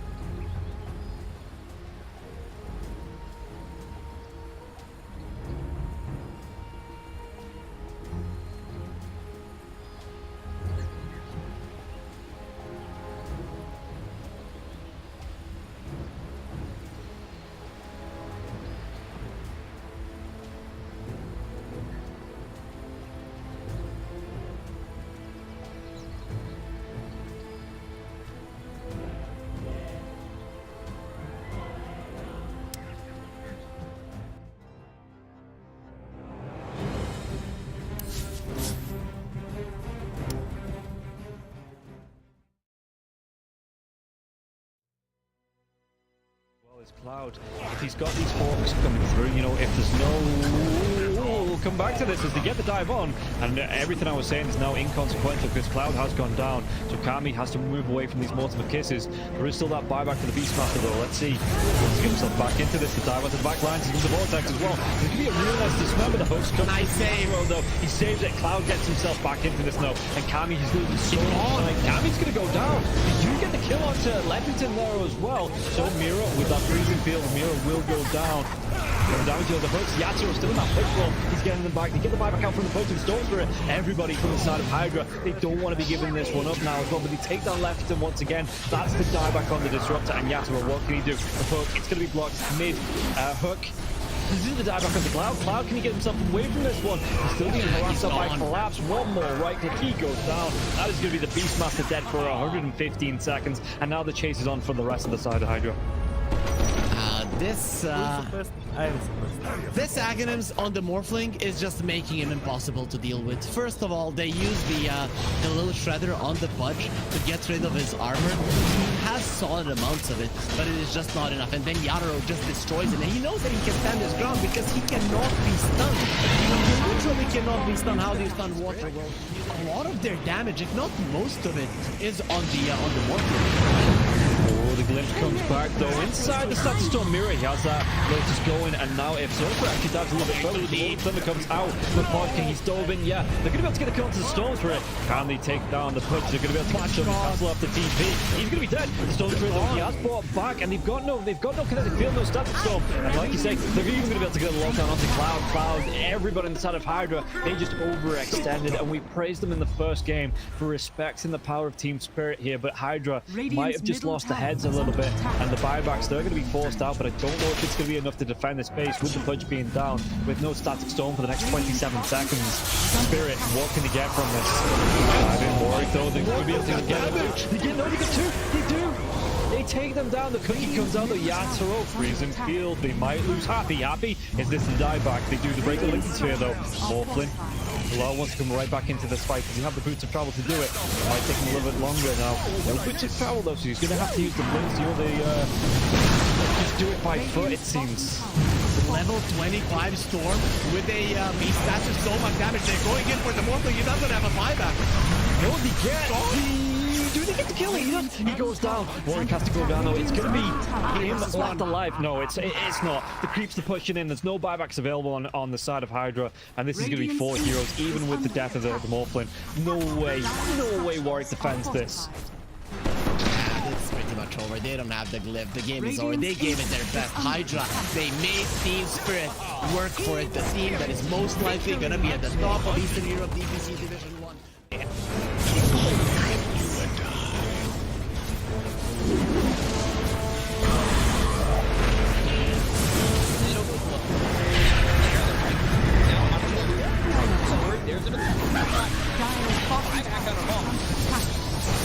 Radiant's middle barracks are under attack. Radiant's middle barracks has fallen. Gouts, you want to commit. There's just not enough damage. Crimson Guard, Atrophy Aura, Rubik's Fate Bolt, all this damage reduction. Let's see the combo. Bit of Malice. Strong in by that Disruptor, and now we're going to be hitting the win. It's back up once more. Bit of Malice, and Sumail is in it. They'll lose him in mind control. Right back towards Amara. Trying to run from everybody on the side of Gaimin Gladiators. Radiant's middle barracks are under Siphoning attack. and getting back into the base. Has fallen. Alive. Yeah, I think when it's time to call it, it is time to call it. They have no business left in this. And didn't get the tether off or something. I think it got broken. Either way, I like the ghost up to purchase. That was pretty heads up, but we are back and there's a smoke action. There's 23 Divine looking right to end. here. They're going in on Q. There's the hit. Okay, that did nothing. 23. Knocked great damage. He's dead. Oh my god. Nothing. Less than 10% of his health. I mean, I'm assuming that's just the game. That, yeah, 100%. There's no point in talking about the rest AU of it. picks it up. I shot him before he to die yet. Go away, you. Oh my god. Victory!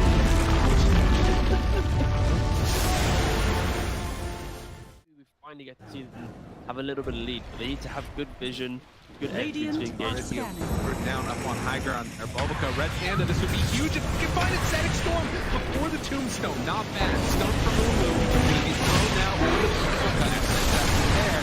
Starting to drop down. I love TK control for the moment. He does manage to get that one away. And the Supernova down. TK barely surviving. And it's just gonna be one down at this White Album to dodge, to hide away. The heal's coming in.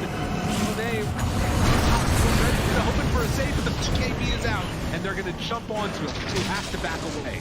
They have lost White Album again, and now Mango in trouble.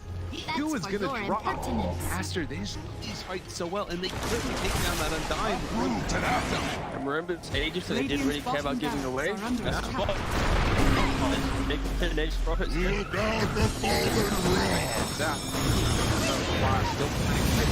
Stun is out on the play. Didn't have a BKB available. Bulbaca dropping low, the 10 toss back in. They have another throw off Bulbaca. Doesn't look like it because the Black Hole is there.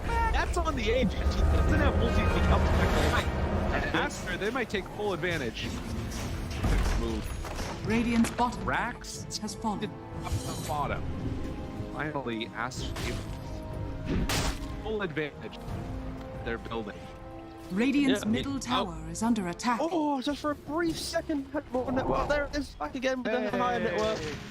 When you click on the out, it's not really an inspiring network. Blink, BKB, Radiant. You might be able to get on top of a hero, but that's not the shot. That's able to 100-0 here. Like even this Undying inside Scatter Storm, about able to then get over the slash column from away. Back, they have that trying to keep him alive. Makes the move, and again, into this fight without Monet here. It's pretty good for them. Right Alpha, but now Monet is out. Now they're in a lot of trouble. Maybe one. He needs to kill him. Okay. Alright. Pops ulti. Now the turn. Punching. Really getting away. Sort of survived that first salvo. Very strong. Supernova down, pops the PKB. Ooh, he's just caught here. They want to get the kill. That's really himself up. And now the chase. The avalanche, the toss. Thinks he's going to give up his life also. Just in. Monet is way too strong. This might just be the full set of racks going down bottom. Aster, way too strong for Ares. I earned the GP. Oh, they're done. Okay. I was wondering. It looked like it was that type of game. Yeah, it kind of was. It's like a game where you're an out, not really ever been in the league. Victory. He hasn't really never protected himself.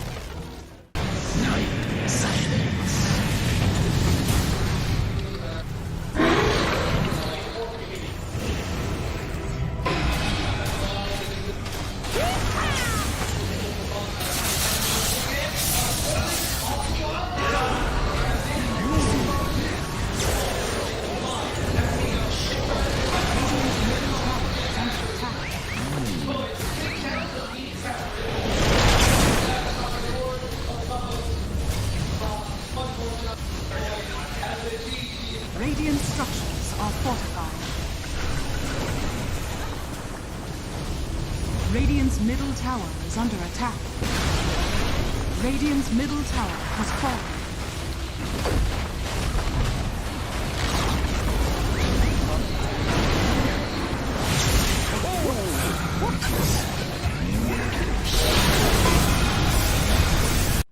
Boom. Standing. How are they just standing right now? I can't help but fidget with my hero half the game. I'll be running around in circles. Yeah. Pirouetting on the spot, the song, blinking from Pure, they see Yatoro, 3 lined up, potentialized path play, they're trying to go in, Toronto Tokyo is blown up by Collapse, has to buy back, Yatoro gets off his BKB, Pure with another song, sprints in, who are they aiming for?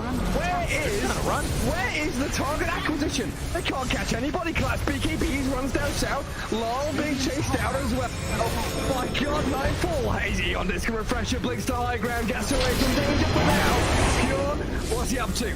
He's back to the high ground too. Mirror image out, Aegis claimed, Lull in the fire, still surviving and blowing up GPK.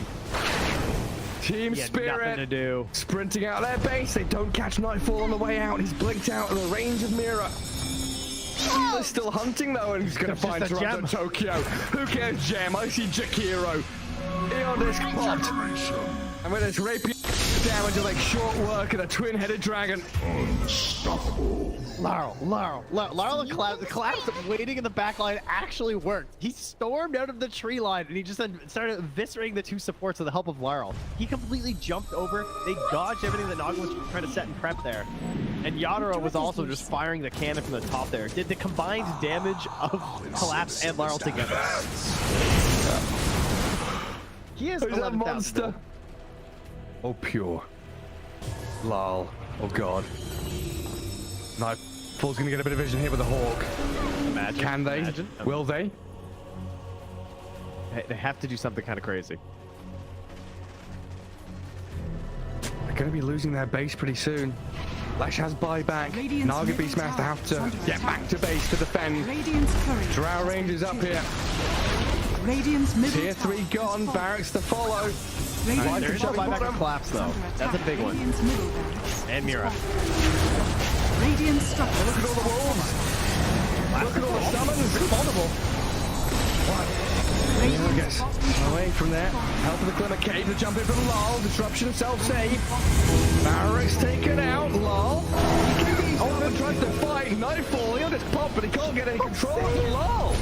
This little puck is all over the place. Now they're going with GPK though. Aiming for the puck, they're going to find him at long last. They get him and the rapier's on the floor. He messed up the phase shift. He canceled it. Oh no. Oh, you see that? I'm not crazy, right? I don't know. Yeah, he phase shifted and accidentally ended it. There's an Axe Blessing recipe, there's a rapier, there's all sorts of stuff everywhere. An Axe Blessing recipe. What's that there? Okay. Not sure what the story on that one is.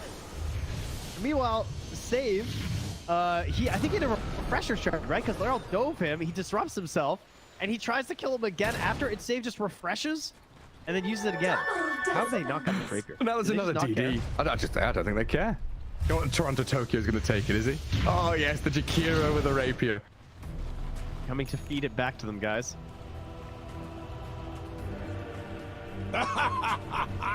My goodness. There's Mega Creeps on one side. Top lane Barrack still standing on Team Spirits. Are we waiting for next Roshan, Trent? I don't know.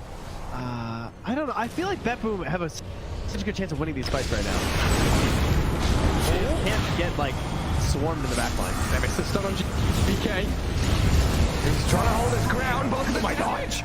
Oh my god, Yaturo shreds. Where'd he go? Daedalus hits, refreshes, blinks forward, kills off Save as well. SD's gone, TP home. Get the hell out of here, BetBoom now. Lucky he didn't get coiled.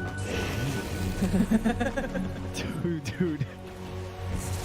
Left track vanished. He looked okay until he didn't. Until he got hit for 1,350 damage from a single right click? Yeah. Yeah. Right until that. Ow. Luckily, Toronto Tokyo was not there to feed the rapier back, so that's good. And now Team Spirit running down lanes, coming for the Radiant base. Balls are still there to hold on to. Oh, this has got to be mentally debilitating for BetBoom. Mini 71 minutes. Team Spirit is wearing them down. The admins have been on, they told them, nope, these guys. The longer this game goes, the harder things are. Well, it's like Moomiander was saying in that Seb documentary. This isn't Dota you're playing. This is a slogfest. You're gonna wait it out and play 60-minute games, long ass ones with a long line. Watch get very far forward. Evil geniuses turn to ban. Thank you very much to the Smoky Pandas as we get into game number 2. And in our game, Evil Geniuses, our panda was also smoking. 10 seconds remaining. He was pretty good. Pretty alright. Yeah. All right. He was doing a good job. 5 seconds maybe remaining. Silencing. Up there, like. Yeah. Up there. I would say, for being named silencer, I don't know if he actually had the most silences. That's true, actually. Who had the most silence on that team, do you think? Definitely.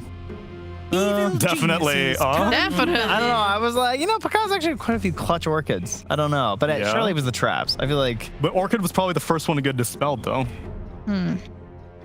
Yeah, the death. So are we talking about sheer number of instances or the duration? Cumulative seconds of silence on enemy But that has to be silencer because he silences 5 heroes at once. because then he's the global. But I mean, it's a long cooldown. What about Death Prophet? Death Prophet can silence multiple heroes, lower cooldown. Yeah, but it's like Zeus who always does the most damage because he's What a riveting. You know what I mean? That's We will try to crunch the numbers with Baze Esports, who will give us the top stats as we get into draft number 2 of Evil Geniuses versus OG. EG, they ban out the Brood and the Doom, and OG take out the Death Prophet. Respect in the Batrider. Yeah, I was thinking, do you try and fight it, maybe leave it in or something and go for an earlier drow or like, I guess would be the hero that you would assume you'd try maybe earlier next time instead of going for the Invoker in that situation, more of like the Team Spirit style. 5 seconds. We're just going to get a Rubik first.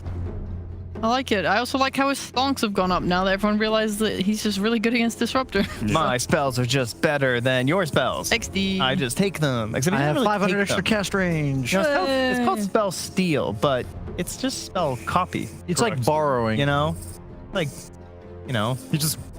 like emulating the spell, one could say. He's enhancing it. Yeah. It's like sharing it on a Steam library. They can still play. Yeah. As soon as Tidehunter Ravages, it's like, you have to lose the spell in 10 seconds or I'm kicking you off.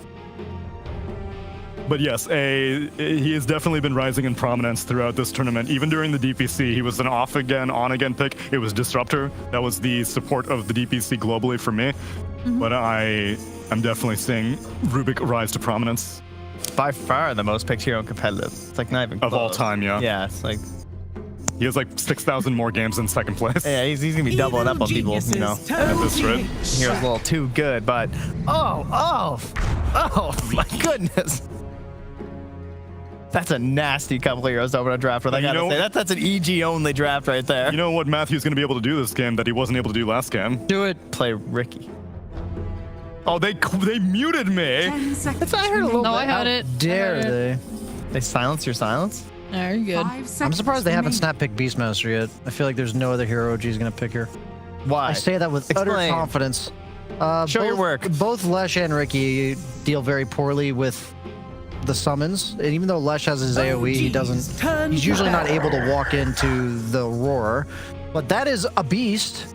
That's more like it is the beast that he owns. Can't be mastered. Yeah, I don't know if this one's masterable, yeah. Yeah, that's true. You don't have enough gym badges to control Prime. I was so close. I had one half of the name. I'm actually surprised. I'm surprised they went for the Primal Beast here because I like it. Why do you like I'll it? fight for it. Fight me. I like it.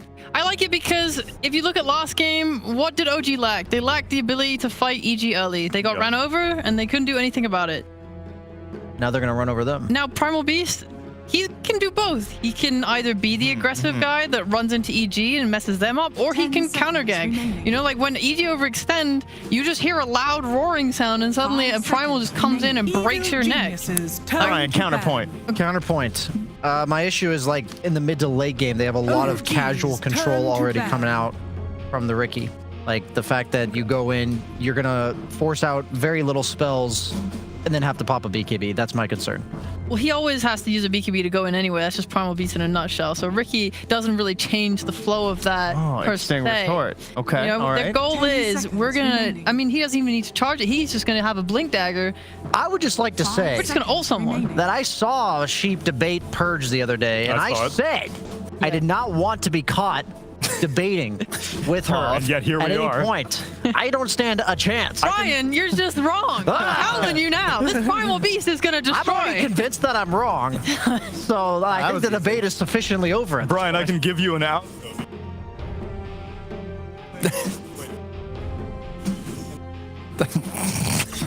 I was wondering why I couldn't hear him. I was like, is my earpiece out? Quickly, BKB, bro. This is hello. Production is taking issues with its control of the soundboard. This is why we have a co-host, ladies and gentlemen, just in case your main host pisses off production to the point where he's not allowed to talk. Back to my riveting panelists over here. Sorry, what were you saying before you so rudely interrupted by this? I was busy losing the debate with Sheep about the Primal Beast Okay, pick. well, I think what he was going to say, but I'll just say it better, which is why, why he's whining over there, was that they actually still banned the Beastmaster despite the Primal Beast. That makes me feel like G. that much better. All right. That much. We'll take it. 5 seconds remaining. They even banned Zeus, which is, I think, a big respect ban, because I don't think very many teams pick that. That was his. Sorry, I didn't listen to you, bro. BSJ. I wouldn't listen to me either. That's a nice roar. There's a lot of ambient noises going on here. whether it's the silence, the music. It is hard to focus, but in a good way. This is a good tune. This is one of my Like favorite. I'm vibing right now, but there's also a draft that I think it's my job to say something about, but I feel we can talk about it. Like I don't have to right now. All right.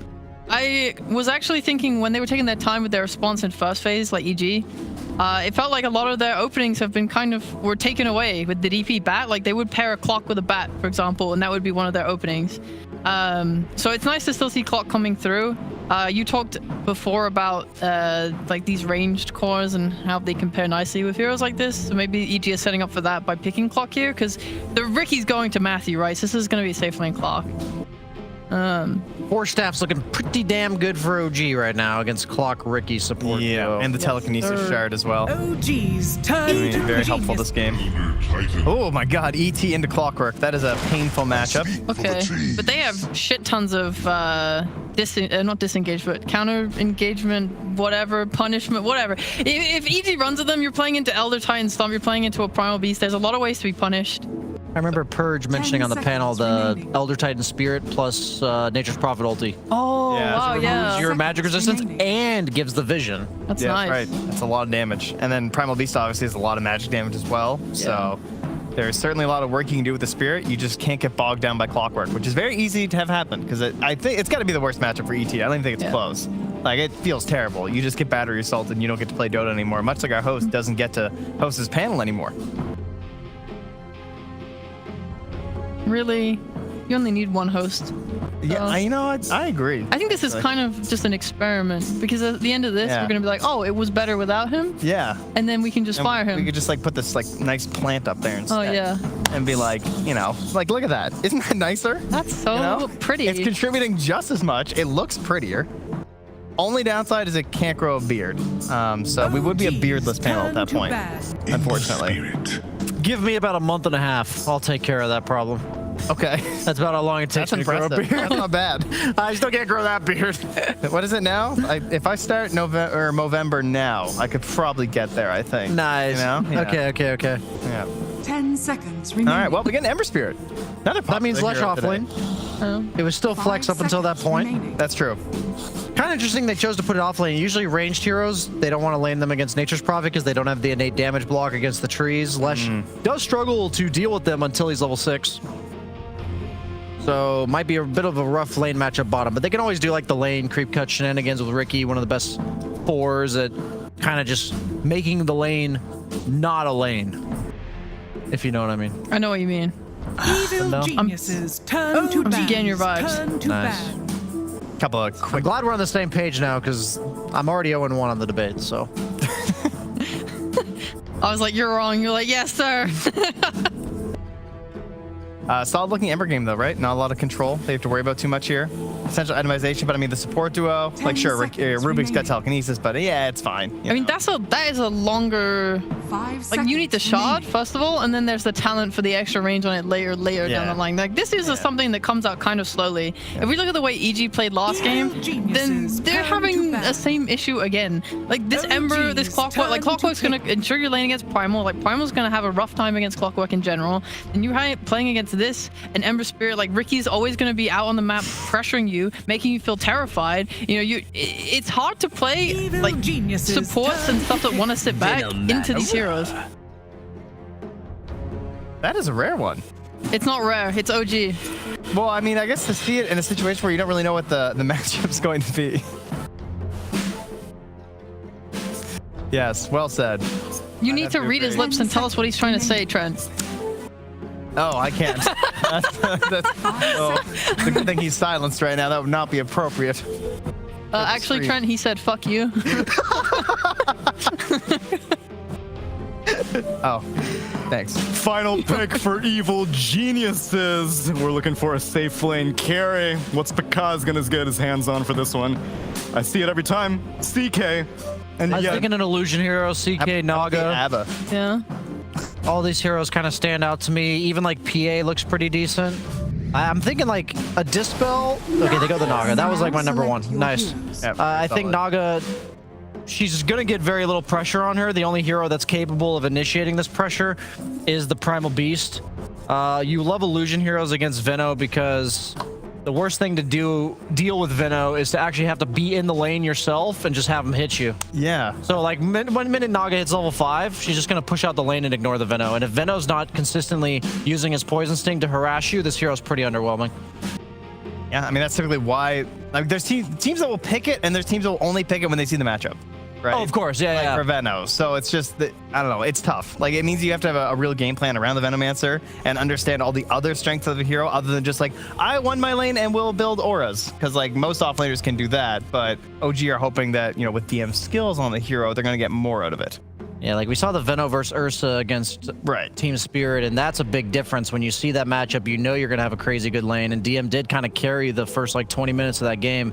I think Veno's like a liability type hero when he gets picked like this. Yeah. I will be ultra impressed if DM pulls off like high impact in this game, but I think EG, I think they've got their number from game one. Like I thought their draft was harder to pull off, but they made it work beautifully. In this game, I think the draft's actually straightforward in how it's going to play out. I've seen DM play this Veno hero into a terrible game. He gets crushed in his lane. He feels like shit. And then somehow they manage to just like hole up in their base for long enough where these fights are happening. Everyone's covered in Veno. He's got that shot. It's like stunning people through dispels or whatever. And then everything sucks. And then the rest of the heroes come through and carry the game. So maybe he'll pull off the same magic. I'm fully in EG's corner despite this. I like the devil's advocate approach. I think that's important. We gotta throw a bone. They're really comfortable with this Venom answer. I'll do some throwing as well, as I believe I've finally been unmuted. Ladies and gentlemen, if you are ready for a game number 2, let's give it to... All right, so game through anger. I had it right on back. Production's finally getting the right idea. Those panelists are kind of useless. Just it feels good. Let them sleep. Let's get into the game, shall we? EG versus OG. OG hoping to be able to silence EG this time around and push it to a game 3, and they're going to do so off of the back of their Venomancer, which has been picked 4 times in this tournament. Avery won 3 of those games. Damn. 2 of those games were OG themselves, and they were 2 of the wins. So they feel pretty good about this hero, and they're also willing to pick it and get counterpicked. No problem. They picked it 17th. They picked it 23. You know, they don't care if it gets counterpicked by 1 or 2 heroes. Do you think this is acceptable? Why are you always asking me? Do you think this is a good draft? Well, I'll play the play-by-play. Did a lot of talking. I do the whole thing. Good at my job. But I don't know anything. What do you think about this draft? I think that honestly, I haven't thought about it. Yeah, it's not so easy. It's not so easy when you get put on the spot every 2 seconds. Well, you had all that time to think. Okay, I'm gonna make a bold claim. Are you ready for the bold claim of the day? That's gonna not be true, and I'm gonna look really dumb. Okay. Yuragi's gonna live here. No, the actual. God damn it, Yuragi, you're not helping my bold claim. I don't even want to make it now. What I was gonna say is he denied the bounty rune though. My bold claim is I think OG are gonna win this game. And BZM is going to be 13-0. It's that's not a bold claim. Literally everybody just said that this OG draft has no chance. Yeah, but we already said the panel doesn't know what they're talking about. That's true. Okay, well then it's a whatever claim. I'll just make the claim. The one thing I am worried about, okay, the Naga picks are really good. The problem is with these Naga drafts, I feel like you end up in a situation where you kind of don't have damage in the mid game. That's what I'm worried about with this EG lineup. You have Ricky, Clock, Cores, and then a Lesh Ember who aren't the easiest at following up on it unless you snowball the lanes. If EG dominate the lanes like they did game 1, okay, they're probably just going to win. Yeah, but if we get in this mid game where OG's in a decent position, which I think they should, because Primal should do fine mid, this Spirit should free farm bottom outside of that first blood. And I think Veno will do something top. I don't know what, but something will happen. Then I think when you get in this mid game with the ET Spirit flying around, if you get early levels on the Magic Amp, Furianal bounces through, Veno spells bans through, it amps the Primal, it amps all the Rubik damage. OG do not lack the damage, whereas I feel as though EG might. And I'm worried about their hero synergy in those mid-game skirmishes. It might just be like a game like last time where Furion takes over the map versus the Naga faster than the Naga does because her team can't fight. That's the reason I made that claim. However, do I think that's a high probability? I don't know. Because they picked Elder Titan. So. Yeah, you were very distressed by that hero pick. You went so far as to say that you couldn't really see a reason for it. You thought maybe it was the block pick scenario? As in you were blocking? When did I say that? Yeah, you said maybe they're trying to stop the Spectre pick. Oh, I did. Yeah, that was pretty smart. I did say that. Oh my god. The self-indulgent. Oh, that was pretty smart. I feel like that was the best use for the ET in the draft. You're blocking a lot of the Agi carry matchups versus the Furion while giving yourself the team fight control and buffing up the Rubik Primal, which you already had. I think the ET pick makes a lot of sense with what OG had. The downside is you have to play ET into what you saw, which was Clock Ricky. Those are two supports that are just not fun for you to play into. They get on the backline very easily. They have multiple disables and silences. Clockwork is just a matchup you have no way of playing around. If he ever gets on top of you, he just takes you out of the fight. Doesn't mean you can't pick ET or it's a bad pick or anything. I think it's really good with OG's lineup here. It just means Chu has to be very careful of his positioning, and he has to ideally have an okay early game where you don't fall too behind in terms of the support level differential.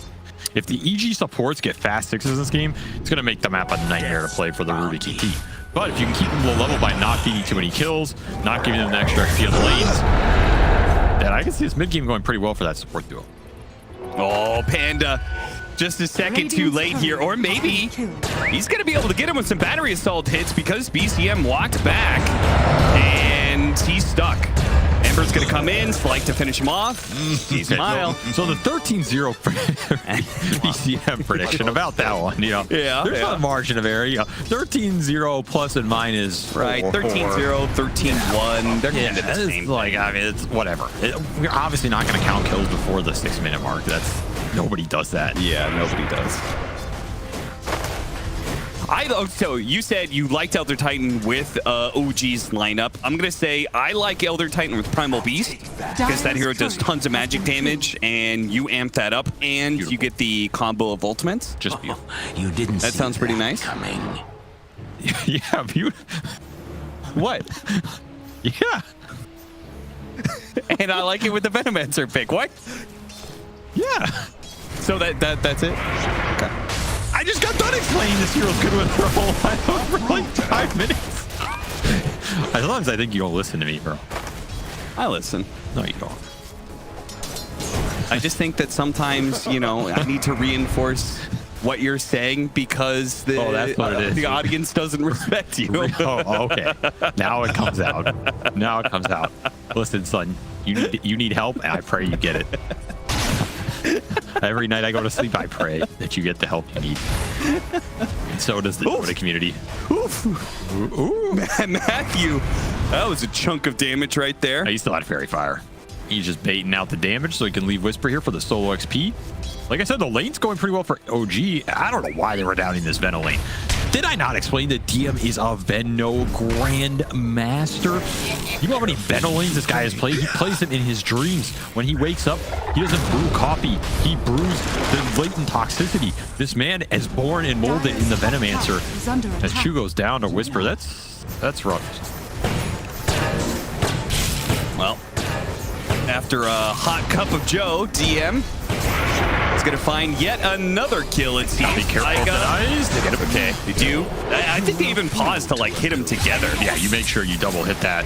That's earn charges for DM. Now he can turn on Matthew. Another Gale coming up. Is it in range? Oh, he really wants to slow him down with another war. Oh, that was so close. Oh, he got the mini body. Wait, he still got him. I thought Matthew was going to run up into the right and then use his E to get out, but that sucks. Hey, do you not get charges if you deny?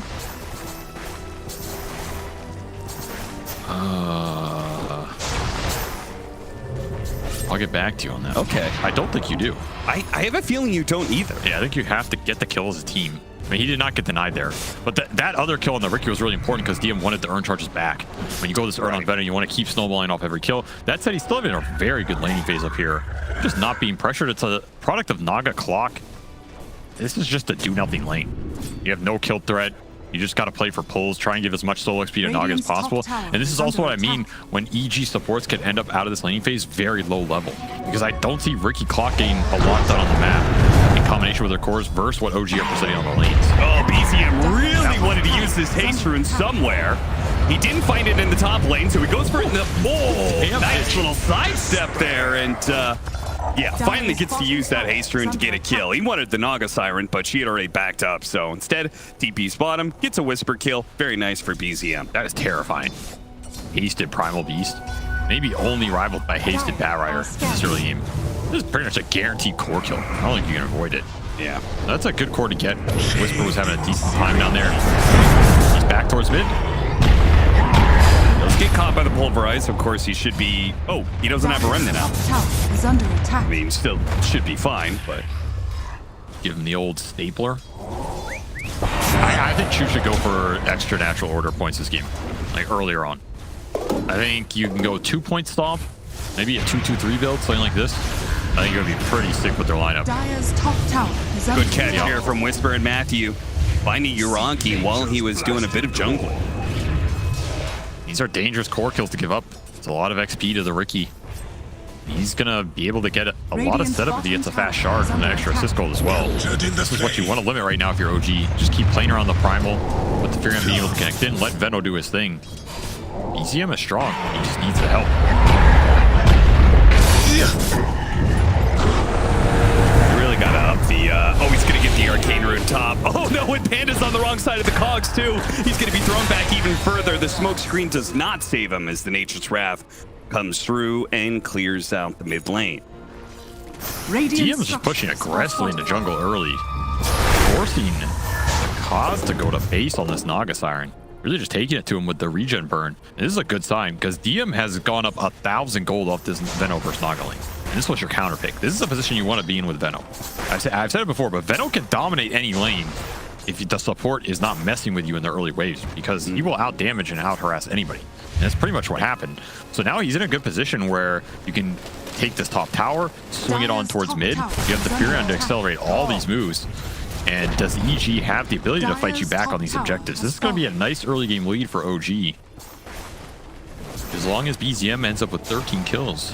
Predictions looking That should help. spot on. I mean, the combination of the Elder Titan helping him out, the BZM keeping the Naga Siren low, and, you know, if he doesn't get those early stat items, BZM, that's a pretty easy kill, right? Yes. You ever find the Naga Siren, just kill him, kill his illusions too. It's a lot of follow-up damage on any of these initiations from PCM. There might be a ward there. You might get hit by Wrath of Nature. The Spirit can amp it all up. This Primal Beast is pretty terrifying on the map right now for EG, despite having supports that, in theory, can deal with him. And I would say the one thing that can stop that is Whisper's game. You know, you're talking about how he got that kill and stuff. He's the one getting all the aura items. If he gets a mech, Greaves, maybe even a pipe, then a lot of BZM's damage, he gets stalled out. He doesn't do quite enough to be able to burst somebody. The Leshrac auras are really important for EG this game. No one else is going to build them here. The supports are probably going to be too poor, and they need a pipe. This is a lineup you need a pipe burst. You need a Greaves. There's just no other way you're going to win these 5-on-5s. So the faster Whisper can get to those auras, the faster EG can feel comfortable taking these 5-on-5s, as you have to also be ready for this mid-clash if Uragi decides to commit on that push or a wraparound with the Beast through a smoke, something like this. If you got caught on the Ember and just pushed it down during that Pulverize, that's also probably the team play over, because C-Smiles is a lot of your damage right now. He's getting chipped. He does not like dealing with these Venom wards. He's using that damage to try and kill Venom wards over and over again. Oh, bottom Whisper making some magic happen. Yeah, but is he going to die for it? It's looking like it. BZM pretty easily kills Whisper there. The rampage continues. This is going to be a fast primal BKB. And Matthew, it's about that time. Oh, God, not this again. Oh, no, too bad he didn't go into the triangle. He might have spotted that other courier. Had a Hand of Midas recipe on it. That would have been so big. I mean, the base ward has been planted. Yeah. The couriers are going to start falling. This is why EG likes the Riki. You get to stall the games with deep wards, courier snipes, just delay the net worth on the map. The Kaz will push in the lanes, and suddenly you're not falling behind in net worth because these courier kills add up to a lot. It's also just hell of annoying in terms of the mental damage. There is the sentry behind the tower mid. But he's going to wait until it comes back so he doesn't try and catch it before the item gets there. Oh, he catches Chews as well. That's a nice courier you have there. 3? Be a shame if someone backstabbed it. Number 4? Are they just not even reacting to this? I don't understand. No. At least by the second or third, you think it'd be pinged out. Hey, production, do we have a courier count element at all? Okay. Well, don't worry. We'll keep track. So we got 4 courier kills so far, correct? That's yes. Thank you. Thank you, JJ. I think it's JJ. It's not JJ. No. Jackpot. Thank you, Patrick. I don't think it's bad. Dire's middle tower is under attack. Thank you, Scriff. Oh, there's number Radiant's 5. courier has been killed. 5. Dire's structures are fortified. There's actually so much gold. I think it's close Radiant's to 1,500 bottom gold that tower just is went under towards EG attack. off of their entire courier repertoire getting destroyed. While the mid tower was getting pushed, BZM back into the game and out of the courier mini game. Steve Smile will get slain. Radiant's And structures Whisper gets caught by Taiga. Oh, what was he doing over here? He's solo killing Yuragi. That's what he was doing. Out. He's fine. This good. I bet it does. I bet it does, my friend. Oh, DM actually went deeper into EG's side to be able to sidestep that hook shot. What play? Radiant's top tower is under attack. Those 2 minutes from the Ricky just destroyed any momentum OG had on the map. Guys, oh no, we tried to get up the song. Still tries for it. Oh, Dire's middle tower barely gets out there. But you can No see help the on that play. difference. No Wrath, no TP, no support to back him up. Okay, really good Gale there from DM. That's going to do a lot of damage. Matthew's the Remnant die, and T-Smile's going to be chased after by Taiga, who stole the Remnant, and Smile does die after he gets the kill on Taiga, but well worth it for OG, certainly. That's the fights OG are looking for. These open river areas where you have to fight in event awards and the early mech and earn for DM are not your friend. Those are really tough fights for Ember. The second you get galed, your mobility goes away. Taiga is going to lift you, and then you're just going to get amped into the Earth Splitter. Radiant's bottom tower. Finally, this tier 1 tower goes down after the couriers will be the necessary sacrifice. EG did a decent job slowing that momentum, but they're still going to have to play into this Veno ET lineup in the mid game that I think is it's going to be trouble for them in these fights. We haven't even gotten the later levels of natural order yet. That's when this lineup's really going to kick in. Another Stomp will land and Sealed Hand is fate. And remember, this Primal BKB is coming. It's coming fast. As long as OG keep playing around BZM in this game, I don't think there's anything that stops them in the near future. So EG just have to push for some late game scenario where the Naga Siren is in play. Keep ratting. Keep ricking. Their heroes are okay at it. Obviously, Naga quite good, Ember quite good, and then I guess the Riki is still kind of that disruptive force that can stall out games, like you said. There is a world where EG can win this late game, but I don't think it's actually that one-sided. Even though it's a good Naga game, I think ET sways a lot of these matchups. You just get melted by magic damage, and at some point, if you get stomped in an Earth Splitter, very hard to win these carry-on-carry matchups. But given the current state, would you say that is the best chance to be able to win the game? Or do you think they have a better timing somewhere else? EG. Probably have to play for Naga 3rd or 4th item. Okay. And then take some fights to take over the map. Abuse the illusions where OG's heroes can't deal with illusions on the map, so you split them up and get a numbers fight. That's how you're going to win the engagement. Good old Naga Dota. Okay. So at least like the next 10 minutes is going to be pretty ratty. Yes. Where because he does not have Song of Siren this time around. And you can't just TP here. Nope. He's definitely dead. Look at that damage. Ooh, nice Manta dodge. Oh, BCM trapped himself. Beast self-caged. Yeah, they will see this obs. I mean, look at the Radiant Sentries.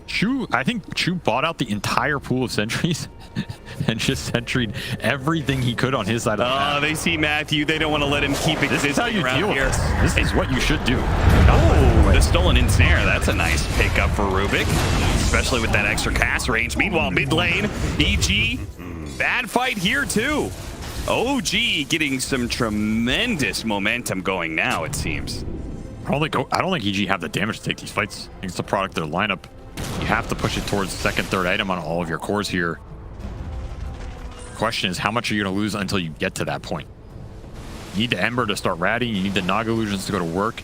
Ricky to cause as much chaos as he can, but OG are starting to get a better feel for this map. Radiant are scanning. Closing it off, and BZM is still hunting. He does not have a dust.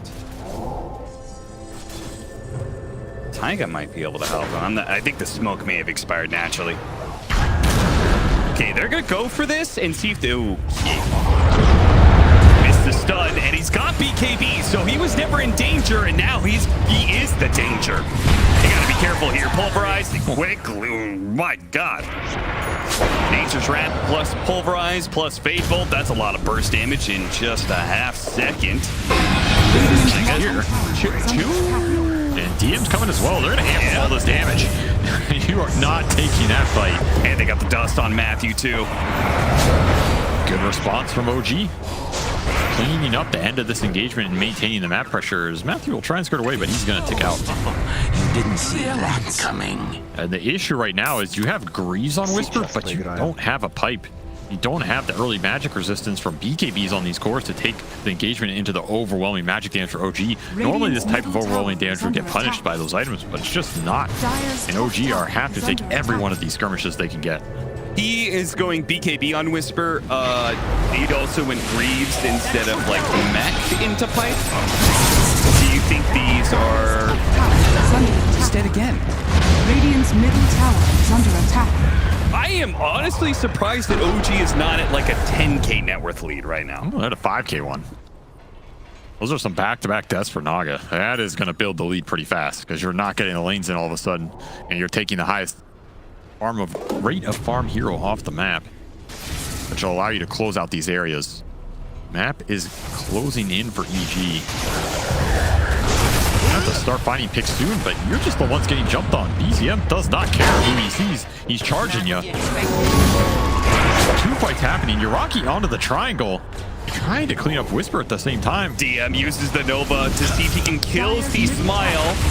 Whisper does get a turnaround kill and does manage to get out. I think C Smile is not going to take out either. He looks okay. Maybe not. He's getting low. Oh, he's dead. I spoke too soon. The Flame Guard must have burnt out. Okay, this is an opportunity perhaps, or not. Because is just dead. Yeah, that is not the fight. I thought there was a move there. I thought he was getting all offensive on them. I thought there was an idea, a play to be made. Oh, BZM a second death. All right, Avery, you're officially wrong. I'm sorry. Come on, man. I feel like this is close enough. Dire's bottom tower 5, 2, and 9, 13, 0. Those are has two very different numbers. I'm sorry. I have no response. How could I be so off in my estimation of this game? I shall resign in disgrace. I can bring back Kyle. Well, I guess one upside is that OG is not the best team at being able to do Roshan. Though eventually you get such an overwhelming advantage that you could just do it as a squad because EG can't fight you. Cap, are you telling me that you didn't watch any of those Jenkins tutorial videos where he talks about piercing damage changed to wards and how Veno wards kill Roshan faster? Hashtag DHL Trump. I don't know. Is that even true? Yeah, Veno wards do more damage to Roshan now. Yeah, but it's probably not enough to say Venomancer is a Roche-taking hero, right? Well, Jenkins said it in the video. Oh, okay. We're going to try and walk this off, but there is no walking away from this team right now. Smiles going in, didn't see Smiles going out. Jeez, that one swing for the Elder Titan did so much damage to him. Dire's top tower is under early Mjolnir for Yuragi, just pumping out the right clicks and the damage. There's your objective take. It's raw attack speed. It's crazy how EG just keep on fighting into OG. I don't think these fights are winnable. No, I don't think so either. But at the same time, I guess they have been getting caught a lot trying to split push, so, you know, maybe it is a better idea to see if you can get a pick somewhere. They also just don't have that good of global ability with this rookie. Oh, let's say if Matthew finds somebody on a triangle like he is now, right? Let's say Yuragi TP's right in front of him and gets darted. What do you do off this play? There's no play option there. No. That's part of the issue they're running into as well. You have pick off with Ricky and Clock, but getting the follow-up there is not as easy. He sees it. C-Smile is going to be able to get away. Dust was delivered, but Matthew can get his... Has he not gotten any other curries? Is this the 6th one? Is under attack. Should be the 6th.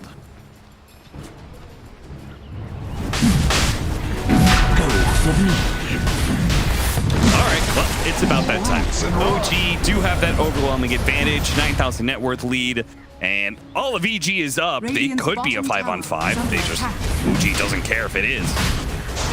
They've got plenty of BKBs, plenty of teamfight items. This Roche is no longer that slow. Aegis to Yuragi, help him play more aggressive. Yeah, and number 7. You can add it to the belt. I mean, you're going to have a very notched belt here. Uproot and aftermath. You're going to get smacked with it in a minute.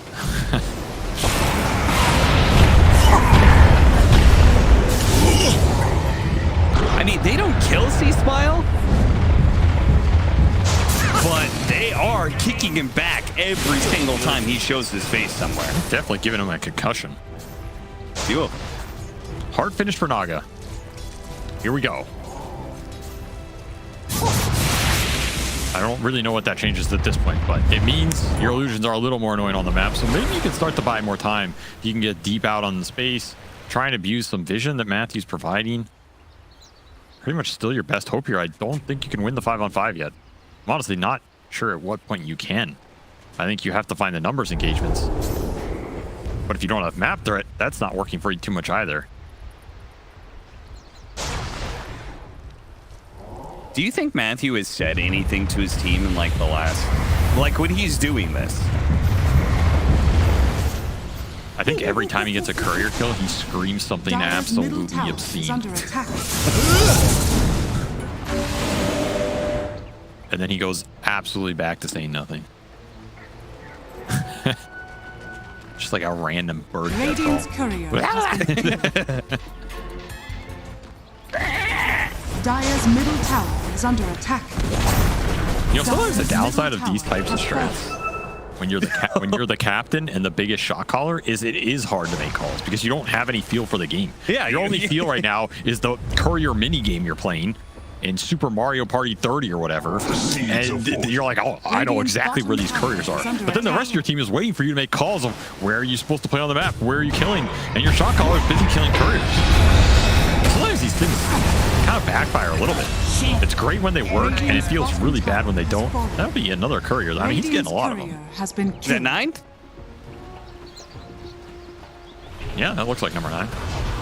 Think you should get a prize if you get like 10 couriers? What do you get? An Aegis drops?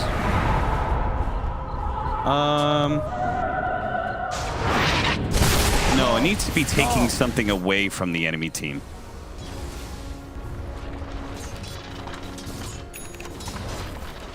Oh, he's speeding it. Juked it. Oh. 4 staff will be delivered.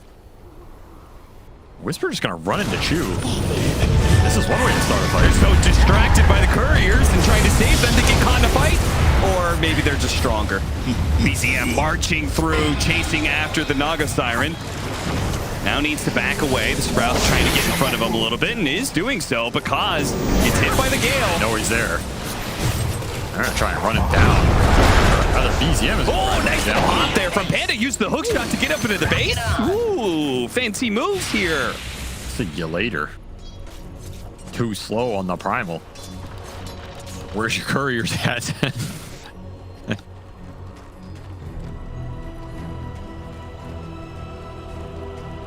Courier's dead. My favorite part is the vicious cycle that occurs with the Veno one. Radiant's courier has been This killed. can't keep happening. Is that like he stops dust and sentries? Why do they show his face every time? Yeah, I mean, waiting for that obscene phrase you're talking about. Catch him once. One of these courier kills. Yeah, you're saying they fall behind on detection, right? Yeah. Yeah. So it allows Matthew to play, even more brazenly because then they're not able to lay down the sentries to catch him in the first place. No, it is a compounding loop. And it's probably the best thing he can be doing right now. Just at some point, you have to start to threaten heroes on the map. Unless you're just that confident in going ultra late here with Naga, which you are finding farm on the Naga and the Ember. I'm surprised how much farm C-Smile has in this game, actually. Considering they haven't really won any of the fights and they've lost Roshan. He's still up there. ZM lurking in the shadows. I'm the real Ricky. Got the spirit on him. BZM with the TP in from Yuragi. Yuragi. Let's see if they can burst him down fast enough. He gets off the song. The BKB is out, though. Mirror image, dodging a little bit of damage, trying to run. The BKB. Ooh, did the Nature's Wrath never land? I don't think it did, and BZM did not BKB for that song. For me. Also, no Earth Splitter got thrown. That was definitely a mistake. Surely, right? Naga Siren. That's a big kill to get. Can't let that Siren slip away. Because every time you let someone slip away, there's the mother load right there. But this is a Dragonlance Courier as well. This is not a bad pick either. Radiant's courier has been killed. Okay, what was that? Number 12, 13? I think that might be 11 or 12. Tiger went back for his gem wisely. Yeah, they got him now. Justice. Oh, he laughed at that one. It's like, whatever, guys. Took you 10, 15 minutes. I think that smile was the smile of Ricky haters everywhere. Rejoicing. Rejoicing in the final boss has been slain. We get to play the game again. It's been so long. I'm tipping. 10 ping lag? What does that even mean? I think it means that, you know, that OG, I mean, Europeans in general just getting to play on some pretty good ping compared to the South American team who's obviously used to playing on much higher ping. That? Yeah, Panda said that. Oh, I have it muted. Really? Why do I have Panda muted? I don't know. Yeah, I don't have any of the others. I feel like he's pretty chill. Yeah, he is. It must have been when I played him on Landers Lane. Yeah, he was probably spamming voice lines. I've got a lot of people muted. Well, like 2/3 of the players in this tournament, to be honest. Nothing personal. Just business. Just business.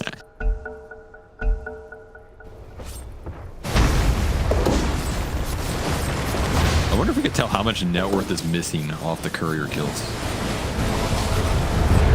I don't think that other stat shows it, right? I mean, it shows golden items, but I think that includes items that aren't on the hero. Yeah, I guess we can see a decent amount. You count it out manually right now. Sanj plus Dragonlance. Well, that Sanj is flying out. That Sanj isn't dead yet. It still has a chance of connecting. Oh. Matthew could appear at any time. BKB got forced from Steve Smile during all that. A little something.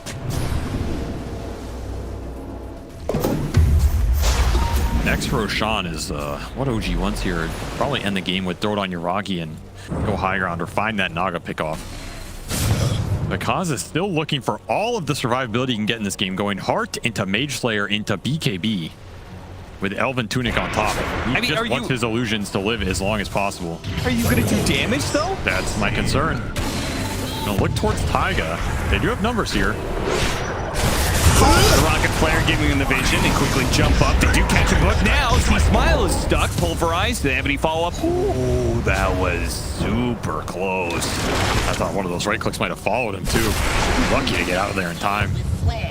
As the tactical retreat comes out from EG, they take their kill and leave. Gem did get transferred to BZM there.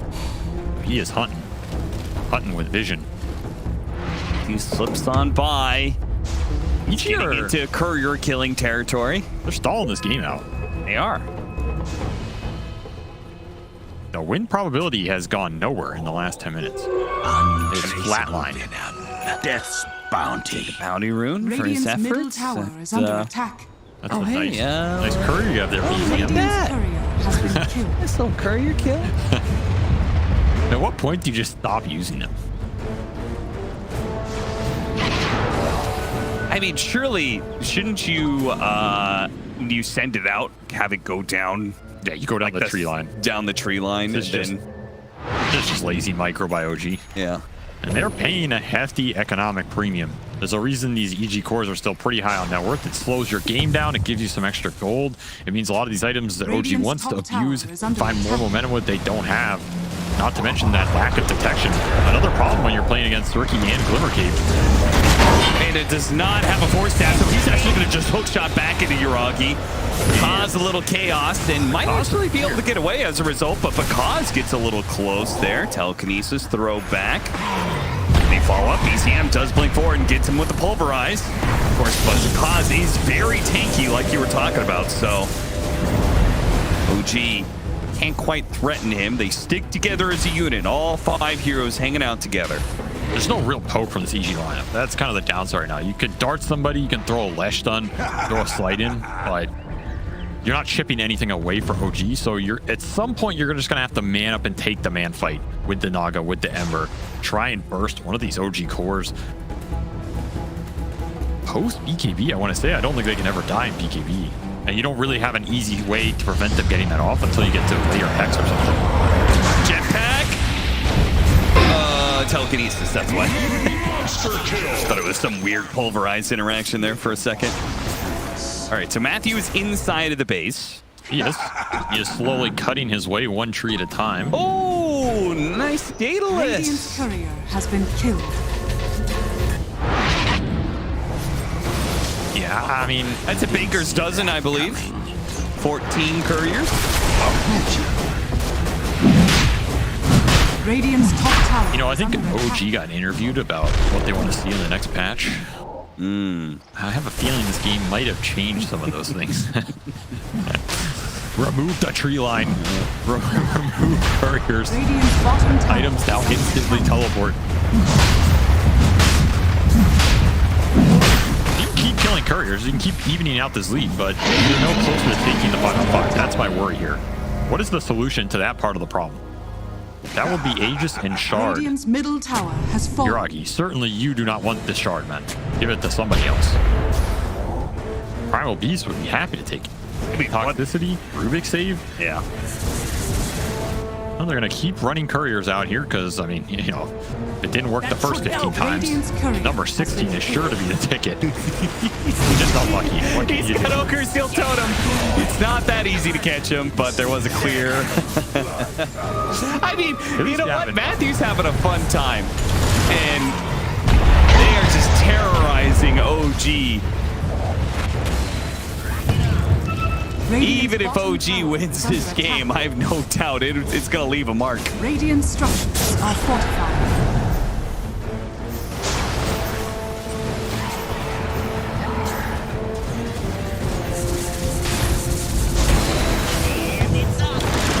Sure would be nice to have a Daedalus right now. It really would. Actually, he doesn't have the slots to use it, so. He still has Shard in his backpack, by the way. I don't really understand this. Did you just forget about it? I think he might have, yeah. He's like, you guys don't deserve it if you keep killing your couriers. It's also DM bought a Shard, so... Oh, it's stuck on the courier? Yeah, but don't you give it to Taiga here or Primal Beast? Yeah, somebody else should be getting it. It was probably... Matthew? Oh, Matthew!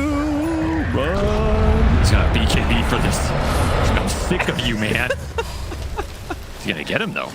Oh, blink, blink, blink, blink, blink! You got another courier! Another courier! It can't keep happening. Make it stop. Double damage empowers me.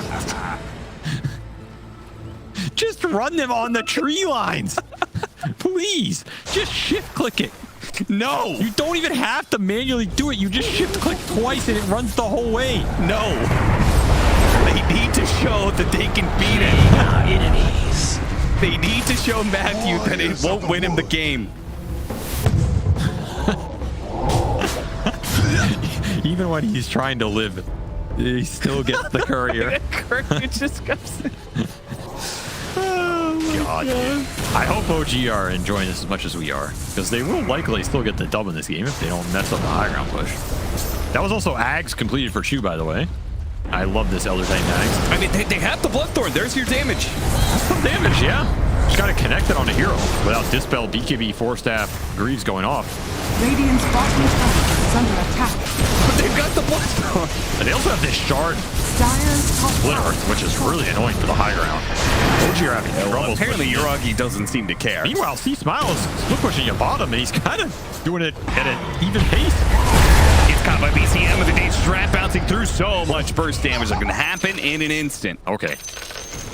He paid the price there for his tower greed. EZM getting tipped. Matthew holding on to this ward.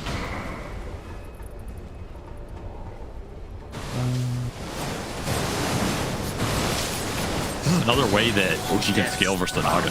This ET-Ags. I know it maybe sounds a bit clowny, but you do chunk these Agi carries if you can get in there with a big spirit and start punching them. Sure. Especially when you have like AC aura and maybe some drum aura from something. Naga does not buy any plus armor items. It's just pure damage. You're hitting for 400 or 500 pure damage every time. Once again, the Jetpack trying to get away, but the telekinesis holds him in place. There's the Bloodthorn.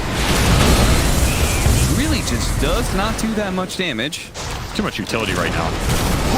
You're going to try and push this high ground into the splitters. No Ember to rat you this time. And that'll be a rain tracks. How much more can you get here? Ager's out in a minute. OG might be timing this. Maybe take the fight after it expires. You have to be careful on the retreat here if you're OG. Radiant's courier. Meanwhile, more important business to attend to, says Matthew.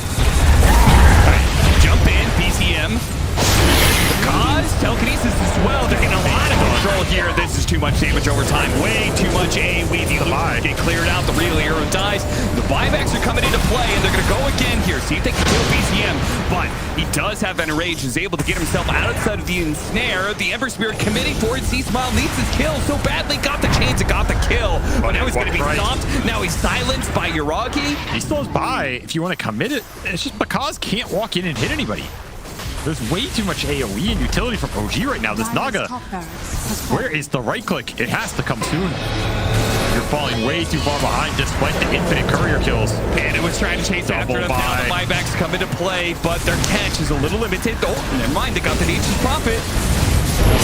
Gonna have to burst him down. He still has Satanic. Oh no, the Mechanic's going off. They can't kill him fast enough. They do have this splitter, though.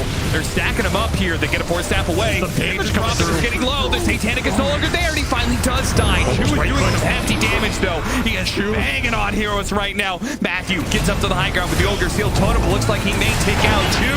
Stop. Can't make it. Hook shot. Does manage to land onto the Venomancer. EG blow every single buyback they have to be able to hold on to this game. They do manage to wipe OG. That's still a sick fight. That is not an easy fight through the amount of sustaining utility OG has. Even those true punches are starting to look scary towards the end. 5 buybacks to get 5 heroes in a gem. Is it worth it? What is the win probability? Reminder. It is worth it. It's by 3%. Right there. That's a one-team fight. It's because you forgot to include the one courier he killed. Yes, Matthew did get a courier before that fight. Yeah, we should make special note. That's where the 3% comes from. That's a lot of XP. If you can wear through the OG BKBs and you still have yours up on the Naga, there's some glimmer of team fight hope there. I just don't know how that's going to happen without the 2 lives. Because that's what really did it in this fight. You just stalled out so much of the time that you can come in and have your BKBs up. Whisper still has his first engagement. Until then you can wear through this Satanic with the smoke screen, with the disable from the disarm. Halberd on Whisper doing some work there versus Yuragi Furion. And these Chu punches, you got to watch out for him, man. You got slept that time, but you might not be so lucky.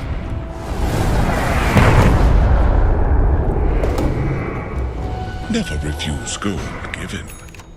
Okay, OG. you know what that face is? It's the face of a man who has to have his courier sniped for another 15 minutes. It's like, get me out of this game. I don't want to be in this game anymore. Stop. Chu has a Crystallis. What a monster build. Damn. That's a Chad ET build right there. I respect that. If you play this hero, you go the Chad build. You don't go some Force Staff Glimmer nonsense. You go in there and you staple somebody's face to the back of their scalp and take some names. That's what this hero is designed to do. He's got a Penta-Edge sword. In the He's the carry now. You know what, Yuragi? You had your chance to carry this game.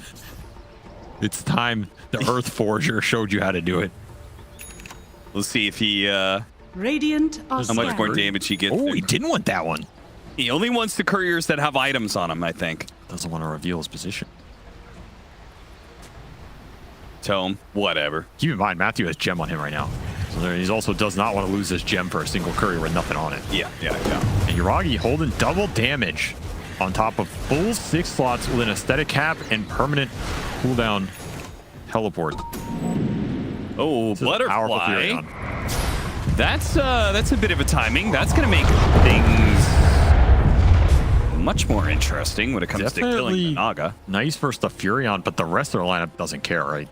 The rest of his OG lineup is centered around the magic damage going into that Naga. Sure. And predicated on the fact that the Naga's not going to kill him before that happens. I mean, you have a Shivas on BZM. He is a tanky boy. And again, you don't have the hexes or anything yet. This EG lineup really wants a hex on somebody at some point in this game so you can start and clear through that core off the burst. That clean initiation is just not there, and the OG utility is going to run circles around you still. So you have to play these long fights, which means if you're EG farming for buybacks, as Matthew continues his courier campaign of the century. And it died. It's kind of the same. Same amount of gold. 1-for-1 exchange. Actually, it almost is the exact same amount of gold. That is sad. I like how it's just this trail of him basically getting to the Radiant side. All right, OG, time to end this game. Is it? I mean, is it? 40 seconds still Roshan. What are you asking me? You just said it. I don't think they can go high ground. Well, I was just narrating what they were doing, but I'm going to take a break. They're going to look for their couriers right now, make sure they're all intact. Oh, guys, where's this Ricky? You know, everybody's, it's a battle buddy system, you know? I mean, everybody make sure you have your battle Chu was trying to use his courier, and it wasn't coming, so he paused the game. Now he's getting told it's been dead for 20 minutes. He says, oh, okay, well, then we can go then. I thought... Wait, the couriers can die? Guys, my courier's not working. It's just because it's been dead for 10 minutes. Oh. All right, let's continue. Anyway, I'm going to back away from the Dire base and wait for Roshan, which is going to be in 20 seconds. The upside of this period is EG is that Yuragi's maxed. So all this gold Furion's farming right now isn't going into anything. It's just going into retirement account. Yeah, but isn't that kind of the same for Naga Siren at this point? I mean, Naga still got another slot here. Getting rid of the treads. You still have real end cap. Diminishing returns. I mean, the problem is nobody else is really scaling, I think, on the side of EG, especially not the support. No, the supports are apt. Yeah.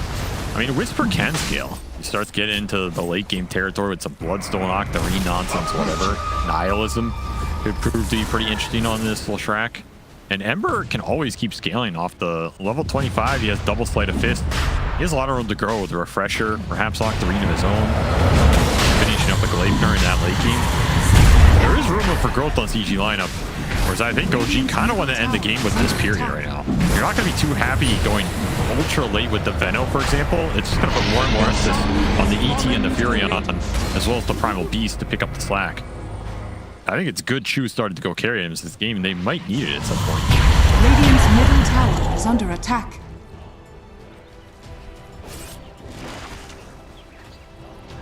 Oh, Moon Shard for Yuragi. Instantly eats it. Is carrying that Aegis cheese. Get an Aghanim Scepter, I guess. See, Smile quickly breaks free from the Sprout. Thanks to the Aghanim Scepter, he can jump pretty far, pretty fast. Back home he goes. I mean, you got to keep in your mind that Sprout leash.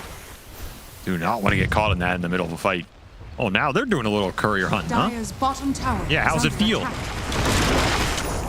Well, they didn't get it, so I guess they don't know how it feels, but... Pretty good if you're EG. Wait, what was it getting? To a future of grief. Nothing. Yeah, it doesn't Whisper want buyback? His buyback is back up in 50 seconds. That's why he's laughing. He's like, you fools. You think you're sniping my courier. Oh. It's just a distraction. God, he's level 14 on Matthew. Because he hasn't seen a creep die in like 15 minutes. He's seen a bunch of couriers die. Yeah, that's true. Couriers give experience when they die? They don't, right? No. He's gonna get this one. Radiant's courier has been killed. Dire's bottom These are actually worth 500 gold each.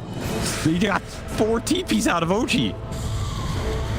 BZM's so mad right now. Oh my god, the amount of troll happening in this game is just uncalled for. Oh, he's gonna get another one. Why do they keep running here? I know. Oh wait, no. Oh, BZM, he's evolving. He's microing it. Taiga? Come on, man. Come on. It's the same spot. It's the same spot. The courier bodies are just falling on other courier bodies. They're just stacking. There's mounds of them in the back. I'm gonna open up a tannery down there. It's a courier cemetery. Oh man. OG still aren't going high ground. They have a 5v4. Okay, Yuragi's done. So guys, I'm not playing this game. I'm just kidding. I don't care what happened. Oh, initiation on the left track. 3 minutes off. He's still talking about the high ground. C-Smile is going to be able to finish him off. Oh, that was a bad initiation for OG. Panda. This does not look great. Yeah, the Nova does hit because, so at least they get the bit of damage on the important cores. That mana did not work. No, EG not at just all. Pellet.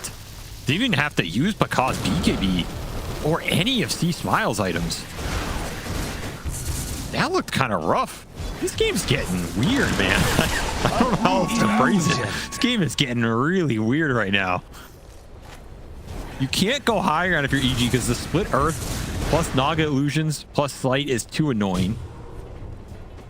Fighting up the cliff is really awkward for your lineup. Your Venom's damage is starting to fall off. You haven't seen a courier for 10 years. The last time Yuragi saw his courier, he was a wee lad. You still have some 25 talents, so 25 for both the Primal Beast and Venomancer. Those are both pretty transformative, I would say. BZM. Doesn't carry the gem, so he doesn't see Matthew. Well, they got Sprout Leash. BKB forced out. Still had that BKB. Didn't even have to use it in that fight. We are back to a game where all the buybacks are up. Except for Tiger. I can't believe they weren't able to, like, they got nothing out of that get something out after they forced all of those buybacks. They had all of their own buybacks. EG had none of theirs.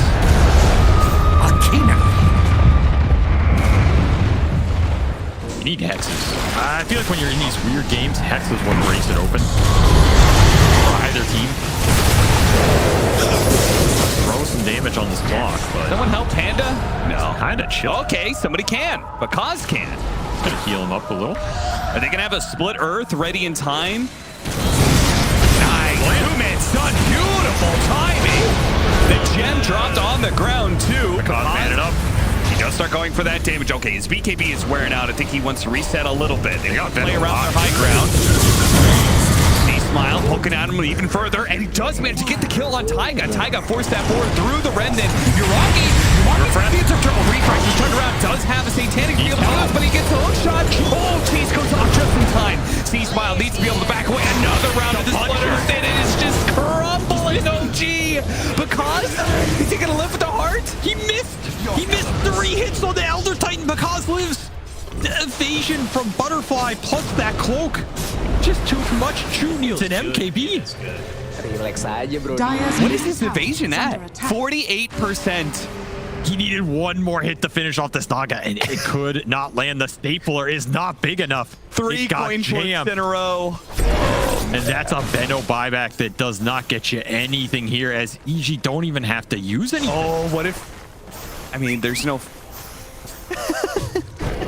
Radiant's courier has been killed. Oh my god. You stop it.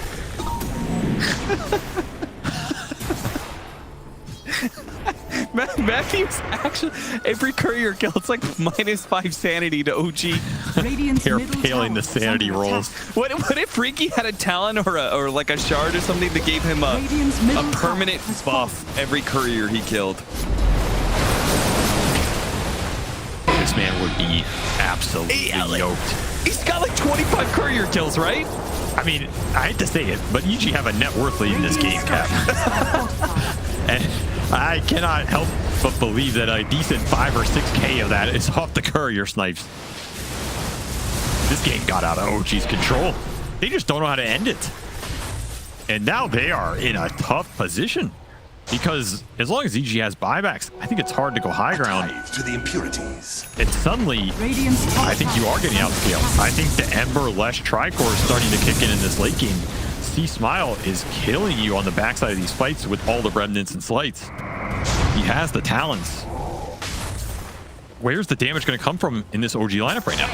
Your Vlad's 4-stat Veno is not picking up nearly the same slack. I think it has to come from this ET. Top tower At the same time, now you need MKB on a 5 Elder Titan to win you the game. That is a rough position to be in. I mean, how are they not doing damage to... Okay, this is some special technology right here. How are they not doing damage to the Naga Siren when they're able to take away all of his armor? Loaded to the gills. He just has a crap ton of resist. There's not much physical getting pumped into Pakaz right now because he has the 50% evasion. And the magic damage is going into 4,500 HP with 54% magic resist. Yeah, if you're removing that, it's okay, but that's still a lot to deal here. Oh, that was cute. Well played, Taiga. Uses the telekinesis on Yuragi and throws him onto... Take that, the Riki. Goddamn rat. Stomps on him like a Goomba. Okay, we actually have completed MKB for the 5 Elder Titan. All right. Where is Yuragi's MKB Titan, by the way? It's on Chu. He just doesn't have one. Like, why not? You know, like I understand Mjolnir, like that, like proc goes through evasion. That's nice. I mean, he's bought out Moonshard, Ags, and that Daedalus from earlier. So the next item probably will be MKB slotting in for something. Probably Hurricane Pike. Yeah. Just a lot of network to grind through. And maybe an item he didn't think he would need at this point in the game. He's just going to man up. Oh, this is getting a little risky. Telekinesis throwdown. Taiga does manage to force staff to the low ground again, and Yuragi's going to do the same. Oh, he did get Ags off because the Reeling. The Reeling's there. Now when they force staff out, you pull them back in. You're coming with me. Where are you going? I mean, the bigger thing is you get the other buffs from this Axe, which are just your ensnares way better. Goes through spell immunity, extra cast range. Does Raylan stop force staff in any way? I don't think it should. Well, that would make it a lot more interesting. What has happened in this game? OG, what have you done? Honestly, I feel like this game has just been some sort of weird fever dream of couriers dying non-stop. Are we alive right now? Can you imagine the couriers? Why, Master? Why?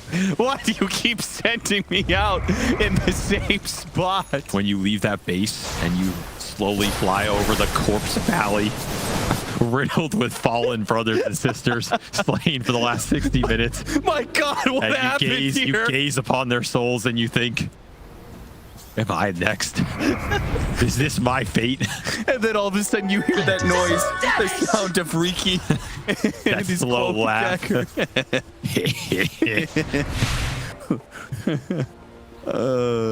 What is Riki's laugh? You like so? There's no way it's that. Are you kidding me? It's something like that. I swear to God, it is. He's still level 17, by the way. You know what's missing? I've realized. Does Matthew not have the taunt? He hasn't been using it. Yeah, it's the music taunt. He does have it. He's just not using it. He's polite. But doesn't it automatically go off when you kill couriers? No, I don't think so. All right, this is 4-item Roche. Ags and a refresher shard. Oh, they found the Riki. They didn't find the Riki. They found the Riki. They didn't. High ground ward. He sees everything. This is delaying Roche. Radiant. They had Roche on. Yeah, it's been delayed. Coming. EG is here. Oh, and he's going to get information on the back lines. This Riki for the back. He got it. It's immediately a jump. Whisper's going to be able to hit him with the splitter. He's dead. No buyback here either.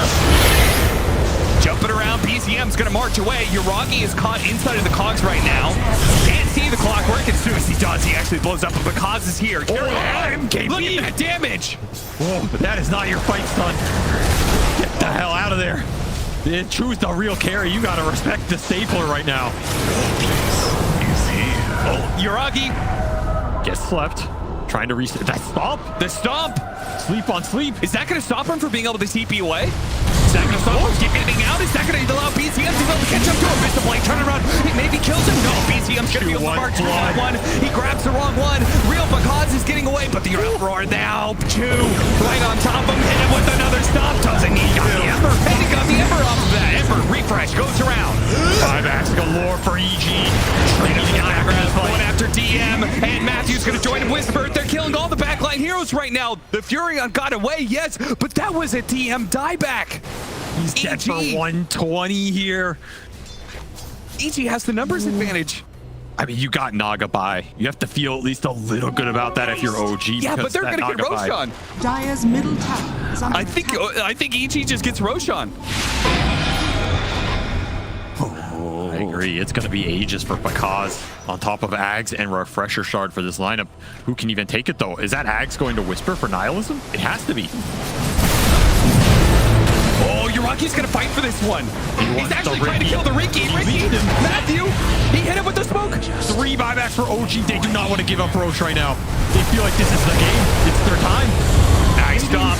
2 supports are dead. One of them with no buyback. Ricky will be back soon, so OG are going to secure Roshan for themselves. Am I crazy? I thought they didn't have buyback on some of those heroes. Oh, they had buys. It was just coming up, I think, for TM. Timer hits. And now all of a sudden, that Roche that was EG's goes the other way. 3 buybacks committed. That's going to be 4 on the clock for OG here. But I think you're happy for this exchange. That would have been a rough period to push through. And more importantly, you're going to get an Ags on. Looks like the Veno. Yeah. I mean, it's the Primal. So BZM just got a huge stimulus package as he gets a Refresher Shard and Ags. This Primal's hitting a little harder now on top of that Pulverize through spell immunity. I'm surprised he never built the Aghanim Scepter earlier. I thought this like AoE damage was actually a really good counter to Naga Siren. I mean, he just went Shiva Strength Link, which is also a significant amount of AoE damage, so you can't blame him in that regard.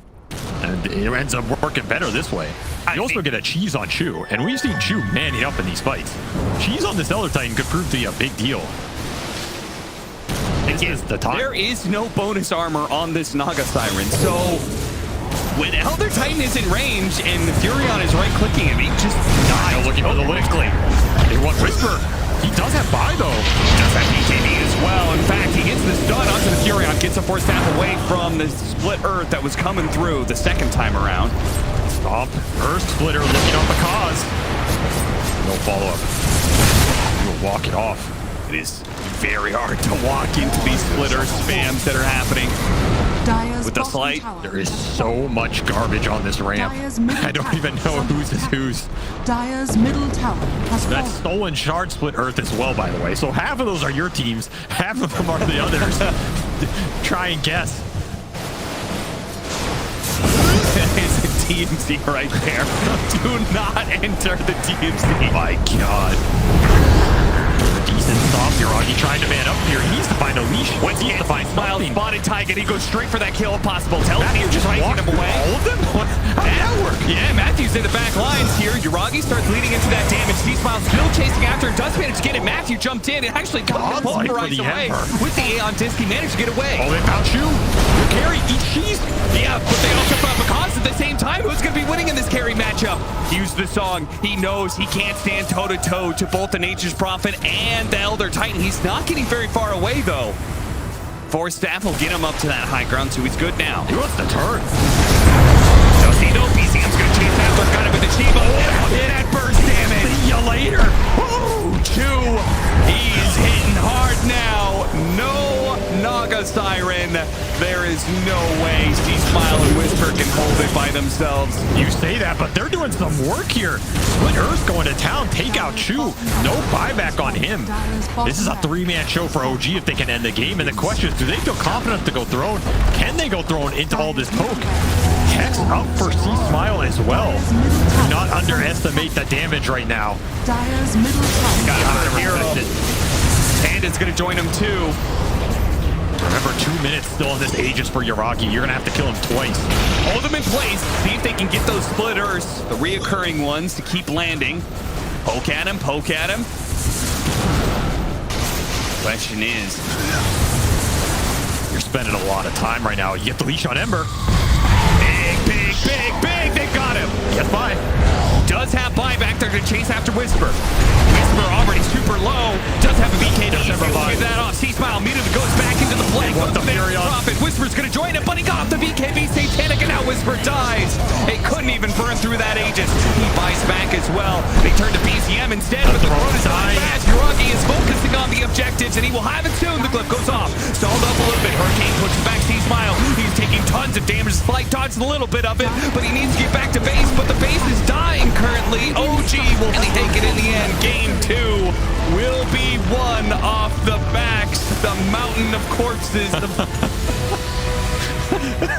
Matthew. A victory forged in the furnace of courier souls as Matthew gives them one more hee-ho for the road with that Ricky voice line. The smiles are starting to come to this OG.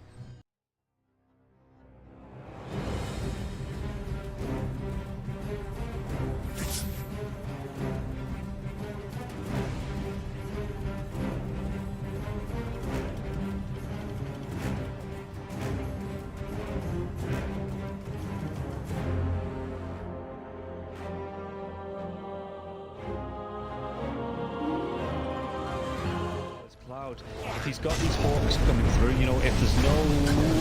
We'll come back to this as they get the dive on, and everything I was saying is now inconsequential because Cloud has gone down, so Kami has to move away from these multiple kisses. There is still that buyback to the Beastmaster though. Let's see. Let's get himself back into this. The dive onto the back lines, he's with the Vortex as well. There could be a real nice dismember. The hooks come. Nice save. Though. He saves it. Cloud gets himself back into this now, and Kami is losing so much time. Kami's going to go down. They do get the kill onto Leffington there as well. So Mira with that freezing field, Mira will go down. Going down to the hooks. Yatsuro's still in that push roll. He's getting them back. They get the buyback out from the potent storm spirit. Everybody from the side of Hydra. They don't want to be giving this one up now as well, but they take down Leffington once again. That's the dieback on the disruptor, and Yatsuro, what can he do? The hook, it's going to be blocked mid. Hook. This is the dieback on the Cloud. Cloud, can he get himself away from this one? He's still being harassed up by Collapse. One more right click. He goes down. That is going to be the Beastmaster dead for 115 seconds, and now the chase is on for the rest of the side of Hydra. This Aghanims on the Morphling is just making him impossible to deal with. First of all, they use the little shredder on the Pudge to get rid of his armor. He has solid amounts of it, but it is just not enough. And then Yaturo just destroys him, and he knows that he can stand his ground because he cannot be stunned. You literally cannot be stunned. How do you stun water? Well, a lot of their damage, if not most of it, is on the Morphling. Oh, the glimpse comes back though inside the Static Storm Mirror. He has that Lotus going, and now if Zofra actually dives a little bit further, the Thunder comes out with Podking. He's dove in, yeah. They're going to be able to get the kill onto the Storm Spirit. Can they take down the Pudge? They're going to be able to catch him, cancel off the TP. He's going to be dead. The Storm Spirit though, he has brought back, and they've got no kinetic field, no Static Storm. And like you say, they're even going to be able to get a lockdown onto Cloud. Everybody inside of Hydra, they just overextended, and we praised them in the first game for respecting the power of Team Spirit here, but Hydra might have just lost the heads a little bit, and the buybacks, they're going to be forced out, but I don't know if it's going to be enough to defend this base with the Pudge being down, with no Static Storm for the next 27 seconds. Spirit, what can they get from this? Diving Warwick though, they're going to be able to get damage. They get two, they do! They take them down, the cookie comes out, the Yaturo, freezing field, they might lose Happy. Is this the dieback? They do the break the Lincoln Sphere though. Morphlin. Bilal wants to come right back into this fight because he have the boots of travel to do it. It might take him a little bit longer now. No boots of travel though, so he's going to have to use the blinks. You know, they just do it by foot, it seems. Level 25 Storm with a beast. That's just so much damage. They're going in for the Morphling. He doesn't have a buyback. No, they get. Do they get the kill? He goes down. Warwick has to go down though. It's going to be him left alive. No, it's not. The creeps are pushing in. There's no buybacks available on the side of Hydra, and this is going to be 4 heroes, even with the death of the Morphlin. No way Warwick defends this. It's pretty much over. They don't have the glyph. The game is over. They gave it their best. Hydra, they made Team Spirit work for it. The team that is most likely going to be at the top of Eastern Europe DPC Division 1.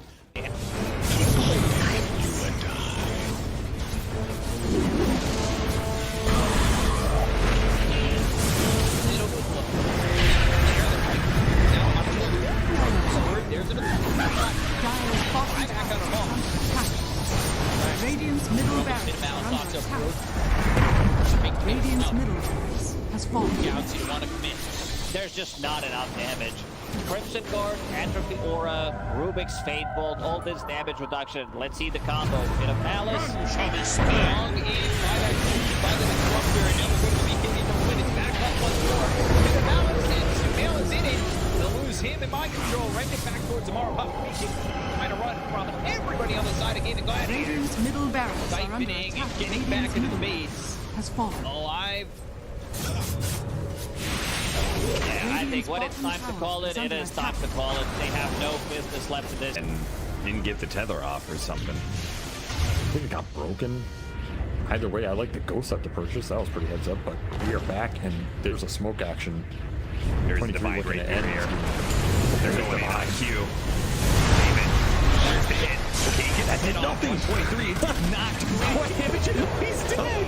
Oh my god. Nothing. Less than 10% of his health. I mean, I'm assuming that's just the game. That, yeah, 100%. There's no point in talking about the rest AU of it. picks it up. I shot him twice. The dive. Let's go away, you. Oh my god. Victory.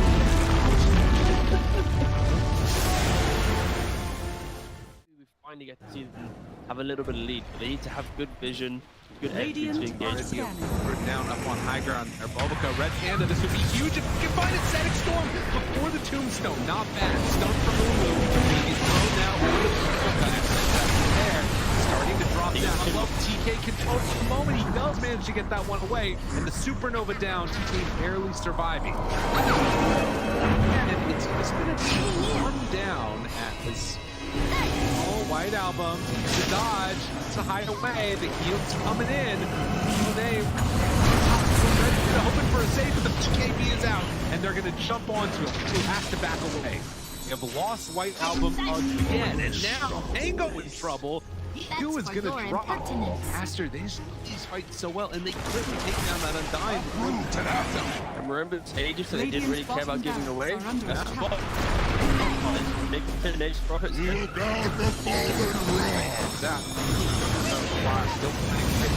Stun is out on the play. Didn't have a BKB available. Bulbaca dropping low. The 10th on back in. They have another go off Bulbaca. Doesn't look like it because the black hole is there. That's on the agent. He doesn't have multi to become back. And Aster, they might take full advantage. Move. Radiant's bottom Rax has fallen. Up the bottom. Finally, Aster full advantage. They're building. Radiant's middle tower is under attack. Oh, just for a brief second, had more network. There it is, back again with the higher network. When you click on the out, it's not really an inspiring network. Blink, BKB, Radiant. You might be able to get on top of a hero, but that's not the shot. That's able to 100-0 here. Like even this Undying inside Static Storm, able to then get over the slash column from away. Back, they have that trying to keep him alive. Makes the move, and again, into this fight without Monet here. It's pretty good for them. Right album, but now Monet is out now. They're in a lot of trouble. They managed to kill him. Okay. Alright. Pops ulti. Now the turn. Fine Jinx. Really get away.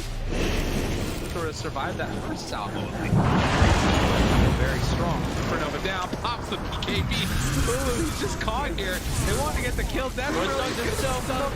And now the chase. With the avalanche, the toss. Jinx, he's going to give up his life also. This is one level in. Monet is way too strong.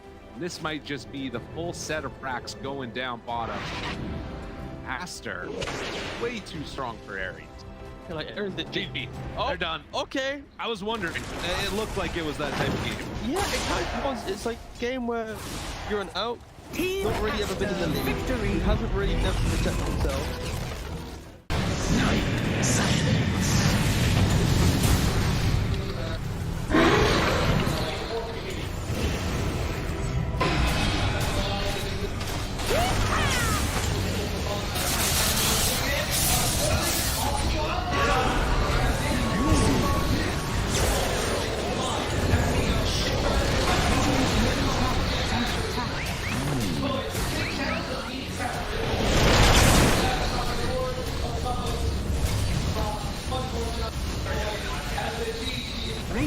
structures are fortified.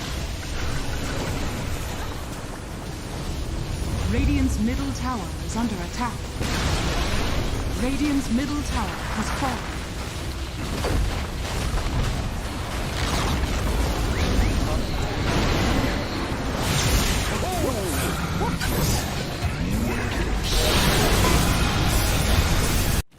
Boom.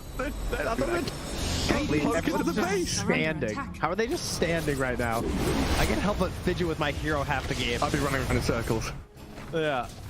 Pirouetting on the spot. The song. Blinking from Pure. They see Yatoro. 3 lined up. Potentialized path play.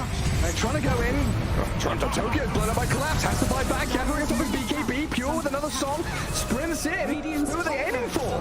Where is the target acquisition? They can't catch anybody. Collapse. BKB runs down south. Lol being chased out as well. Oh my god. Nightfall. Hazy on disc. Refresher blinks to high ground. Gets away from danger for now. Pure. What's he up to? He's back to the high ground too. Mirror image out. Aegis claimed. Lull in the fire. Still surviving and blowing up GPK. Team Spirit nothing to do. Sprinting out of their base. They don't catch Nightfall on the way out. He's blinked out of the range of the mirror. They're still hunting though, and he's going to find Toronto Tokyo. Who cares, Gem? I see Jakiro. Eon disc popped. And with this rapier damage of like short work and a twin-headed dragon. Unstoppable. Laurel the collapse waiting in the back line actually worked. He stormed out of the tree line and he just then started eviscerating the 2 supports with the help of Laurel. He completely jumped over. They dodged everything that Naga was trying to set and prep there. And Yatoro was also just firing the cannon from the top there. Did the combined damage of Collapse and Laurel together. He is a monster. Oh, Pure. Lol. Oh, God. Nightfall's going to get a bit of vision here with the Hawk. Imagine. Can they? Imagine. Will they? They have to do something kind of crazy. They're going to be losing their base pretty soon. Lash has buyback. Naga Beastmaster have to get back to base to defend. Drow Rangers up here. Tier 3 gone. Barracks to follow. There's no buyback and collapse though. That's a big one. And Mira. Radiant structure. Look at all the wolves. Look at all the summons. Pretty vulnerable. Mira gets away from there. Help of the Glimmer Cave to jump in from Lol. Disruption of self-save. Barracks taken out. Lol.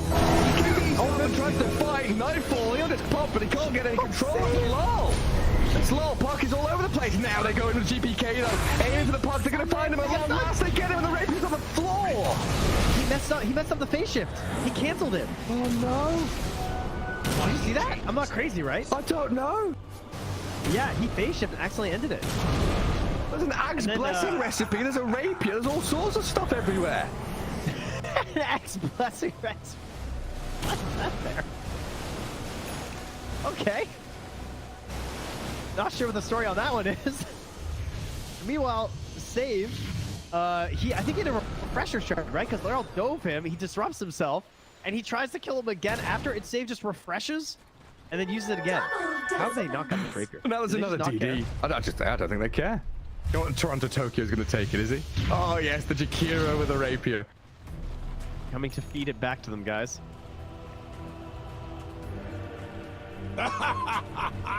My goodness. There's Mega Creeps on one side. Top lane Barracks still standing on Team Spirits. Are we waiting for next Roshan, Trent? I don't know. I don't know. I feel like Bet Boom have such a good chance of winning these fights right now. They can't get, like, swarmed in the back line. They missed the stun on BK. He's trying to hold his ground, but look at my dodge!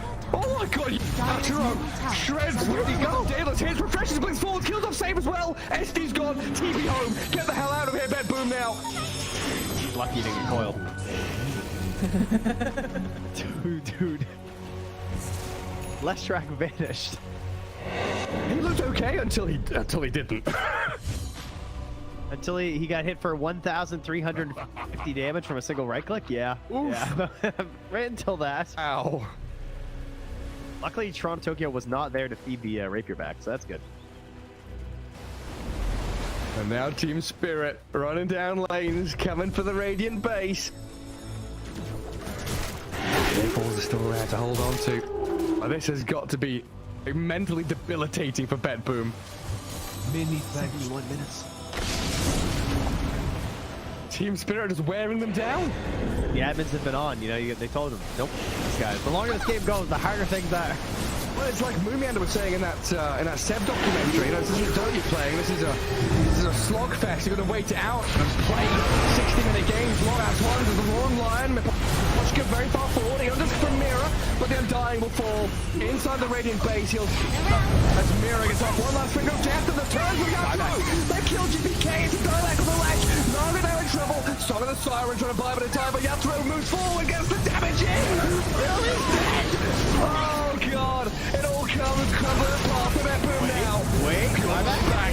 They're on to Mira. The kill off Nightfall save though, and lol. He opens up on them. The howitzer is here. Massive 40 mil cannon just shattering into that boom. Drow saved by the rip. The soul is everyone dying. Almost two. And she's called it over. Team Spirit. Look at him. Look at him. Look at Mira. Oh my god. The shard to anybody who would listen at the Lima Major. Was nope. Which, yeah, nobody's taken him up on it yet. But if you see a shard being picked up by any team that was at the Lima Major that speaks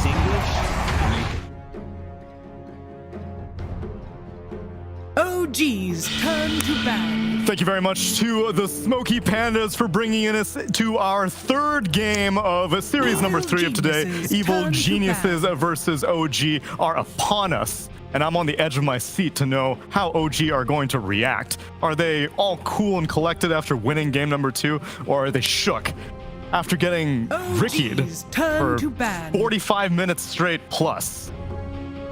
I'll just ban it. Yeah, they'll ban it. I'm gonna concur. Let's find out. Oh, they got one more. They got one more?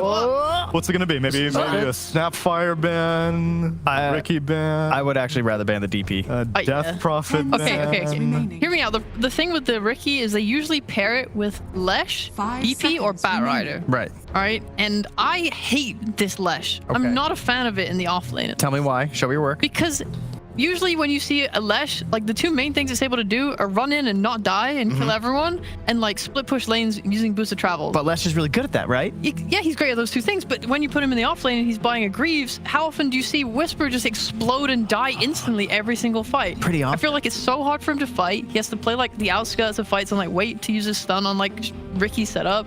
I feel like there's potentially better things you can do on your offlaner.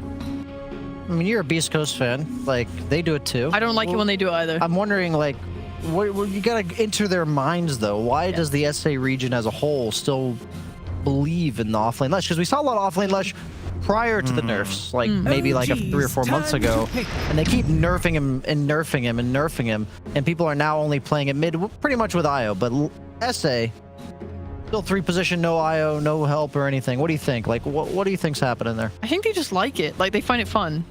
When I look at that, like, obviously, like you can derive some ideas from it. Like, oh, it's good. Maybe they like the lane. I don't know. But at the end of the day, this region will do whatever they want. They were still playing Snapfire more than any other region when she sort of fell off, and they were playing it in like mid and off lane way more. They'll just, especially these two SA teams too, they have like their comforts that they just want to play, and they do it every time. And I don't think it's because it's better than everything else. It's just because they want to do it. I respect that. No, I don't. Stop doing it. You don't have to like it, but maybe you respect it. Okay, I suppose I could respect it, but if they lose, it'll make me mad instead. Okay, I see. As a fan. And I don't respect losers. And then I'll go on the Reddit daily thread and I'll type, "God damn it, Whisper! How could you pick Lethrak 2 games in a row? Is that on your Kick him now." account or yeah, which alt will that be on? That's the 7th one. Oh, okay. Cool. It's the one with lots of numbers, so I look like a bot. I speak for the team. No one suspects a thing. OG, they first phase a Rubik and a Nature's Prophet. EG, they first picked the Doom. Batrider ended up being the second ban from OG, so Ricky still lurking, Death Prophet still lurking, but instead they go Primal Beast. They take it. Okay. Yeah, could be a carry Doom 3 Primal, could be 4 Primal 3 Doom. I think both of those are viable options. That works out as well. Primal mid, yep. Got options here. They even respect ban the Veno. You know, I said before game 2, if DM has high impact, I would be immensely impressed. And I think EG is kind of thinking the same thing. They're like, we lane countered this fucker, and he's still owned us. He boomed us. What is it about some heroes that really draw the spammers? You know, people get enthralled by the hero and they want to play it, no matter how bad it seems. Veno's one of those heroes. It's like supports and Treant, you know? I think it's partially the emotions you evoke from the opponent. Oh, that's true. Veno's definitely one of those heroes where it's more about, it's just like Doom, you know? Yeah. I'm more feasting on the misery of my opponents. It's different, though. Doom gets to choose one guy. Venomancer gets to choose one area. Yeah. The opponents just don't want to go. Yeah, it's also hard because Doom wants to find his target and kill him and doom him, and Venom makes that near impossible. Sure. Like, with all these plague wards down, it's like, as well, you want to, when you doom them, you can't just doom them and call it a day. You want to stick on them, you want to keep chasing. Venom's so anti that. He's going to ult your whole team, and you're going to want to kind of disengage from it or like out heal it. He buys like Lotus Orb and Force Staff too, so. Yeah, it just doesn't feel very good. It's a hard matchup. Do you guys think it's worth to ban Beastmaster even though you have the Doom? We talked about that earlier. I'm still skeptical, but a lot of teams are doing it. I'm kind of confused because I assume the teams look at the stats. Like Beastmaster's win rate is bad against Doom. I don't know exactly what it is now because I feel like I haven't seen it since then, but my only thought not good. Is that it's just too good in like the team synergy with like Nature's Prophet. You just like you can do so much. Like if you're playing that super fast game, like for example EG in game 1, it can make it pretty high tempo, but it's, I mean, you don't have that many bans, so it's kind of intense. When you talk about Doom vs Beastmaster, your main thought comes to the creep, right? Yeah. Yes. But Beastmaster is more than that. He's a roar. You're playing with a Doom and a Primal Beast. Both these heroes want to just jump in and go on you. With a BKB. Exactly, and Beastmaster can instantly disengage his team from that. True. 5 seconds. So I think that's probably the idea there. Ember, I think, is a nice ban as well, just because BZM is an absolute beast on the hero. Like, he is insanely good. I think that's consistently been like his best hero that I've watched him play. And the way the OG would be able to play that sort of tempo, like being able to set up with some Rubik Ember and having Nature's TP in it. What are you pressing? I can't hear it. I see a best button ever has been added. Not to disregard any of your analysis, Trent, would you care to press one of the best button evers? Okay. All right. Yeah, that's nice. That's really good. And they say that I'm the immature one on this thing. Are they? Oh, they're all the same.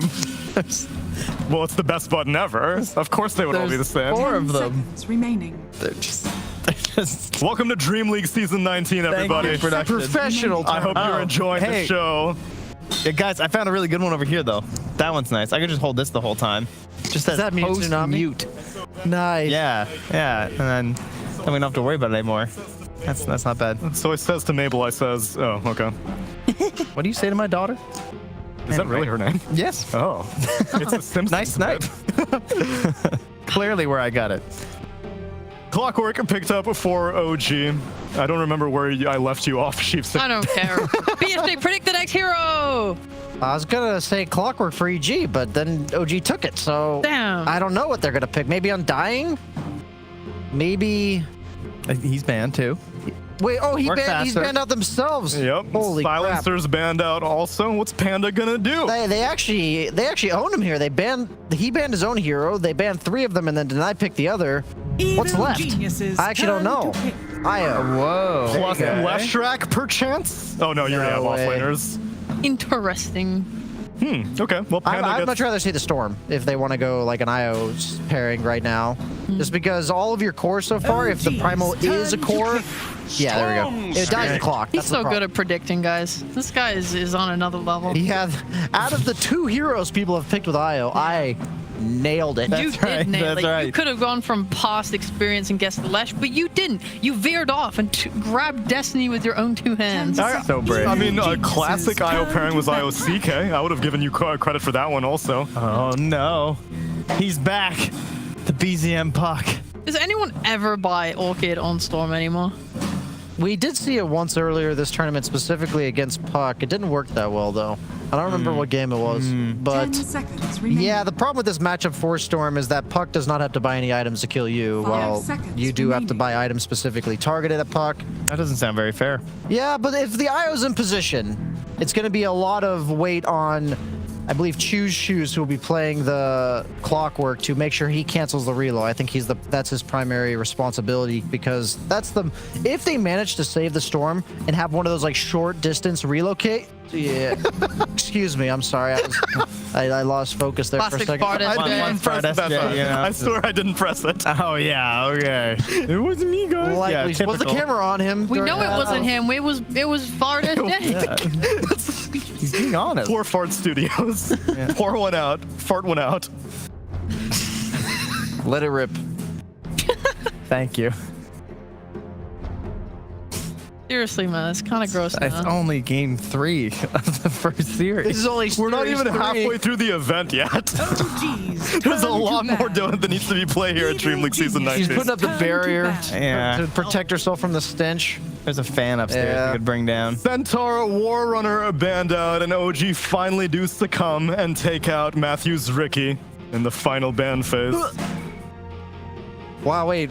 So they're assuming the Primal is off lane and Doom is core, or they're like still respecting Ricky enough just to say, just in case. I think that's fair, because that's probably the best setup support that you would expect out of EG. If they were to go for a different support for setting up for IO relocates, probably what it would be. I'm still assuming they're going to pick a different one. Me too. I don't think it's going to be one Doom. And I'm sure OG also, again, respect that too. Out of all the ones, who are we looking at?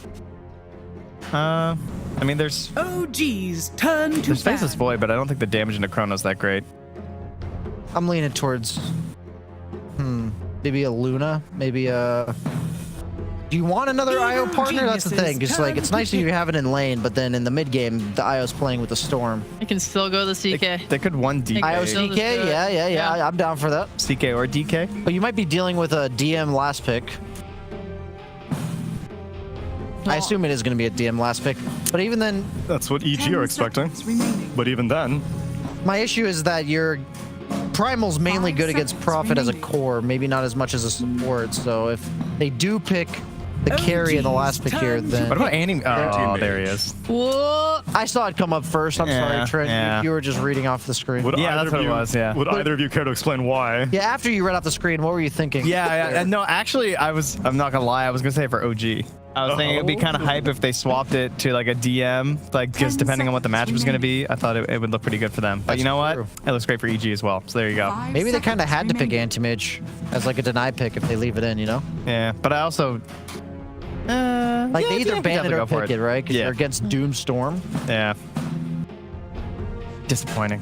Or you have Doomstorm, so you're giving it to the other team with those heroes. You know what I mean? Yeah, I pick up what you're putting down there. I think they should try to deal with this now, though. Maybe they could just go for the very classic lane counter of like a Slardar. Yeah, Legion or Slardar. Legion, yeah.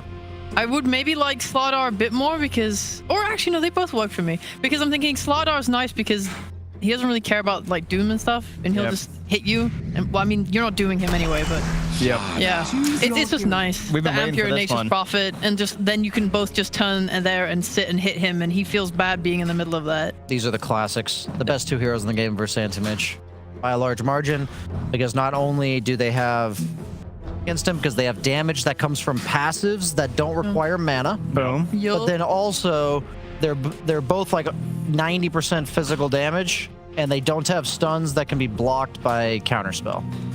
So they kind of just own Anti-Mage every stage of the game. But it's going to be, I believe, on C-Smile, because it is very annoying to play Slardar against the spirits. They just jump you and control you. So it's all about Slardar being able to get the jump and being able to get that momentum. I want to see EG rotate a lot of their heroes away from the Doom, the Primal and the Storm, pick on the Slardar, because it's going to be the only way that OG gets that pressure up on the Anti-Mage. Don't get coiled, because you're probably going to die. Just a thought. That was fantastic. Well said. Good advice. That was way more efficient than what I said. Yeah. Why No use problem. I was using ChatGPT. many word when few word do trick? There you go. There it is. What do you think, Sheep? I really like this Slardar pick. Like I'm genuinely a fan of like the idea of just amping people and hitting them to death, and they like feel bad. But I'm just a little SA biased. You know, we're game 3. I want to see EG win. It's true. I'm just gonna say that I think they'll win. And hopefully that doesn't curse them. It's a tricore of Animage, Storm, and Doom. It's pretty greedy. It is very greedy, yes. They could easily get run over by OG. Like BZM's set up for a pretty nice puck game as long as he doesn't get ulted by anti-mage. This is also a stressful game to be an IO. Your Storm's bolting around all over the place, your anti-mage is blinking away, and you're like, please, let me hold you. Yeah. I'm just hoping BZM pops off and shows the best Dota ever, because he on mid when having a good game, that is beautiful. He's set up in prime for it right now. We saw an anti-mage get 3-shotted earlier, the PA versus the anti-mage in the Tundra Liquid series. We might be seeing that again. What's the Slardar build? The build. If he goes on his blink, yeah, I'm down for that. No, you usually want to build like one item that, then you go BKB. Yeah. Like you go like one item that allows you to sit in your lane. Your whole purpose is to zone the anti-mage out because anti-mage doesn't really jungle very fast. And then you buy the blink and hunt him down. Yeah. All right, you guys predicted it. Let's see which of these teams can execute it a little bit better. And for game number 3, here's my impression of Cap and SVG. Easy. Take it away. Very clever, Tsunami. Wasn't clever at all. Yeah, that was sarcastic. Tasteless humor. Sympathy. Do I even call it humor? Just tasteless. Sympathies. Tasteless nothing. Disgusting. Absolutely disgusting. We would never, as casters, stoop to something so low as fart humor. 30 seconds. I want everybody to know I have no control over the sound effects that come over this cast. Welcome to Game 3, everybody, of OG versus Evil Geniuses. As we have a Slardar pickup against Animage, a classic counter pick to the AM, which I don't have the stats to back this up. I'm a little unprepared here, Avery, but I feel like AM has been a pretty potent hero, so I like to see an old school counter to it. Actually, I think his win rate was pretty bad. Well, I feel like he's been strong. Okay, well, can't see the stats don't matter when I say it that way. Stats also don't lie. As you're looking up those stats, now you're trying to see how big of a fool you look. Sam's looked okay. The thing about the AM in this tournament is he's been early picks so much. It skews so much of the game because he ends up playing against a lot of bad matchups, primarily bad carry matchups, so he has to kind of just power through those. So maybe in that sense he has looked good, if he's been able to still do okay versus a lot of counter picks. 20 games, 35% win rate. Yeah, oh my God. He has not done that well. I think it's just a product of teams are overconfident picking him, and he ends up in the hard games like I was saying. In this game, he only has to deal with one counter pick, and that's Slardar. It is a big one. It's going to make his lane a little rough. It's going to make the early fights tough. Honestly, though, I feel like the biggest problem in this game for EG might end up being the puck. We've seen BZM pop off on this hero, but this is another puck game where what's the lockdown for him? A Doom? Good luck casting Doom on this puck when he gets the 3rd or 4th item Lincolns. Even before then, it's not the easiest. Yeah. That's your only disable. You have Vortex. I mean, you have to go Orchid Storm or something? I was just about to ask that question. Like, do you dare think about that? What if Yuragi goes an Orchid? Is that grief to do it on carry? Well, that doesn't help him with puck. Yeah, Orchid is though. I mean, that would be grief if he started orchiding his own mid. What about the AM goes Orchid? Right, now you're just trying to save your dog AM stat. There's no salvaging it. 35%. And how nice do you think it feels to play Clockwork into a double melee lane? Oh, yeah. That's a clock player's dream. Every battery guaranteed. Every cog a dream. Yeah, especially when Matthew has to do these pulling shenanigans, too. Who's first primal? Hey, buddy. Might. He's not going to die here. It's going to be close. Oh, nice little juke around the trees, though. Dodges a lot of damage for that one. I mean, double melee lane. They first phase these heroes. Upside is they got that AM pick, but the downside is it going to be good enough to carry the game? Because is getting bashed early, and he's going to be getting bashed often. They have no real way to combat the Slardar on this lane, even if they get through the mana burn. Bash, no care mana. Okay, so they don't really have good ways to be able to stop Puck from going on a rampage, and they have inherently slow heroes. I was thinking about this. When you have like kind of greedier cores, sometimes your supports can make up for that. Is IO better with greedy cores, or How does that work exactly? Because he can enable the Storm Spirit and power him up to be stronger earlier. So does that mean he's not as greedy because he's able to play a little bit more active? Jeez, that was close. Oh, look out. No, that is the age-old question, right? What does an IO really want? I'm asking you. I don't know, obviously. Okay. My feeling in all of the patches that have been IO patches, which is pretty much every patch for the last 8 years. You guys were an IO specialist team. Well, yeah, MSS was a pretty good IO player. Yeah. I think this hero thrives when your cores bring Disable to the table, they bring Catch to the table. Okay. And they do pretty well out of lanes. Those are the general 3 things I always want with the IO lineups, because if I feel like if you have that, then the IO can just enable them to run the game over. If you fall behind in lanes with those cores that are your playmakers, the IO doesn't really help you get back. Your cores are weaker than enemy cores, and you're buffing up a weaker core, which feels a little bad. And at the same time, if you lack catch or stuns, a lot of times these IO lineups just get run around on the map. They get run around in the team fights. It can be hard to just latch on to people. I think one of the best combos of all time was IO Mars. So I think Mars gives it all to you. Oh, BZM stole that. He got double water runes. Oh, no, he didn't. Matthew was on the other side, so he's going to protect that one. There's no way you're giving double rune to BZM here. That's just asking for it. One man up, just take the fight. It was a pretty cool move by BZM, good though. Try. So in general, that's where I think this EG IO lineup lacks a lot in terms of the initiation and the stun, which means they can get kited around these fights. It's going to get Puck a good game. Even Slardar, just engagement, if it's ever a river fight, going to be pretty nice for him. So yeah, I think they do have some difficulties to overcome, and I think I would favor OG a little bit here in this game. I was just thinking about that fact because somebody's got to be, like, if they are going to lose lanes, and I'm presuming the cause is going to be pretty well threatened by this Slardar in lane, you do kind of need somebody to be the playmaker. And I was just, IO Storm Spirit, it's a classic pairing. IO Storm can help you with the playmaking just by buffing up the mana pool enough that you can just chase people down. Right. So you can bypass a little lack of catch. That's pretty nice. It's kind of like the IO Lesh. IO Lesh doesn't need as much catch because you're super high MS and you just run people down on the map and they have to run away from you, so you just outfront them. Okay. IO Storm works a little differently in that you're not running people down, but you're just capitalizing on the fact you can just keep jumping, keep refilling the mana, making more plays on the map, and picking them apart. That's what I would look to have happen for this EG lineup. It has to be through C-Smile here. He is the bulwark of this early and mid game. You're going to have to play through him. Combine your supports around the Storm, ideally with power runes, and not let the Puck gain an advantage. Because if Puck starts killing your Storm with early coil, getting early power runes, this game is going to crumble really fast. Taiga may not have gotten any of that CS, but he took half the experience, and that is super annoying for the Storm Spirit. He was just trying to get his level 6 before he returned to lane. Instead, BZM may have a kill opportunity here, especially if the support is around. Level 6 rune will spawn bottom Illusion. They want to be able to pressure him here. Bring everybody. Coming in from Yuragi, and that is enough. Well played, OG. Make a big rotation. Whisper to try and offset this. Yeah, eat the catapult. Eats the catapult. Power pressure, but he's not getting much else. Did go Hurricane this game, or maybe not win it, but he has it. And that'll be pretty nice versus a lot of this OG lineup in terms of Sprout, Cogs, all these small disables outside of that coil. Something to keep in mind this game, you might keep it for a long time. We've seen this Hurricane rise in priority for dunes across the globe.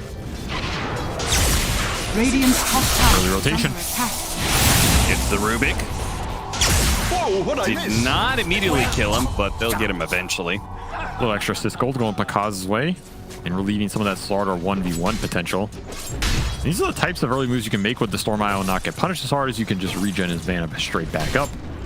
Do you like his idea here of going the Vanguard to alleviate some of that pressure? And then I assume he's going to disassemble it for Battle Fury? Yeah, absolutely. I think you always go this Vanguard on AM in most of the games we're seeing, unless there's some really free lane that is just not getting contested.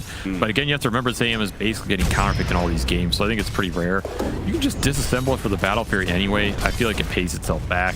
It helps you in the fights. If you want to join an early engagement off a TP or something, and versus Slardar, it's going to just buff your EHP by a huge margin. I like how that average time was so weird because obviously if you don't go the Vanguard early, then you're not getting it until you want Abyssal Blade. So, I mean, That's just saying he got it really fast. Yeah. So you're either getting it at 6 minutes or you're getting it at 30 minutes. There is no in between. It's also nice a lot of these anti-mages are going more stats early. We're seeing double circlet build, multiple branches, just load up the slots with the stats. Well, if you get early Vanguard on top of all the stats, I mean, it makes your Vanguard better. Sure. Yeah, like quite a little thing, but it adds up. Honestly, lane's not going too bad for EG. Like, Doom's at the top after double melee lane. Burst that Furion. Not too shabby, especially when he had the TP in mid for that catapult heat. And your AM is still sitting bottom, so that's a good sign for EG. The longer you can stay in these lanes that maybe get worse over time, the happier you're going to be. Especially versus a lane dominator like Slardar. Rubik's not the best support at just accelerating the kill potential. So EG getting a decent amount of this lane. But it will come at some point where you just amp up this AM and he does not want to sit there forever. If some threat can come through off a Furion teleport or puck rotation, that said, EG just going to make the first move and gank for the second time on this Slardar lane. The panel actually wanted this exact play. I think they said they wanted to see these rotations catch DM and shut him down as much as possible because he was the biggest threat to this anti-mage. And that does seem to be the game plan here for Evil Geniuses. It's also really nice when you can shut down Slardar because this hero does not farm incredibly fast until he has that Mask of Madness or his first farming item. Yeah. So the more you delay that, he's kind of just sitting down here, hitting creeps one at a time. And it just pushes him farther back where AM's going to accelerate off this nice laning phase they set up for him.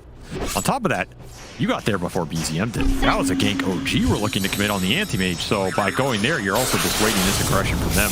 Witchblade is pretty dangerous on this puck, but okay, still has a chance to be able to catch Matthew. Coil snaps, actually, but they're going for the kill onto the Storms here instead. The IO's going to be able to help him out, though.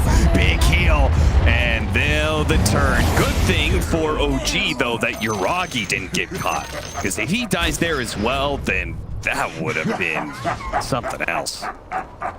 Early mech timing for Whisper coming through big as they laugh off that puck kill. EG willing to defend their lanes and defend the Storm and the AM early in this game, giving a lot of space to the Furion, but honestly, it's worth it because you just want these cores to have as good an early game as you can. It's gonna set up the fights. The one good thing about this puck matchup versus the AM is you can always pop them with that ult. So maybe you don't have the stuns, but you might not need too many stuns if you're in a good position. You can just jump in and man avoid them off of Vortex. Yeah. Now, a lot of times we don't see the puck, or excuse me, the IO, the one going the mech. We actually still have like a core that's getting it, but I like it even more this game because Panda obviously wants Soul Ring to help out the Storm Spirit Mana Battery. And then, I guess, Healing Locket or Glimmer Cape or something. Probably Soul Ring Locket. I think that's the play. Locket is still pretty nice on this hero. Honestly, it's not that worse than mech. Just super depends on your core matchups. The extra mana is going to be really nice this game. And another ult committed for Primal Beast that does not land the kill. There's a lot of resources committed for OG. They smoked for that, committed hook shot and this coil, and got nothing. Time equals wasted Dire's middle as tower Whisper is continues to devour the map. Denied. And Pakaz is still sitting down here. He's amped. This is kind of your green light to gank this AM, kill him, push him out of the lane. Instead, he's pushing your Slardar out of lane. Yeah, and this is all because of his stat build-up. The Vanguard into Treads. Not trying to rush a Battle Fury or anything, which, you know, I'm a terrible carry player. My thought process would have been, oh, I'm going to rush Battle Fury so I can leave lane as soon as possible. But Pakaz has the opposite idea. That's why you're sitting here with me. Absolutely. And another gank. Boy, DM cannot catch a break here. He got the silence. They do manage to get the hook shot to follow it up, too. So this time they'll punish the rotations from EG. Whisper pops out, gets pulled into the cogs, and Hurricanes himself out of it. Is under attack. Awkward TP for him. I think he would have been really happy just staying bottom after that engagement dies. Yeah. And very clutch silence by BZM. They needed to get this AM kill or at least kick him out of this lane based on how those games were going. This Slardar has been significantly set back. And EG have the levels on their supports.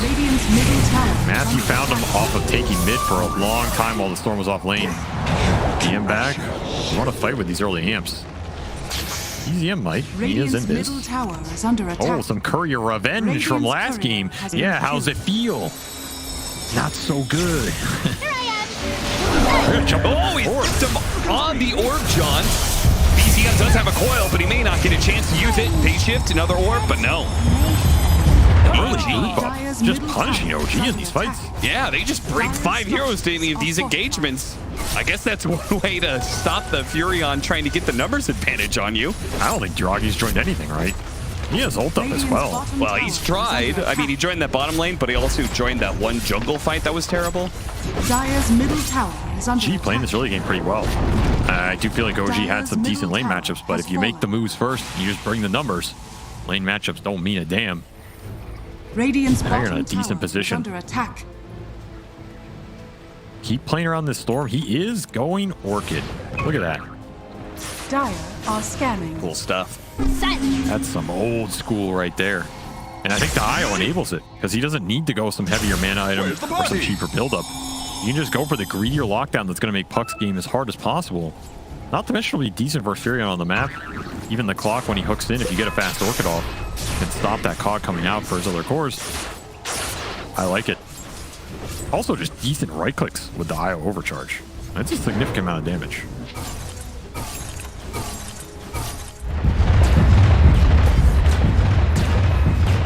It's really concerning to me that OG have yet to be able to take this safe lane tower. I mean, this is one of the things about Furion, right? They're early objectives. I mean, just the ganks. The ganks set the starter so far back. He couldn't kick the AM out, and then that rotation isn't as easy. They decided to try and gank top or around mid with the puck, not towards that bottom lane, so AM didn't get kicked out from that either. There's just no move for Yuragi to TP into. It does feel a little slow. Ideally, when you get this pick going, you want to be kicking that hero out, taking that tower, collapsing the map in for that mid rotation that Yuragi wants to be able to join. Looks not close to happening. Catch the IO, but he has a tether to be able to separate. Thinking about it, instead they're just going to turn on a Chew telekinesis. We'll stop him now. He blinks forward, goes for it. Chew, his mana is mostly gone. Doesn't go for the mana void just yet. Stormbeard is going to be able to jump onto BZM again, and now it goes to work. 3-man coil to sit in the grave. As once more, EG are just bringing the numbers to these fights, man. Whoa, he actually went for that because are they going to relocate? Yeah, sure damn are. Boy, DM. Grease them up before they go back. Whisper. Hey, in the end. There we go. Gotta get that double mana value. Is there anything else you could do as a starter? I don't think there is, right? Like, you can hit some neutrals very slowly. You can farm ancients. That's what Amar did on this hero. Doesn't feel as good as hitting heroes, though. Yeah, I mean, it's not a whole lot of heroes that are showing on lanes, just in general, right now for OG. Something else that makes this a worse starter meta is Greaves being so popular. Greaves is pretty nice for starter. Not only is it a dispel, you get the armor on the low HP heroes that he has to commit in for. Just a hard item for him to fight into. So fast Greaves on Whisper plus this fast Battle Fury Vanguard of A.K.A.s, you're set up to nullify a lot of this starter's impact going into the mid game. He's just going to go Crimson as well. That's going to negate a brutal amount of damage here. Orchid up for Storm Spirit as A.K.A. is running down more than just yes. Counter TP. Matthew got a little too aggressive there, trying to catch BCM, who had a haste rune, so you weren't going to be able to get him. And Smile dies as well. Stolen Ball Lightning setting it up from the Rubik. Nice. And hasted BZM commits with the damage. That was your Orchid reveal on Storm that backfired. So OG striking back, finding something on this map after what felt like a lot of little wins for EG. Game is still very close. Whisper flies out of Midas. Dude, I can't believe Whisper is still trying to hold this tower. After losing all those heroes, he's tanky. Hurricane's over to the side to TP out, but Taiga finds it with a Ball Lightning. So that kill on the Storm Spirit results in another. He's living for a while. He is living for a while. The tether goes off. That helps out. Panda does eventually die. I mean, he doesn't have a blink tag or anything, and he doesn't have a TP, so I don't know how he keeps getting out. Did it die? No deny. No deny. They get Midas off during that engagement. So. Also, I can't believe Taiga traded the Ball Lightning that he had for Hurricane. I mean, he probably wanted something better. Dire's top tower is under attack. Devour. The Rubik's Dream. The free Philosopher's Stone. Steal his Midas. Hey, Hurricane's not a bad spell. Not why I'm hating on this spell. Big Ball Lightning's just better, that's all. Nice cog push. Oh, the perfect Orchid timing. They were gonna coil the AM with DM being this close. He would have blinked into a coiled AM and just beaten him to death. But see Smile, he strikes first. This Orchid's already paid off. Honestly, just getting 1 or 2 clutch kills on his puck to kill his momentum in the game. Incredibly valuable here. It's going to help you push into that late game and feel a lot more comfortable without this puck dealing with your limited control. So I like this itemization. He has IO to boost up the mana pool. He can go straight into Kaia's on for whatever he wants to do. And it's just going to scale really nicely in this game because you have Doom providing you all the ores as well. So early Roshan is going to be on the menu here for EG, despite OG having the Slardar Furion, who would want to take it. And Gleipnir Rush for Yuragi. This is an item where he wants to fight. You just got to get him involved at this point. If you're going to rush this item after a Midas, versus Storm, versus AM, where your opportunity to use the roots in the early game are limited, you better start it fast and not just waste your window. It is super dangerous, though. When he doesn't have BKB, I mean, he just gets jumped by, like, he tries to join some sort of fight in the Storm Seared or the AM isn't showing. And they see a Furion kind of naked, just sitting out there in the open. They pounce on him. I think he dies. It is scary. I think you just have to rely on the amount of stuns you have. You have Rubik Lift, you have a Hookshot Cog, you have Silence and Coil from the puck, you have Slardar who can blink in and crush people. All 4 of your other heroes can bail you out with stuns and control in the early fights before EG get to BKBs, and then can just burst you during the spell immunity. That's what I'm saying. This window is a decent period for OG to fight if they can find the initiations and just use the chain stuns to their advantage. Because if you just wait till EG get later items here, particularly Manta, third item on Anthony. He's got moves. Or Staff Hurricane. And he gets, oh, that was so close. The coil is going to snap on the IO, but imagine if they caught the AM there instead. Smile looking for something. He's committing a lot of resources for this. He is, and he's going to be silent too. Now he's going to be crushed. Can they get the bashes in? Oh, yeah. They destroy DM's game, but in one fight, he might just be back in business. They're going to buy back on Matthew for this? Can he even get here in time?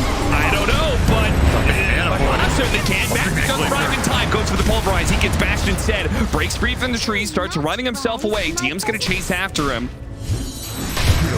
And we'll be able to get the kill. That's a dieback for him. Very early dieback. That'll put him at the bottom of the net worth chart. Just killed the Primal Beast game for sure. Big fight for OG. They found the jumps, and once you just start running you down with those chain stuns, it is brutal. Maybe a little too angsty of a committal there from C Smile. When your IO's dead, you're just going in to kill a clock. Yeah, that was a heavy committal. The risk. I also like the Yules from BCM. Just respecting the Orchid, as well as just giving him even more lockdown and chase potential. Sure. I mean, hell, you can even dodge Mana Void with this if you're really good. What? You can dodge the Mana Void damage.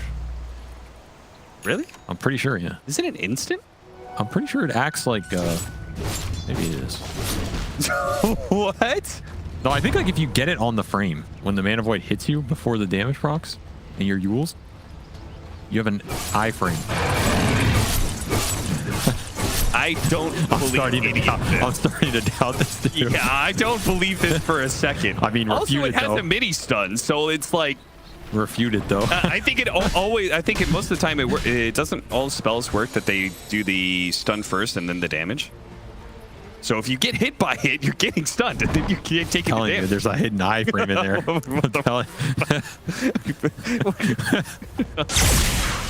You're losing it. Okay, what it can do, though, is when AM blinks into Mana Void you and Yules, he loses that animation time, right? And then he has to recast it on you, and then when you come down, you have another phase shift, you have another orb. You hit it with silence, sure. Yeah. So this is what I meant by that, but it actually got me thinking, iframe. Is there an iframe in there? I feel like there is, actually. So I'm going to stick by both ends of that coin. Okay. Just so I can be right and wrong at the same time. You know, that's the beautiful thing about Dota. You can always be wrong. Some people are wrong more often than others. Okay, well, I mean, you don't have to beat a man while he's down.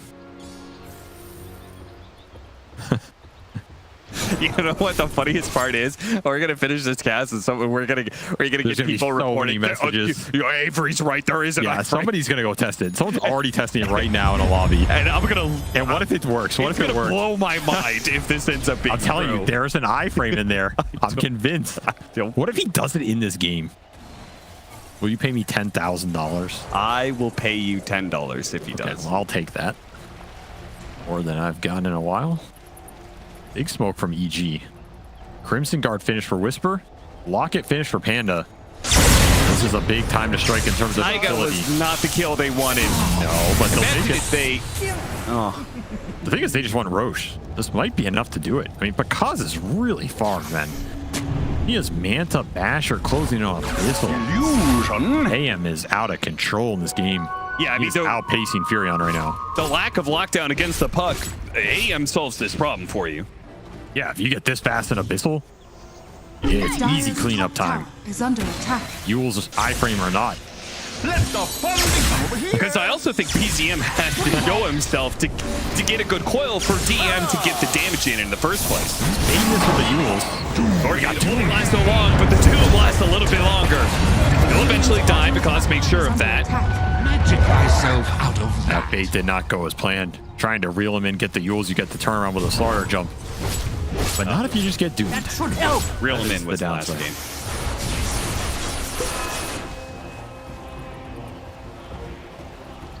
Dire are scanning. What is wrong with you, actually? What is wrong with me? I told you last time, get help. You need help. Mr. iframes. Are we gonna roast? That's true. There are iframes in Dota. I'm pretty sure. You're never gonna let me live this down, huh? No. Well, I don't know if OG are gonna live this game 3 down because it's not going their way right now. They gotta find a way to turn it around. You can get to the Lincolns on puck. That's gonna be a big boon, but you are very far ways off of that due to the early Yule's pickoff, which paid a little dividends, but not a huge amount here. As EG have just continued to farm and out farm you with Midas, Devour, Doom, Battle Fury, Anti-Mage, Abyssal, and level 20 finished for Bakaz. Wow, he is on the line. That is a 6-minute faster Abyssal than average. Ooh, that's crazy. And I think he's looking at Butterfly next. He's got the Talisman of Evasion already queued up. If he gets that... You just win the game off that timing. Oh, yeah. The Furion and the Sword are just stop being threats to you. Some might even say he overwhelmed that Abyssal timing. Is that the name of the Abyssal active? It is. That one didn't work because nobody knows. Initiation. Try to get the chain bash. Bashes. Somebody needs to come save him, and here comes Panda to the rescue. Okay, Bakaz is going to be just fine. Matthew managed to get away as well. Bakaz does manage to find his first victim. It's the Rubik. Panda needs some help. Bakaz, he tries to help him, but no, Panda dies first. He spots Uragi. No, Panda's out of the there. Target. That was reload. They got nothing on that. Oh, he did get out. And they found Uragi too. We tried to go for the TP away after the Sprout. Not going to be able to make it. The Orc can only last so long, but because I get the chasing and he's got that Basher. No. 3 seconds for Abyssal, but he says Roche is your target. Roche doesn't run away from you. I feel like that was the fight OG kind of had to win in a way to avoid this crazy timing from the Anti-Mage with Aegis and Butterfly coming out soon. But the damage just wasn't synced on the coil on that aim. The Iragi did not go on it. They were split on targets. Half that team's focusing the eye on the back end. Half of them are going to the AM trying to chain bash him. This is not a lineup that does well when you split that focus because Florida's amp is not doing you any favors. They're going to get the Aegis to see Smile, which after that fight, I'm pretty convinced Bakaz just can't really die. So, and Storm Spirit's the best Aegis user in the game. You got to split push this game out and go late if you're OG. You need to get the 4th and 5th item on puck. You're going to need an MKB plus something else on Furion. going to be tough to get there, though, because this is an IO Storm lineup that can easily catch you on the map. Not to mention they have a bunch of very strong lane shovers right now. Primal Beast, AM, both of them very, very good at it. Storm Spirit with constant mana refills, very fast as well. We can see Yuragi just doesn't know where to show right now. And this is Midas off cooldown for Yuragi. There's no creeps there. Gonna teleport to find some. Matthew's setting up bottom. Is he also? Did I see that right? He's also going butterfly. Invisibility. Yeah, he is. The downside is I don't think his butterfly is as good as Pakaz's butterfly in terms of how they can use it and what it's going to mean timings-wise. Yeah. Where's the party? Also, because Pakaz did not go butterfly. He went halberd. Ooh, 1,000 IQ play here. That's okay. I actually remember seeing this a lot from AMs in the Slardar matchups specifically. This is some kind of old school tech versus these right-click lineups where you just get the earlier evasion item that also gives you the aggressive disarm versus a range carry like Furion. It destroys him. It's a pretty nice timing pickup as well. Might just be able to end the game here in the next 5 to 6 minutes if you're EG. Just getting a single fight into high ground. I don't know if you can deal with AM. No, I do think that the difference Heaven's Halberd versus Butterfly, it is a little bit more committal for this timing. Would you agree with that? Like it's not going to scale quite as well. No. And I think he was having such a good game, he probably could have gone Butterfly anyway. Sure. But I don't mind this because they are just routing the map right now. Yeah, I mean, if it's EG, the way they won game 1 against OG was hit a timing, understand that OG can't fight back, and crush them in that window. Under attack. Just gonna buff his HP up. This AM has 3,000 HP plus the auras behind him, right? Yeah. The built-in Sage is pretty nice when Whisper has Crimson and Grease for you, and he has a second halberd of his own. Double halberds up for EG. They're just going high ground. What's your answer here when you have a bunch of right-clickers with AMP that can't get through it? There's no answer. OG are not defending this, choosing to just farm out the map. Yeah, their entire way to kill the AM is to coil him and beat him down in that period of time, but as he is, he's tanky enough to live through the coil, and then on top of that, they've got double disarms. Man, this is really cool from EG. Great itemization to be able to get this overwhelming advantage right now that results in a one-lane barracks lead. We'll see how much more they can get. Surely the Aegis is still going on for a little bit. Yeah, they still got another 2 minutes of the Aegis, and they're going to use it now. Try and catch Yuragi. DM actually blinking into this one while Yuragi goes out. He's going to get the kill on Panda. Eventually, surely, right? Tether, hookshot misses. He's out. He's away. Oh, OG. I mean, that was already split decision making, but you don't even get the one kill you committed your core for. They got him on the other side. EZM cleans him up on the reload. Yeah, I guess he did, yeah. So that works out. Again, still just no clean team fight from OG as Matthew catches Yuragi on a rune. And I think Yuragi's lucky that IO brought the Storm and not the AM with a pistol, because then you're not even getting out of that jump. Oh, he spotted him. Glimpsed for a second, but oh, see smile. Fogged himself.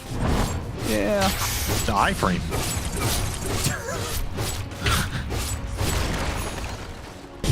The fog frame. There's a term for you. Yeah, frame. Prakash is going Scotty. This is a tanky anti-mage right here. Ooh. Also, he's getting these items so damn quickly. Yeah, he is out of control. Oh, and Mindbreaker is just the cherry on top. Now when he blinks on somebody, they're silenced for a bit. Denique and Abyssal Blade. You're just going high ground here. I don't think you care about Roshan's in this game. You still have Aegis. It's about the timeout in 30. But again, I don't think you care about Aegis timers when you're just hitting a massive net worth timing on these heroes. I don't think OG has the damage to kill AM. Through all the heal. They have to go on the IO, but the IO has Ghost Scepter, Locket, Double Bracer, Cloak of Flames.